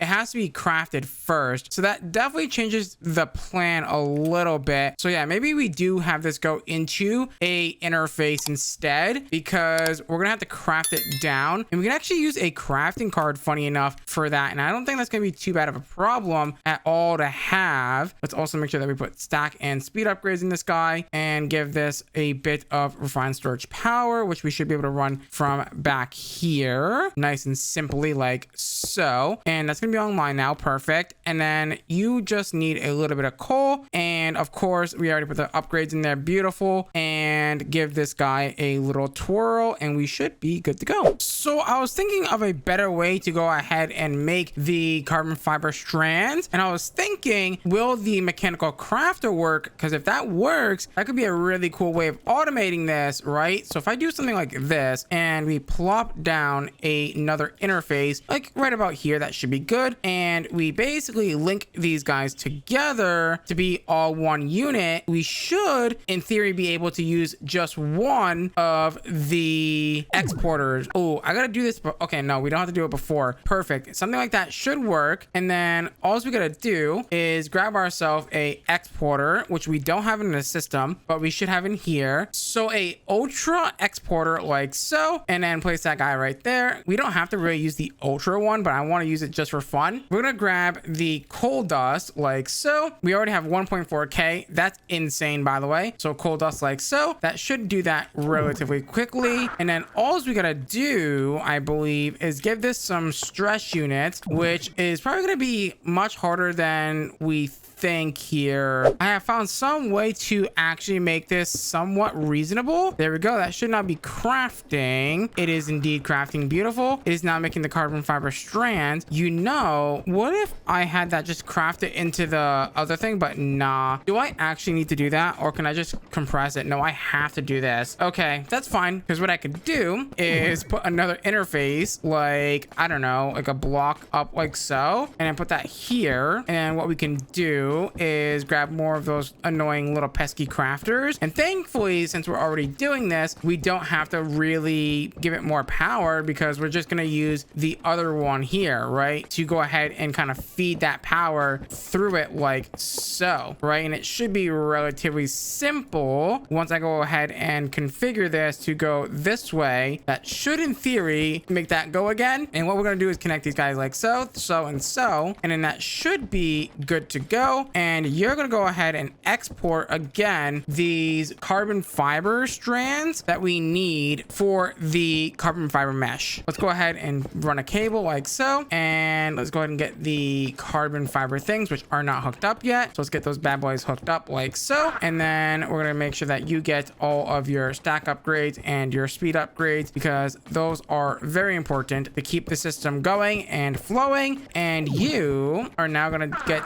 the carbon fiber strands, and you're going to go ahead and craft those guys into the little balls that we need for the carbon fiber plates. Those carbon fiber ball things are going to then go into this amazing little compressor that we have here. Let me also make sure that we get the interface down. I don't have interfaces in my inventory, unfortunately, but let's go ahead and get some interfaces. And then that is going to be basically step one of the iridium circuit done, which is going to be amazing. Let's go ahead and set this to 64, keep in stock. Beautiful. And you're going to need to get hooked up to some refined storage power like so. I think I can pull from the front of this. Haven't confirmed it yet. Probably really should confirm that, but you know, we will make do with what we got. Let's go ahead and do something like this. And then how am I getting power to this? Because the refined storage cable is in the way. We're going to move the cable just back one block like so, and then we'll run the EV cable like so. And then that's now running. And what we're going to go ahead and do is, I don't know why, but this is not doing what I want it to do. Do you know why it's not working?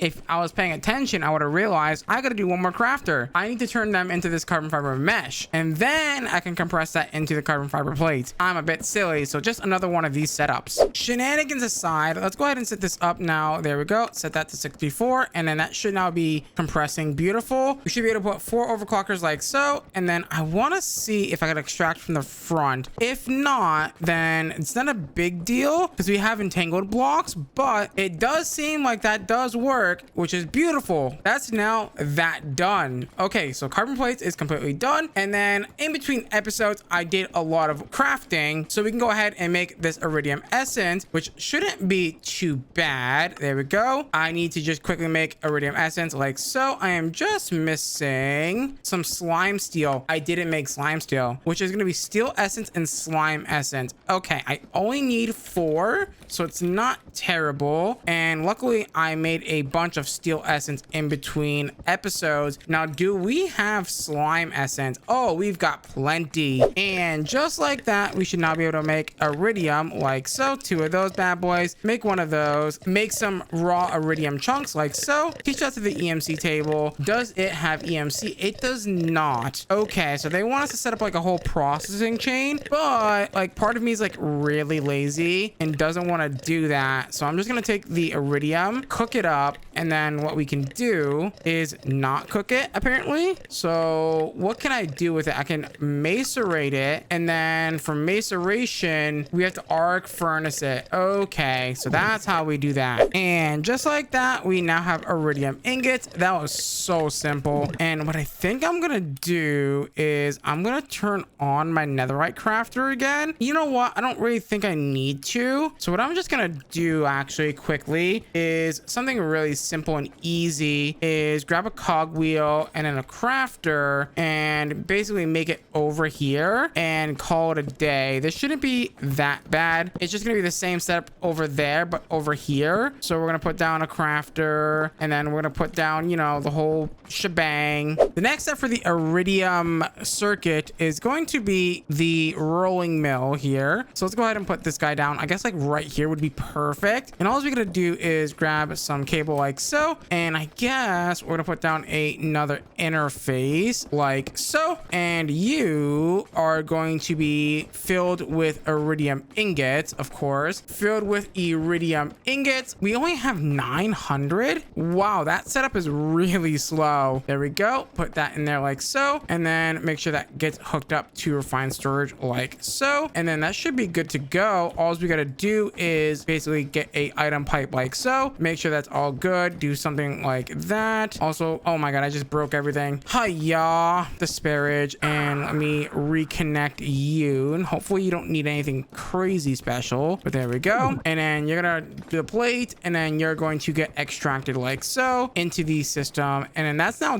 done. So there we go, that's all done and set up. Now, one of the things that we're gonna have to worry about here is going to be setting up the graphene. Graphene is going to require these compressed coal blocks, and then that's going to require the coal balls, which we can actually make relatively simply with some coal and some flint. And then that has EMC, but we're gonna have to then compress that and then do another whole crafting setup with the mechanical crafters. Now, why are you not doing what you're supposed to be doing? Right, there we go. Now you're nice and fixed. You should now be making the iridium plates. So let's go ahead and quickly try and make this coal ball. This shouldn't be relatively hard to make. There we go. Let's also go ahead and teach that to our EMC table like so. And thankfully, I got myself a extra compressor, and I'm gonna go ahead and move this macerator, since we're not gonna be using this macerator, honestly. This macerator was just a temporary thing for me to put down to go macerate an extra thing that we needed. So let's go ahead and put down this compressor like so, and then this is gonna get a EMC link. Also, I'm going to quickly put down a item pipe and try to, you know, filter it before it gets crazy like so. And there you go, you're nice and filtered now. So let's go ahead and break this guy, and let's go ahead and set up a quick and dirty EMC link, and that should be all she wrote for this guy. So let's put this down like so, and put this in like so, and then tell it to vacuum out like so, and there we go. So that should now be compressing those into compressed coal. Beautiful. And give those guys some overclockers, and then of course make sure that we set this to extract, and then that should be all she wrote. Okay, with the crafter hooked up, all we gotta do is filter this. So the bottom is going to be your compressed coal, because that is the one that's gonna wrap around the whole thing. So let's go ahead and grab some compressed coal. We should have quite a bit of this. Oh my god, 4,000. That's a lot of compressed coal. We're gonna go ahead and put that like so, and then all we gotta do is take ourselves a stack and speed upgrades like so, and then all we gotta do for the final bit here for graphene is fill that up with obsidian, and lucky for us we have 31 million of that, and we can take that and throw it in like that, and then that should start to go ahead and craft. And I need to quickly put this down so that way I can throw in all the stuff like so, and it's not gonna go everywhere. Oh my god, they do not stack. Okay, let's go ahead and get this hooked up like so, and that should be good to go. Stack upgrade and also some speed upgrades like so, and that is now crafting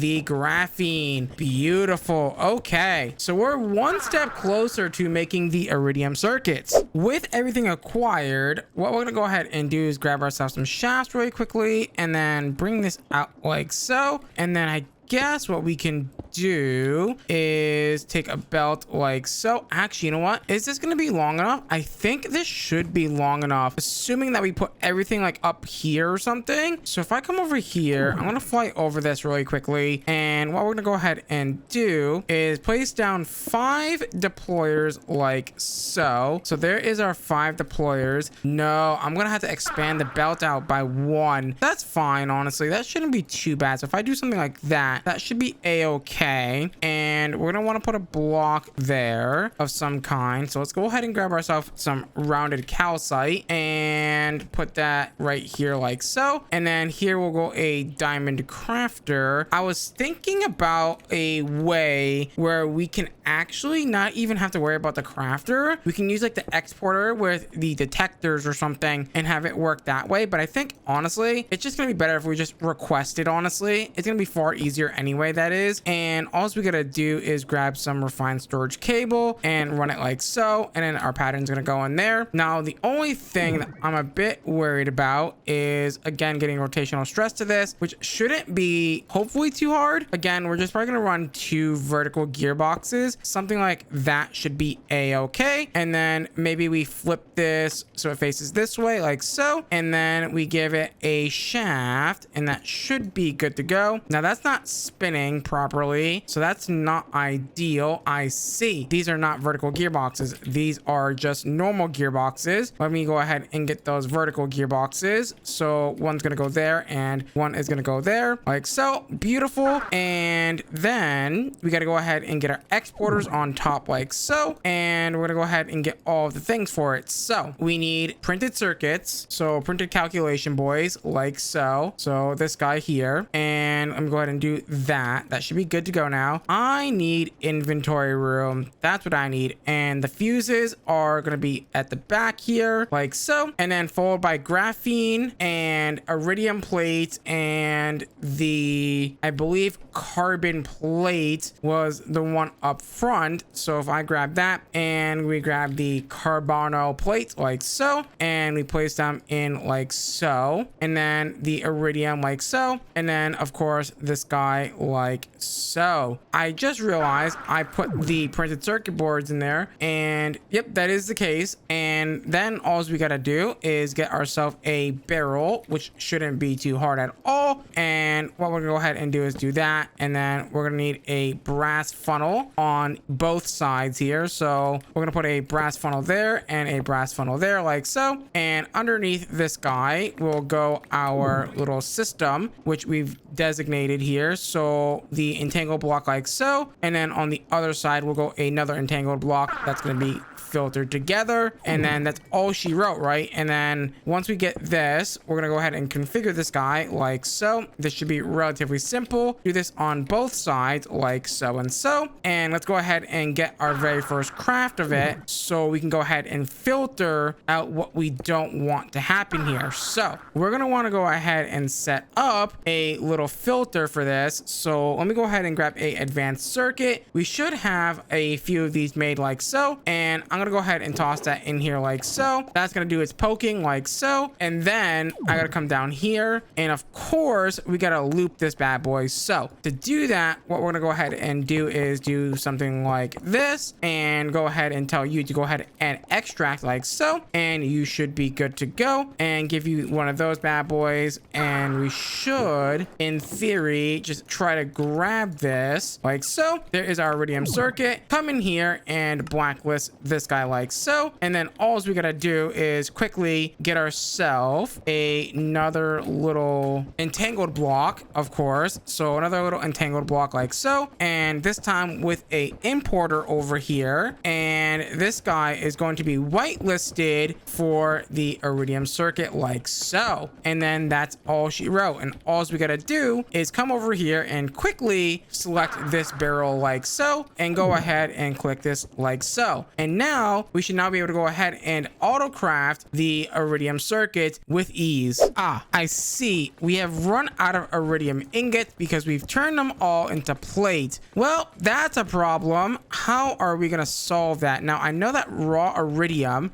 does have a EMC, so I'm thinking, the thing is, I don't think we can use this to cook it. No, we can't cook it. So we can't even cook that. So we're gonna have to PRC this bad boy with the sanguine reverter, and that's the only way to do this, by the way. So that's gonna be a problem. So after doing some testing, we can indeed automate it. It's gonna be a little bit tricky because the arc furnace, or the arc thing from Blood Magic, is a bit weird to automate. So let me go ahead and grab it so I can show you guys what I'm talking about. So this guy here is a bit of a weird one. So when you place this block down, you have to place it in a way where the EMC link is on the side, and the EMC link on the side is going to be your top input. I know it's a little bit weird. So if I would do this, and I'm going to go ahead and take a item pipe and do something like this. Also, let me just make sure that I'm in range of my watches. I am not in range. I can just add another one. That's fine. All I gotta do is take this and put this here like so. And then on top here, we're gonna need another EMC link. And the reason why is because the guy here, the shear guy, has a durability. The sanguine reverter has a durability. So if we're automating this, it's gonna eventually break, it's gonna stop working, and it's not gonna be fun. So all we gotta do is make sure that we give this iridium like so, and then give this guy the sanguine reverter, and we should in theory get the things that we need here. So let's go ahead and do that and that, and then you're gonna do that, and you're going to do that, and you should be good to go now as soon as I give you your sanguine reverter like so. And you're gonna go ahead and start to go ahead and craft those things. Now we do want to go ahead and get ourselves a couple of more watches. I'm gonna go ahead and get myself 3 more watches. I know that's a little crazy, but how are we? Oh my god, we're down to 53 million EMC. How did we get that low? EMC crisis averted. I just realized that it is not the raw iridium chunks that we need. We need to macerate that down first. So we're gonna go put down our extra macerator, and I'm hoping, I don't think I can extract from the side here, but I'm gonna sure as hell try, and hopefully this will work nicely here. And we're gonna go ahead and set up the EMC link again right over here like so, with your chunks of iridium like so, and then you're gonna go ahead and do that, and then you should be good to go. Let me make sure that you're also not gonna go ahead and do anything crazy, and you're going to do that as well. You need power, so that means I'm gonna need some EV cables around the back here like so, and of course we're gonna go ahead and get ourselves some overclockers. We only need 4 of those bad boys. Thankfully I made an extra pulverizer like so, and then let's go ahead and drop that in there like so. We're not gonna put 5 in there, we're only gonna put 4 like so, and then we should be good to go. That's not extracting, so that's not really ideal now, is it? So I gotta extract from the bottom here, which is really annoying. So let's go ahead and do that, and then give it a nice little speed upgrade, and hopefully you should be good to go now. Where is this going? I don't know where it's going. Is it going in the system? It should be going there. Let me do some like weird like pipe running here. So something like this. You're going to disable all of these. You're going to disable that, and that. You're going to extract like that and do something like that. And hopefully that should now start to go ahead and make the iridium ingots. Now I'm going to make sure that that is whitelisted for iridium ingots like so. And dude, that is really slow. That's incredibly slow. Even with, I think, these watches activated. Never mind. They're not activated. I thought they were, but now they are. You can see how crazy crazy the thing breaks and how fast it breaks. And hopefully we're getting iridium ingots in rapid, but I don't think we are, considering that yeah, they're coming in every once in a while. That was kind of a mistake. What I could do is maybe keep this system separate and just run a couple of these refined radiances and then use these to like dupe them. Actually, you know what? I'm gonna do that. Alrighty, with that problem now somewhat fixed and band-aid for now, I want to go ahead and turn my attention to making these singularities from AE2, because these are going to be very important, honestly. So this is going to be interesting. So I was thinking, before we can do that, let's go ahead and automate the infinite pipe upgrades. The infinite pipe upgrades are insane, by the way. Like, it can do like 2 billion per tick, right? Which is super good. So let's go ahead and grab this. It's just going to require a iridium circuit. So can I make this? And how easily can I make this? I think it should be relatively simple. It's just going to be a iridium circuit, carbon plate. We'll make this. And I think what we're going to do is do this over here, because this should be relatively simple, actually. So if I put this like maybe like here, we just need a deployer and a depot. So deployer plus depot combo, and it's going to need a crafter, of course. So let's go ahead and put that like maybe like right here with a barrel connected. So that barrel is going to go here. So let me go ahead and get one of those, and let me also make sure that this is disconnected from the whole system like so. And what we're going to go ahead and do is grab ourselves a thing from the pipes mod. There should be a little configurator dude, the filter destination guy. This is the guy that we want. So let's go ahead and get ourselves a button. How do we not have any stone? There we go. So stone, and then it also wants a glass pane, which luckily for us we can easily make really quickly like so and so. And then we want a filter pipe destination. So this guy here, the filter destination tool, is what we're looking for. And what we're gonna go ahead and do is place down our deployer. And in fact, where do we want to do this? Because if I do this here, this should be fine. We can do that and then connect directly to our steam engine like so. So there you go. That's now nice and hooked up. And what we're gonna go ahead and do is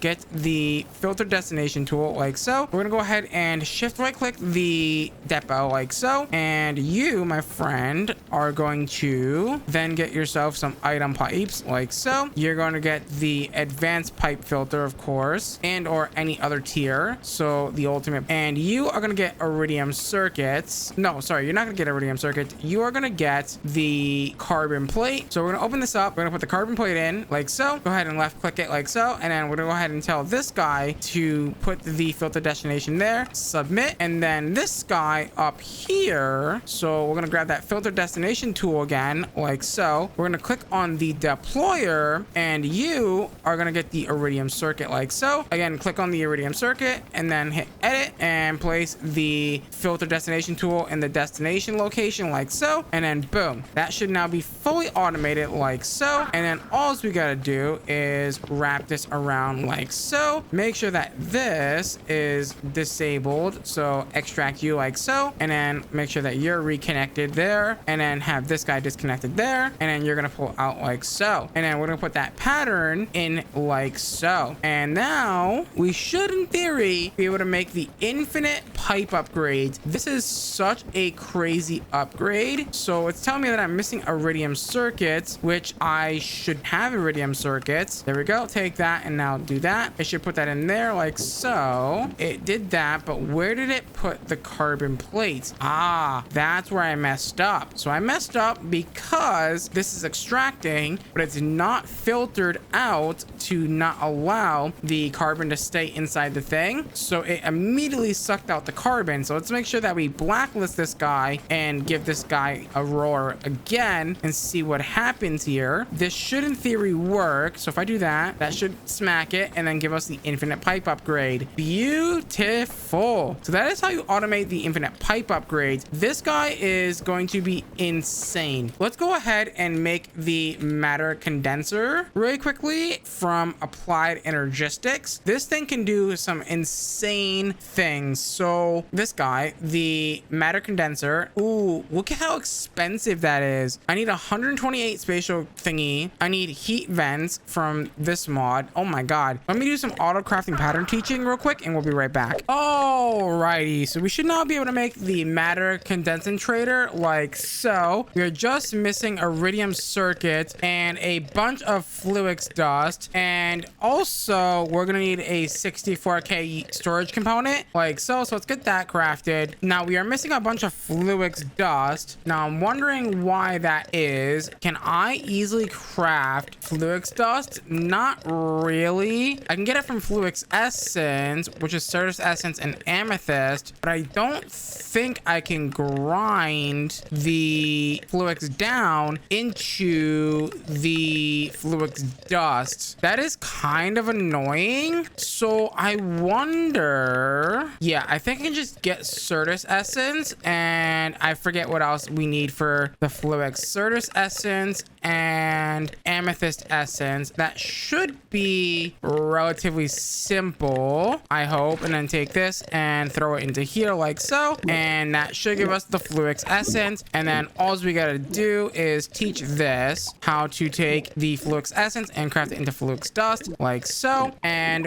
what else are we missing for the matter concentrator? There was one more thing that we needed here, right? The iridium circuit recipe. I thought I taught you how to make iridium circuits. The answer to that problem is no, I didn't. I forgot to teach the pattern. That's my bad. And now we should be able to make the matter concentrator like so. We're just missing 155 fluix essence. That is a lot of fluix essence, dear lord. And just like that, we should now be able to go ahead and say, hey, let's make the matter concentrator like so. And then that's gonna go ahead and craft that bad boy up. Now the only thing is this is gonna need AE2 power, which thankfully we have over there, which isn't gonna be too bad at all. And then all we gotta do is take this guy with a infinite pipe upgrade, which we have already made, beautiful, and grab ourselves the 64k like so. And now we're gonna take this and place this down like so. I guess we can do this like right here. That doesn't really matter where we put it. And you're gonna put that there, and we're gonna go ahead and put this down, condense into singularities like so. And then you are gonna get a EMC link, of course, and you are going to need item pipes because I do not have any. That's fine. So item pipes like so, and we're gonna go ahead and set this up like so and so. And it did just start destroying some items, but that's fine. We're gonna go ahead and get ourselves some EMC links like so, and put that like that. And then we're gonna go ahead and, I guess, destroy cobblestone, because cobblestone is 1 EMC and it's not too bad at all. And we just take that, do that, put that in there, and then this guy will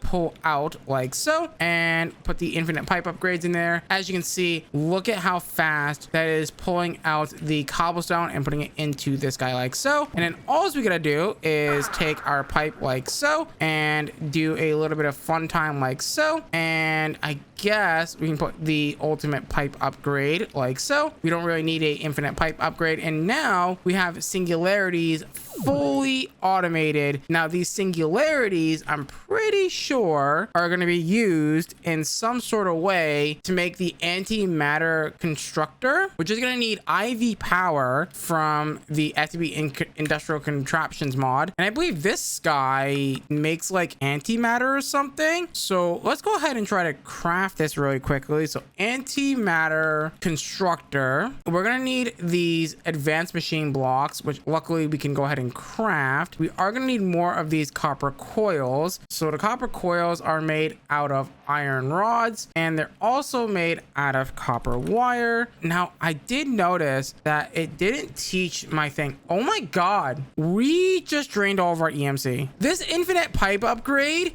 is dangerous, man. Now if we want to do something really funny, we can make this cobblegen from the cobblegen mod, and I think this should in theory work the way I think it does. As long as I get myself a bucket of water, we should be able to pull infinite cobblestone with a pipe upgrade, and hopefully that will not drain our entire EMC network. So I'm really hoping that this will work nicely. So if I take that and we swap it out for the EMC link, I'm hoping that we can actually still continue to make singularities without having any real issues, so to speak. So if I do something like this and then tell you to do this, hopefully this is going to be, I mean, it's not incredibly fast. I think this actually does have a limit. It doesn't really say it has a limit, but I'm pretty sure it does have a limit, unfortunately, but that's okay. Oh yeah, we were making copper coils over here. So copper coils, we should be able to make a bunch of those like so. And let's go ahead and do that and that. There's 2 of those. We're currently in the process of making the antimatter constructor, and we're just needing 2 iridium circuits, which thankfully we can go ahead and say, hey, let's request 2 of those bad boys and then send it right on over, and it should in theory make the iridium circuits like so. Beautiful. And then let's go ahead and build out our beautiful antimatter. You know what, hold on, I should probably do it in here as well. So the iridium circuit like so, and there is our antimatter constructor. Okay, so I'm assuming this goes down over here, and then this needs a ton of power, and oh my god, we are making a ton of power, but also it's draining all of our power, which is probably draining all of our machines. Oh, it's actually not draining all of our machines, but look at how much antimatter we've already produced, and it's going up quite fast. Now do note that you can and you should as well make the reprocessor, because the reprocessor is going to allow us to do some really cool stuff. So if we take the reprocessor, right, so this guy right here, we should in theory be able to take this. It's going to need a quick and dirty compressor. That's fine. You can go ahead and request that, and the reprocessor is going to allow us to do some nifty stuff. Now I am noticing it needs this unobtainium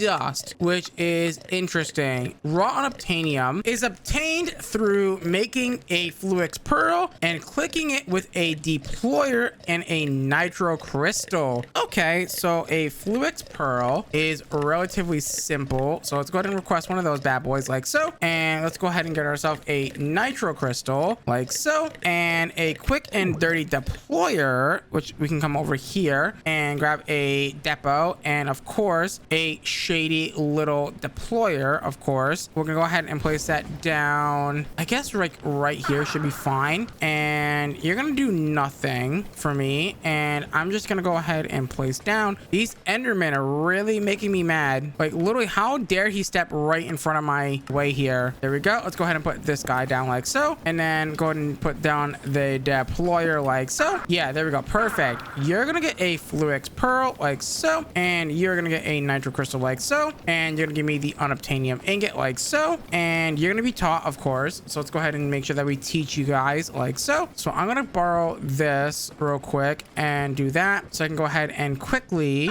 get things going here. So unobtainium dust like so, and we are trying to make the reprocessor like so, and boom. So this reprocessor is interesting. So we're gonna go ahead and place that down like so, and we're gonna go ahead and place down the reprocessor down on top of that like so, and then we're gonna go ahead and get ourselves some of this EV cable like so, and I guess we're definitely gonna want some overclockers. This can't be overclocked, thankfully, but the recycler can totally be overclocked, so we're gonna go ahead and do that. 4 overclockers should be more than enough, and we're gonna go ahead and make another one of those cobble gens, because honestly, quite frank, I'm actually quite worried about our EMC because it is really low, unfortunately. Did I teach fire chargers to the system? Please tell me I taught them. Of course I didn't teach them, because why would I teach fire charges? Oh, they have EMC. I'm silly. Let me go ahead and take this now, and we're gonna go ahead and place this on top of here like so, and place a item pipe like so, and then that like so. Let's also quickly request another infinite pipe upgrade really quickly. There we go. That should be done in a matter of seconds like so, and let's go ahead and do something like this and like this, and that should now be making a bunch of scrap, which is then going to get pulled downwards into, you guessed it, the thing down here, which is then going to get used to make antimatter, which I can then take this and do this, and you can get pulled out like so, and now we're fully automating antimatter. Now what's really cool is that this guy, the scrap, will make this even more cheaper. You saw that like little boost there, that little orange orange bar. The little orange bar will make this cheaper once it gets a little bit of scrap. And now we have antimatter. In today's episode of Project Sacrifice, we get into Draconic, but we also make an insane amount of power in between episodes. I have been a very busy boy doing a lot of crafting. And yes, I have been doing a lot of crafting. I went ahead and made the MK15 fading power flowers because I was so sick and tired of logging on every time I disconnected from the world and having 0 EMC. So now every time I leave the world, I basically start immediately with like a bajillion trillion EMC. So I don't have to worry about that. I also happen to upgrade our netherite crafter as well, but I have my eyes on a different prize today, and I think you're going to be surprised on what that prize is. Do you remember a couple of episodes ago when we built these power reactors and how we, wanted to put watches on these guys? That's what I want to work on today. I want to work on a huge, and I mean a huge power storage. Yes, I am thinking we go tier 8 draconic energy ball levels of huge. But unfortunately, we're going to have to go through some hoops to do that. So unfortunately, we do got to still get draconium, right? And we haven't done that yet because, well, we're kind of falling behind a little bit here. And the draconium is going to require us to go ahead and get draconium dust and a scrap box, which I believe we already have because we were doing that over here with the recycler from industrial contraptions. But to get draconic dust might be a little bit more tricky. We're going to need to get this draconic essence, and draconic essence is not the cheapest thing in the world. Also, it's a bit of a problematic thing because it requires this extreme crafting table, which we do have, by the way. We use it to craft our watch. The one problem with this crafting table is it's extremely laggy, and I mean really laggy for some reason. That's not going to be fun at all. So to do draconium though, or draconium dust that is, we're going to need a lot of things. We're going to need manual essence. We're going to need star metal essence. We're going to need these insanium essence, which is 100,000 LP each, which is a lot considering that we need 8 of them. So we need just a little under 1 million LP for that, which is going to be a bit tricky given our setup. We don't really have that much LP in our network right now. We only have about 30 buckets considering that needs 800 buckets each. Oh boy, we have a lot to do on our hands right now. We are going to really struggle here to make the insanium essence. 100,000 LP is insane considering that we can only hold 30,000. So I was really thinking about this, and I think we're gonna actually have to upgrade our blood altar here. We're gonna have to upgrade to the augmented runes of capacity, which honestly they're quite expensive. They're actually really expensive, which is gonna require us to upgrade to the dynamic slate, which is gonna require 15,000 LP per, and I believe we need like 70 something runes or something, which is very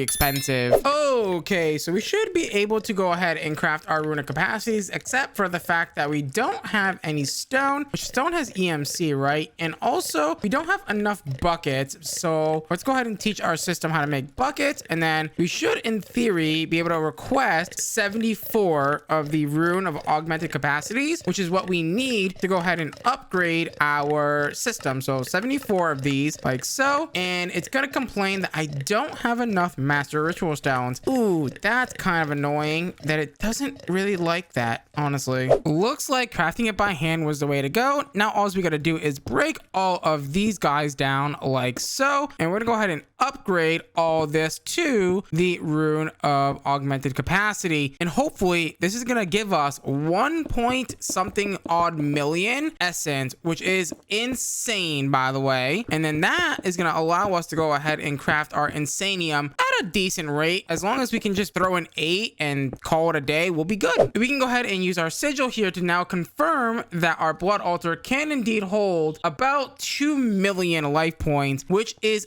absolutely insanity. While I'm sitting here waiting for this to fill, I did some math really quickly to figure out all the essences we're gonna need for making the draconium essence. Oh boy, do we need a lot of essence. We need a whopping 384 of the star metal essence, which the star metal essence requires a biolab from the biomancy mod, and it's gonna require skystone essence and iron essence. So that's actually, you know what? That's actually not as bad as I thought it was gonna be, but I think it's the other one that's going to be the problem here, and it's the manual that's going to be the problem, because we need this cobalt essence, which we need approximately 256 of this stuff, which is going to require us to make 256 mana steel, which is going to require us to make 256 iron essence. That's not the problem one. The problem one is this mineral essence, which requires lapis and also nature essence. Honestly, now looking at it, that's not going to be too bad at all. And I believe we only need 128 of each because we get double the output. So all I got to do is get my innocuous out and basically shift right click this with an auto clicker, and bada bing, bada boom, we should have like a bajillion of every essence. Now we are going to need to make a few things like lapis blocks and a few others. And I believe our iron is also here up front as well. So we can go ahead and just quickly tackle that as well. Alrighty, we're almost ready here. I did make all of the essence that we need for the draconium essence. The only thing that we're now missing is going to be the draconium essence. I do need to set up filters for this. So to do that, all we gotta do is get some inferium, and I need to basically keep upgrading the tiers like so. So blacklist this and then put it in, blacklist it again. You know, you get the idea. Oh my god, that was tedious as heck to do. And guess what? We still gotta make 800,000 LP to go ahead and make 8 of these insanium. And just like that, we should now have everything that we need to go ahead and make the 8 insanium. I believe we have enough blood. Yep, we do. 954,000 buckets or millibuckets. And I totally told you to blacklist that. Did that make the insanium already? There's no way. It made it that fast. Okay, that's insane. Now, my only concern right now is this crafting table, because this crafting table is a bit laggy, honestly, and I'm not a huge fan of this crafting table being really laggy, but there's nothing I can really do about that per se. I missed one. There we go. All we got to do is something like this and not do that. Unfortunately, that we messed that up, but that's okay. That shouldn't be too bad of a fix. There we go. Put our insanium right in the middle, and then we should in theory be able to take all of this and hopefully divvy it out enough. Hold on, let me take all this out again. I did not mean to take those out. Oh, this is gonna be so annoying to do this one by one. Oh, this is gonna be awful. I finally freaking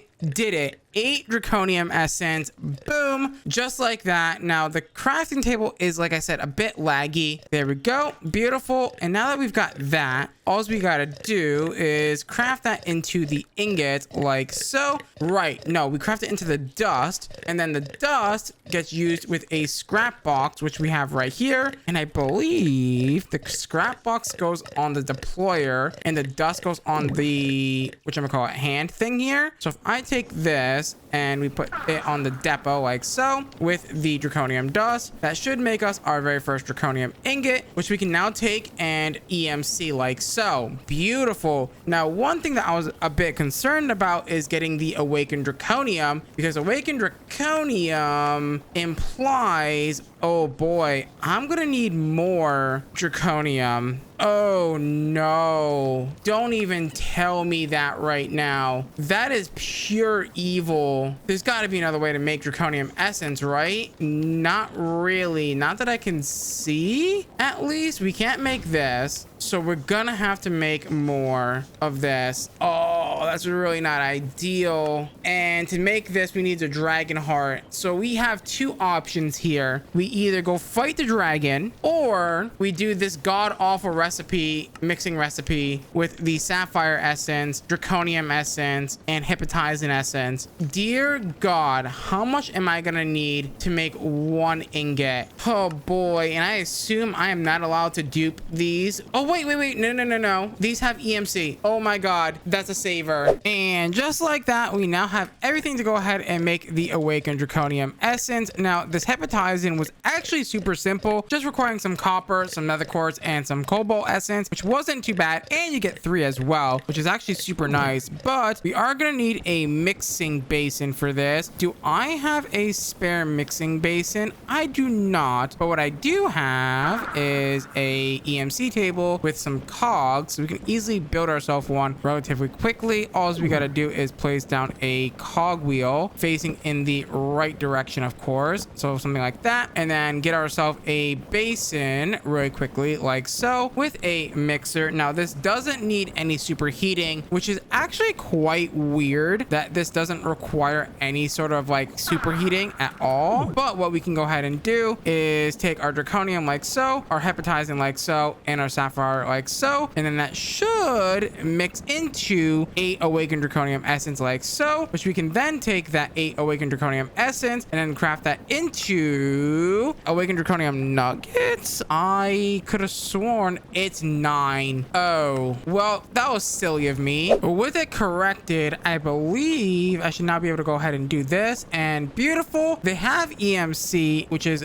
beautiful. So all we gotta do is take this and toss it in here like so, and then all we gotta do after that is take the nuggets and throw them into our refined storage system, and then we should be able to go ahead and request them. Now, I also kind of want to also throw in the awakened draconium. I also want to throw in the draconium as well, because we're gonna need a lot of this stuff if we're gonna go ahead and make the tier 8 energy ball. Now, I'm hoping that it isn't gonna be like too crazy, but it could also be very crazy, and you know, things could be different, right? So I'm really hoping that the energy core is not gonna be like expensive. I didn't really check. I just was like, you know what, let's just go for this goal here, because we are gonna need power storage here, because there is a lot of things in this pack later on that's gonna be quite challenging power wise. So we're gonna need a lot of power, and it does look like everything here is within the realm of possibility of auto crafting, which is really nice. You know what, it's even better because guess what, they have EMC. Now, we don't have any gold for some reason, but I can quickly fix that. So if I grab some gold and I toss it into this guy here like so, and you know what, we're probably gonna also want to teach it nether stars. Actually, you know what, I probably should teach it nether stars. That's definitely gonna be one thing that we should probably teach it for sure, because draconic evolution does use a lot of nether stars, so we might as well teach them. There we go, draconic cores, and then we're gonna want wyvern cores. We don't have that taught to the system yet, so let's go ahead and make sure that we teach that to the system, and then that way this guy also knows how to go ahead and make draconic cores like so. And then all we gotta do is make the wyvern core like so. This does have a $10 million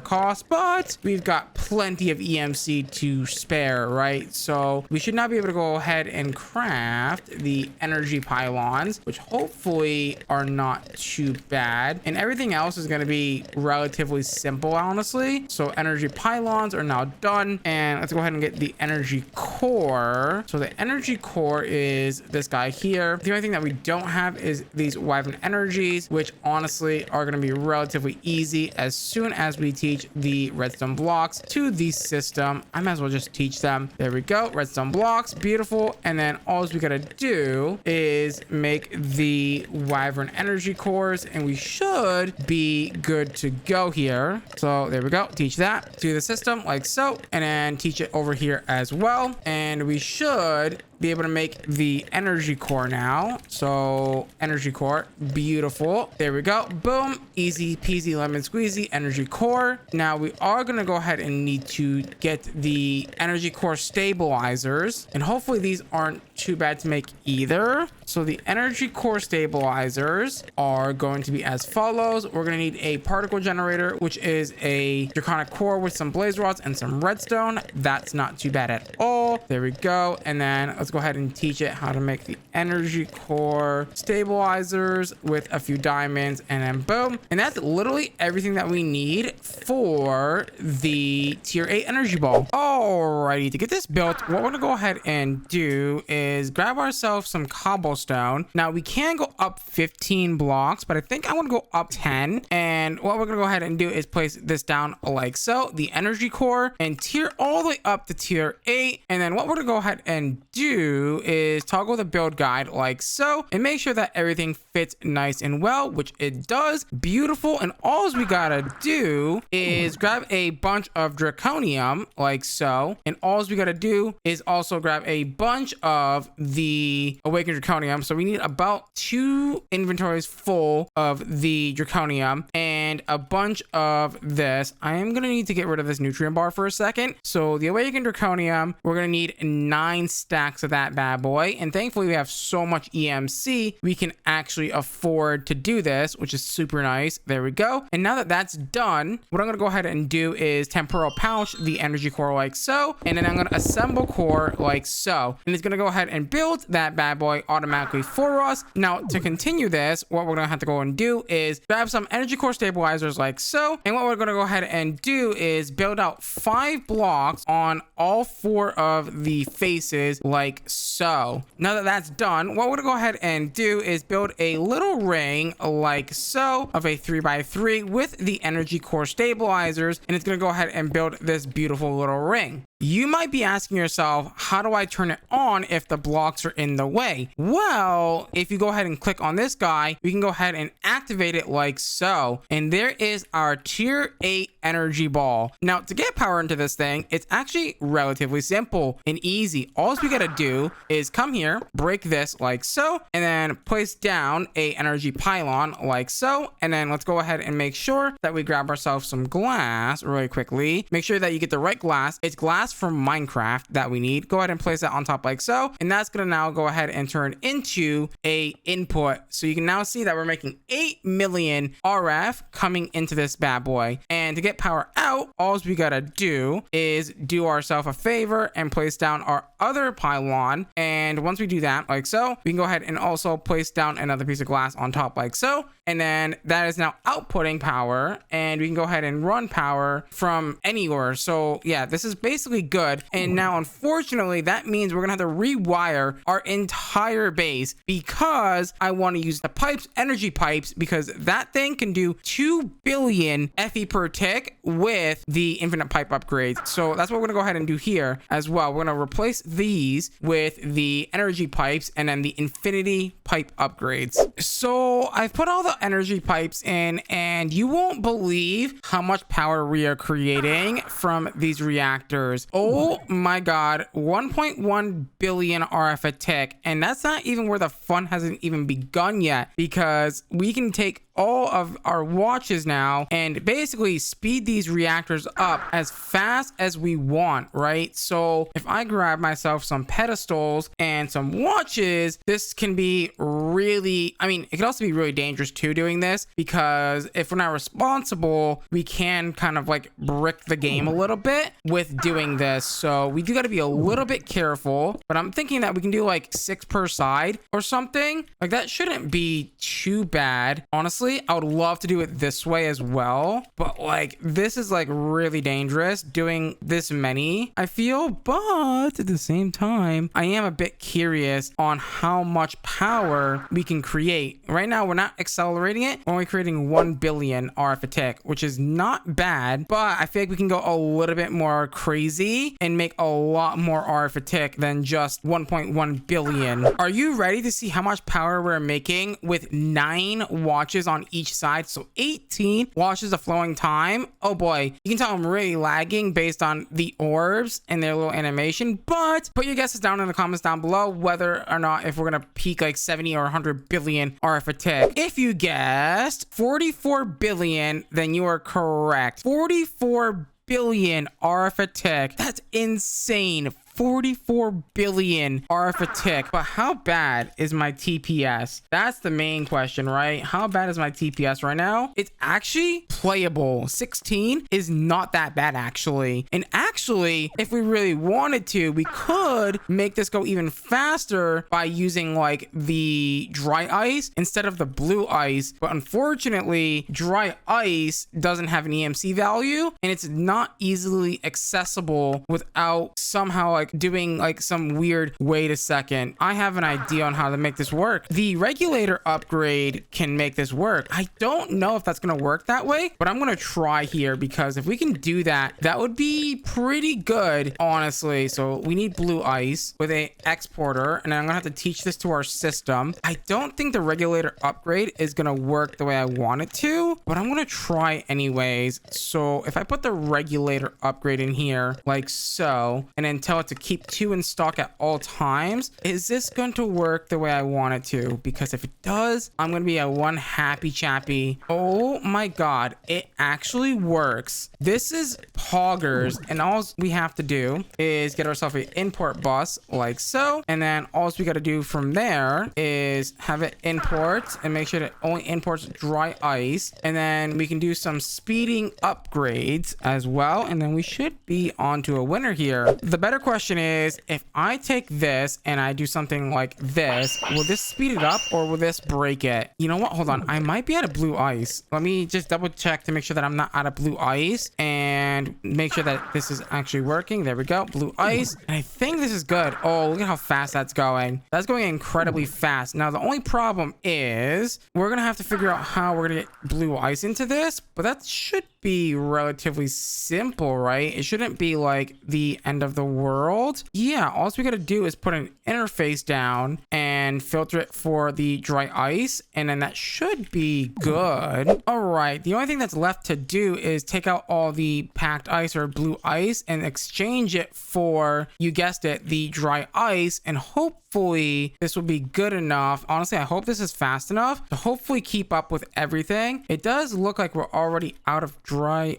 ice. No. Also, I do want to make sure that this is all good. So what we'll do is get a couple of these ultimate pipe upgrades and toss them in here and make sure that they are on round robin mode. So that way they exchange equally and don't like try to like rob each other of dry ice. And then hopefully this should kick in soon, and hopefully this will make this much more faster, honestly, and a lot more power out of our uraninite here, which is going to be even better. We're going to go probably from 44 million or billion to like something crazy, but I think, I don't really know, I don't really see this going down, so I can't really tell if it's really changed at all. It says solid coolant dry ice. You know what, I want to try something. This is a bad idea. Okay, don't do that. So it breaks the whole block. I didn't think it would break the whole block like that. That's not ideal, but I guess this is gonna allow us to see now how this works, right? So you should now have all your dry ice now. Yeah, I have to break all of these. Oh, that's kind of annoying. With all of the reactors upgraded, we are now making 44 billion. Okay, so it didn't really make that much of a difference, but honestly, it is what it is, right? And hopefully we can keep up with the dry ice production, which it looks like we are totally keeping up with it. So, and if anything, we can also make more of these energizing orbs and upgrade that as well, so we don't have to really like focus hard on that. Dude, we have a lot of power now, and I mean a lot of power. We're almost at 1 quadrillion power already, which is insane. In today's episode of Project Sacrifice, we compress many items into singularities, and also we go ahead and make this beautiful infinity catalyst. With that being said, let's get into today's episode. In the last episode, we dove into draconic evolution and we made the chaos shards. Now we are going to need those because we do need to upgrade these injectors one more time into the chaotic injectors, I believe, because we need the draconic reactor core, which happens to also need chaotic tier injectors. And my plan today is hopefully to go ahead and get into the end game, which is going to require us to make these infinity catalysts, which is going to require us to make a bunch of stuff, including these matter clusters, which requires these singularities, and we need 40,000 of them each. Alrighty, to get the stuff going here, what we're going to go ahead and do is make a ton of these. You know what? We also need hoppers. Let me grab those real quick. I totally forgot to grab some hoppers here, but what we're going to go ahead and do is is we're gonna make a ton of these Nutrium compressors, because we're gonna need quite a few of them, I believe, to go ahead and get things started with the Infinity Catalyst, because we need 1, 2, 3, 4, 5, 6, at least 15 or at least 16 of these, right? Unfortunately, because, well, we need these singularities. So let's go ahead and get some more iron here, and then we're gonna set these up to go ahead and export into these guys all the materials that we're gonna need for this. Alrighty, now that we've got all the neutronium compressors, what we're gonna go ahead and do is place them all down, and hopefully we have enough. I believe I counted about 15 of these that we're gonna need here, so we have 18, so we should have enough here to go ahead and get things going. So let's go ahead and get a bunch of EMC links like so, and what we're gonna go ahead and do is make sure that these are all separated. We don't want them together, because then they're gonna like cross each other and it's not gonna be ideal. So we're gonna make sure that these are all separated with the wrench. Now one of these will need refined storage, so I'm thinking that maybe this one on the end here can get refined storage, as in our refined storage system we have 12 million of the singularities that we need for this guy, for the matter clusters, which is going to be amazing. So we'll put an exporter on this one like so, but all we gotta do is get ourselves a wrench, because I kind of got rid of my wrench on accident, and make sure that these are all configured to be single-handedly solo, and once we do that we should be good to go. Also, what we could do is, instead of using an exporter, maybe using a interface with a infinite pipe upgrade, because that's what I'm going to do with these guys as well. We're going to go ahead and put down all of the EMC links and get that all set up and ready to go. Now I'm hoping that all of these do have EMC. I didn't check to see if all of these had EMC, but I'm pretty sure all of them do have EMC. So I've been busy setting these up, right? And I just noticed something here. So we go diamond, emerald, and then iridium, but iridium is a problem because iridium doesn't have EMC. So we're gonna have quite a bit of a challenge on our hands, but I'm hoping I can just like use my refined storage system to craft a bunch of it, but I don't know how that's gonna work. And also, we actually do have quite a bit of iridium as well. We have about 2.1-ish million iridium, which is not terrible, I guess. We could use like a sequential fabricator or something to get that all set up and exporting or whatever. Alrighty, with this good to go, all we gotta do is make sure that this is going and you're getting extracted on all of these, and then we're gonna put all of the infinity pipe upgrades in them, and hopefully we're good to go. And also have to make sure that these are all set down at the bottom to go ahead and import. We're gonna use importers, of course. Now I'm trying to think, do I want to upgrade our importers to creative? I think I should, because that way it's just like I know I don't have to put anything in there. All I have to do is just plug it and it works. So that's kind of scary. We need a dragon head, which we might be able to go yoink from the end, so it's not too bad. So I might just go explore the end, and while I'm out there, actually I was gonna make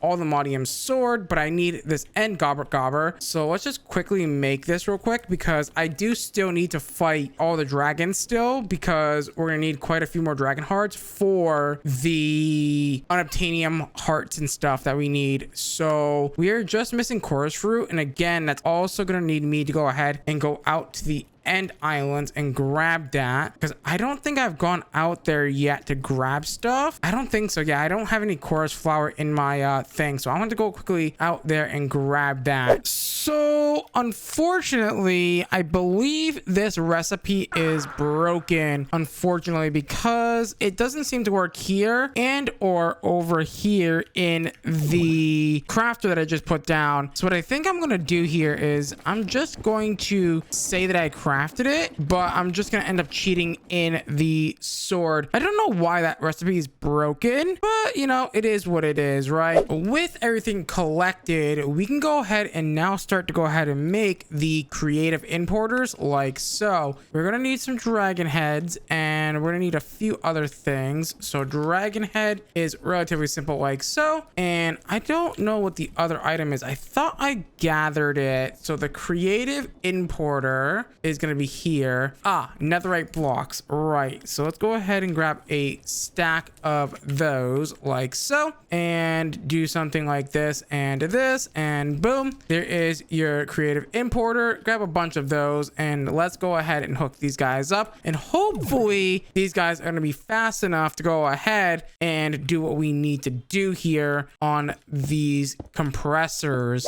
Alrighty, everything is hooked up and ready to go. I'm a bit concerned about the speed, as oh my god, that's really slow. So 1 2 3 4 5. We're gonna go ahead and stack up a few watches here, and I'm really hoping that this, you know, works in, you know, the way I want it to, because if it doesn't, we're gonna be in a lot of trouble. Also, I'm really hoping that this reaches all the way across. 1 2 3 4 5. It just barely reaches. Hopefully this will do us good, and do something like this, and this, and hopefully that speeds things up. That doesn't look like that's going any faster than what it was. Thankfully, we don't need too many of these, but I'm gonna go ahead and let that do its thing for now. So we are gonna need to do a few other things while we wait for that to kind of get everything that we need. So we're going to start working on other parts of this recipe, things like the ultimate stew, the dragon star, the temporal pouches, the quantum entangled singularities, the draconic reactor, the endless pearls, the record fragments, creative essence, the end gobber gobber foo, the final star. Dude, the list goes on and on and on and on. Starting with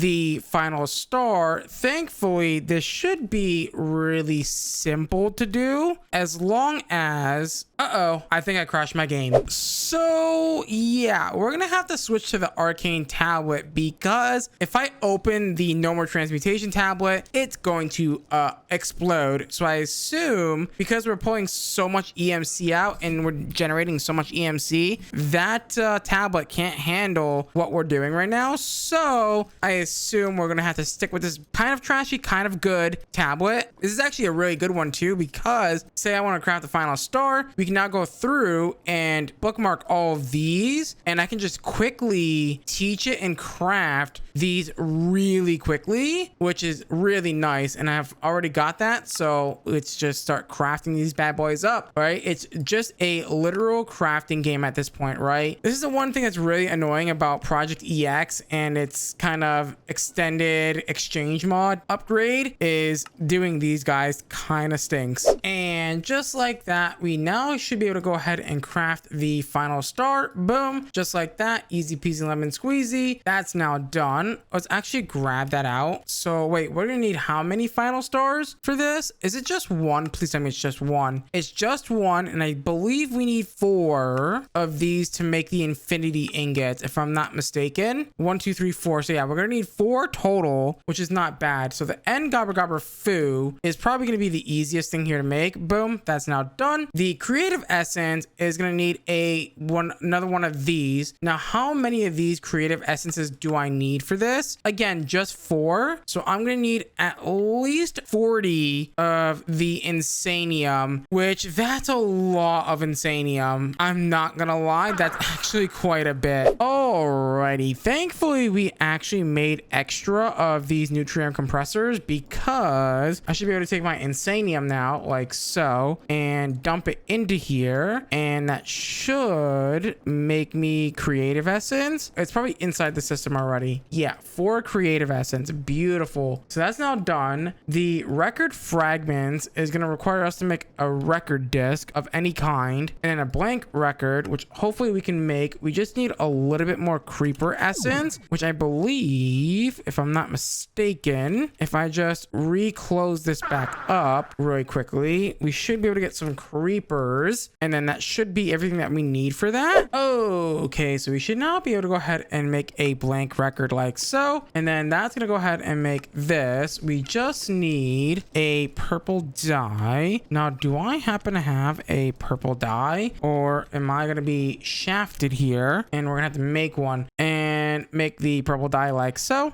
and then we should be good to go. Teach that like that, and then we just need that to make the record fragment or the record disc. Turn that into record fragments like so. Now for the next few things that we're gonna have to craft, we are gonna need this dire crafting table, starting with the endless pearl. Let's go ahead and make some endstone like so. Let's also grab some ender pearls and some neutronium, and once we do that, we should in theory be able to quickly make the endless pearl like so, as long as we grab a set of nether stars, and we should be able to make the endless pearls that we need. Not sure how many of these we're gonna need, but I'm gonna craft quite a few of them if I can. There we go. There's one. I believe it's 4, so it's actually 8. Also, do these not stack? Because if they don't stack, that's gonna be really annoying to do this. Okay, so we can indeed stack them. That's great news for me, at least. So for the next thing that I want to work on, we're going to need some obsidian, and we're going to need some ender dust. Now, do I have ender dust available to me? I don't know. I think I have to make it this way. Hold on. No, we need a specific ender dust. The one from Applied Energistics 2. And it looks like we can get it through the crushing wheels. Okay, that's fair enough. So if I just quickly grab myself some crushing wheels relatively quickly, that shouldn't be too bad. So 1 and 2,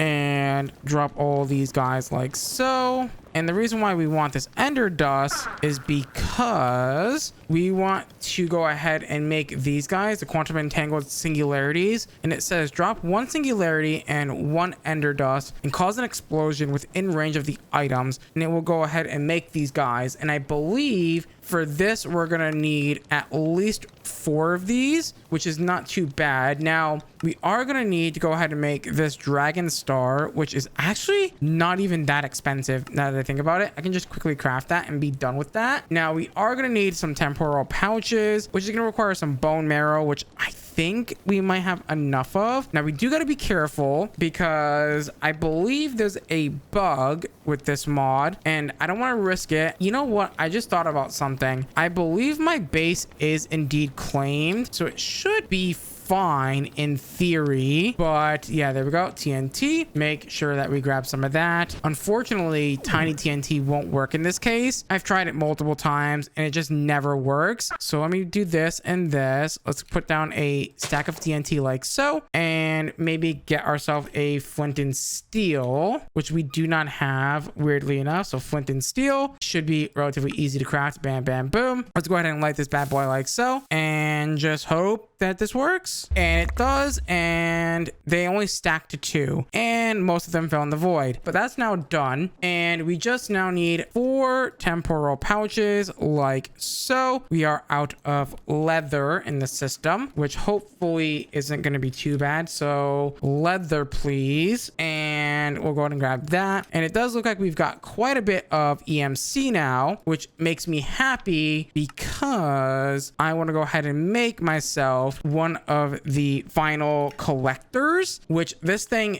generates 4 trillion EMC a second, and I think that's gonna be more than worth it right now, right? So let's go ahead and make that, and we're gonna need to go ahead and make the other thing, this guy here, which is gonna need this guy. And then once we do that, we're gonna go ahead and combine those together like so. And dear God, that is so expensive. And boom, there we go. It took all of our EMC, but we can now take all of these, break these down because we don't need them anymore, and we can also just put down this guy, and that's now gonna make a literal boatload more EMC. I just filmed a whole clip and it wasn't filming. Oh, so basically we just filled these guys up with 4 stacks of diamonds, 4 stacks of large chaos fragments, and some dragon eggs, and it happened to be that we had exactly enough to go ahead and craft up the 9 injectors that we needed. I can't believe I just biffed that up.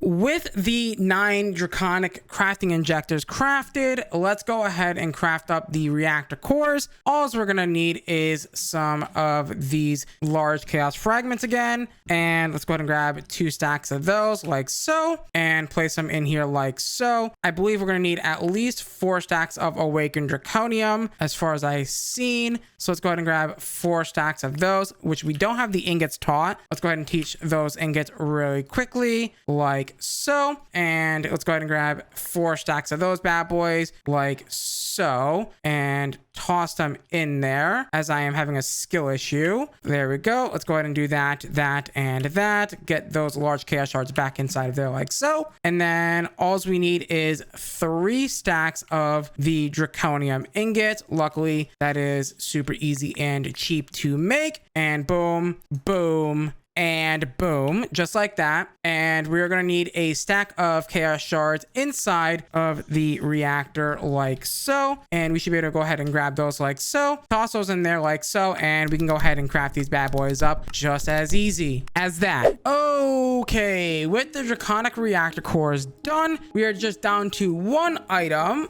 and that is the ultimate stew. And luckily for us, it is relatively easy to make. So we need wheat, which we don't have, which I believe, I thought I had some farmland over here. I do. Good. Let's go ahead and get some carrots. We're gonna need those guys. So wheat seeds, and then I believe I can just twerk for this and be done with it. There we go. Let's go ahead and teach the wheat to the system like so. So wheat, and then we're gonna need carrot. I believe it was the next one in the line. Let's go ahead and grab actually 2 stacks of everything. So 2 stacks of the wheat, 2 stacks of the carrot like so, and then we're going to need 2 stacks of potatoes. So I don't think we have potatoes. We do not. And potatoes come from nature essence, which we can relatively make because we have 3k of that. So let's go ahead and do that. And potatoes actually don't have EMC. And we're gonna need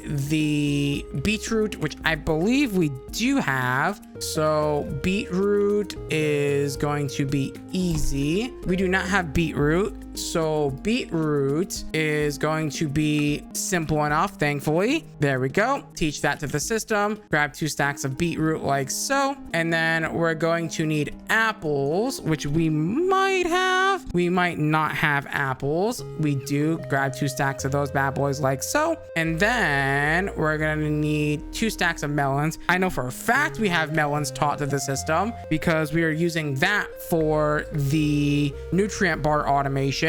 We're gonna need pumpkins. We might not have pumpkins, but I think pumpkins are relatively easy. If I'm not mistaken, if I grab a melon and a philosopher's stone, I believe I can convert that into a pumpkin. Yeah, beautiful. Neat little trick right there. There we go. And let's go ahead and teach that to the system. That's gonna be good. And then grab 2 stacks of those relatively simply. We don't need these anymore. And I'm a bit concerned about the cactus and the mushroom. Cactus we do not have, but cactus can be made with nature essence, so that's not a big-ish deal. However, mushrooms might be a bigger deal. So mushrooms are just dirt and the nature essence. Okay, so those aren't as bad as I originally thought. There we go. Mushrooms, we actually might need more. So mushrooms, the brown type is the same sort of recipe except in a different configuration. There we go. Let's go ahead and teach this to our system like so, and then grab the mushrooms like so. Red mushrooms and brown mushrooms, and then we just need piles of neutrons, and then that should be everything that we need for this ultimate stew. And it's only 1 stack of that as well. So all I have to do is come in here and do this, and I should in theory have the ultimate stew. Now it's gonna lag up because we just crafted like 4 stacks of that stuff. They didn't really need to craft that many, but there we go. And now we can actually go ahead and grab the things that we need for the infinity catalyst. I was prepping the stuff to make the catalyst, and my God, these do not stack. The matter clusters do not stack. That is going to be annoying AF. Oh my God, that's gonna be so annoying. We have a problem. Oh my God, I missed an entire item. Oh boy, we got a problem, gamers. Oh boy, we missed the cosmic meatballs. How did I miss this? Oh God. Okay, so raw cod, which we do not have. Of course, we do not have that. So the meatball is gonna need pork chop, and this is where I find out that yeah, doing all the quests in the beginning is going to be important. The pork chop we do not have, which is not ideal, which we do have in the system. Thankfully, we can go ahead and teach that real quick, then that shouldn't be a problem. So pork chop it is. So let's get that guy in there. So pork chop. Now cod we're gonna have to fish for, unfortunately. We're gonna need rabbit, which, dear God, how do I even get rabbit meat? I assume I have to do something with that. Salmon we're gonna have to catch. Chicken we have. At least I thought we had chicken. Oh God, this is a disaster right now. Oh boy, did I make a huge mistake. So chicken, and then we need, for the meatball, we're gonna need beef and mutton. Okay, beef and mutton, and then piles of neutrons. Beef we should have, I believe. So beef we do have, and then mutton I don't think we have, because I haven't killed any sheep. We do not have mutton either. So thankfully I was paying attention, because you can't make rabbit seeds. So to make raw rabbit, we're going to use this recipe here, which is going to allow us to turn raw beef supposedly into rabbit, and it's not really working, which is not ideal in the slightest, because I have no idea how else I'm supposed to be getting rabbit. Now I do see this recipe here. I'm gonna try it, and I'm hoping that this one actually works this time, because if it doesn't, well, I don't know what we're gonna do. I'm gonna be honest, because if it doesn't work, we're kind of boned, I feel. So the recipe in here says any sort of food plus a philosopher's stone. So let's get a philosopher's stone, and let's try this again. This on the bottom, 3 beef, like so. It did work. Thank God that that worked, because if it didn't work, we were in trouble. And just like that, we now have the cosmic meatballs. And just like that, we should now have the infinity catalyst. As soon as I do this really quickly, it's gonna lag a lot, because it's gonna like figure out the whole like recipe. I'm a bit concerned, because this table is a bit laggy. I'm gonna give it a second and see what happens. Just as I thought, there's too many items, because it can't put it all back in our inventory. So we are gonna have to manually do this a little bit. So let me go ahead and put all these items together. And just like that, we have our very first infinity catalyst. Let's go. And all we gotta do from this point on is hopefully grab a bunch of the singularities like so, and hopefully grab a few of those matter clusters like so, and we should be pretty much good to go. So temporal pouch goes there, and that's another one, and that's another one. As soon as I get the final temporal pouch in there, and boom, there is our 4 infinity catalysts. But unfortunately, guys, in today's episode of Project Sacrifice, we break bedrock. With that being said, let's get into today's episode. In the last episode, we got to go ahead and make our infinity catalyst, and boy was that fun. But today is the final episode of the series. So I've done a few things in between episodes. I automated soul lava, because that was going to take a while, and by the way, I had a derpy moment, and I'll explain why in a second here. But I went ahead and automated proto lava, which is just ender, chorus fruit, and lava in the smeltery, and then we melt the dragon heads to go ahead and get the ender, and we melt down the chorus flower to get the chorus. And over here we melted down some gypsum, and then we also melted down some nether quartz, and all of that combined together makes proto lava and also soul lava as well, which we will be needing today. To kick off today's video, what we're gonna go ahead and do is build the crafter that's going to go ahead and go right here. That's going to go ahead and automate the infinity ingots. Now, what's actually really cool about this pack in particular is we only have to make one infinity ingot, because we can then dupe it with the refined radiance. Then we can take it and use it in the crushing wheel to go ahead and get the catalyst, which is going to allow us to go ahead and do other things like make the Aphrodisia sword and also the very OP infinity armor and things. To do that, we're going to need the crafter. Now, the crafter is a bit much. It's pretty big, actually. So we're going to need the crafter. I'm going to get 2 stacks. I think that should be enough. So what we're going to go ahead and do is do a nice little 3x3 like so, with the center cut out like that. We're going to go ahead and then make a plus shape like so. And then on top of the plus shape is going to go another 3x3 with the middle cut out. And it's going to be the same pattern for this side, and then this corner, and the center. If you've done it correctly, it should look like this. Now, it is important that everything is facing down to this center crafter. So what we're going to do is make sure everything goes to that center crafter in some way or shape or form. Now that we've got that all set up, it is time to finally, hopefully, get the piglet hearts that we need for some of the items. Now, I think we only need 3. I might be wrong. So if we look at the infinity ingot again, I believe there's more than 3. So I might need to kill another dragon really quickly. So there's 1. And according to this recipe, it does look like there's only 3, which is good because we have the hearts for that. So we need to take the piglet heart, which we're going to need a bunch of power for, by the way. And I mean a bunch. So we're going to need gypsum, pig iron, a infinity pipe upgrade, a heart of the sea, which that's going to be an interesting one to make. And then dragon hearts, which we have, and gold singularities, which we also have, by the way. So pig iron is actually relatively simply easy to make. All we got to do is take some iron and I believe right click a pig with it. Nope, left click it like so and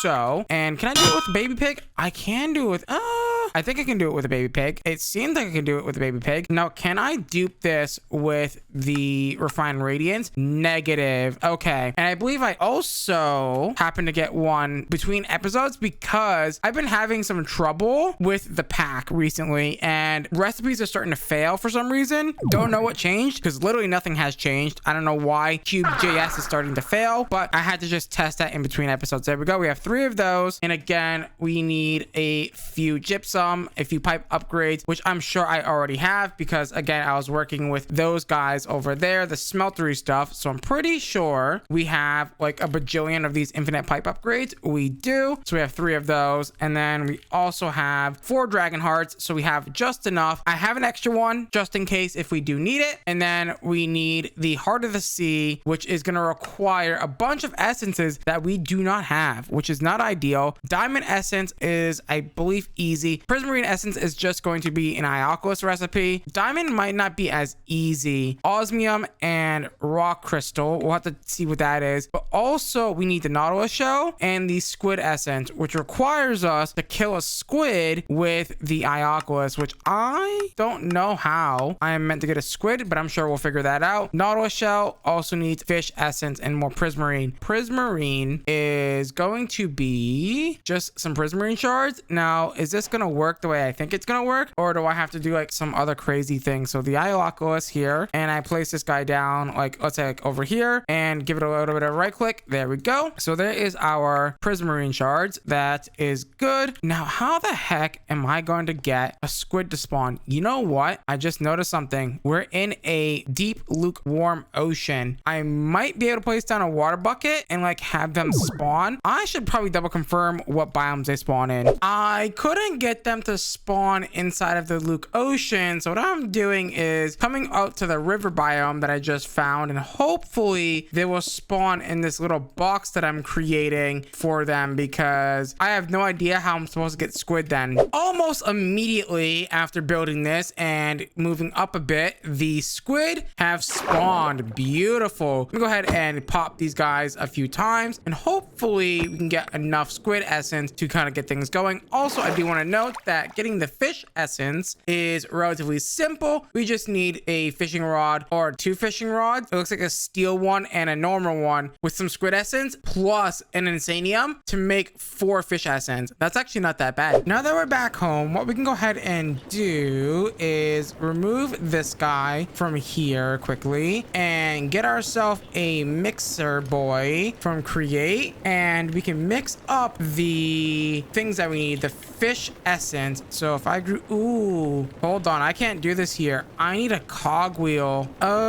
What if I did this? Actually, no, I can do it right here actually, because this guy has nothing in it. So if I get myself a fishing rod. Now, I'm a bit concerned that we're gonna need a steel fishing rod because, yeah, I don't have any steel, and it does look like it needs create for that. I can take a normal fishing rod with a steel ingot over here in the smithing table. The question is, do I have steel ingots? I don't think I do. It's been a while since I've actually needed steel ingots. Yeah, how do I get this again? Oh, is this gonna be a problem because I didn't save 1 steel ingot to dupe with the refined radiance? Thankfully, we had steel essence laying around. I think I can just do this, right? Okay, it's taught to the transmutation table like so, and then let's go ahead and do that plus this. Yes, that does indeed work, but let me go ahead and quickly teach my fishing rod to the system. There we go. Get 2 fishing rods out like so, and then let's go ahead and upgrade one of those bad boys to a steel fishing rod like so. Go ahead and do that, and we should be good to go now. Beautiful. And then all we gotta do is get the insanium out like so, and then that should be all she wrote as well, as soon as we take this guy and put it into the mixer over here. And honestly, these crushing wheels are kind of annoying because they're in the way, but there we go, there we go, and there we go, and there we go. That's gonna go ahead and make us the things that we need, aka the fish essence, which is going to be used over here to hopefully make the heart of the sea and the nautilus shell like so. Since this has EMC, let's go ahead and make sure that we teach it to the system because we don't want to have to go through that whole pain again, right? So let's go ahead and grab one of those bad boys, and then I believe that is just step 1 of many to go ahead and make the heart of the sea, because we still need to go ahead and make the diamond essence, which hopefully shouldn't be too bad as long as we still have some osmium essence. We literally have 1, and we need the rock crystal, which we also have quite a bit of, only 3, but still it's quite a bit. Take that, dump that in here like so and so, make some diamond essence. That made 2, and I think I need 3, don't I? Of course I need 3. No, I need 4 diamond essence, and boom, just like that, we now have the heart of the sea. Beautiful. Okay, and let's go ahead and get this bad boy going like so. Now all we gotta do is take this and put all of these things inside of this guy right here. So the dragon heart, gold singularity, gypsum, heart of the sea, infinite pipe upgrade, and then the pig iron, and then that should start to go ahead and craft, taking 9.8 billion RF a tick. Oh, I'm gonna be here for a hot minute, aren't I? Now that we've got the pig lich hearts, all we gotta do is make the things. So unobtainium allthemodium is going to need the pig lich heart, poured unobtainium allthemodium alloy. We have to first make the alloy by taking the unobtainium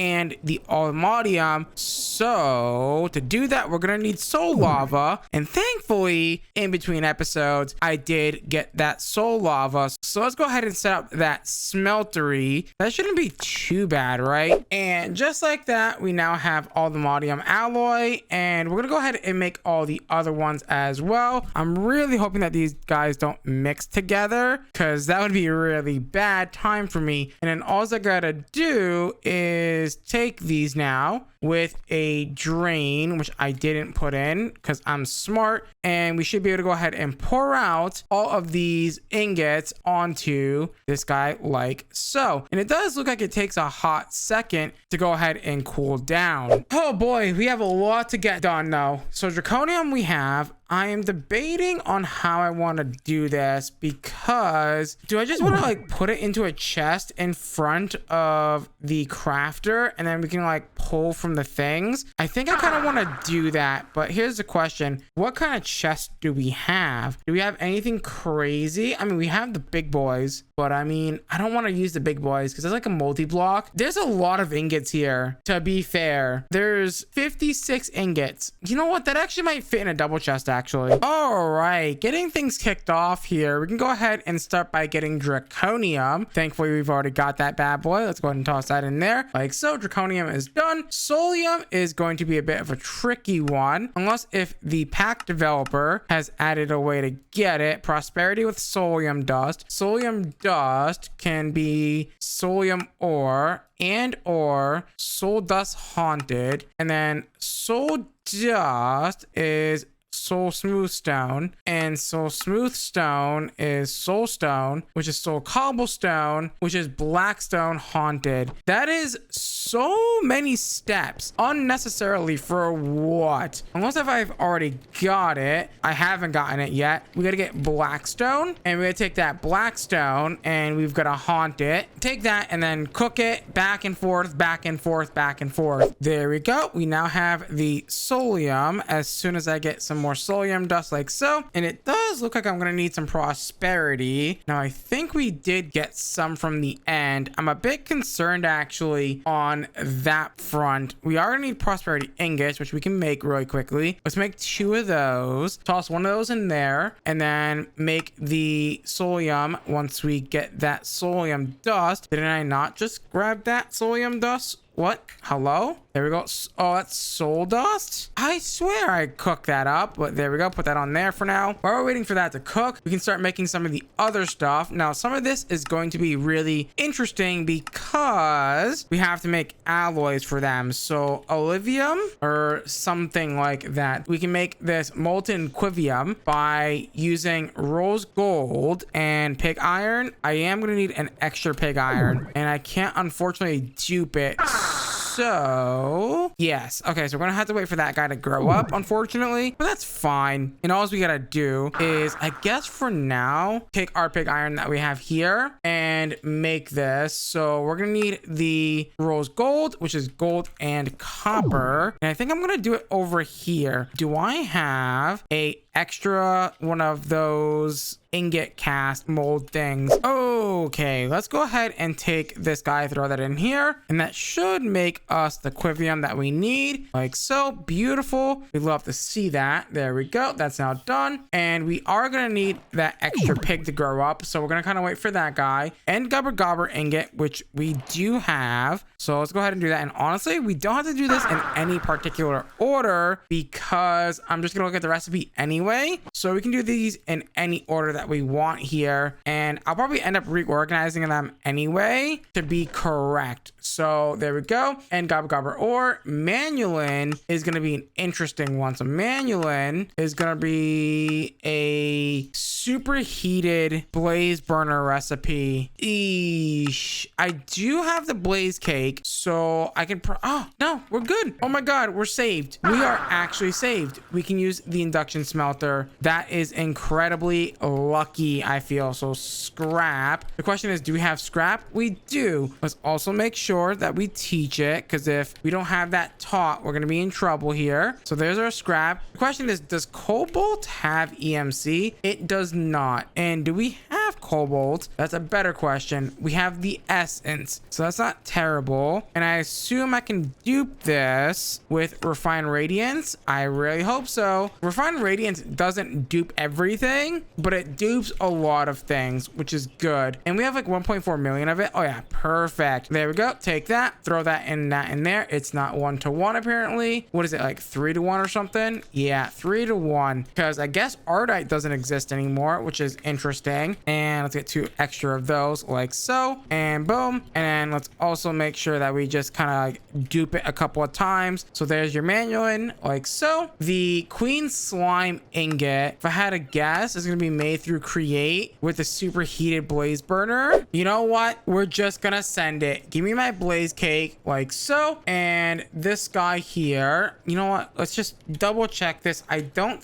think this is going to be used anywhere, to be honest, other than making the flux stuff doesn't look like it's being used anywhere else. We don't need it. So perfect. So all we need to worry about is this guy here. So let's go ahead and make this. So it's going to be cobalt, gold, and magma cream. That's relatively cheap actually. So cobalt is easy enough and gold is relatively simple. And the magma cream, I believe, is also simple as well, which we don't have magma cream, but do we have some in the EMC table? We do not. So magma cream should be a simple one. It's just blaze. Oh, it's not blaze powder, and it is. Okay, cool. So if we take some slime balls and mix it in with some blaze powder over here, we should be good to go. One of these and one of these should make me the magma cream that we need. Beautiful. And then we're gonna go ahead and take this with the gold, the cobalt, and that's it. We are gonna need to put a blaze burner down. There we go. That should now make it beautiful. And this doesn't have an EMC value. That's fine because we have the refined radiance, so it shouldn't be too bad at all. Also, is my soul done? My solium is indeed in fact done, and there is our solium, so we can also check that one off the list. Lavium. So I assume lavium is going to be some sort of molten conjiggery. So it's from Tinker's Reforged, so that's probably a hint right there. Molten quartz, fel steel. Okay, we're gonna need both of these. So fel steel is another one that we're gonna need here. We're gonna need debris and blazing copper. Luckily for me, we've got that already. So let me go ahead and check out what this is. Nope, not that one. This is made out of, because we're also gonna need this aluminum and copper. So how much aluminum did it say it wanted? It wanted 1 block. It wanted 9 ingots. Take this and put it into here. Now I am just gonna break this because we don't need it at the moment, because we've already got the quivium that we needed. Beautiful. Get rid of this, and that should be good to go. And that makes actually quite a bit of this stuff, and I assume I can dupe this with the refined radiance. So this is then going to go into fel steel, I believe. So fel steel is going to require this plus debris plus copper, which I can come over here with a bucket because we've got like a bajillion of it. So there we go. Take that and shove it into here like so with some of this. And of course, we got to get the debris. So the debris is going to be interesting because I don't think I taught it, which is going to be a problem. You know, I can actually kill 2 birds with 1 stone right now if I take all of this hepatizen really quickly and do a quick few dupe sessions. And we take this and we turn it into a block form like so. And we fluid encapsulate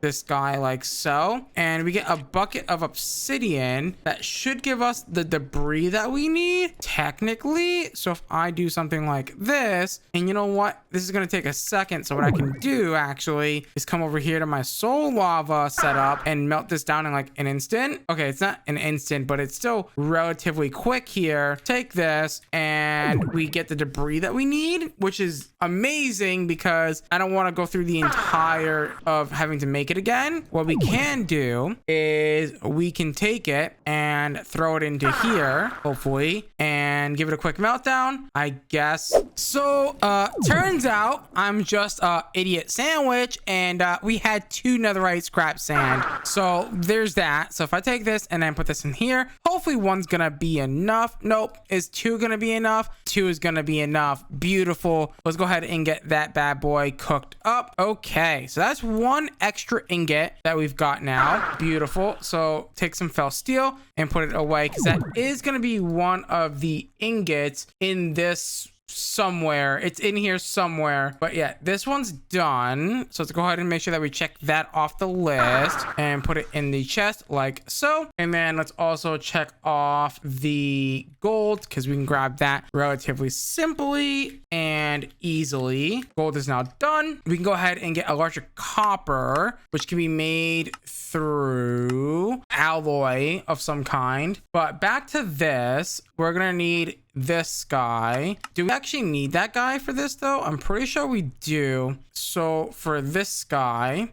we're gonna need kelp, aluminum, and iron. And I don't remember, right, we wanted this, right? The lavimium, and this required quartz, fel steel. So we need kelp. I don't know why getting kelp in a smeltery sounds weird, but let's go ahead and do it. So kelp, and then they wanted, I forget what they wanted as well. So they wanted kelp, they wanted iron and aluminum. Okay, so how much do I get for this? I get 250, cool. And then they want iron and they want aluminum, which is easy enough for us. And boom, and boom, boom. Hopefully things don't get mixed up. There we go. There's 180 of that. Let's go ahead and pour that out. And of course, make sure that we get our refined radiant ready to go. Also, the hepatizing that we used to make the other thing can be used in this recipe as well. So we're good there now. So we can take this one hepatizing like so, and this like so, and call it a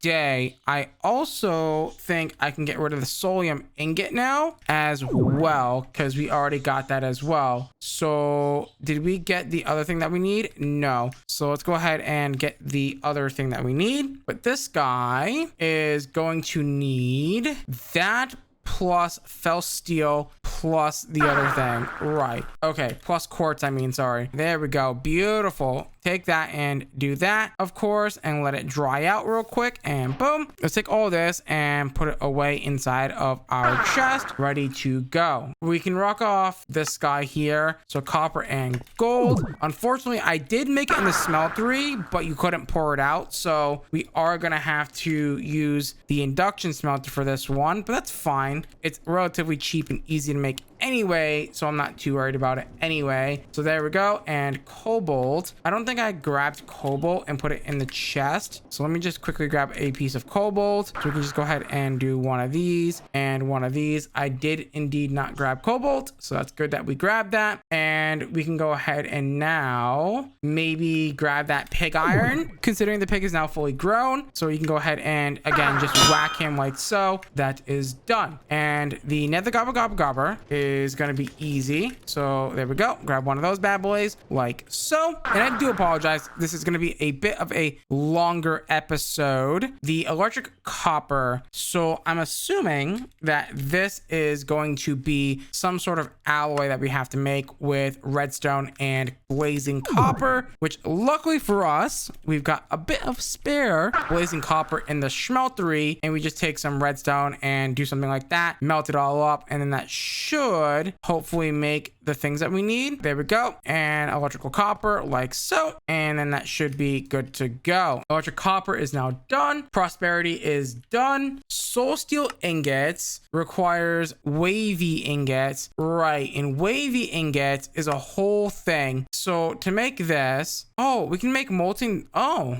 I didn't even know that that existed. Okay, so this is this. Okay, manual we have hepatizin, 2 ingots, and oh, we're gonna need this. This is what I'm talking about. This is a bit rough. We're gonna need this, this, and obsidian. This is, dear God, help me. I assume it's something that I gotta pour onto something, which I gotta figure out how to get epidot, because I'm not seeing a way to make this. Epidot gem, that's it. Queen slime with amethyst. That's what it was. Okay, so queen slime. We're gonna take this out for 1 second as we do this and hopefully get things to work here. Epidot is done. Red barrel is, I'm gonna assume, gem cast with rose quartz and a diamond. I am gonna need some rose quartz, and hopefully one of these is gonna be enough here. God, I wish these were a lot easier to see, right? Instead of gonna go through like 8 billion JEI pages. And then there we go, take that. That's gonna make that now. I believe we gotta take all of that and mix it with obsidian. Okay, that's reasonable, I feel. Beautiful. That's gonna make a ingot. And of course, I'm going to dupe the hell out of this with my refined radiance, because why would I not? So we're gonna keep one of these on us because we need it for the chesty poo. And then I need a few of them to go ahead and cook in here. And to make wavy, well, to make this, we need that plus hepatizin. Things are getting a little confusing now. And that's gonna make what we need. Where did it go? This guy here. And then that's gonna get duped, hopefully, That's gonna then get put into like a bunch of other stuff. So we take this and mix it with, wait, item can't be moltenized. Oh, so I wasn't supposed to pull it out. Crude steel, and it needs another debris. Are you actually kidding me? Oh, that's frustrating. Okay, I hope this is gonna be enough netherite scrap. There we go. Let's put 2 in there and see. Okay, and we are looking for wavy ingots, and we're looking for crude steel, which everything's in there except for the copper. There we go, crude steel. Let's go ahead and get that bad boy out of the smeltery. So soul steel. Oh, no, wait, this is all going into wavy ingots. So what are we missing for the wavy ingots? So we have the crude steel. Oh, we just need a little bit of manulin, I think. And then we should be good to go. And then there's your wavy ingots, like so. Wavy ingots is now done. We need this for the soul steel, right? We need to take this and take a gypsum ingot and pour it onto that guy, of course. So gypsum like so, and then take that and pour that on there like so. And soul steel is now done. Crystal matrix we already have, so let's go ahead and get that down like so. And then vibrantium is already done, of course. There we go, vibrantium like so. The crude steel is also done. All the modium we can handle. So all the modium like so. And then we're gonna need inferium ingots. This is where things get interesting because, well, we have to use draconic for these ones, right? So inferium ingot is gonna require solium dust, prosperity. We're gonna need experience droplets, and we're gonna need dye agglomerate, which honestly, we're just gonna need some pink dye. Shouldn't be the end of the world, but there we go, dye agglomerate. And then let's go ahead and make sure that we teach you all of these things really quickly. Let's go ahead and work on this inferium ingot. So what I think I'm going to do is I'm going to quickly craft this. Also, how do I get the XP droplets? Ah, I see. Through experience doodads. I can get a bunch of experience essence by using my scythe over here at the mob farm. And just like that, I have made all of the draconic ingots like so. Sorry, all the mystical agriculture ingots like so. Boom, there we go. So we can go ahead and tick these all off here. So it's a premium. So neutronium we already have, so that's a plus. Let me go ahead and put all this stuff away real quick. There we go. And then let's go ahead and grab ourselves the neutronium like so. That's done. Netherite is all set. Dude, look at our EMC. Our EMC is insane. Blood brass is just going to be brass in the smeltery. So let's go ahead and do that. I'm actually going to take 2 ingots because I want to make sure that I teach this to the EMC table like so, because I don't think we've taught it yet. But I am going to need to go ahead and take this. Make sure to blacklist it from being exported. There we go. And then boom, there is your blood brass. I don't think I'm going to need it for anything else. And then awakened draconium we can go ahead and use like so. Honestly, let's go ahead and just grab it from in here. We should have it in here. Beautiful. The cyber steel ingot. This one is interesting. This one is going to require me to use this molten processor. Oh, do I actually need that 4th heart? So we're trying to make the molten cyber steel. That needs that, and that. Chorus metal we have. Oh wait, we don't have chorus metal. Chorus metal is going to be pouring Pepu onto that. That's fine. That's not a big deal. But what's a big deal is this unobtainium vibranium. So I made a mistake here and I realized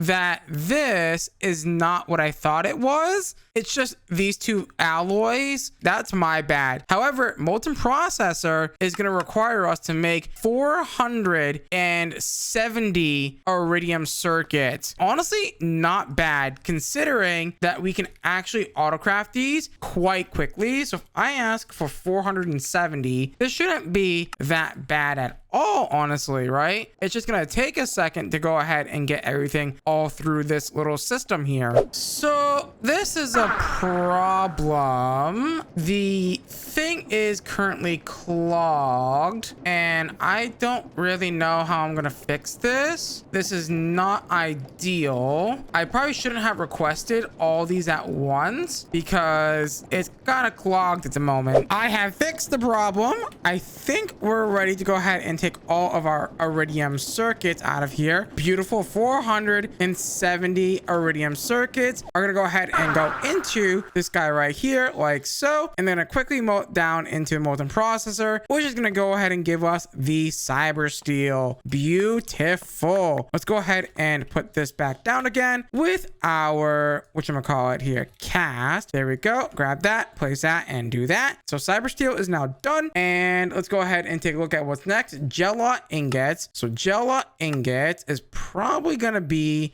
this guy here. Okay, so we're gonna head on over to our thing over here and grab ourselves some medium covalence dust, like so, and low covalence dust. And what else was in that recipe? I honestly don't remember. And do that, and that, and then that should make it. And it does look like everything is staying nice and cozy. There we go. There is our Gela ingot. So next on the agenda is going to be slime steel, which I believe we already have quite a bit of. Beautiful. So slime steel we don't gotta worry about. Hellfire forge ingots we don't gotta worry about. We've got plenty enough for those. And the unobtainium ingot, ironically, we have a few of them, but they have EMC, so they're not too bad. And the night slime ingot, this one I couldn't find, so it looks like we gotta make molten night slime. Okay, so this is relatively simple then. So it's just gonna require me to get a queen slime again. It's gonna require me to get some slime balls, of course, and it also looks like we're gonna need a slime steel ingot, like so. So let's go ahead and do that. And our smeltery is looking relatively full right now, but there we go. Melt all that stuff down and make the slime steel, molten night slime. Right. Oh wait, I can pour this out. I didn't think I can pour this out. Beautiful. Night slime is now done. Let's go ahead and get the Piru ingot, which I assume we already have plenty of, like so. The Kappa ingot we know that we have because I had just checked this earlier. Beautiful. And the Gobba Gobber ingots we can go ahead and grab. I believe we have those. We should at least, right? Because we have like all the end Gobba Gobber and stuff. So Gobba Gobber ingots, like so. And then amethyst bronze, I know we have because it's in our smeltery. There we go. Blazing copper ingots. Oh my god, there's so many freaking things in here. I think I'm gonna clear it out. I'm probably gonna soon regret that, but let's go ahead and grab ourselves the gypsum, like so. And let's go ahead and grab the galu. How the heck do I make galu ingots? If I had to guess, it's probably some alloy of some kind. So obsidian, red beryl, and oh no, I need another red beryl. Okay. Oh wait, no, we have rose gold ingots. Now here's the question, is it the right one? It was the right one. Hopefully we don't need to make any more pig seeds or anything like that, but I did see something that was a bit concerning, and it's this guy, which I assume is going to be another one of those pour it in kind of thing on a gem or something. It's destabilized redstone on a diamond. Okay, let's go ahead and get some obsidian really quickly, and we should be almost done here, I think. So there we go. Take that and melt that down, and that's now gonna make the galu ingot. Perfect. And let's go ahead and move on to the next one, the chorus metal, which we have already. Beautiful. That's already done. The copper ingot. Oh wow, beautiful. That's gonna be easy peasy. Iron ingots, and there's literally one more, and I cannot wait because we're gonna get our very first infinity ingot right now, and then magma steel. So if I'm not mistaken, magma steel is probably gonna be some sort of alloy, magma and iron. So 2 iron, and I assume I can melt down coal in the smeltery. I'm not really sure how that works, but we're gonna find out. So magma cream, like so. Get a few of those, and then dump all this in here like so, and so. And boom, there is your magma steel. And there it is. We now have everything that we need to go ahead and make the infinity catalyst, or the infinity ingot. Dude, this is so exciting. In fact, it's so exciting, I'm gonna roll a time lapse of me putting in all of the items.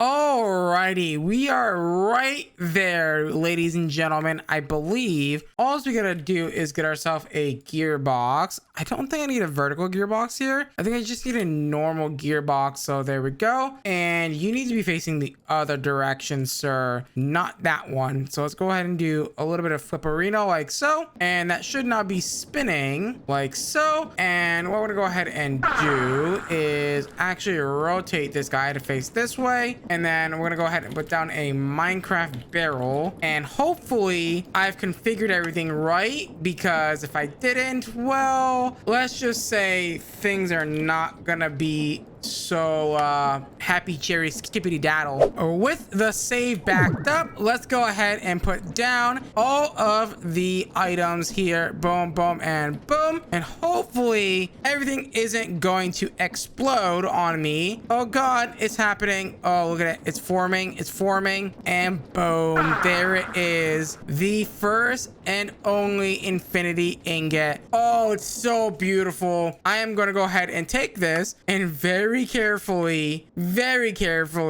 take my refined radiance, and we're gonna go ahead and make one just like that. And then what I'm gonna go ahead and do is get myself a clear item frame like so, and we're gonna go ahead and frame our very first infinity ingot. That is our very first infinity ingot. Let's go ahead and make sure that we go ahead and take this and we dupe it quite a few times, so that way we can go ahead and move on to hopefully what's gonna be the last few quests. Now that we've got all of the infinity ingots in the world, what we're gonna go ahead and do is come over to this crusher and drop those guys down like so, and it should give us a stack of catalyst. Beautiful. And then all we gotta do is get our hands on some infinity ingots like so, and then go over to our dire crafting table right on over here like so.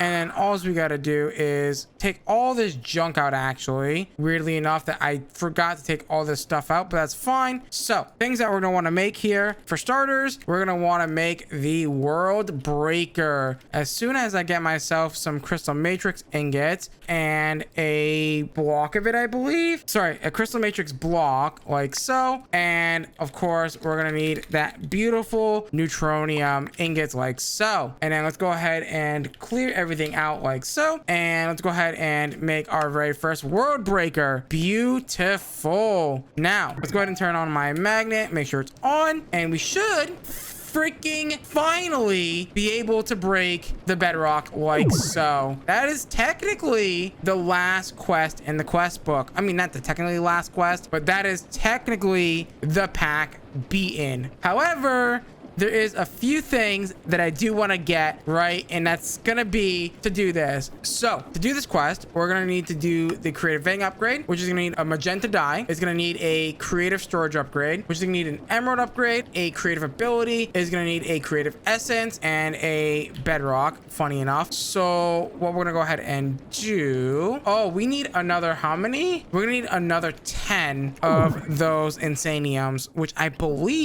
think we have enough blood in here to do that. Let's go ahead and put that down like so, and hopefully our insanium is good to go. Let's go ahead and take this and put this in here like so, and there is our creative essence. And then the creative essence will then go over to this deployer right on over here like so. Give that a poke. There is our creative ability, and then our creative ability is going to be used with a emerald drawer upgrade, which hopefully isn't too expensive. After everything that we've gone through, this is incredible. Let's go and head on over to our smithing table like so. Emerald upgrade plus the creative ability, that's going to get us our creative storage upgrade, and then the creative storage upgrade, and then that plus that in the smithing table, my bad, will get us the creative vending upgrade. Beautiful. Pro tip, by the way, if you didn't know this, take yourself a drawer. Doesn't really matter what drawer you use. Take a drawer and make sure that you have a drawer key, and then get a hopper and take the hopper and face it into the back of the 1x1 drawer like this, and put the creative vending upgrade in there. Lock the drawer, take the vending upgrade out, and then use it. And then now you have infinite vending upgrades. And then all I gotta do is get another drawer, and we should, in theory, be able to pump the bedrock into this. So let me get myself a item pipe, and lastly, we're gonna need the infinite pipe upgrade. So place this down like so, place this like so, create a vending upgrade with the bedrock like so, and boom, that's now infinite bedrock. And you know what, I'm gonna kill two birds with one stone. This is probably really dangerous. So if I do this and we do, I believe, this, that should be everything that we need. I'm not gonna do that quite yet because I want to try something. This is gonna be really dangerous, but if I do this and I do this, I want to see if I take this out and I put this in here, will that break things? No, I'm only going up at 1.5p, so 1.5 quadrillion, so that does seem to be a max. Okay, fair enough. So if I want to continue, I have to do this quest, right? But there's also this quest here. Take a bite of blood cake. Okay, so what is it wanting me to make? It says take a bite of the blood cake. What is the blood cake? So a blood cake is a creative cake with that. So I need another blaze cake. There should be our blaze cake. Beautiful. Come over here, drop that in there, kaplunk it, and now we have the creative blaze cake. To beat the pack though, we are gonna need to take this blaze cake and fill it with some blood, and boom, look at this blood cake. I think I have to place this down to eat it. Let's place it over here by the little deployer system over here. Let's put this down, and what happens if I eat it?